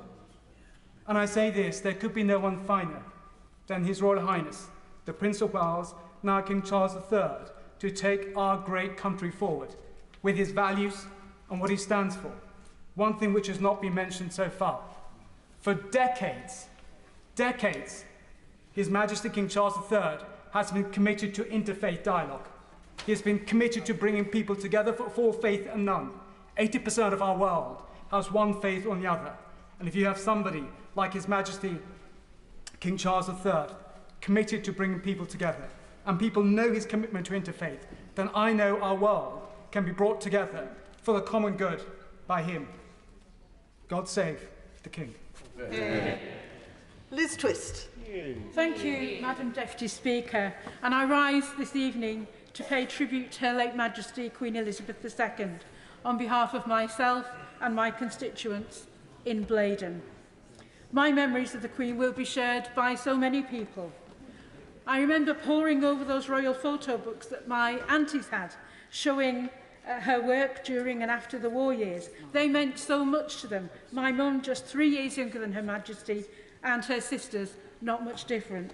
I was so pleased to hear a few weeks ago that my youngest aunt still has the books. Lining the streets as a schoolchild, enthusiastically waving a flag at the royal car as it drove past, and the huge anticipation of that fleeting glimpse. Seeing Her Majesty from a distance or on TV at those great state occasions over so many years. So many of us will have personal memories from across the 70 years of her reign. And just recently, I had the real pleasure of joining so many of my constituents, young and not so young, celebrating her Platinum Jubilee. Starting the weekend with a Jubilee breakfast in Kibblesworth, instructed in advance to wear red, white and blue. Lighting the Jubilee beacon at the Land of Okanagan Heritage Centre in Winlayton Mill in the rain. Being waited on by our young carers group in Highfield for lunch in the sunshine with flags and bunting. Taking part in the Jubilee picnic in Crawcrook in the sunshine. So many loyal toasts and celebrations to mark Her Majesty's 70 incredible years and to thank her for her service. Her Majesty was no stranger to the North East, visiting us often, and she was always welcome. And now I think of her personal connection with Blaydon constituency through her mother, through the National Trust Gibbside estate and the Bowes-Lyon family connection there. Madam Deputy Speaker, I don't have those wonderful personal stories of Queen Elizabeth to share, but like so many of my constituents, I know the tremendous regard in which Her Majesty was held and the impact she had on the life of our communities. The high esteem and affection in which she was held by so many of us for her dedication and sense of duty and her willingness to join in, to be part of our occasions, whether it was the James Bond helicopter flight at the Olympics or taking tea with Paddington for the Platinum Jubilee. So I say, thank you, Your Majesty, for your steadfastness and work over 70 years, and may you now rest in peace. Duncan Baker. Thank you, Madam Deputy Speaker. On behalf of my constituents in North Norfolk, I rise to pay our respects on the 70-year reign of our sovereign Queen Elizabeth II. We've been asked not to repeat other stories that have been told by other members, and so I think I'm on fairly safe ground to be able to talk about carrots, coconuts and Her Majesty all in the same speech. Of course, Norfolk has a very special and enduring memory for Her Majesty, thanks to Sandringham, located just outside my constituency to the west of the county and in my friends, the Honourable Member for North West Norfolk.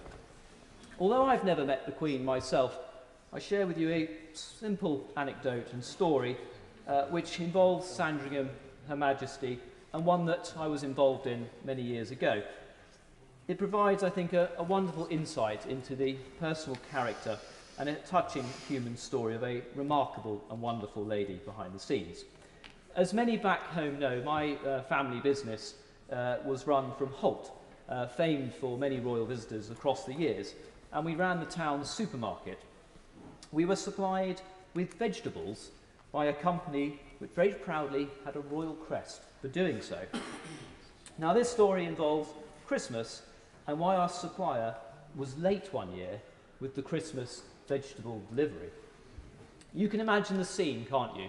The good burghers of my constituency lined up to get their carrots and their coconuts and of course their Brussels sprouts, all looking a little bit frantic on Christmas Eve morning when the vegetable delivery had failed to turn up.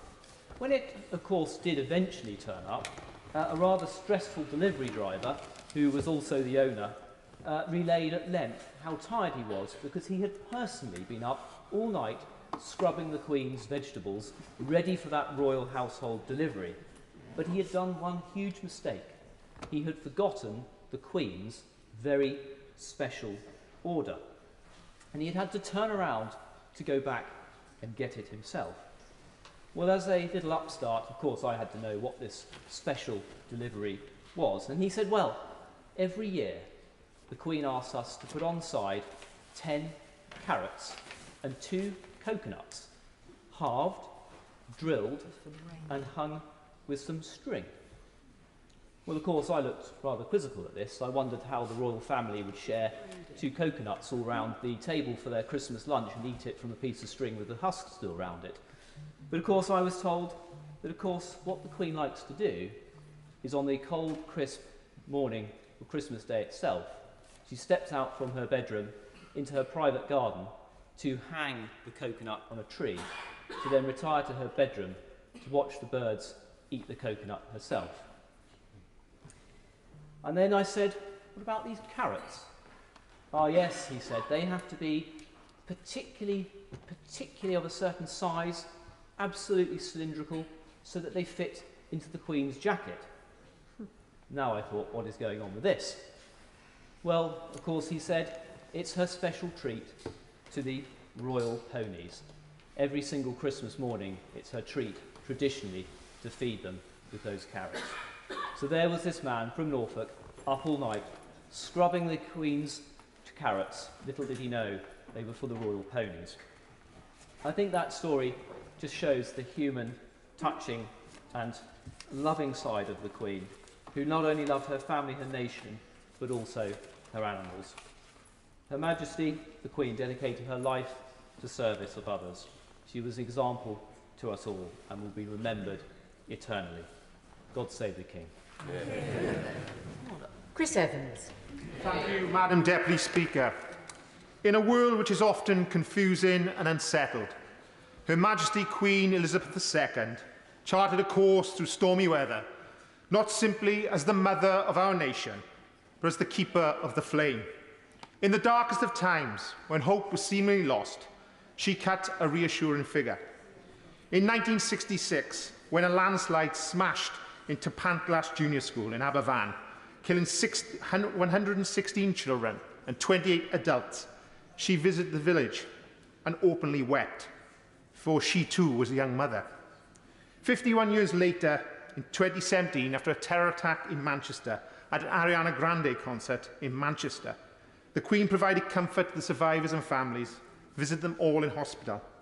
During lockdown, when many of us were missing our loved ones, she moved the nation to tears with a simple message: we will meet again. In doing so, she gave us all hope that in the end, it was all going to be all right. All of us want to be reassured that whatever we are doing, whatever we feel, whatever we're going through, it's going to be all right in the end. But now, with her passing, it feels it's going to be a long time before it's all right again.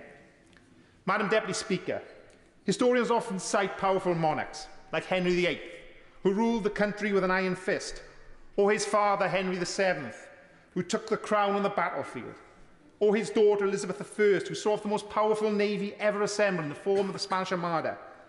Our Queen simply gave her heart to this nation for 70 years, proving beyond doubt love is a far more powerful weapon than any used in any war.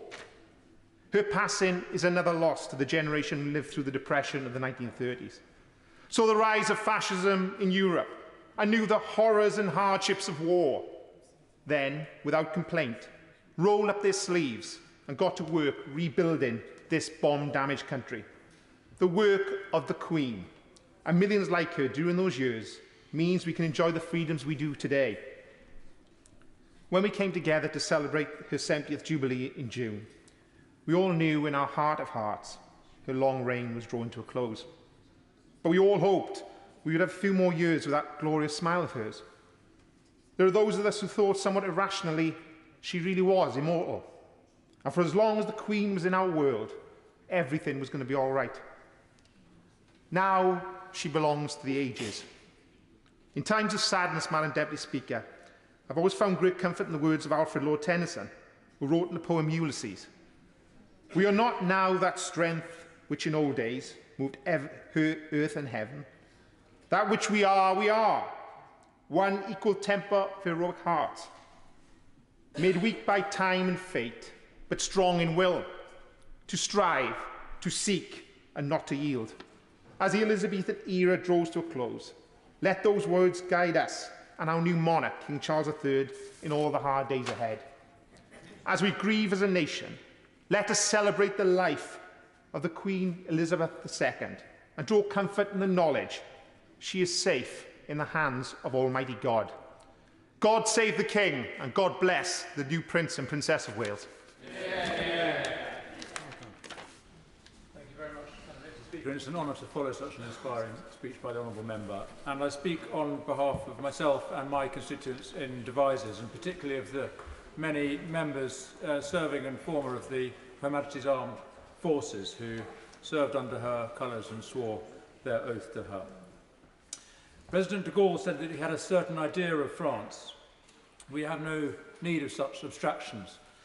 We don't need an idea of the United Kingdom. We have had for 70 years an actual person who represented the best of our country and its character. And others have spoken of the character of the late Queen, and not knowing her, I can't add anything to that. Those primary school visits are an absolute agony for me. I just go from one classroom to another, disappointing the children that I have not met the Queen. But I want to talk briefly about what she stood for. And Philip Larkin's poem has been quoted often today with its perfect line, "She did not change." She did not change, even as we did. And as we've heard, she presided over the most extraordinary period of change. And yet she was emphatically not a relic of the past. We loved her and valued her because she was a conduit of something precious from the present to the future. And the member for Birmingham Yardley said earlier that we can find what we want in the Queen, whether a modernist or a traditionalist. And of course we find both in her. And this is the real value of tradition, not because it fossilises the past. A real traditionalist, as someone said, is someone who tends the flame of their culture, not someone who worships its ashes. And those of us with conservative instincts need to remember that. The Queen was a great futurist, as was the Duke of Edinburgh, of course. But as the Honourable Member for South West Devon said, and others have made the same point, if modern Britain was founded on the rock of Queen Elizabeth, that is because her life was founded on the rock of ages, on her Christian faith. And I read today that as the country became more secular in recent decades, she became more publicly religious. And I think it's worth noting that while she dedicated her long life to the service of the people, she held herself accountable not to us, but to a higher power. And this was the source of her joy and her goodness. And so my sympathy to her family, to her friends, and to her household in their grief, and my thanks to her. And she is doing in death what she did in life, bringing us together, making us smile, reminding us of the things that really matter, making us proud of our country and grateful for her example and her service. May she rest in peace. Rosie Duffield. Thank you, Madam Deputy Speaker. We've heard so many incredibly moving and unforgettable speeches today about our late Majesty, and we'll certainly hear many more. It's of course impossible to pay full tribute to 70 years of continuous public service in just a few minutes, so I wish to focus briefly on Canterbury, the heart of the Church of England. We've had the honour of welcoming Her Majesty to Canterbury Cathedral on numerous occasions in her role as Supreme Governor of the Church of England, where she is well represented on all occasions by her Lord Lieutenant of Kent. And it is in that light that I share the tribute paid by Justin, Archbishop of Canterbury, who said, "Through times of war and hardship, through seasons of upheaval and change, and through moments of joy and celebration, we have been sustained by Her late Majesty's faith in what and who we are called to be." In March 2015, Her Majesty the Queen visited the cathedral accompanied by her husband to unveil statues of them both. Although the memories of Her late Majesty will live on in the hearts and minds of all of us, it's those physical tributes which will retain her legacy for generations to come. No matter one's political persuasion, occupation, way of life, she commanded respect from people of all backgrounds and was an inspiration to women the world over. She focused on the good things in life, the characteristics and experiences which unite us, as well as the issues which need to be tackled in a collegiate fashion. And some of us here can relate well to that apparent rebellious streak we saw when she left the palace and walked among the crowds with her sister or drove herself around in her Land Rover. That humour and wit which allowed us to relate to the greatest diplomat in our recent history, the stability that allowed us as a country to have certainty at times when it was desperately needed. The remarkable thing about Her Majesty was that this was never a burden to her. Her tremendous experience allowed her to guide the United Kingdom, the Commonwealth, and also the world through tough times, and her dutiful actions, the messages she conveyed to us, have undoubtedly made this world a much better place. So rest in peace, Your Majesty. The nation will never forget our favourite grandma, and God save the King. Yeah. Craig McKinley. Deputy Speaker, it is a true honour to be able to be here at this time in our nation's history and to be able to speak my sorrow and the great grief from my constituents of South Thanet through my words. Yesterday was a day we all knew would come, but I think we all hoped that it never would. We're all trusting that that huge longevity of the Queen Mother, who died at 101, would give us more years of the Queen in her place, giving her powerful and steady service to our country and to her realms overseas and the Commonwealth, more years of certainty and calm. But as that day developed yesterday, a day I will never forget, from mid-afternoon, I felt a deep sadness. And with that emotion overflowing, I will tell you, as that official announcement came out at about 6:30. And I asked myself, why? A 96-year-old, a life well lived, dying peacefully in a home that she loved, surrounded by family. Why did I have this emotion, this love, for a person I'd never met? There were few in this house that would have met her properly, apart from Prime Ministers. Most interactions had been brief and fleeting, moments that everybody cherishes with that most remarkable lady. I was saddened because she'd been ingrained in my life, in all of our lives. She was that true and reliable person that this country had grown to rely upon all of our lives. We'd grown up knowing that every day when we looked at banknotes, coins, and stamps, that image had been replicated literally hundreds of billions of times in this country, in her overseas realms and the Commonwealth. We knew her on a daily basis. Now, across those 70 years, this remarkable woman had seen new nations formed. She'd seen empires collapse. She'd seen governments here and abroad come and go. And she'd met most of those characters involved. And at times of this nation's great crisis and great joy, it was to her that we looked. And Madam Deputy Speaker, consider this. Her first Prime Minister that she called upon to form a government was Winston Churchill, who was born in 1874. Her last Prime Minister, our current Prime Minister, was born in 1975, a period of over 100 years. That's quite staggering. And she was on the throne for close to 30% of the entire existence of the United States. Quite staggering, those changes that she lived through, and yet she adapted seamlessly to each and every one. She was the rock that we thought would stand forever. She was our head of state. She was the Queen in many other realms and dominions and head of the Commonwealth. She was more than that. She was, I feel, the true matriarch of the world. And I think we're seeing that in the grief and the tributes that were being seen across virtually every country in the world today.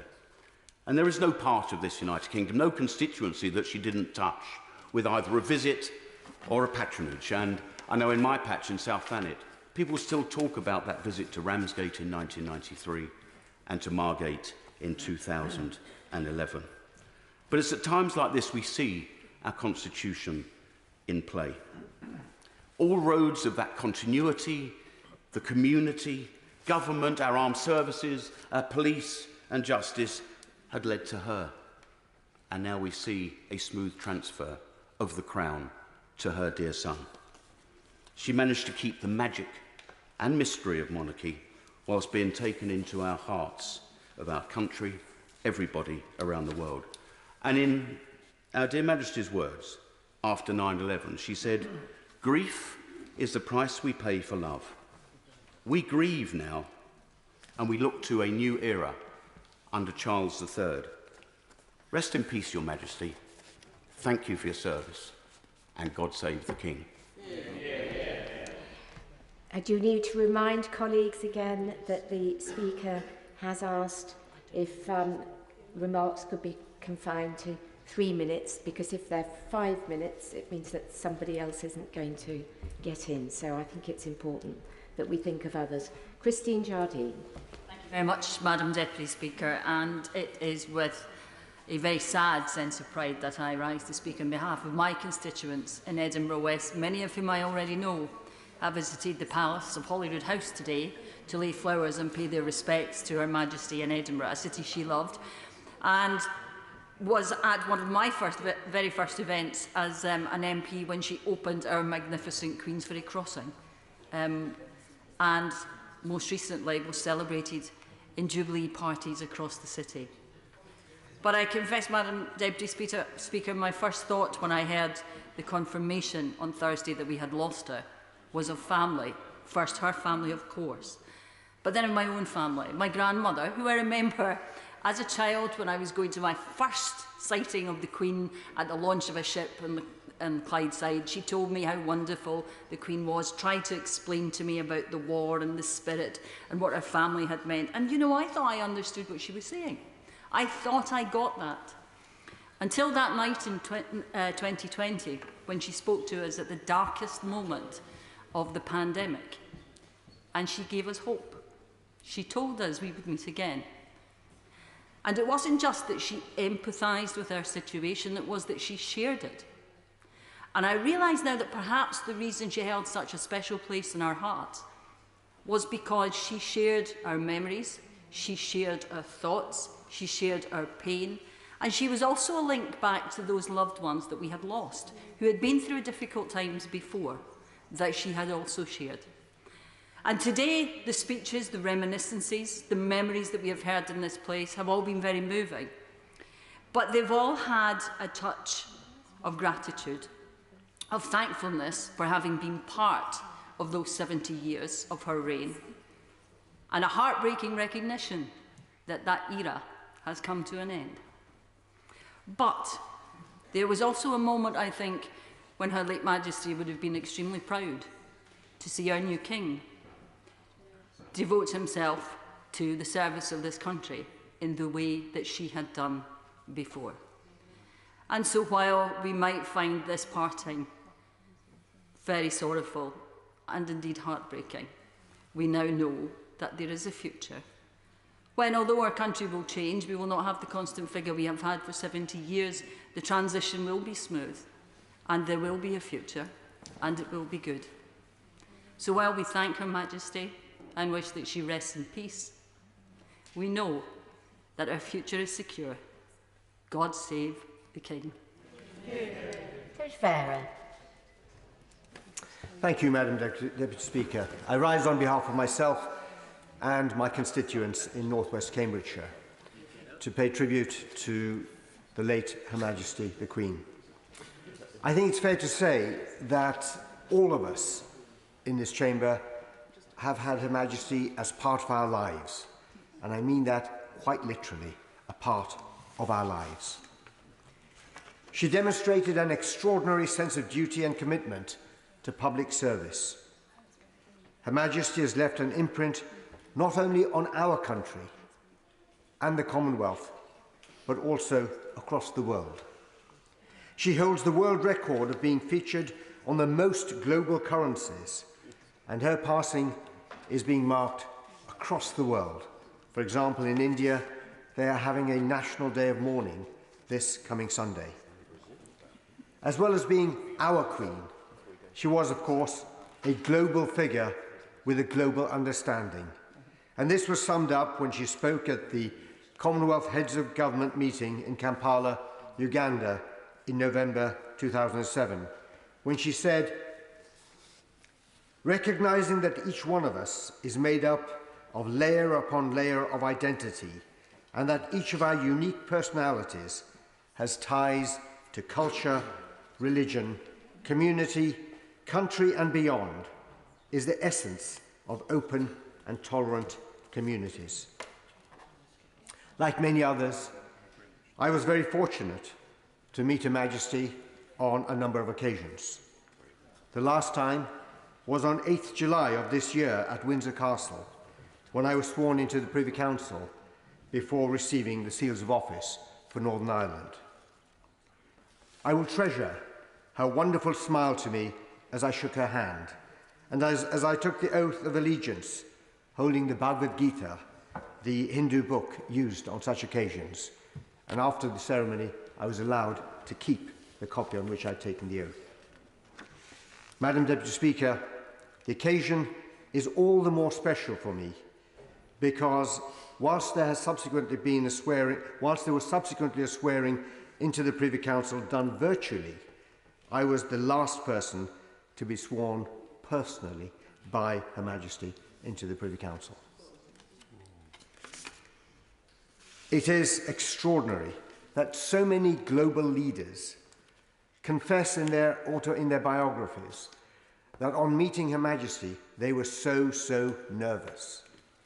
And then they add that very quickly she put them at their ease, often with a joke. We will miss her, Madam Deputy Speaker. May I conclude by saying that my prayers and thoughts are very much with the royal family at this difficult time, and they are particularly with King Charles as he takes on his enormous responsibilities. God save the King. Mike Amesbury. Thank you, Madam Deputy Speaker. And on behalf of my constituents of Weaver Vale, I pay tribute in this period of mourning to Her late Majesty Queen Elizabeth II, a tribute for a remarkable and constant presence that's a signature of duty, public service and selflessness, a lesson to each and every one of us in this chamber and beyond. Those 70 years of public service commemorated by the Platinum Jubilee has touched every part of our communities, nation, commonwealth and globe. A sense of permanence, stability and constitutional leadership, neutrality from this political sphere. That reassuring constant that honourable members have referred to, and right honourable members have referred to this evening, provided by the late Queen Elizabeth II, has been an enduring feature in times of transition and of war, and a figurehead of celebration, whether that's been the opening of the shopping city centre in Runcorn in my constituency in 1972, or the commemorative mug and the 50-pence coin that I received, as well as the fun street parties in 1977 at the Silver Royal Jubilee. As an 11-year-old boy, I really appreciated that and still do to this day. Madam Deputy Speaker, more recently, that reassuring compassion was evident in the dark times of the COVID pandemic. We now enter another historical transition while we mourn the loss of the late Queen Elizabeth II. I and my constituents send our deepest sympathies to King Charles III and the royal family. God bless them all. May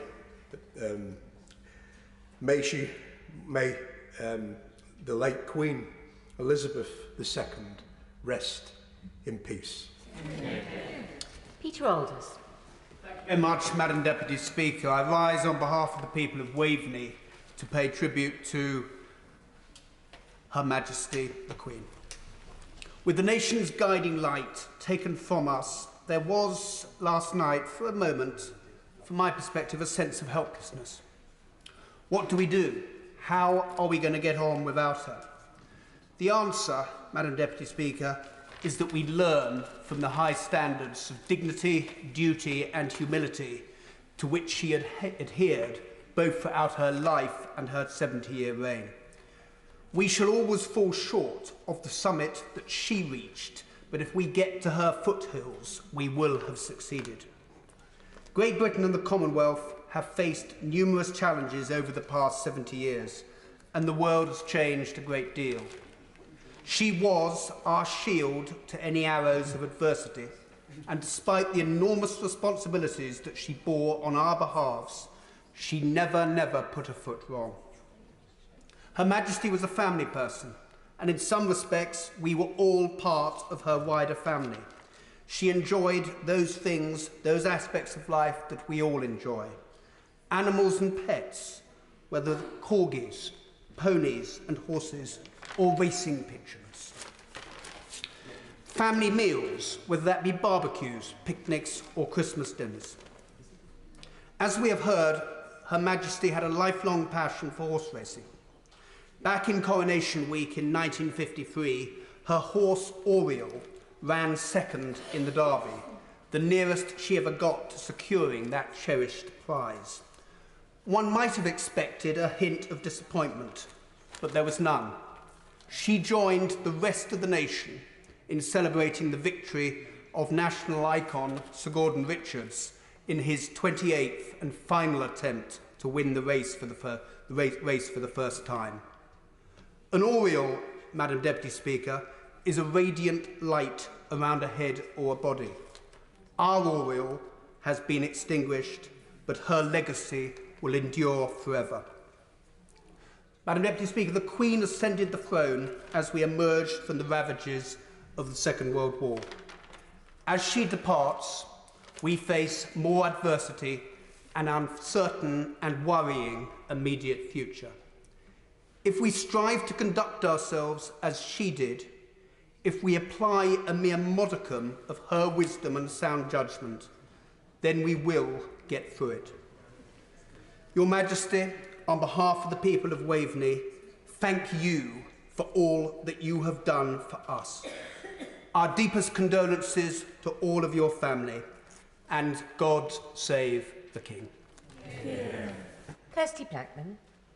Thank you very much for affording me the opportunity to pay tribute on behalf of my constituents on this sad day. Aberdeen's had a long association with and fondness for the royal family. Beautiful granite statues of former monarchs can be found watching over many parts of our city. People across Aberdeen are feeling a profound sense of loss today. In 1964, Aberdeen suffered one of our darkest hours.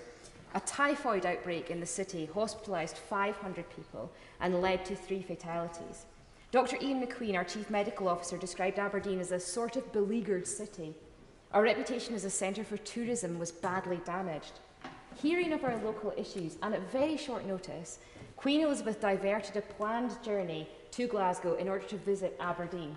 This thoughtful gesture, which expressed the Queen's confidence in the safety of visiting Aberdeen, has been long remembered by our citizens. Throughout the years, Her Majesty's retained a relationship with our city. In 1970, she visited the VSA Children's Centre in Aberdeen's Hardgate. The Association of Social Service, VSA, has been honoured to secure the patronage of every monarch during their 150-year history, from their founding patronage of Queen Victoria in 1870. In 1990, Queen Elizabeth II opened the Bonaccord Centre in Aberdeen. The people of Aberdeen love to turn out for a public event, and this one was no different, with crowds thronging to try and catch a glimpse of her. Even Aberdonians who were not present on that day will almost certainly have walked past the plaque that she unveiled to commemorate that. In 2017, the Queen again visited Aberdeen to open the Robertson Family Roof Garden at Aberdeen Royal Infirmary. Like so many of my constituents, I've had occasion to seek solace in the roof garden while a loved one was in hospital, and we very much appreciate that she came along to open that. I want also, Madam Deputy Speaker, to mention Her Majesty the Queen's long involvement with the Girl Guiding movement. In 1953, she became Girl Guides patron and has remained a stalwart supporter for all of her years. She first joined the Guides age 11, taking part in camping trips and earning badges for swimming. Over the years, thousands of girls and young women across the UK and overseas have worked hard to achieve the highest award in guiding, the Queen's Guides Badge. I want also to send my personal condolences to the Queen's family. In 2011, my great-granny passed away, also well into her 90s. I well remember the devastation and sense of shock that we all felt. Somebody who had been there for so long, we had begun to think that she would be a constant presence in our lives and there would never be a day that we would be without her presence.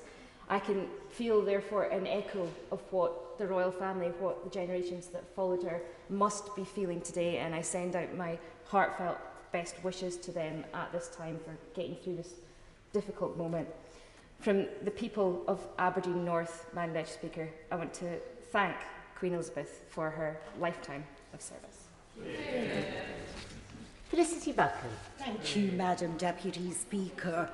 On behalf of the residents of the Royal Borough of Kensington, I want to pay the deepest tributes to Her late Majesty the Queen, who served our country and the Commonwealth with the most remarkable and selfless devotion. The Queen's life was interwoven with the Royal Borough of Kensington, and indeed, her coronation robes were actually woven in Kensington at the Royal School of Needlework, which was then in South Kensington.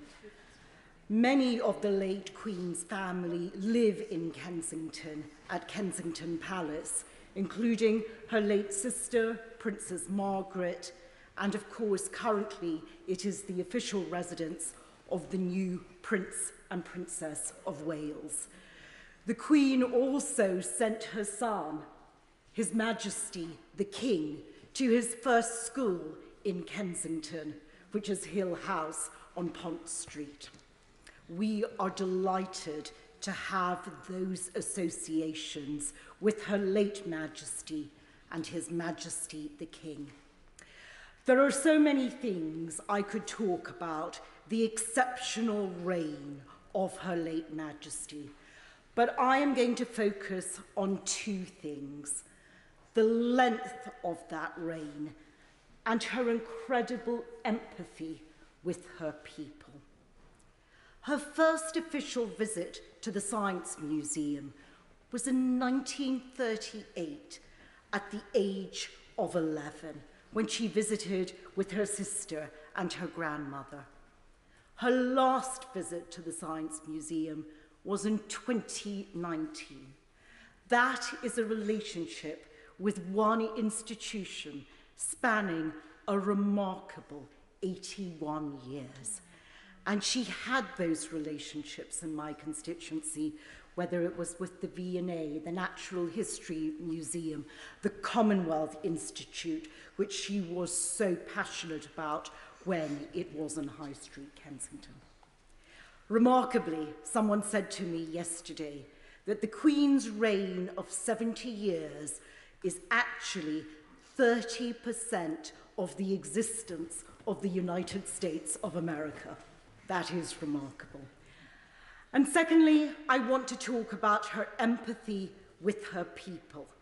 During the course of the last 25 years, sadly, my constituency has had two tragedies: the Grenfell Tower fire and the Ladbroke Grove rail crash. In both instances, the Queen visited very, very quickly, and she gave the most remarkable comfort and succour to the bereaved, to the survivors and the residents. She was so humble, and she only thought of those who were suffering rather than of her own emotions. So I want to thank you, Your Majesty. I want to send all of the condolences from the Royal Borough of Kensington to His Majesty the King and his family, and I want to wish His Majesty the King a long and healthy reign. God save the King. Mohammed Yazin. Thank you very much, Mr. Deputy Speaker. Watching our family rushing to the bedside of the gravely ill Queen yesterday will have brought back traumatic memories for many of us who have received the heart-stopping call with the news of the imminent death of a loved one. For as we remember, the 70 years of dedicated and loyal service from the Queen, we first pay our respects to a grieving family who have lost a mother, a grandmother, a great-grandmother, and a friend who was very special, and so has our country. This is a profoundly and sad moment for the UK, the Commonwealth, and the world.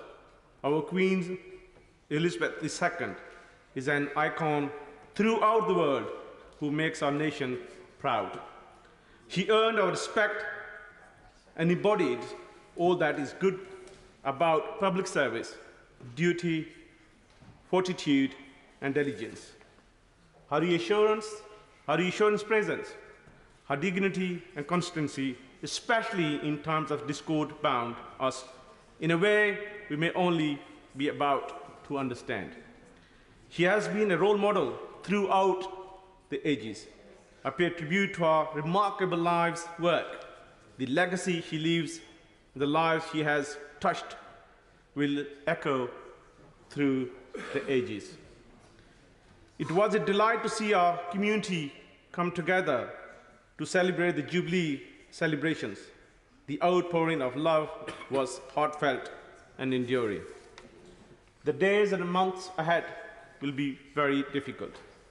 May we come together in peace, kindness, and respect as we remember our Queen and prepare for the next chapter in our nation's history. On the behalf of the people of Bedford and Campston, thank you, ma'am, and long live the King. Thank you. Andy Percy. Mr. Deputy Speaker, I rise to associate my constituents with the tributes that have been made today to Her late Majesty, and to, on behalf of the people of Briggingool and the Isle of Axholme, to swear our loyalty and commit ourselves to our new King. We've heard some fine tributes in this chamber today and from leaders around the world, and one which resonated the most with me was that of Her Majesty's 12th Canadian Prime Minister, who yesterday said of Her late Majesty that she was one of his favourite people in the world, and that resonated with me. I didn't know Her Majesty, Her late Majesty, as obviously Mr. Trudeau did, but it resonated with me because we all felt that she was somebody we knew and somebody who was, for me, one of my favourite people. And when I think of why, yes, of course, it's due to her constitutional role and her role in this country and all of her dedicated service to this country. But I think for my generation, it is also because she represents our grandparents' generation. I was born in the year of her silver jubilee. I look a lot younger, but my grandparents were the generation who were coming of age in World War II as she was coming to age. And actually yesterday was the anniversary, some years earlier, of the very day that we rushed to my grandfather's bed to say goodbye to him. And he so loved the Queen, did Donald Theakston and my grandma Betty, who collected everything there was to do with the Queen. And as I say, to my generation, I think she links us to our grandparents. I haven't, as others have in this place, perhaps this speaks to my failures as a politician or of lack of achievement, haven't kneeled before Her Majesty or had a sword put on my shoulders or been provided with a KBE or entered to the Privy Council. But I did this year, for work outside of this place, receive the Queen's Platinum Jubilee Medal, and it was one of the proudest things I received. I didn't get it at Castle. We had to drive to Rotherham and pick it up from an NHS office. But I was so proud to receive that medal, and I will cherish it forevermore with the image of Her Majesty on it. I did meet her just once in 2012 here. I have no great story to tell of that because I'm afraid I rather let myself down. We met her as new members when she came to address both houses, and I was so flustered as this working class lad from Hull meeting the Queen. I didn't know what to do, and we were given some protocol information beforehand, and all I remember is Her Majesty, Her late Majesty, came up to our group, and before I could say anything, or before she could say anything, I just, in my humber tones, shouted out "Briggingool," and she just looked at me, smiled and went, "Oh, and moved on to the next member. So I do not have a great story of our interaction.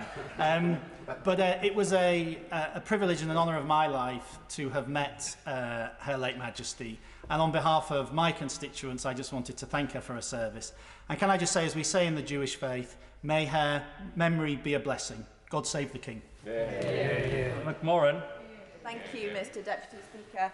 And on behalf of the people of Cardiff North, it's an honour to rise to pay tribute and offer my deepest condolences to His Majesty the King, to the whole royal family, as they mourn the loss of their mother, grandmother and great-grandmother, Queen Elizabeth, our longest-serving, greatest monarch, who devoted so much to our country throughout her long and exceptional life. And communities across Cardiff North share in their grief, and as we all share in their grief. The magnitude of this loss cannot be understated. Through our lifetimes, through difficult times and upheaval, whether at home or abroad, the Queen has been our constant for 70 years. Her life of service, dedication, and her love for all of us demonstrates her values, and these we must hold on to as we move into a new era, keeping her memory alive in our hearts through this historic moment of change. And as a loyal public servant, her bond with all four nations of the UK was unmatched. And of course, she loved Scotland, but I know she had a special place in her heart for Wales. She was gifted a playhouse, a Boethyn Bach, from the people of Wales when she was 6 years old, and which still is apparently in the grounds of Windsor. And when the Senedd was established, she insisted on being there in person for every single royal opening, which is where I met her.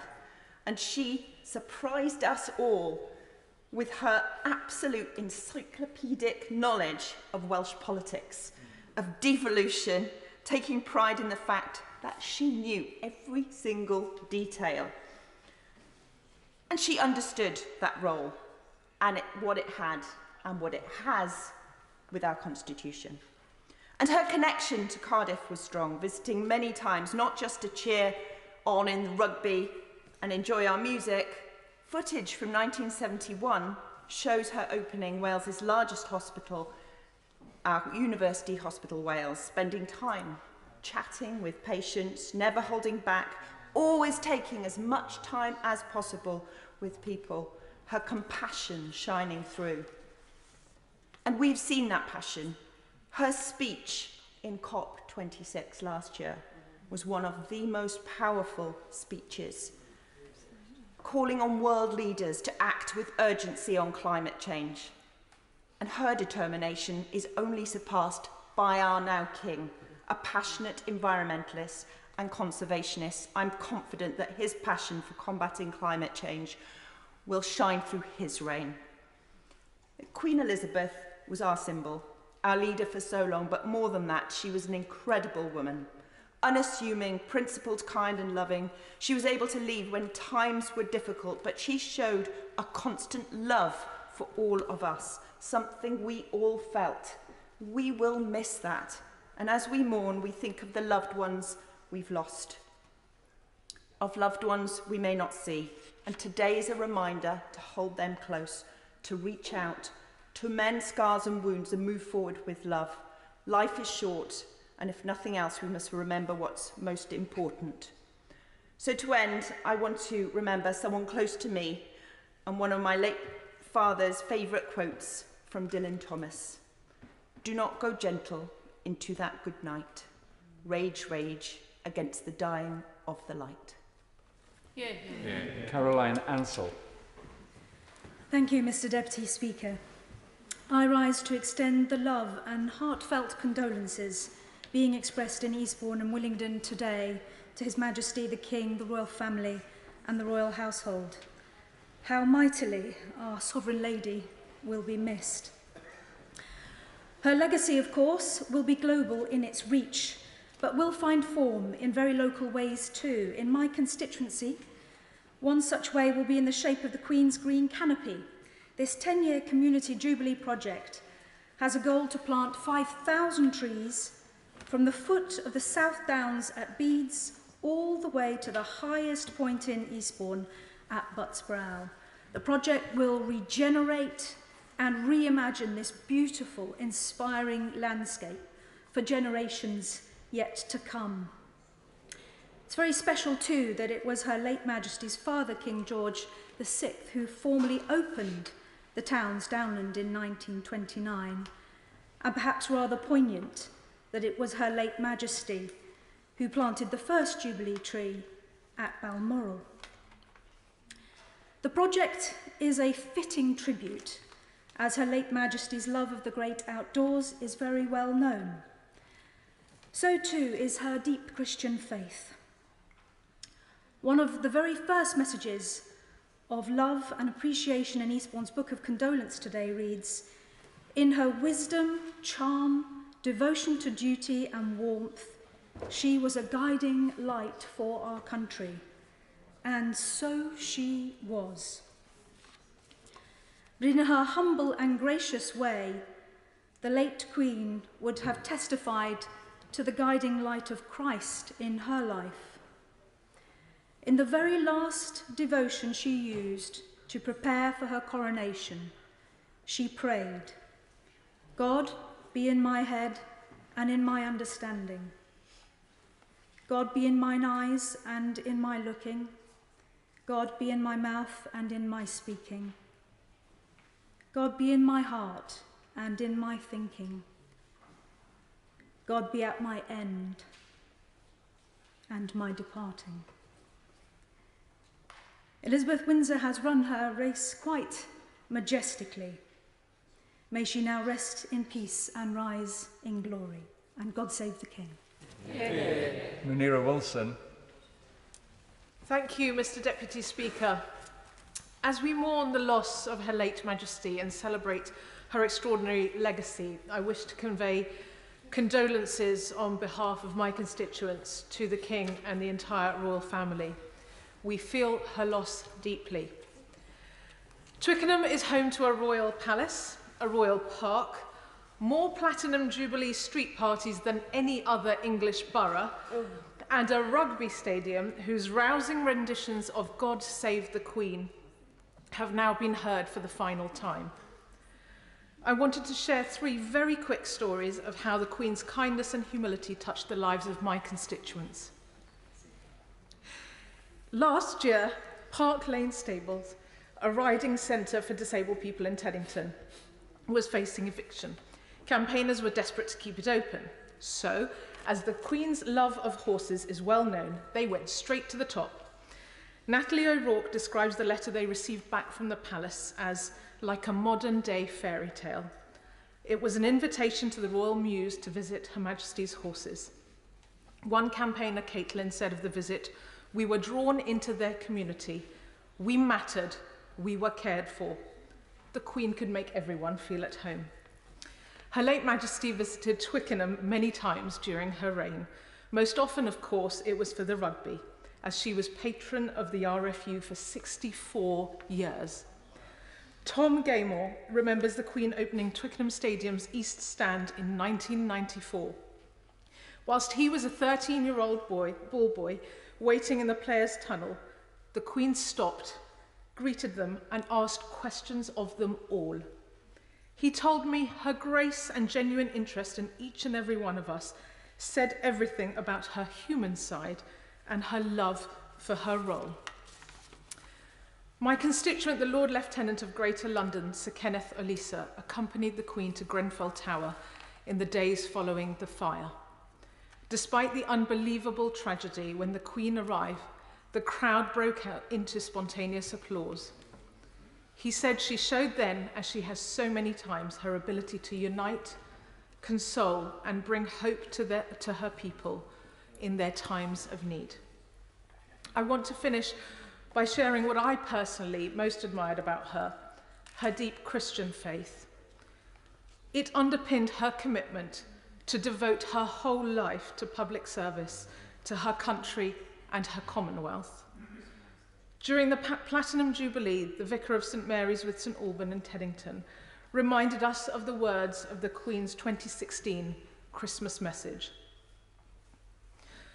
Christ's example, she said, helps me to see the value of doing small things with great love, whoever does them and whatever they themselves believe.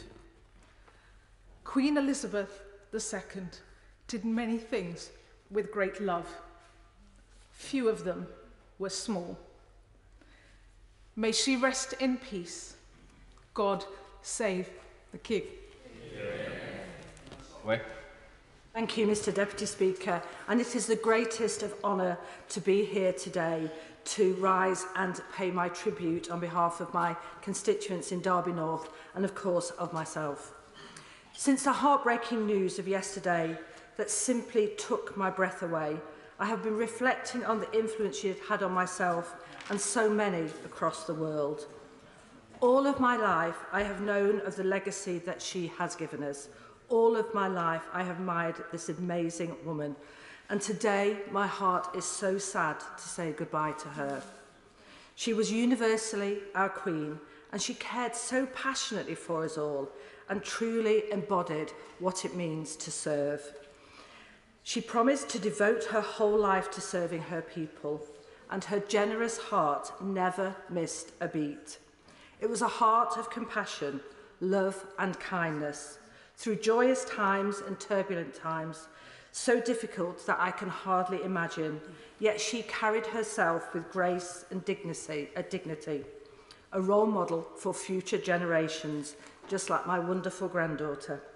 She was the very best of all of us, the very best of humanity, strong yet compassionate, loving and steadfast.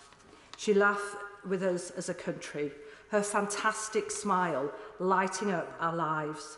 She mourned with us and led us through the darkest of times. A great diplomat, leader, mother, wife, grandmother and great-grandmother, and like me, an animal lover.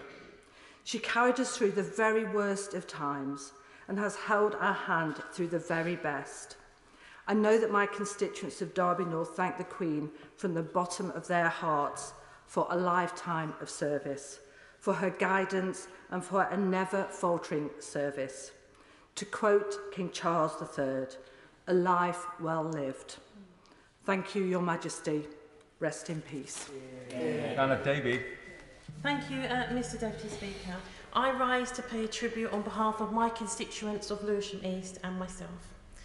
Our late Queen Elizabeth II is the nation's longest-serving monarch who reigned for 7 decades.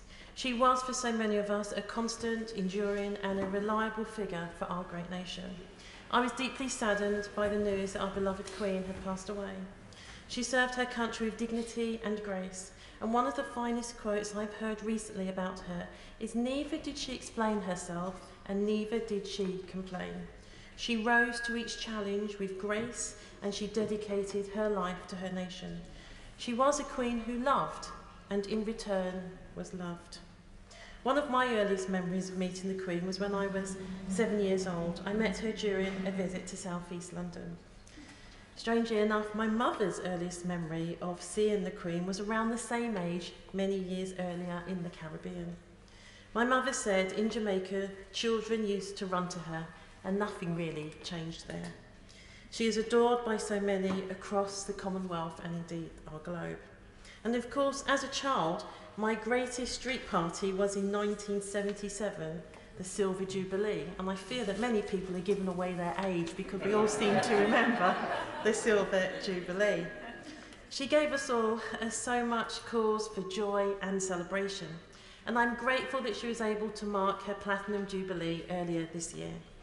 This brought together thousands of people from across Lewisham, where there were over 100 street parties that were held to celebrate her many achievements. Her departure reminds me that there is a time to live and indeed a time to die. But let's all do our very best to do what we can while we live to make a difference in the lives of others in this place. But in the meantime, my thoughts are with her family, with our nation, and for all who mourn our beloved Queen Elizabeth II of the United Kingdom of Great Britain and Northern Ireland, but also across the Commonwealth and across the globe. May she rest in peace. and long live the King. John Howell. Thank you, Mr. Deputy Speaker. I recall my first encounter with the Queen's visit to a foreign country. This was in 1994, and this was the visit that she did to Russia. She went to Moscow and St. Petersburg at the request of Boris Yeltsin. I'd been invited along as part of this trip to conduct economic negotiations with Russia. It was based in St. Petersburg on board Britannia, a ship which thoroughly impressed all the Russian visitors. The press made much of the difficulty for the Queen of the trip. The press were obsessed with the details of which jewels she had brought and whether any of them had once belonged to Russian duchesses. She wasn't in the slightest interested in this. And I must admit that she took Boris Yeltsin fully in her stride, which is something that is quite remarkable to see if you can remember what he was like. It was a great success for UK PLC, and the Queen took a great interest in what we were doing and the results of that visit. As His Majesty said earlier, we remember a life well lived. We celebrate that life for all the human qualities as well as the duty and service which so many members have spoken about. God save the King. Ian Paisley. Thank you very much, Mr. Deputy Speaker. Forgetting the things which are behind us and reaching for the things which are before us, pressing on to the mark, to the high calling of God through Jesus Christ. The words of the Apostle, I think, not only are the religious philosophy of our former monarch, but also indicate her style of leadership. She didn't allow the past to be a burden. She didn't allow the past to hold her back. She stretched forward constantly to the mark, shooing this country forward to a better place, to an ideal, to getting over a line. And indeed, her Christmas speeches each year summed that up as she witnessed for her Lord and Saviour and for her God. I must say I was deeply impressed and struck by the speech this evening by the King, where he dedicated himself to his mother's God in a powerful way and in a singular way. And I think that that should be an encouragement to us all, that he learns from that example of us urging this kingdom forward in all its strands and all its steps. My constituents are broken-hearted, I'm sure, like yours, Mr. Deputy Speaker, with what has happened over the last few hours to our kingdom. But they will be emboldened by the memories of Her Majesty's visits. Certainly her last visit to North Antrim, where she visited the Bushmills. Bushmills looked like the box of Quality Street. A contingent of the Irish Guards decked out in red tunics. Seamus the dog walking through the village. Whenever the Queen arrived to unveil the statue of the war hero Quig, she said to me as I welcomed her, "Is this all yours?" And I hesitated and I said, "No, ma'am, this is yours." And she, twinkle in her eye, she said, "Quite." I'll never forget it. I'll never forget it. It was a lovely moment. King Charles, when he was Prince Charles, was in the constituency also. He was way down in Grace Hill in Ballymena, but for some reason he too made it to Bushmills. I don't know what it is, but there's something about a liquid which sits in a barrel for 12 years that he seems to like. And I know that my constituents are delighted by his patronage of Bushmills. You know, but our kingdom is a lesser place. We have lost a wonderful sovereign lady. But I do want to repeat what the King said this evening. Let's draw strength from the light of her example. Let's draw strength from the light of her example. God save the King. James Wilde. Thank you very much, Mr. Deputy Speaker. And it's only 3 months ago that I stood here to join in the wonderful tributes to Her Majesty the Queen to mark her Platinum Jubilee. and today the House and the country feels immense sadness at her passing. But that is tempered by the opportunity to recognise her extraordinary life of service, and by knowing that she witnessed the heartfelt displays of affection towards her in the 70th year of her reign. And that unprecedented occasion was celebrated passionately in my North West Norfolk constituency, which is unsurprising as it's home to Sandringham, the much-loved private retreat of the late Queen and her family for generations.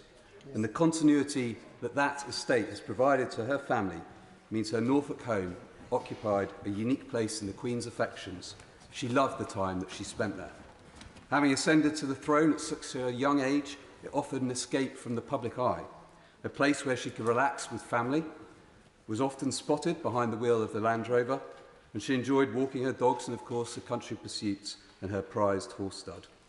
The people living in the villages around the Sandringham estate have great affection for the Queen, as she was a very special part of those close-knit communities. They have happy memories of encounters with the Queen, because as well as the private time she spent there, she chose to undertake many visits over the years. And whether as a member of the Sandringham WI since 1943, and then as its president, taking tea and cake with ladies, or presenting local children with awards, or visiting charities and businesses, she was a constant and cherished part of life in West Norfolk. And perhaps surprisingly, she was even able to go about her life there without fuss. Indeed, famously, when out shopping one day, a woman remarked to her, "You look just like the Queen." To which the Queen is said to have replied, "How reassuring." Presumably with a twinkle in her eye. And her affection with Sandringham was matched only by that of the Duke of Edinburgh, who gave such love, support and service to Her Majesty. And it was from the long library at Sandringham that the Queen delivered the first televised Christmas message in 1957. But perhaps one of the most profound comments in recent times was her broadcast during the pandemic that others have referred to, that we will meet again, a simple phrase expressing hope that we all needed. And it was the immediate response to her passing yesterday, was people coming together at Windsor, at Buckingham Palace, at Sandringham, at Balmoral and elsewhere to share their grief and give thanks for an amazing life. And on behalf of my North West Norfolk constituents, I offer the deepest condolences to the entire royal family. God save the King. Anam Kaiser. Thank you, Mr Deputy Speaker, and I rise to pay my respects today on behalf of my constituents in Airdrie and Shotts. It is, of course, with great sadness that we are here today to pay tribute to Her Majesty the Queen.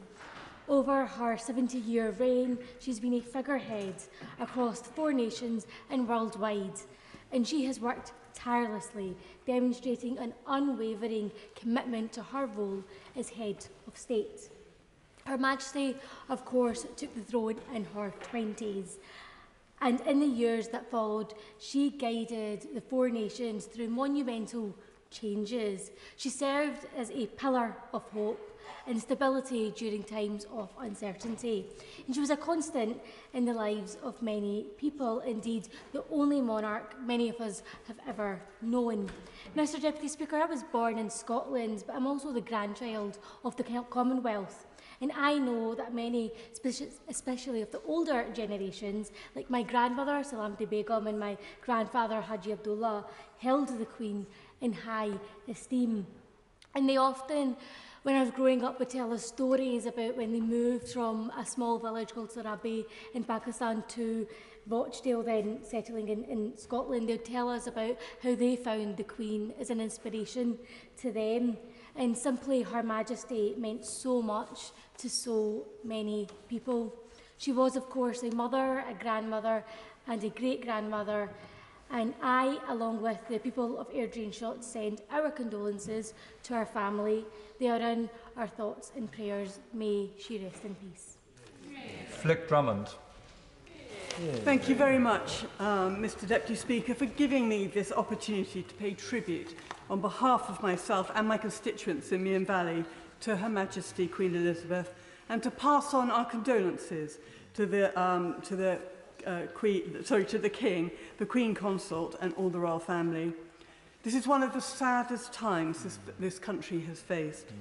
We have lost our guide, and we feel a strange sensation of being adrift, that something's not quite right in the world, that our anchor has been swept away. It is an unease I know that will fade as life goes on, and I know Her Majesty would want it that way. She was a woman without pretension, solely dedicated to her country and the Commonwealth through her unstinted service up to her final days, as we saw. How we will miss her smile and her continuity. We knew this time would come, but it was a shock nonetheless. I want to thank Her Majesty for those 70 years of service. She will remain an example for everyone, in particular those in public service, about how we should serve. It has been a leadership which so many of us would like to emulate.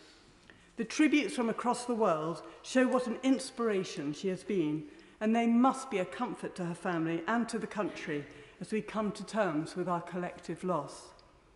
I was born 10 years after the Queen came to the throne, and like many here, I have only known one monarch. The monarchy has been part of our island's fabric for more than 1,000 years. It has been left in good shape and with an able successor at its helm. I will be proud to serve His Majesty, King Charles III, as Member of Parliament and as a British subject. God save the King. Yeah. Ruth Cadbury. Thank you, Mr. Deputy Speaker. I want to add my thoughts and condolences and that of my family and my constituents to the royal family today, a time of immense grief and pain for them, as they've not only lost their sovereign, but also the beloved head of their family. Few remember a time without Queen Elizabeth II, her Christmas messages, her visits, and her presence at state occasions. For 70 years, she was a beacon and guiding light for us all. And as a woman in the public eye, she was a perfect example of grace and dignity, often in the face of adversity. For many of my constituents in Brentford and Isleworth and Hounslow, Osterley and Chiswick, the Queen was known through her tireless work to promote and celebrate dialogue and tolerance between all faiths and cultures. That's why I particularly remember her 2004 Christmas message, where she described her visit both to a mosque in East London and to the Gurdwara in my constituency. In that message, she then relayed the story of a visitor to Britain who had described travelling from Heathrow into London on the Piccadilly line at the end of the school day, and of being delighted that children from different cultures and faiths getting on and off the tube train could be at such ease with each other, something not possible in his own country. Many of those young people would have been my constituents and attending our local schools. In times of crisis, the nation turned to her for her compassion and her wisdom, from her speech to children being evacuated during World War II to her national message at the height of the coronavirus. The people of the UK turned to Her Majesty at the most testing times. She always upheld her promise to serve that she made when she was 21. She devoted herself to service, to our country, to the Commonwealth, and to us all. Today marks the end of the Elizabethan age, but Her Majesty's memory and her legacy shall live on. May she rest in peace. Long live King Charles III. Thank you very much, Mr. Deputy Speaker. I rise to speak on behalf of the constituents of Loughborough, Shepshed, Quorn, Barrow, Salby, Hathern, Mount Sorrel and the Wolds villages to express their deep sorrow at the loss of our sovereign, Her Majesty the Queen. Loughborough had the privilege of hosting Her Majesty on a number of occasions during her reign, including in 1996, when she opened the new English and Drama building at Loughborough Grammar School, which was named the Queen's Building in her honour. Her Majesty also visited in 1966, when she signed and sealed the Royal Charter of Incorporation that granted university status to Loughborough College of Technology, becoming Loughborough University. We were also very proud to be involved in the Queen's Baton Relay in the lead-up to the Commonwealth Games in Birmingham this summer. I spoke on behalf of Loughborough constituency in the humble address speech for her Platinum Jubilee earlier this year, saying that the Commonwealth is, of course, the jewel in the crown, and that throughout her reign, Her Majesty has overseen its modernisation, to ensure that it represents everyone that brings together communities from across the world, and that is undoubtedly true. Loughborough will again be on the world stage this weekend, when bells will ring across the country and across the world. Many of those bells will have been made in Loughborough at Taylor's Bell Foundry, the world's largest working bell foundry, including the casting of the Great Paul Bell at St Paul's Cathedral. We will be filled with both sadness and great pride that our bells say goodbye to our sovereign Queen and also welcome our new monarch, King Charles III. Loughborough is honoured to play its part in marking this solemn and moving occasion in British history. In closing, I quote Her late Majesty when she said, "Grief is the price we pay for love." There will be a great deal of grief felt over these next few weeks, and that is because there was a great deal of love for her throughout the 96 years of her life. Truly, Elizabeth the Great. May she rest in peace, and God save the King. Sam Tarry. Thank you, Mr. Deputy Speaker. I'd like to place on record my tribute today, alongside so many that have spoken today already, and offer my personal condolences to His Majesty King Charles III on behalf of all of our communities in Ilford South. Mr. Deputy Speaker, like many parliamentarians across the House, I have always had a profound respect for the Queen and for the role she has performed within our nation. I've admired the sage advice and wise counsel she gave to so many leaders over the course of the past 7 decades. And as a son of an Anglican rector and canon of St Chelmsford Cathedral, someone who's grown up in the church, someone who has grown up in the churches of Ilford, I've understood so much as part of my life the role that the Queen has performed as head of the Church of England.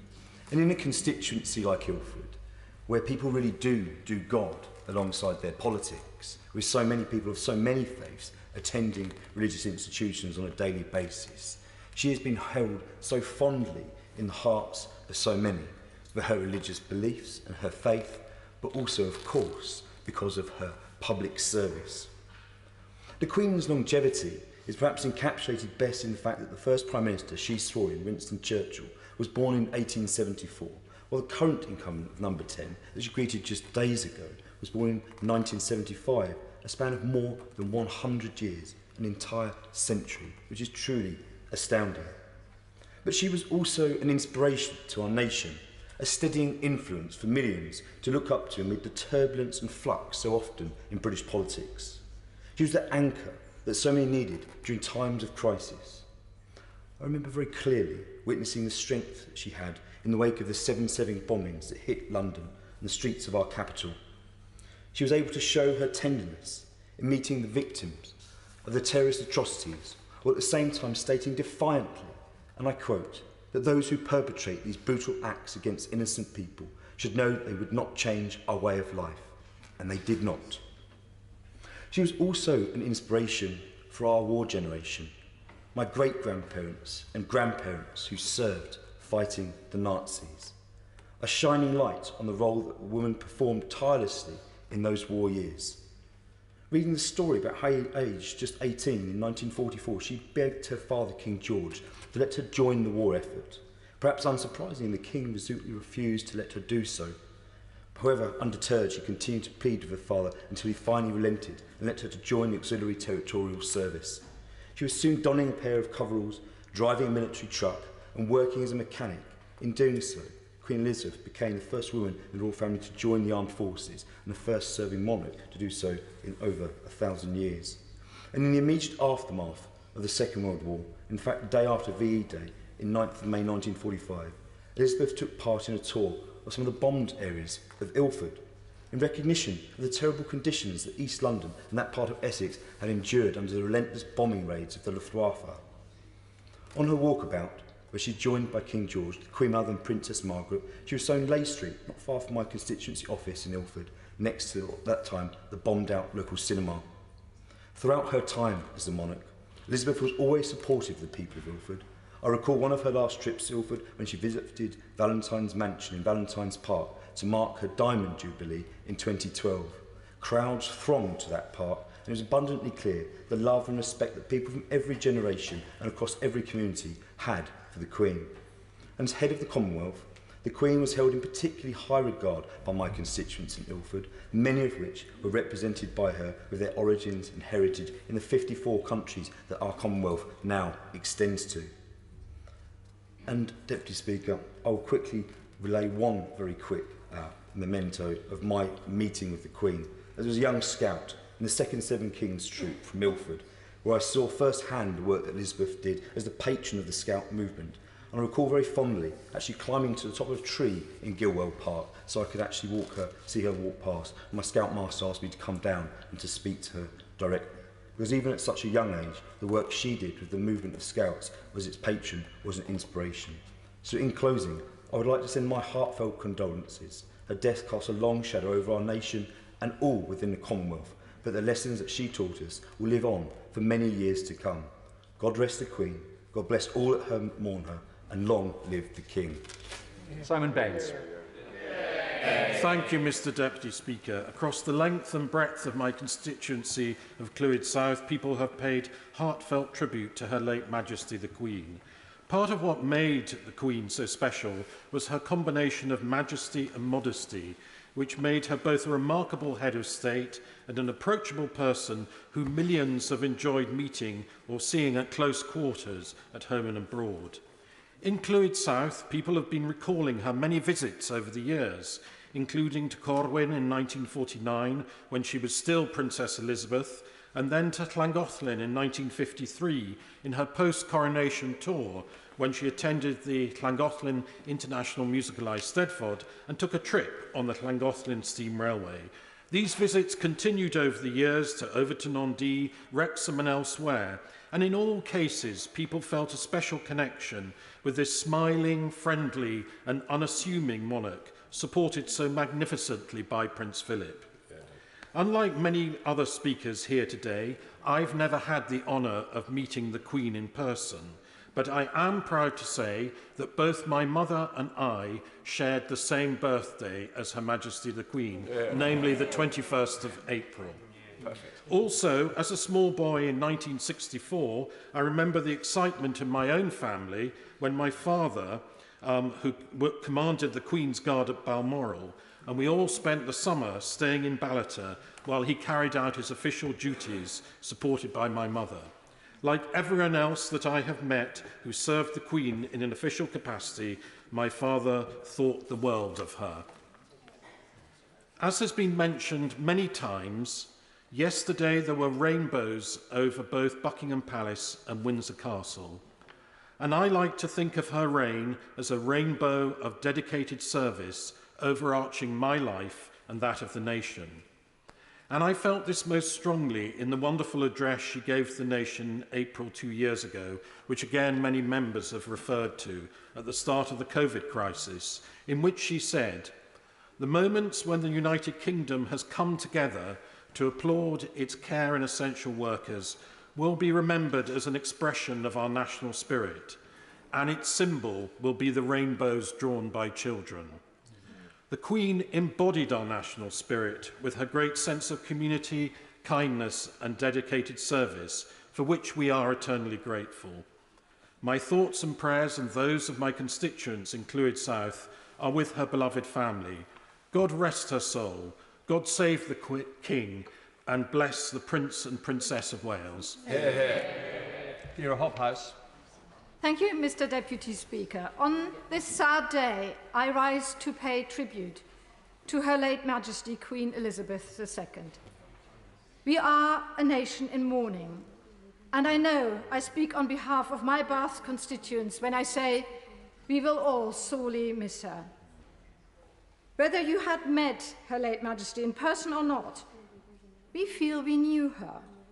She had a personal relationship with all her subjects, and she managed to combine her office as monarch of an ancient and great kingdom with the warmth and personal touch of a wonderful human being. And her great personal qualities of empathy, integrity, and humility stood as an example to us all.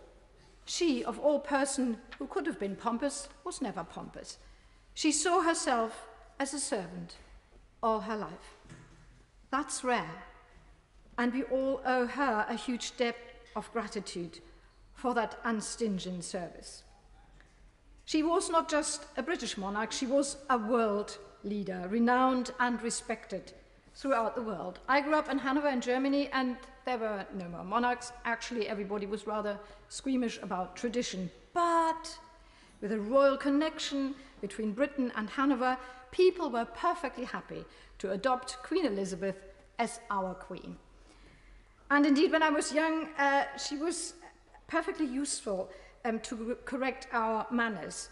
You better learn to behave in case you meet the Queen. Apart from her undoubtedly impeccable table manners, she represented to the core the best of British. In time of great turbulence, the late Queen stood as a unifier and a peacemaker. She clearly loved people and respected each and every individual for who they were. Her legacy must live on as we enter a new chapter. May she rest in peace, and long live the King. Graham. Some wonderful tributes, Mr. Deputy Speaker, have been given today from across the House to a simply amazing woman, our nation's unshakable rock in storms, our favourite granny, and above all our Queen, much loved and now deeply mourned in Gloucester as across the United Kingdom and abroad. For her late Majesty touched lives not just in the 14 countries for whom she was head of state, or even the 54 countries that make up the Commonwealth family, but across the world. On July the 1st this year, I, representing Her Majesty's government at the inauguration of President Marcos of the Philippines, passed congratulations from the world's longest-serving head of state to its most recently elected. The President's face lit up. "The Queen is amazing," he said. "We all watched the Platinum Jubilee celebrations, and she has set the platinum standard for heads of state." Now, whatever our individual memories of Her late Majesty, whether of individual meetings or seeing her at visits like those to Gloucester in 2003 and 2009, or simply watching her smash hits on TV with James Bond and Paddington Bear, the President was right. The Queen was the platinum standard, the extraordinary example of leadership through service to which we all aspire. So in offering my and Gloucester residents' sympathy to the royal family, we are all grateful for that extraordinary legacy. None of us will ever forget our world's Queen or her second great Elizabethan age. And I believe King Charles's own long record of service and his moving speech this evening should give us all great confidence for the future.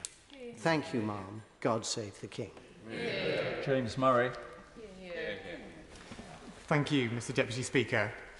Mr. Deputy Speaker, this morning I left my constituency of Ealing North to come into Parliament by boarding an Elizabeth line train. As we know, over time, Queen Elizabeth II's mark on our banknotes, our coins and our stamps and so on will gradually give way to the mark of King Charles III. But in our part of the country, those stations and trains mean that my constituents and I will always have a physical tribute to our greatest monarch running through our borough. Mr. Deputy Speaker, to the great disappointment of the countless primary school children who have asked me since I was elected, I never had the chance of meeting the Queen as an MP. But I know that I was not alone in feeling her presence across Greenford, Perivale, Northolt, Hanwell and Ealing during the Platinum Jubilee celebrations in June. In our diverse part of London, people of all ages, of all backgrounds, of all faiths and none, came out to celebrate the reign of our Queen and our love of our community and our country. After the separation of the pandemic, we were celebrating the Queen's Jubilee with our neighbours, and that celebration itself helped the Queen's assurance during lockdown that better days would return come true. And at those Jubilee celebrations, as in the House of Commons today, everyone had their personal reflection on the Queen and what it was about her they most admired. For me, what stands out above all else was her most incredible sense of duty, and her awesome devotion to service that quite simply was her life. Mr. Deputy Speaker, on behalf of the people of Ely North, I offer our deepest condolences to the King and the royal family, and our most heartfelt thanks for the life of Queen Elizabeth II, whose legacy will live on forever. Paul Bristow.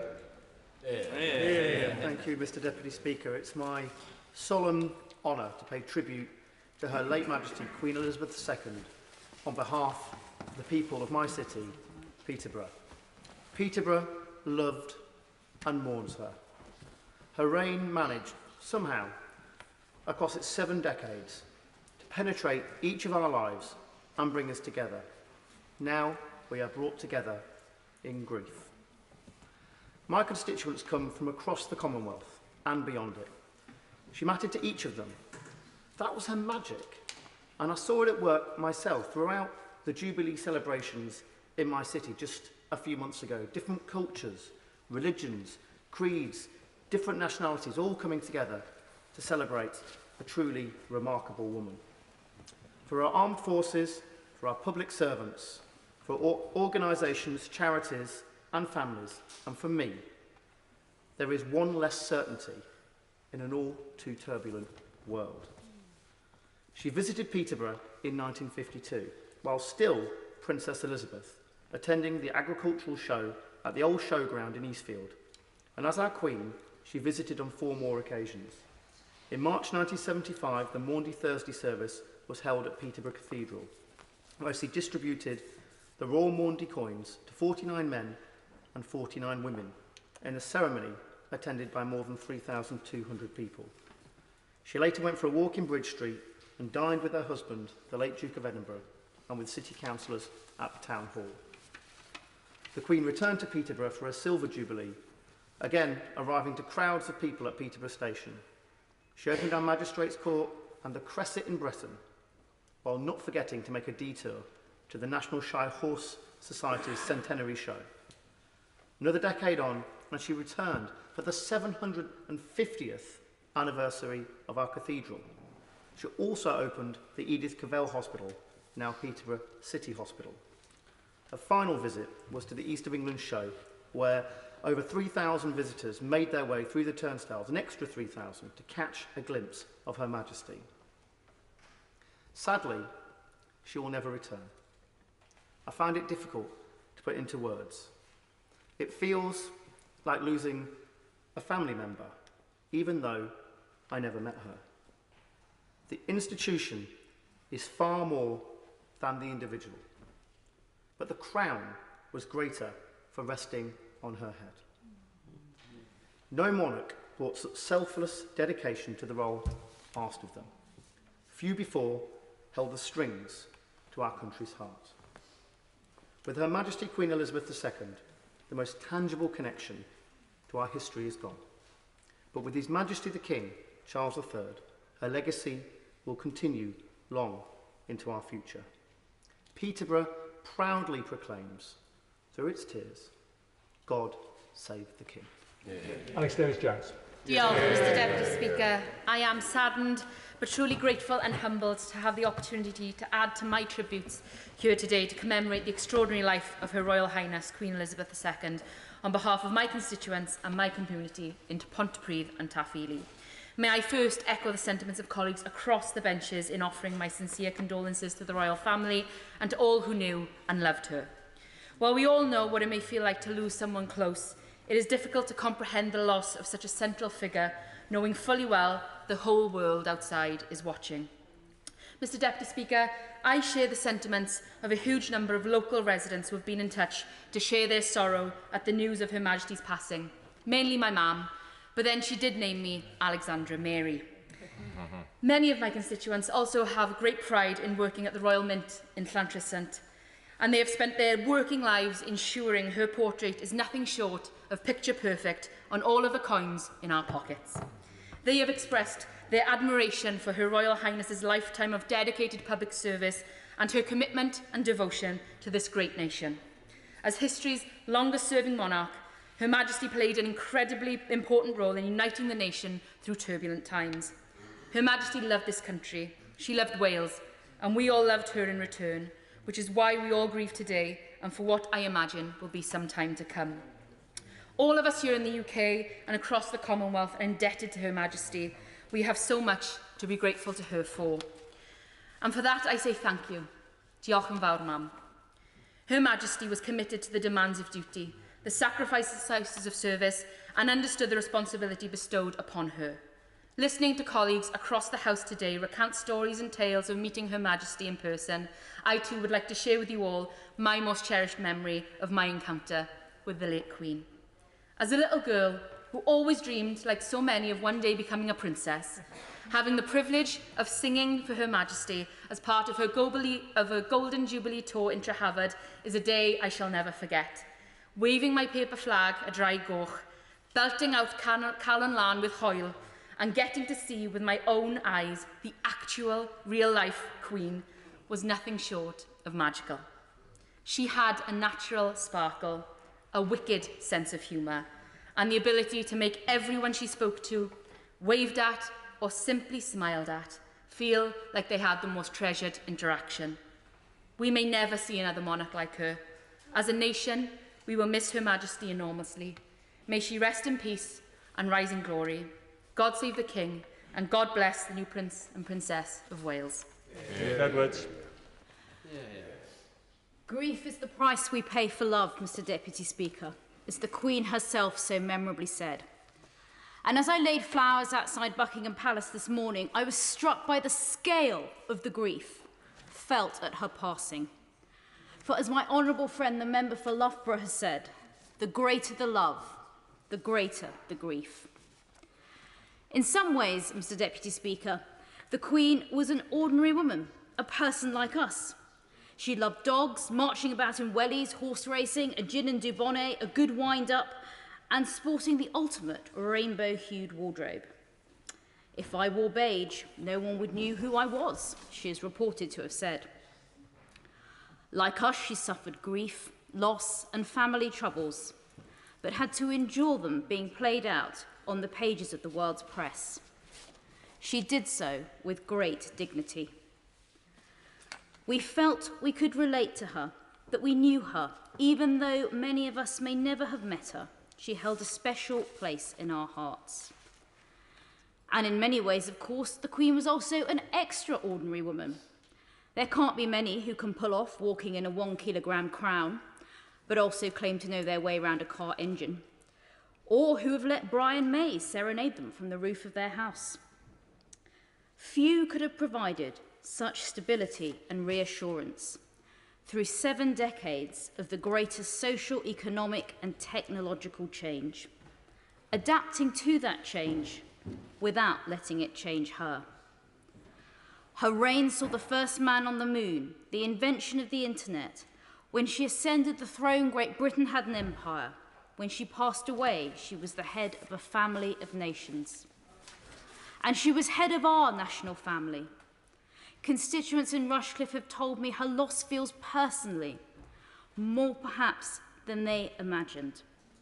Whatever our politics or creed, from the youngest to the oldest, from the most remote corners of our islands to the bustle and clatter of our biggest cities, the Queen bound us together, the thread through our national story. In triumph, she was our anthem. Through trials, our strength. Her courage and steadfastness an example to us all. Who will ever forget her message to the nation at the height of the coronavirus pandemic? Her reassurance that we would meet again. And we meet here today to remember a woman who lit people's faces with joy, to remember a sovereign whose reign is one of the greatest in history, and to remember a public servant who gave her whole life to us, her people, her country and her Commonwealth, right until the very end. Daisy Cooper. Thank you, Mr. Deputy Speaker. Throughout her extraordinary reign, Her late Majesty Queen Elizabeth II was a beacon of stability, duty and selflessness, and many of my constituents in St Albans will find it impossible to imagine Britain's public life without her. On a personal level, I met the Queen a number of times when I worked in Commonwealth affairs trying to advance democracy and human rights. The Queen wasn't just a constant, but a few times a year she was literally part of the day job. Commonwealth Heads of Government meetings, Commonwealth Youth meetings, the annual multi-faith, interfaith Commonwealth Day service and reception. The Queen and Commonwealth were inseparable, the only modern intergovernmental organisation like it. Each year, we Commonwealth Secretariat staffers used to love celebrating the diversity of the Commonwealth on Commonwealth Day. But sometimes it was slightly surreal. The annual Commonwealth Day reception at the Secretariat was rumoured to be the only event in the Queen's diary where she didn't know who she was going to meet. There was no official lineup, it was all organic, not organised, and there was no protocol on ordering people and guests by rank or into different rooms. As a result, it was not unusual to see the Queen greeting a disorganised throng of diplomats, high commissioners, often with their husbands and wives, jostling to a backdrop of Fijian dancers in coconut bras, Ghanaian acrobats, and British pop stars from the 1980s, all jockeying for position to get a glimpse of the Queen or to shake her hand. On another day, I was tasked with taking a group of dignitaries to Buckingham Palace for an audience with Her Majesty. One such dignitary had just got a new smartphone, and he was particularly keen on telling all the other group members about the merits of this phone in spectacular levels of detail. When we arrived at the palace, we were all told, quite rightly, to turn our phones onto silent and to put them away. But during our polite conversation with the Queen, this particular person tried to persuade Her Majesty that she should get a phone just like his. So he proceeded to take his phone out of his pocket, started pressing buttons and thrust it under her nose. And he plucked up the courage to say, "Your Majesty, I think you should get a phone like mine." We all stood there, stunned in silence, and she just said, "Who do you expect me to text?" It was fantastic. He blushed like a schoolboy. The one-liner was wildly refreshing, and the rest of the group were incredibly grateful. I know that so many people who have met the Queen have many memories and stories to share, including many of my own constituents. And many of them will remember the 3 occasions that the Queen has visited our St Albans Cathedral and Abbey, where a book of condolence is now open. The Queen's passing feels like an end of an era, but on behalf of myself and my constituents in St Albans, I would like to extend my thoughts and prayers to the royal family. Rest in peace, Your Majesty, and thank you. Thank you, Mr Speaker. I rise to speak on behalf of my constituents in West Dorset, to pay tribute to our late Queen, whom we have loved and admired for our entire lives, to share in the deepest sorrow of the nation, and to send our deepest sympathy to King Charles and the royal family. Queen Elizabeth has been one of the few constants in our transitory life. The past 24 hours has truly brought home to us not only the life and service of our Queen, but also our own service to our community and nation. Queen Elizabeth was a woman of great kindness and faith, of incredible inspiration, of steadfast leadership, and was a family role model for all of us. The Queen was of my grandparents' generation. Their sense of selfless service and duty, particularly during times of difficulty, has allowed us to lead the lives of freedom and democracy that we enjoy today. Her late Majesty's generation is one of selflessness, not of entitlement. Her generation is one of tenacity, of character, and of wisdom that we must look to continue in our own lives.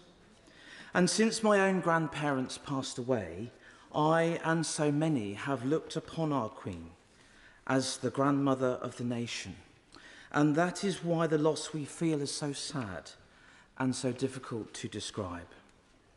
I am not able to put it better than Martin Lee, the rector of Sherborne this morning, when he said, "Our country has been held in her hands.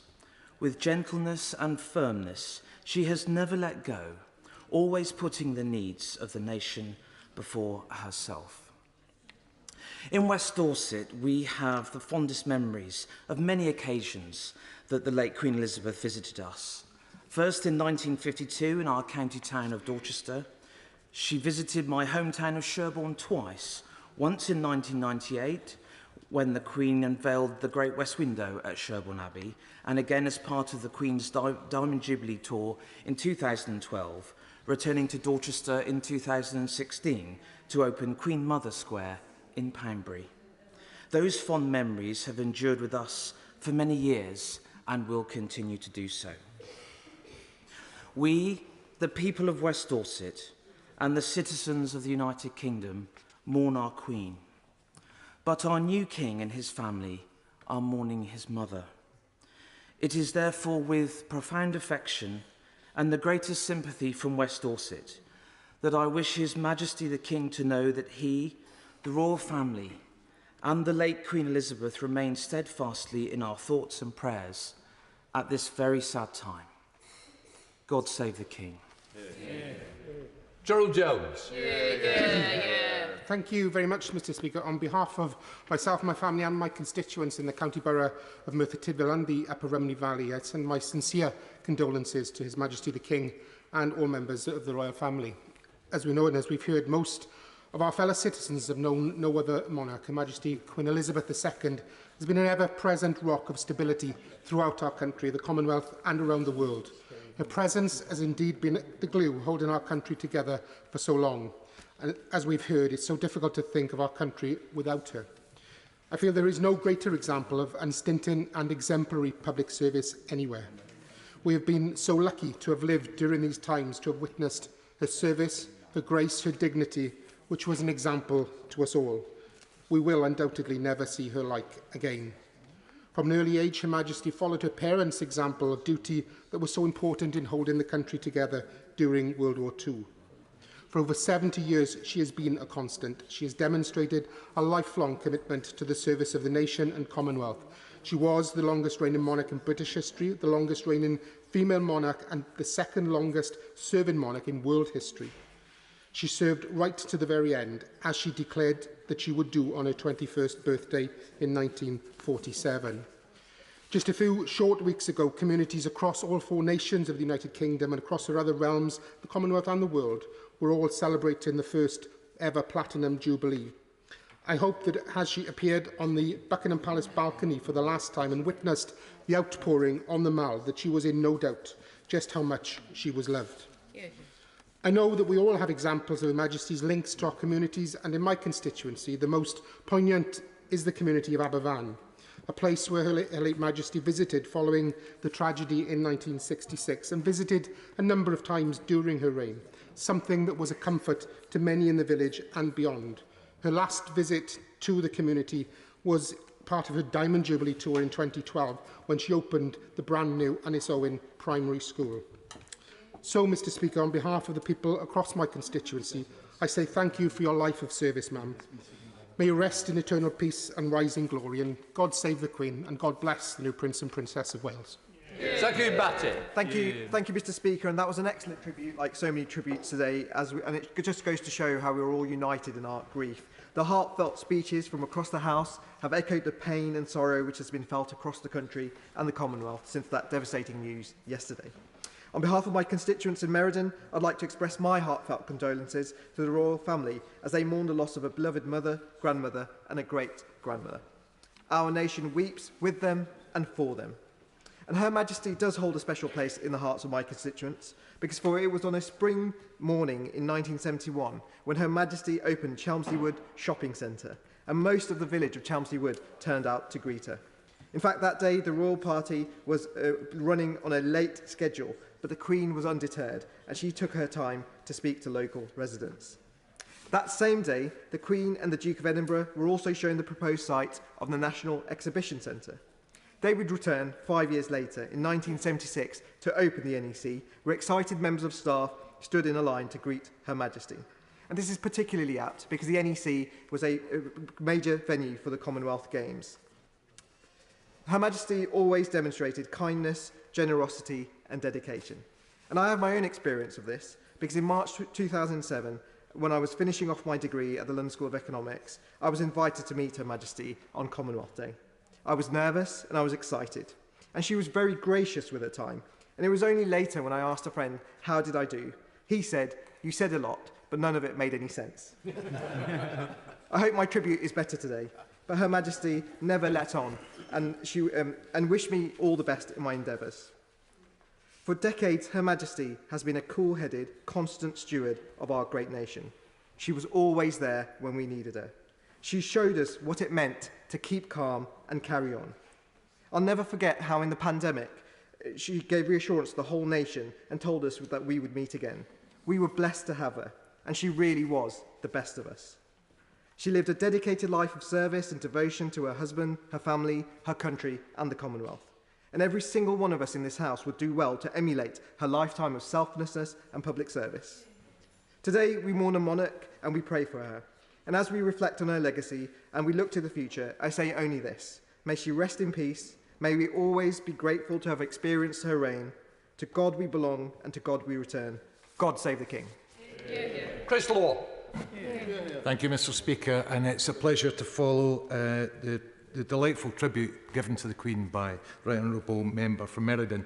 On behalf of myself, my constituents in Dundee West, and all peoples of the Royal Ancient Borough of Dundee, I'd like to pay tribute to Her Majesty the Queen and send my deepest condolences to the royal family at this difficult time. Her Majesty dedicated her life to public service, and having acceded to the throne at an unexpected young age, she has reshaped the monarchy in the changing generations that she has reigned, and she'll be remembered in history as Britain's longest-serving monarch. Throughout her reign, she served with dignity and compassion. Everyone that I know personally that has met her has spoken of her real and genuine warmth. The Queen, of course, had a strong Scottish heritage. The Queen Mother's home was Glamis Castle in Angus, not far from my city of Dundee. As a result, Her Majesty frequently visited her maternal grandparents there as a child. Indeed, one of the earliest photographs of the Queen visiting Dundee is as a child shopping in Webster's toy shop in Whitehall Crescent with her grandmother, the Countess of Strathmore. Throughout her lifetime, she continued to visit my city, and many of Dundee's parks and public spaces were officially opened by Her Majesty. As then Princess, she officially opened Camperdown Park in 1946, and 7 decades later, 70 years, she unveiled a plaque to officially open Slessor Gardens at our city's redeveloped waterfront in 2016. Buckingham Palace was, of course, not the only balcony that the Queen waved from. In 1969, she arrived by train into Dundee and visited Durrope Court, one of the city's 44 multi-storey blocks. While there, she was welcomed by a local Dundee family and waved from their balcony to the crowds that gathered below. I'm also told that she stayed back for a cup of tea. Thousands of people gathered to watch the Royal Yacht Britannia berth in the city when she made her first royal visit to Dundee as Queen in 1955 with the Duke of Edinburgh, and I know that thousands will now wish to sign the book of condolence that has been opened at Dundee City Chambers to allow members of the public the chance to express their feelings at the death of Her Majesty.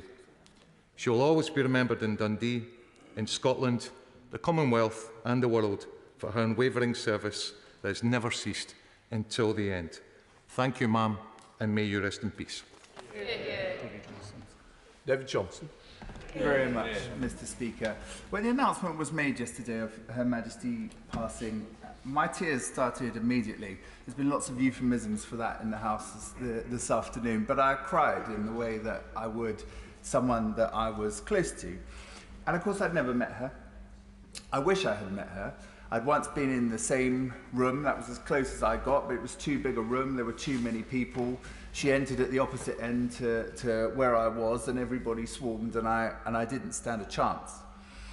But I did have the privilege of meeting 2 members of her family, including our new king, who spoke so movingly earlier this evening. And in them, we saw what she had inculcated in her family and in the nation. We saw the example that she set. And it's no surprise that the same words are used over and over again in the tributes about duty and sacrifice and dedication and selflessness. She personified them. But we have also heard about passion. We've heard about her passion, of course, for her family, for her country, for horse racing, for her dogs, but about humour, about mischief, which we saw at the Olympics and which we saw quite recently in the Platinum Jubilee celebrations with Paddington Bear, and in those celebrations, which were just a few weeks ago, of course, we all rise to speak on behalf of our constituents, and my constituents in Wantage and Didcot showed the great love and devotion they had to her, with street parties all across the 4 towns and 64 villages I represent. Far too many for me to get to all of them, although I tried to do my best.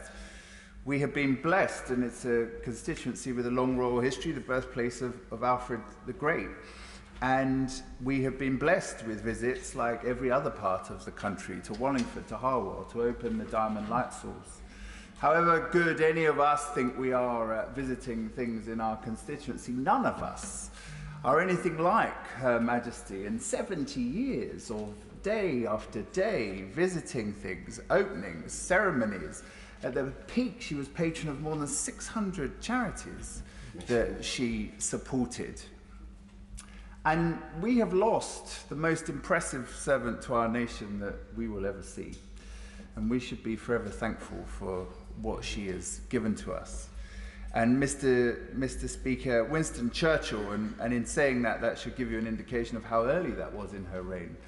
But Winston Churchill said, if all the film people in all the world, if they scoured the globe, would not find someone as suited to the part. How true that was.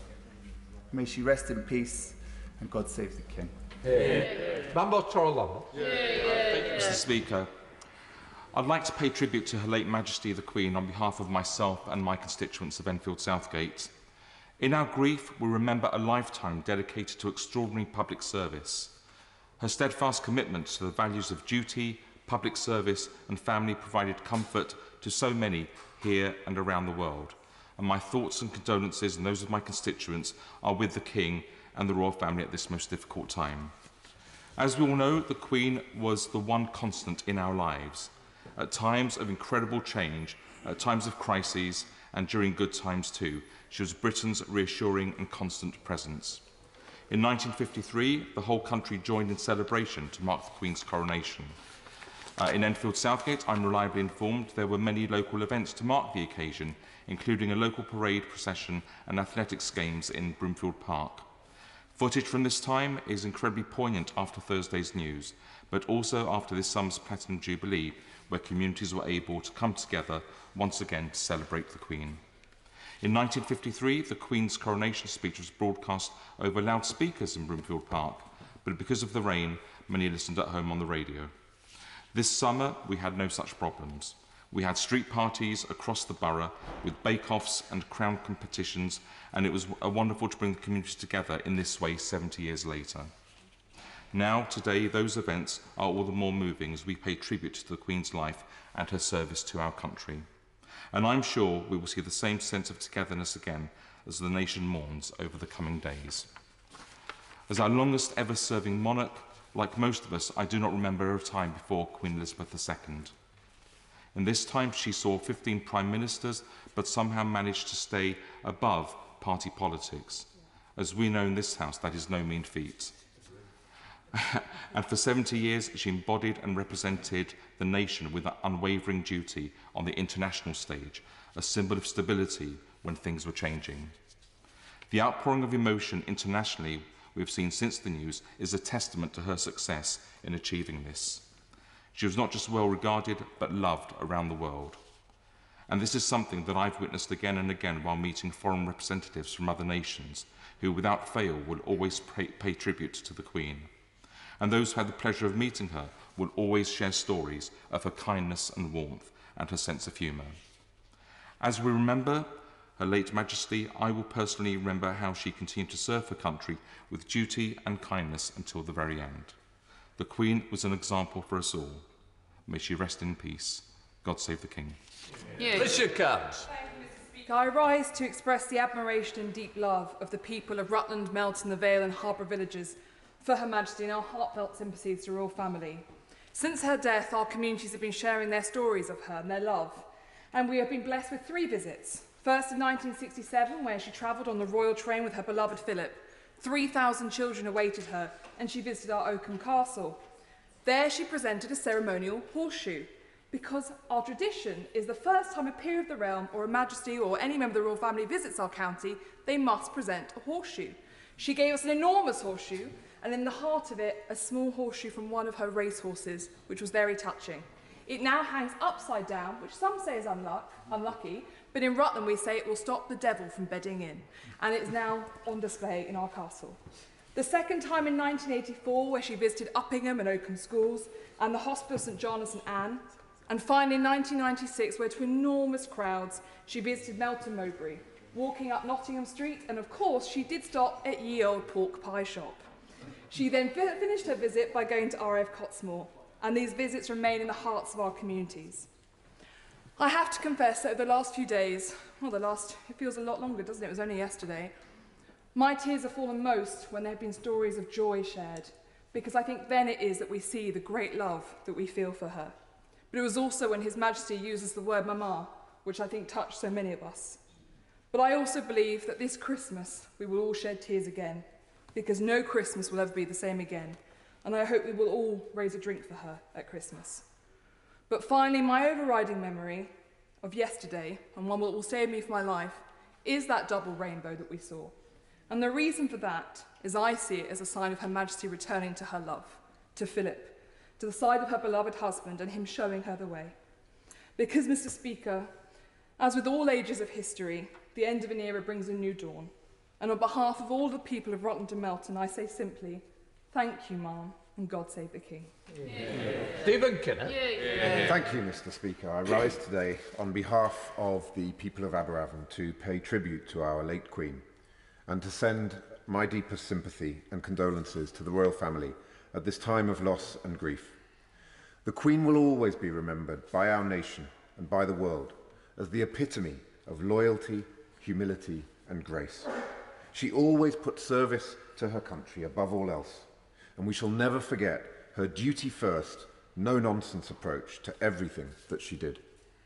Her unique talent lay in her ability to connect with the nation and to reflect our thoughts, our hopes, and our fears. She inspired affection and respect, and she was a source of comfort to us all. The last 7 decades have been times of seismic political, economic, and social change. And throughout these turbulent years, Her Majesty was a beacon of consistency and stability. She never failed to steady the ship. She was the personification of keeping calm and carrying on. Indeed, her leadership during the pandemic was testament to this. In echoing the immortal words made famous by Dame Vera Lynn, "We will meet again," she evoked in her typically understated manner the stoic spirit and measured optimism that guided us through that period of crisis and hardship. On behalf of my Aberavon constituents, I thank the Queen for all that she gave to our country, and I convey my very best wishes to King Charles as he assumes his new responsibilities and begins writing the next chapter in our national story. Long live the King, and long live the Prince and Princess of Wales. Marco Long. Thank you, Mr. Speaker. Her Majesty the Queen has been a given in our lives, an anchor, as certain as the sun setting each day, but her star has set for one final time, and there is no worldly scale big enough to show the weight of our loss. I, like many, felt that she would always be there. On behalf of my Dudley North constituents, I wish to express my sincere and deepest sympathies to His Majesty, the royal family, and indeed the entirety of the royal household. Mr. Speaker, Her Majesty embodied everything we all aspire to stand for in this place: dedication to public service, dedication to family, dedication to people. The magnitude of what Her Majesty delivered in her time for us all is impossible to measure, and while I never had the privilege of meeting her, I felt a presence there, a guiding hand, one that was available to us all, including Paddington Bear. In Dudley North, I mourn alongside my constituents, a community united in grief.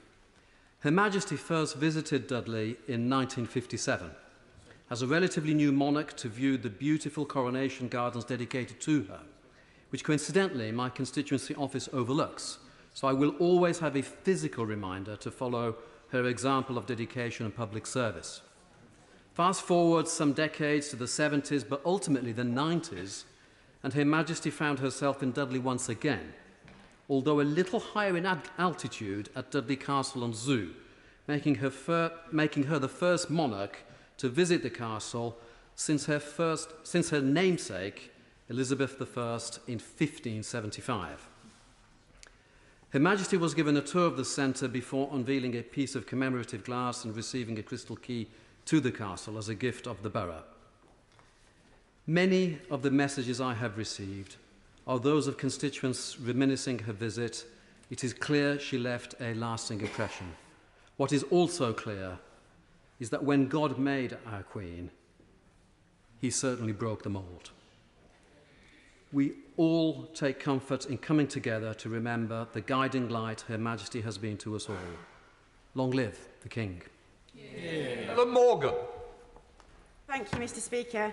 As one of the most recent MPs to swear allegiance to the Queen, I'm saddened and humbled to have the honour of paying tribute to her once again on behalf of my North Shropshire constituents. And on behalf of them, I offer my condolences to the King and to the rest of the royal family for their sad loss today. Many constituents have been in touch over the last 24 hours to share their sense of love, their sense of loss, but most of all, their gratitude for the Queen's devotion, her leadership and her warmth during her 70 years of public service. While the nation is united in sorrow, the anecdotes shared here today and by my constituents from North Shropshire have shown me that, as well as the sorrow, we can celebrate her life with joy as we remember her today. I've smiled as some of the more senior of my neighbours have shared memories of the coronation back in 1953. These memories are vivid and are still fondly thought of 7 decades on. Every television wheeled out so that neighbours, friends and family members could huddle together for a glimpse of the gracious young Queen, and a whole programme of celebrations in the town of Wem, at which I was recently shown an original programme in perfect condition. I'm thankful that the Platinum Jubilee provided the chance for these communities to unite once again and show the Queen just how much she was loved and continued to be into her 70th year. She was celebrated across North Shropshire, from the soldiers of the Royal Irish Regiment based at Turnhill to the helicopter pilots being trained at RAF Shawbury, including her grandsons, the new Prince of Wales and Prince Harry a decade ago. We're very grateful to have welcomed her to both sites. But from Wem to Whitchurch, Ellesmere to Oswestry and Market Drayton, we lit beacons across the countryside as a symbol of gratitude to our longest-serving monarch. And how appropriate this was, for Queen Elizabeth was a beacon of stability to us all throughout these 7 decades. But now a new era begins. Christmas this year will be very different. We will gather round our televisions again, but this time it will be the speech of King Charles III and not that of our Queen. In North Shropshire, we will raise a glass to both of them. In 1957, the 31-year-old Queen promised to give these old islands her heart and devotion. She stayed true to her word for every minute of her 96 years, and for this we are all grateful. We hope she rests in peace. God save the King. Sarah Brettle. Thank you, Mr. Speaker, and I just want to join colleagues in expressing my deepest sorrow at the passing of Her Majesty Queen Elizabeth II and the sorrow of my constituents of Hyndburn and Haslingden. Our condolences are with the King and the royal family. It's difficult to be able to put into words the grief and profound loss that is felt, but after the rainbows that's been mentioned, as I paid my own tribute last night at the gates of Buckingham Palace in the darkness, the heavens had opened and the rain poured. It felt as though the weather portrayed our grief. The nation's heart was broken. For many of us, the Queen is the only monarch we've known. It's hard to underestimate the value of the stability she gave this country and the nations around the world for which she was head of state. When our politics or our society seemed so fraught, the Queen was a constant in our lives, a reminder of strength, dignity and stability, a reminder of what unites us. In 2012, we had the privilege of a royal visit from Her Majesty Queen Elizabeth and the Duke of Edinburgh. during her Diamond Jubilee. I remember my own personal memory of that day stood on the balcony of Accrington Market Hall at the age of 17 years old, outside my dad's cafe, Millie's, as she came to greet us. Her eyes twinkled and her warmth shone through. The crowds gathered in the thousands. They smiled, they sang, and one feeling that could be felt within the crowd: they loved. During her 1957 Christmas address, the Queen said that while she cannot lead us into battle, give us laws or administer justice, she could give us her heart and her devotion. All these years later, we can surely all agree that she did just that. She was our greatest public servant, our greatest diplomat, and our stability. She has been the true light in our lives that none of us really believed would ever go out. May she now rest in peace. Thank you, ma'am, and God save the King. Christian Wake. Thank you, Mr. Speaker, and I'm both proud and sorrowed, although delighted to follow my honourable friend, and I emphasise that word friend because grief does bring people together. I imagine I speak for many when I say I've taken some solace in hearing some of the tributes today from those who've actually got to meet and know Her Majesty. I was never fortunate enough to have met her, but it almost feels like I had, just like everyone else in this chamber, because there was something similar and familiar to all of us, and we all take a bit of her with us. But I like to think that bit I take is the humility and the kindness that everyone speaks about. This great and proud country went through many trials and tribulations during the Elizabethan age, but she was one of the constant, providing stability through wartime as much as in peace. And as many have already alluded to, regardless of your political views, her sense of service to this country she loved is something to be admired, treasured, and something we should all be proud of.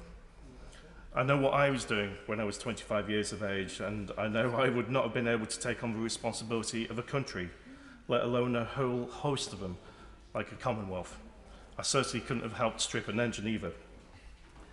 But I'd also like to put on the record the condolences of my constituency of Bury South, the townships of Radcliffe, Whitefield and Prestwich, along with myself and my family. And I particularly think to this year's Jubilee celebrations, when my daughter, at nursery at the time, came back home from nursery so proud that she had learnt the national anthem. So she did her rendition for Daddy, and she sang "God Save Our Normal Queen." Unfortunately, Lavinia, the words weren't quite right, but the sentiment was there.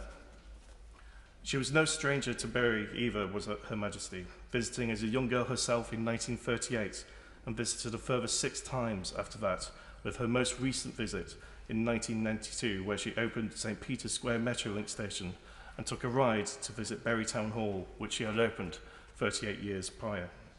What stood out for me most, though, about her service wasn't just for the length of what she did, it's for the fact she seemed to genuinely enjoy every single moment of it. From historical meetings with world leaders right down to visiting primary school children, she made everyone feel like they were the only person meeting her.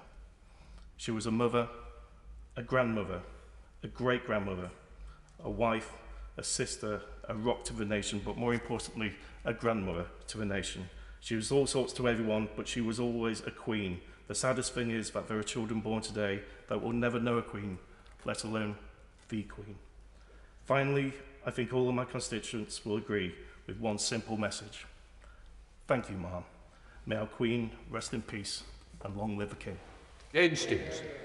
Thank you, Mr. Speaker. And I rise in deep sadness, but with immense gratitude for the life and the service of our beloved late Sovereign Queen Elizabeth.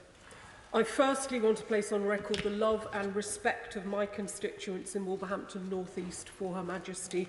Many have already contacted me about the devastating sense of loss and grief they feel at Her Majesty's passing, and I thank them for sharing their thoughts with me. It is an honour to pass them on in this place.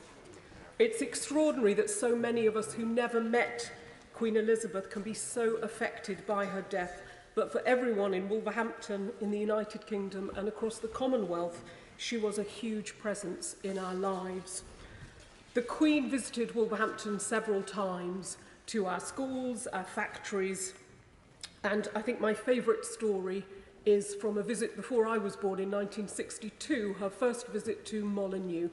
She was presenting colours to the North and South Staffordshire regiments and the Staffordshire Yeomanry, and she did apologise to Wolverhampton Wanderers for her high heels making marks on our hallowed turf at Molineux. 30,000 Wolfrinians cheered her that day, and I know the strength of feeling for our monarch is still as deep today as it was then.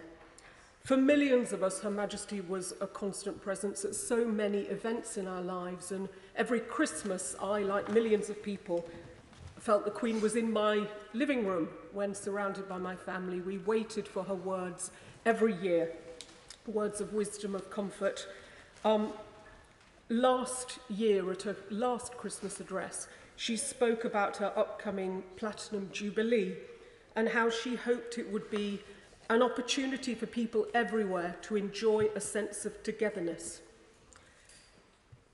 At so many Jubilee events for Her Majesty, my neighbours became my friends, and she certainly succeeded at all the events I attended in Wolverhampton this year for her Platinum Jubilee. She brought us all together. Because of Her Majesty's age and because we knew she was struggling with some ill health, I think the celebrations this year were poignant as well as joyful, and I'm sure I'm not the only person who, through our smiles, also shed a tear when Paddington Bear thanked Her Majesty for everything. She has united our nation once again, and this sad occasion, she now unites us in national mourning. Our thoughts must be for her beloved family, the royal family, and especially our new King Charles III, as he takes on such responsibility. I hope the outpouring of love for Her late Majesty will bring the royal family some comfort over the coming days and weeks. I want to express immense gratitude for her life, her many qualities. She was a shining example of strength and of selflessness in public service. May our beloved Queen Elizabeth rest in peace and rise in glory. God save the King. Thank you, Mr. Speaker. This day is a day many of us which will never come, but many of us believe will also never happen. I need not remind members of Her late Majesty's unwavering service as Britain's longest-serving monarch, her calmness and stoicism through difficult times, and the continuity and stability she offered our country and our people. She personified the virtues of loyalty and humility, never complaining, and setting a towering example for world leaders, future monarchs, and ordinary people alike. Her Majesty was the embodiment of our nation's identity, and for many people, she was the United Kingdom, with uncanny ability to appear unchanging, yet also move with the times. She epitomised the concept of a constitutional monarch, and took this responsibility seriously, thus cementing the role of the constitutional monarchy in this country, remaining above politics, yet imparting profound wisdom to innumerable prime ministers and parliamentarians over several decades.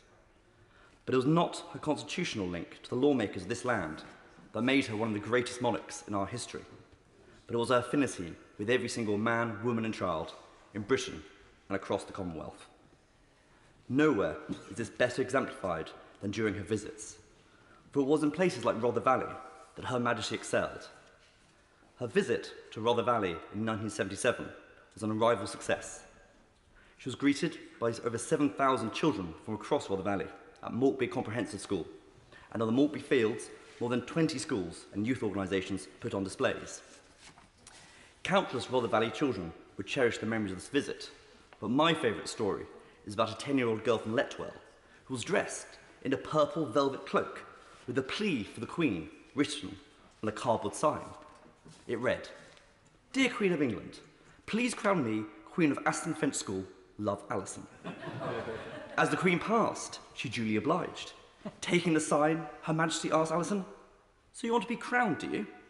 Then, carefully picking up the homemade crown, held on a velvet cushion by Alison's page boy, a 7-year-old boy called Matthew Alton from Woodhouse Mill, Her Majesty regally placed it on Alison's head, thus crowning her the Queen of Aston Fench School. But this anecdote, like many across the country, encapsulates what Her Majesty meant to Rother Valley, the United Kingdom and the world.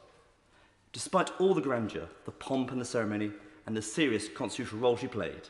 Her Majesty's most winning qualities were humour, her kindness, and a famous mischievous twinkle in her eye. She was a cultural icon, but beneath it all, she was the nation's grandmother. She loved all of us and was beloved by all of us in return.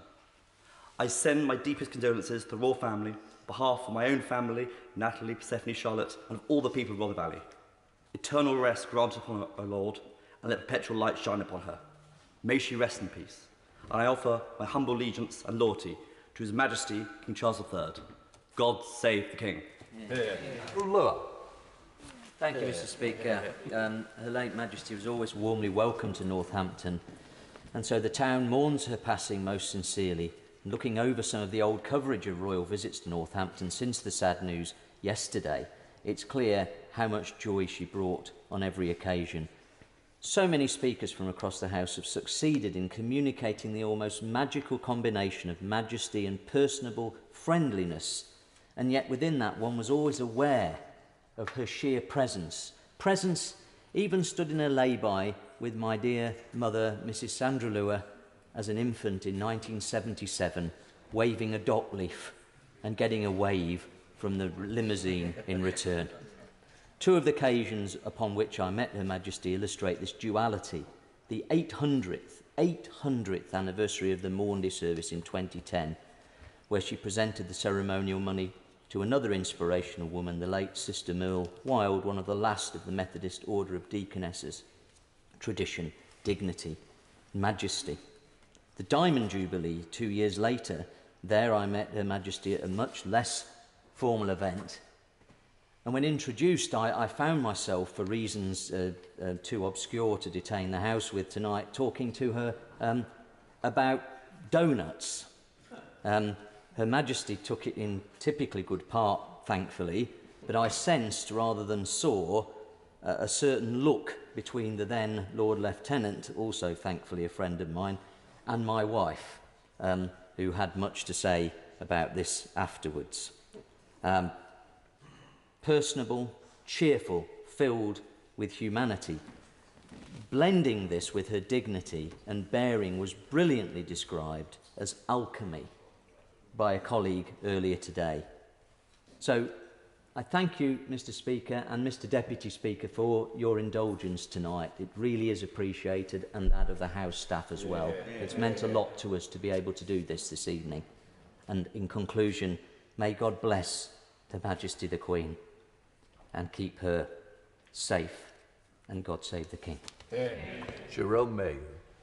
Speaker, I add my name to the outpouring of love, affection and gratitude for the life of Her late Majesty on behalf of the people of Broadland. It's a sombre day as we grieve. So who would have thought that we would have laughed so much as we've remembered her extraordinary life? I've loved listening to the speeches of colleagues as they've recalled their mishaps with Her Majesty. And through those stories, I've learnt so much about her deep graciousness. I have never been lucky enough to meet her, but I still grew up with her as part of my family. For that was the impact of her life on all of us. Through her service, she reached into our homes and our hearts. Whatever else was going on in our lives or in the country, the Queen was always there, a steadfast anchor of rightness. She did not represent the people, she embodied them through her steady, selfless service, year after year, decade after decade. By her life and how she lived it, she pointed out to all of us the real values by which life should be lived: integrity, devout faithfulness, duty. We, in return, have demanded constant attention, constant attendance, constant access, irrespective of any difficulties in her own life, often demanding the most at the hardest times.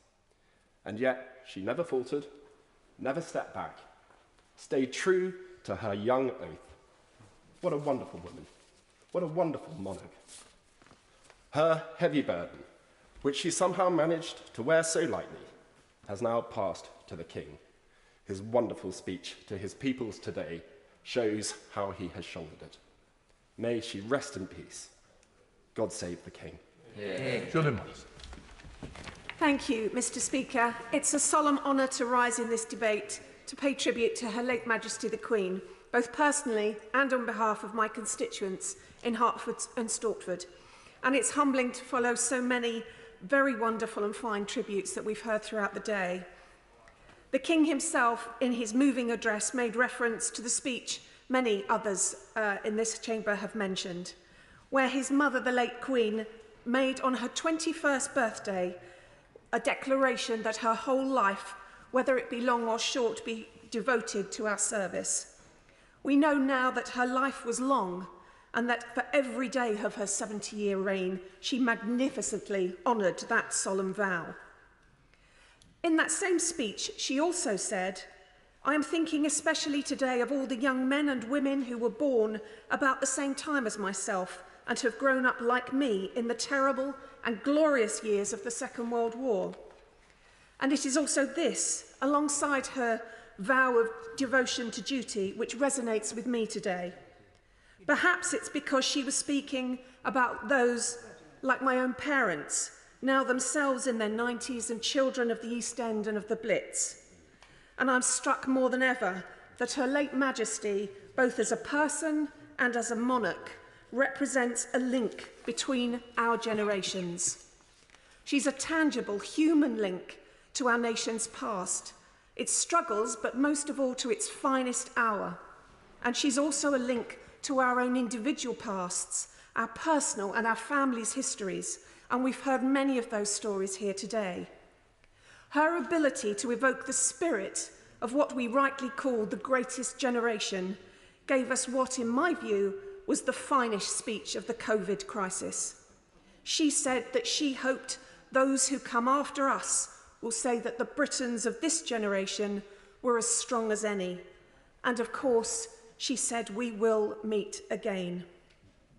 Her late Majesty personified that link with our past and with the greatest generation. We shall not see her like again. Arthur Balfour was Prime Minister in 1901 and addressed this chamber on the death of Queen Victoria. He said then that the end of a great epoch has come upon us. With the passing of our Queen, the end of a great historical epoch has indeed passed. But we are all privileged to have lived at least some of our lives in the great Second Elizabethan age. We mourn her, but we cherish her memory and her lifetime of service. God bless Her late Majesty Queen Elizabeth II, and God save the King. Yeah. Thank you, Mr. Speaker. It is humbling to take part in this very special session as we mourn Her late Majesty Queen Elizabeth II. We have heard powerful tributes. We have heard wonderful words spoken. And as I have sat and reflected through what is coming on 10.5 hours of those wonderful tributes, the thought that actually there may not be the words in our language, there may not actually be the phrases powerful enough to express the sheer scale of the significance of the reign of Her late Majesty to our country, to the overseas territories, to the Commonwealth, and to the whole world. But on behalf of my constituents, the towns of Buckingham, Princes Risborough, Winslow, and the villages that surround those ancient market towns to make up the Buckingham constituency, I wish to pass on my condolences to the whole royal family, to our new King, His Royal Highness Charles III, to the new Prince of Wales, for the profound loss that they feel as a family and that we share as a nation. Her Majesty was gracious to visit my constituency on a great number of occasions as I look back through the history books. Special occasions that, when you look at the pictures, you see the joy on people's faces as she joined them, as she greeted them, be it a walkabout in the town of Buckingham, when she visited the University of Buckingham whilst Lady Thatcher was its Chancellor. Her visit to Wadston, the pictures that hang on the newly reopened Stag pub in Mentmore of her visit to the village of Mentmore some time ago. You could see the joy in people's faces as she joined them. We have lost a most incredible lady, a world statesman, someone whose like I fear we will not see again. But from the great privilege of watching His Royal Highness King Charles III on the screen in this chamber earlier, I am full of hope and confidence that he will carry on her legacy, that he will be a great king. And so I say, on behalf of all of my constituents and myself, may Her late Majesty Queen Elizabeth II rest in peace, and God save the King. Gibson. Speaker, and thank you for your indulgence post 10 o'clock for those of us who've been here. It's really appreciated. It's a privilege to follow so many incredible tributes to Her late Majesty Queen Elizabeth. She was a committed public servant, fulfilling her promise to our nation to serve us her whole life. Service that was delivered with honour, duty and integrity. She stood as an inspiration to us all. On behalf of the people of Darlington, I want to send sincere and heartfelt condolences to His Majesty, King Charles III, and the whole royal family. Throughout her long reign, Her late Majesty travelled more widely and met more people than any other monarch. And her travels included 2 visits to Darlington. The first, in 1967, Her late Majesty and the Duke of Edinburgh visited Darlington on the 100th anniversary of the town being awarded a royal charter by her great-great-grandmother Queen Victoria, and at the time granted supporters on the town's coats of arms. At this time there were plans to concrete over much of the town and remove much of its Victorian heritage.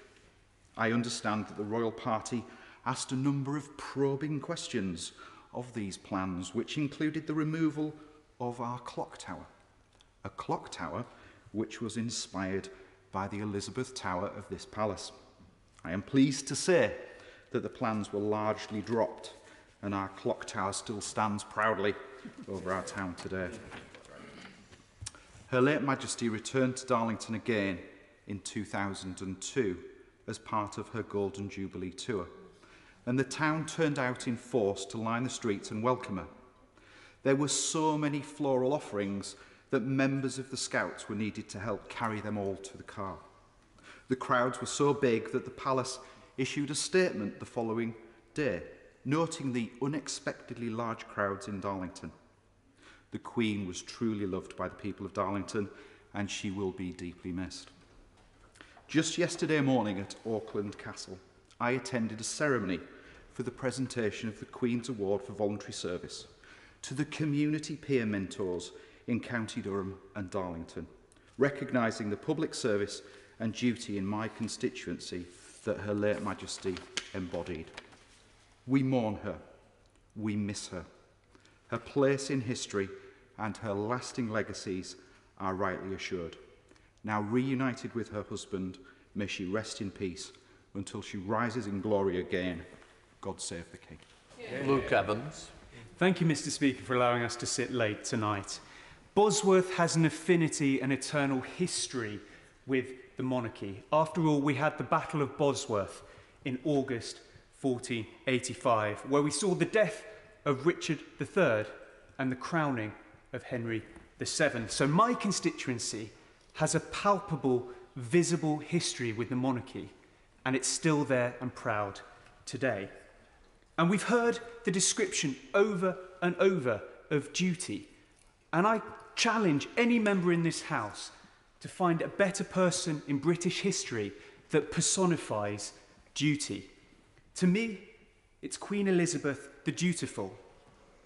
Now, as a Member of Parliament, we have the honour of representing and reflecting the opinions and feelings of our constituents. And something that's never happened over 1,000 years of monarchy is the ability to feel that immediately due to social media. That is the chance for us to reflect the feelings of the nation. And I've been struck by a poem that's been sent to me by several constituents and many councillors, and I'm sure it will have graced your screens too, and I'd like to read it to you because it's visceral and encapsulates the feelings of the nation. Philip came to me today and said, "It's time to go." I looked at him and smiled, and as I whispered, "Yes, I know." I then turned and looked behind me and saw I was asleep. All the family were around me, and then I could hear them weep. I gently touched each shoulder with Philip by my side, and then I turned away and walked with my angel husband as a guide. Philip held my hand and he guided me on the way to a world where kings and queens are monarchs every day. I was given a crown to wear or a halo known by some. The difference is up here, they're worn by everyone. I felt a sense of peace. My reign had seen its end. 70 years I'd served my country as the people's dearest friend. Thank you for the years, for all your time and love. Now I am one of two again in our palace up above. Rest in peace, Your Majesty. Long live the King. Sally-Ann Hart. Thank you, Mr. Speaker. And on behalf of the people of Hastings and Rye, I express our sadness and grief at the death of our beloved Sovereign, Her Majesty Queen Elizabeth. Her late Majesty came to Hastings and St Leonard's 25 years ago, filling local residents with pride and joy, and she visited a number of places, including West St Leonard's Primary School, the Fisherman's Museum, an opened Priory Meadow shopping centre. She was presented with a winkle by the Winkle Club. Our Queen spent her whole life dedicated to her people of the United Kingdom and the Commonwealth, a life she did not choose herself, but one which she was born to, and the burden of her birth was one which she carried so diligently, dutifully and lovingly, with the support of her faith in God, her beloved late husband Prince Philip, her family and her people. I want to thank Her late Majesty for her life of selfless public service, her love, her dedication, her stoicism. Her Majesty shone a light to us all, a light which gave comfort to those in need, a light which gave hope to those in despair, and a light of unity to all her peoples from across our 4 nations. She brought light where it was most needed, a beacon of stability to us in this place. And I speak on behalf of the people of Hastings and Rye when I express my deepest sorrow at Her Majesty's passing and extend our prayers for and condolences to her family, our royal family. With his accession to the throne, His Majesty King Charles III will bring in a new era, and we offer him our loyalty and love for a long and happy reign. Long live the King. Rob Butler. Thank you very much indeed, Mr. Speaker. On behalf of the constituents of Aylesbury, I convey deepest condolences to His Majesty the King and all members of the royal family following the death of Her late Majesty the Queen. She played a huge part in the lives of each and every one of us. She was the constant through good times and bad, celebrations and crises. Her tireless dedication and unwavering service to our nation, her realms and the entire Commonwealth are unparalleled, and they will never be forgotten. Her late Majesty visited Aylesbury on several occasions during her 70 years on the throne. She came in 1962 as part of a celebration of the 10th anniversary of her accession, when pavements thronged with well-wishers and she popped into the homes of 2 residents. She visited again in 1969 to open Stoke Mandeville Stadium, the birthplace of the Paralympic movement. And Her Majesty came to Aylesbury once more to mark her Golden Jubilee in 2002. The love and affection that we feel for her in Buckinghamshire was vividly demonstrated across our county time and time again, and most recently during the Platinum Jubilee celebrations, coming together for parades and picnics, dog shows, tugs of war, three-legged races, from the youngest child to the most senior citizen. People, the length and breadth of my constituency, wanted to demonstrate their gratitude and appreciation for the commitment and duty shown by the Queen throughout her incredible reign. Mr. Speaker, my own memories of Her Majesty are, I suspect, very similar to those of the vast majority of the public, because I never met her, and yet she was always there. I remember making a scrapbook on the Queen and her family for a Cub Scout badge, a tea party in my village for the Silver Jubilee, watching her name, HMS Duke of Lancaster in Glasgow, and seeing her on the royal barge during the Diamond Jubilee flotilla. Snatched glimpses, modest memories, yet the loss is still felt keenly. One singular honour that I was extremely fortunate to receive, though, Mr. Speaker, was to gain royal assent for a private member's bill I'd taken through this place. I was humbled to have that privilege just a few months ago with the passing into law of the Approved Premises Substance Testing Act, a prorogation. In some ways, the words La Reine le Vote are a small formality, but in others, they represent great moment, symbolising the relationship between Parliament and Sovereign, a relationship that we celebrate today. Mr. Speaker, we have heard wonderful and eloquent tributes, but no words will ever adequately encapsulate Her Majesty's reign, let alone the profound loss and deep sorrow that we feel today. Our nation is poorer for having lost her, but oh, how much richer for having known and loved her. May she rest in eternal peace. God save the King. Tom Hunt. Mr. Speaker, I think if one wanted to look at an example of how much affection the people of Ipswich had for Her late Majesty, you would have needed to have been in Ipswich on the weekend of the Jubilee. We've heard today that apparently there was the most parties in Twickenham than anywhere else in the country. Well, I'm not entirely sure about that. I'm not sure what the measurement was, but I think Ipswich is definitely strongly up there. All communities came together. I remember my Jubilee card competition. I thought my Christmas card competition was popular until I had the Jubilee card competition, where we had over 1,000 entries, and the winner from Ranelagh Primary School was incredibly proud to receive to have her card go to the Queen. Her late Majesty visited Ipswich many times, but there was two visits that really stand out for me. One of them was in 1961 to Chantry. At the time, it was a fledgling housing estate. It's now became the largest housing estate in Europe. It now is a community of 15 to 20,000 people, and it's a beating heart of Ipswich and our town. And I also think of 2002, her Golden Jubilee, where she visited the Ipswich waterfront. That just indicates how much the town has changed in her reign, and also her uncanny ability to time her visits, which gave a sense to the people of Ipswich. She was monitoring closely the town's development and cared passionately about her subjects who lived within that town, and that care and love was reciprocated. I must admit, Mr. Speaker, that I'm a big fan of I Vow to Be My Country. I'm also a big fan of Jerusalem. On occasion, I have speculated that perhaps Those Anthem should have been our national anthem. Right now, Mr. Speaker, there is nothing I wouldn't give just to have sung God Save the Queen a few more times, maybe a few more years. Nothing I wouldn't have done.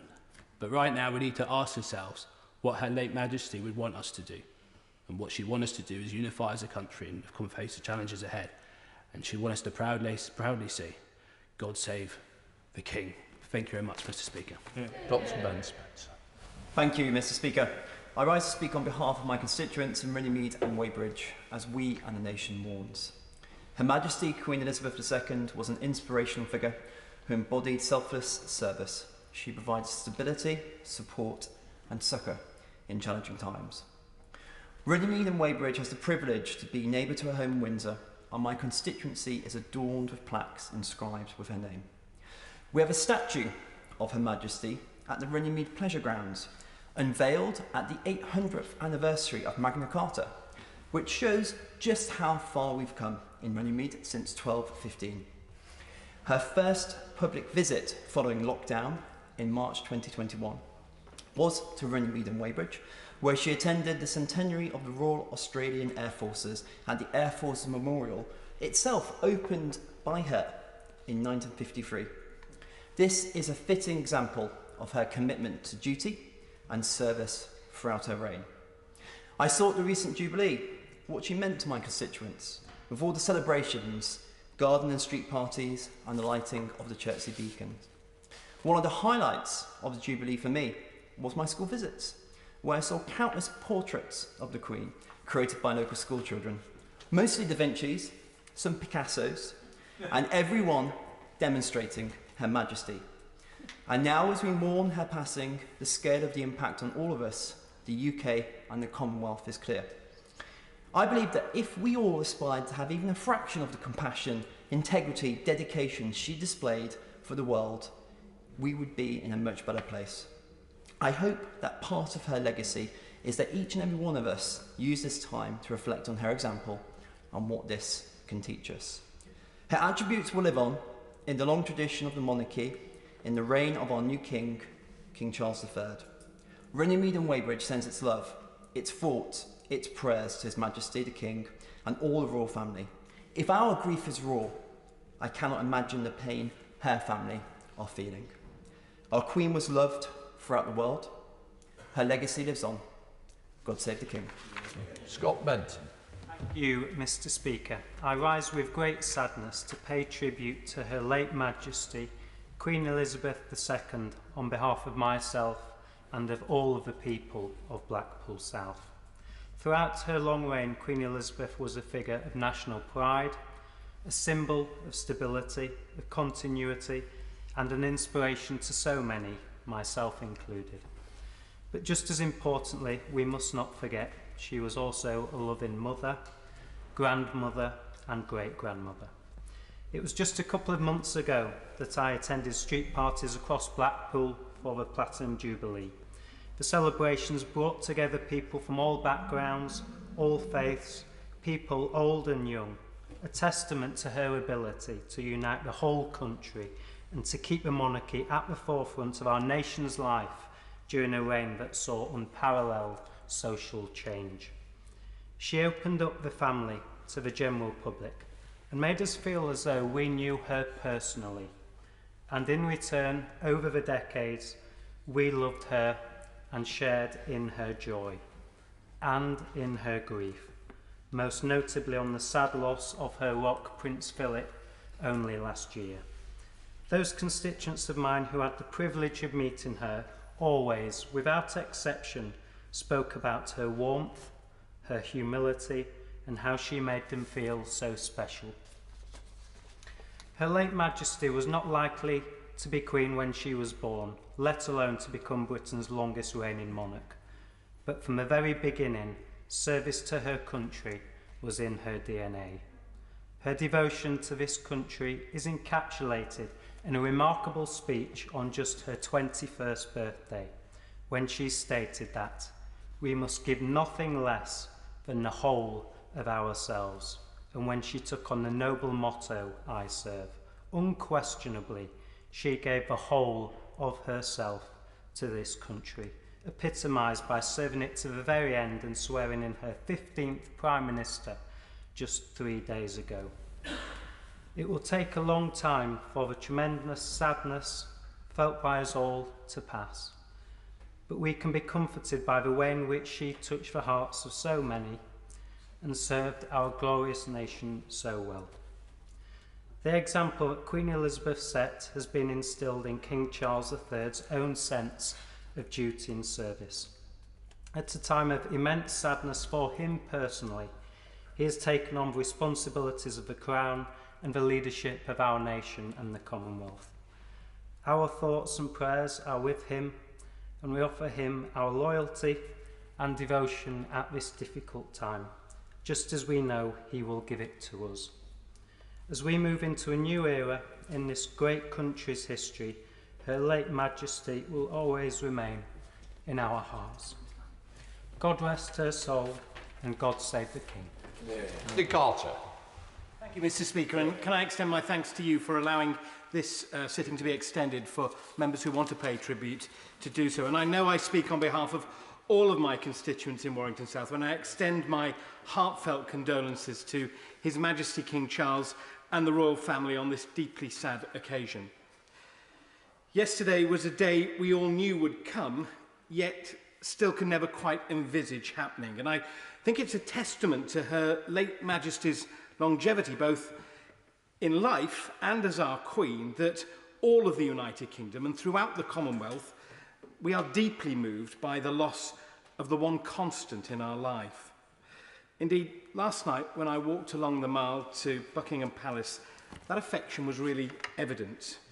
Young and old, different languages, all coming to lay flowers, lighting candles, spontaneous rounds of applause, the national anthem being sung, people paying their respects. Truly a Queen for all the people. We are fortunate in Warrington to have had Her late Majesty come to visit on no less than 4 occasions. Way back in 1968, she was given a tour of the newly refurbished Bridge Street. In 1979, when she and her late husband, the Duke of Edinburgh, toured the new Golden Square shopping centre. And most recently, in 2012, when she and the Duke opened the Orford Park Jubilee Hub in the year marking her 60th anniversary on the throne. Many members today have talked about the twinkle in her eye. And I have to say, looking at the photographs from those visits that have been republished today in the Warrington Guardian, it's the impression that she leaves on other people's faces that is really striking. And the true legacy of our Queen is the impact she had on so many people. We will now inevitably look back at 2022 with great sadness. But we must also reflect on what joyous occasions it was to mark the historic Platinum Jubilee. And each one of the many events I went along to in Warrington, it was clear how deeply she was held in affection by the whole nation. A mother, a grandmother, a great-grandmother, and the Queen to each one of us. That celebration of her long reign over us allowed people to come together and be part of a community and share a special time. For now, as we mourn the passing of a truly great monarch, we wish our new king every success as he assumes the mantle of responsibility that has so diligently been carried out by our late Queen over the past 70 years. On her 21st birthday, then Princess Elizabeth declared before us all that her whole life, whether it be long or short, would be devoted to our service. That life was long, and that service was certainly devoted. God bless Her late Majesty, and God save the King. Dean Russell. Thank you, Mr. Speaker, and also may I thank you for extending the day and to your team for staying so late in the evening to allow these speeches. It is with great sadness that I rise to pay tribute to Her Majesty the Queen on behalf of myself and my constituents across Watford. We have heard loving tributes from across the House today, and we all mourn her loss and will grieve together. But what is grief, if not a reminder of the strength of our everlasting love? And we did love Our Majesty, the Queen. Many of us never met her, but as we have heard today, we all felt we knew her. In fact, we loved her as if she were a member of our own family. And many of us, as we know, often invited her to our own Christmas Day after dinner. Her image has been ever present in our lives, like family photos on our fireplaces. We may not always look at them, but we're reassured that they are there. And now she is gone, but her legacy will last forever. For every tear we wipe away, a precious memory remains. As we've heard, many of those memories are from visits to our own constituencies, and I have stories from my own constituency in Watford too. In 1946, when she was still a princess, she visited the Hearts show in Canterbury Park. In 1962, she alighted the Royal Train at Watford Junction, and in 1981, she visited Parmenter School. But in 1977, for her Silver Jubilee, she visited the Rolls-Royce factory in Leavesden. And Mr. Speaker, I admit to having a special family connection to that factory, because that is where my wife's parents first met. And I share this because I still recall the excitement and pride my in-laws had when they received a letter from the Queen when they reached their diamond wedding anniversary. Now, sadly, my father-in-law, John, who was married to Pat, has since passed away and is always sadly missed. But I can still vividly recall the image of his proud smile when he showed me the letter from our wonderful Queen. So perhaps therein lies the truth why our grief is so strong for Her Majesty. It is because she connected with us so personally and our memories feel like those of family. She was yet a constant in a world of change, and yes, her compassion brought us humanity even when the world could seem so cruel. And yes, her words of wisdom brought hope even when all seemed so lost. But perhaps Her Majesty's true majesty was that her unbounding kindness made each of us feel like we mattered to her, and that is why she mattered so deeply to us. She was loved not just because of what she was, but because of who she was, our nation's very own great-grandmother, our compass, our matriarch, our guiding light. So I say thank you, Mum. You were loved by us all, and in your honour, we lovingly support your son and heir, King Charles III. God save the King. Virginia Crosby. Thank you very much, Mr. Speaker. Today we are united in mourning our beloved Queen Elizabeth II. For 70 years, she has been a source of stability and comfort. She's the only monarch that many of us have known. I begin my tribute by remembering the warmth and joy that she brought to so many of us. Our Queen, she knew how to have fun and make us smile. Remember when, joined by her beloved corgis, she teamed up with 007 to parachute into the opening ceremony of the 2012 London Olympic Games, or when she took tea with Paddington Bear earlier this year. I attended Jubilee events across Unismorn and saw there the joy that the Queen brought to people's lives, with people coming up to me from Amlwch to Pentraeth, sharing their personal experiences of meeting the Queen. As their head, Her Majesty was immensely proud of the professionalism and dedication of our armed forces. And I know that the team at RAF Valley, where the Queen came to visit her grandson, and Unismorn's veteran population will feel immense pride in fulfilling their oath of allegiance to her.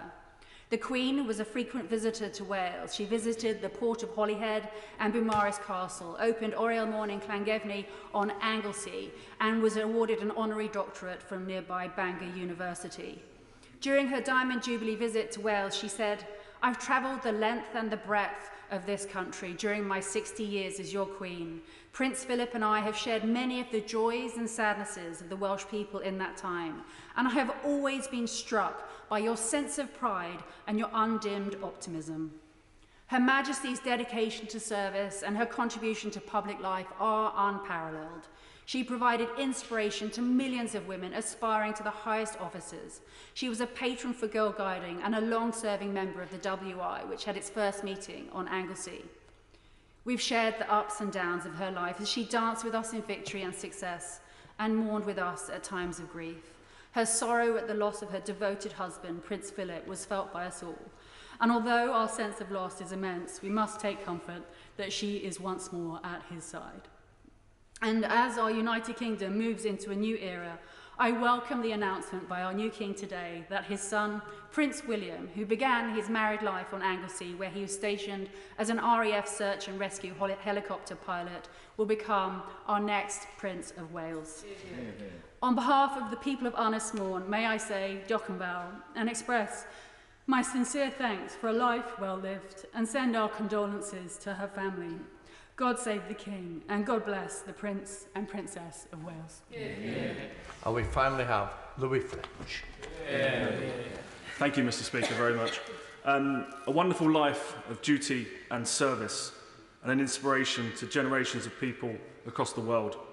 It is a huge honour for me to stand and pay tribute to the Queen on the behalf of people in Old Bexley and Sidcup, and also my family here in the UK and overseas in Canada.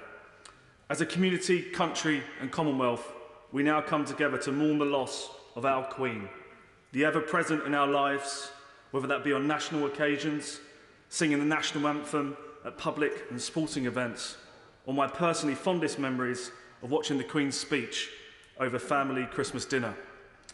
We all have our own personal and shared memories of the Queen, who will forever be in our hearts.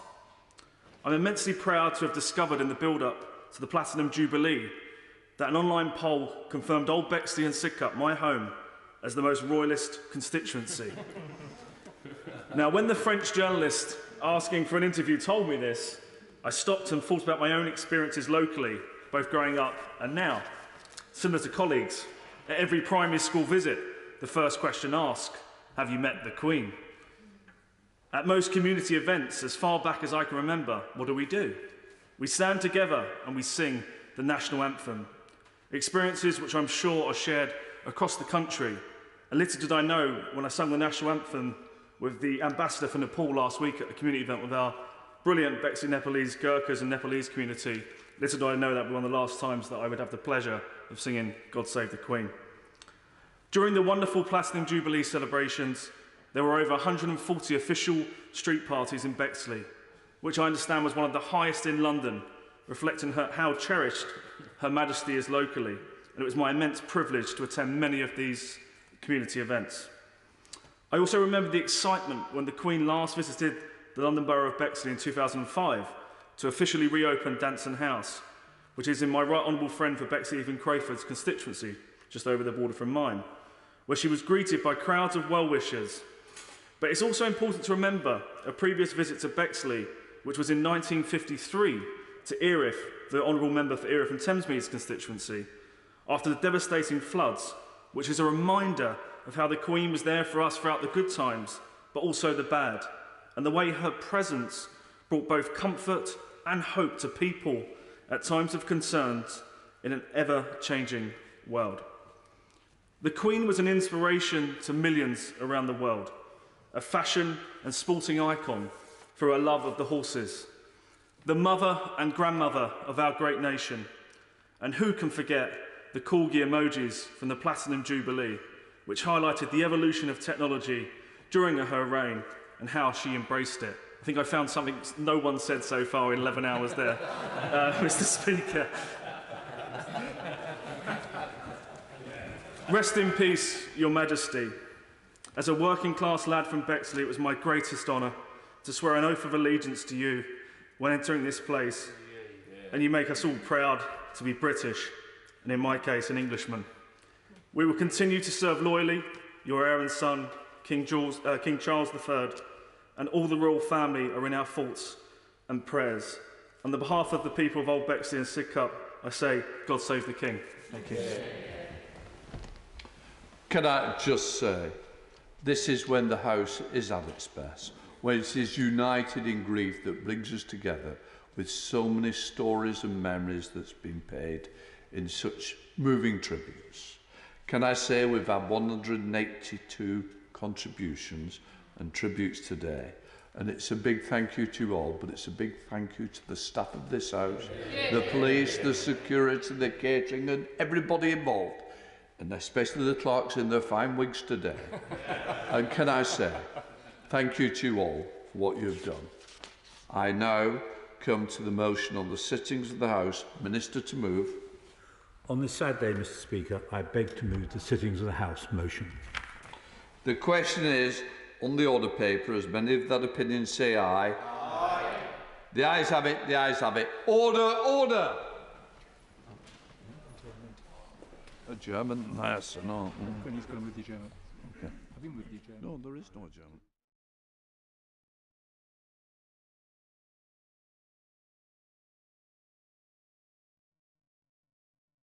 Many that opinion say aye. Aye. Contrary, no. The ayes have it, the ayes have it. Thank you, Sergeant.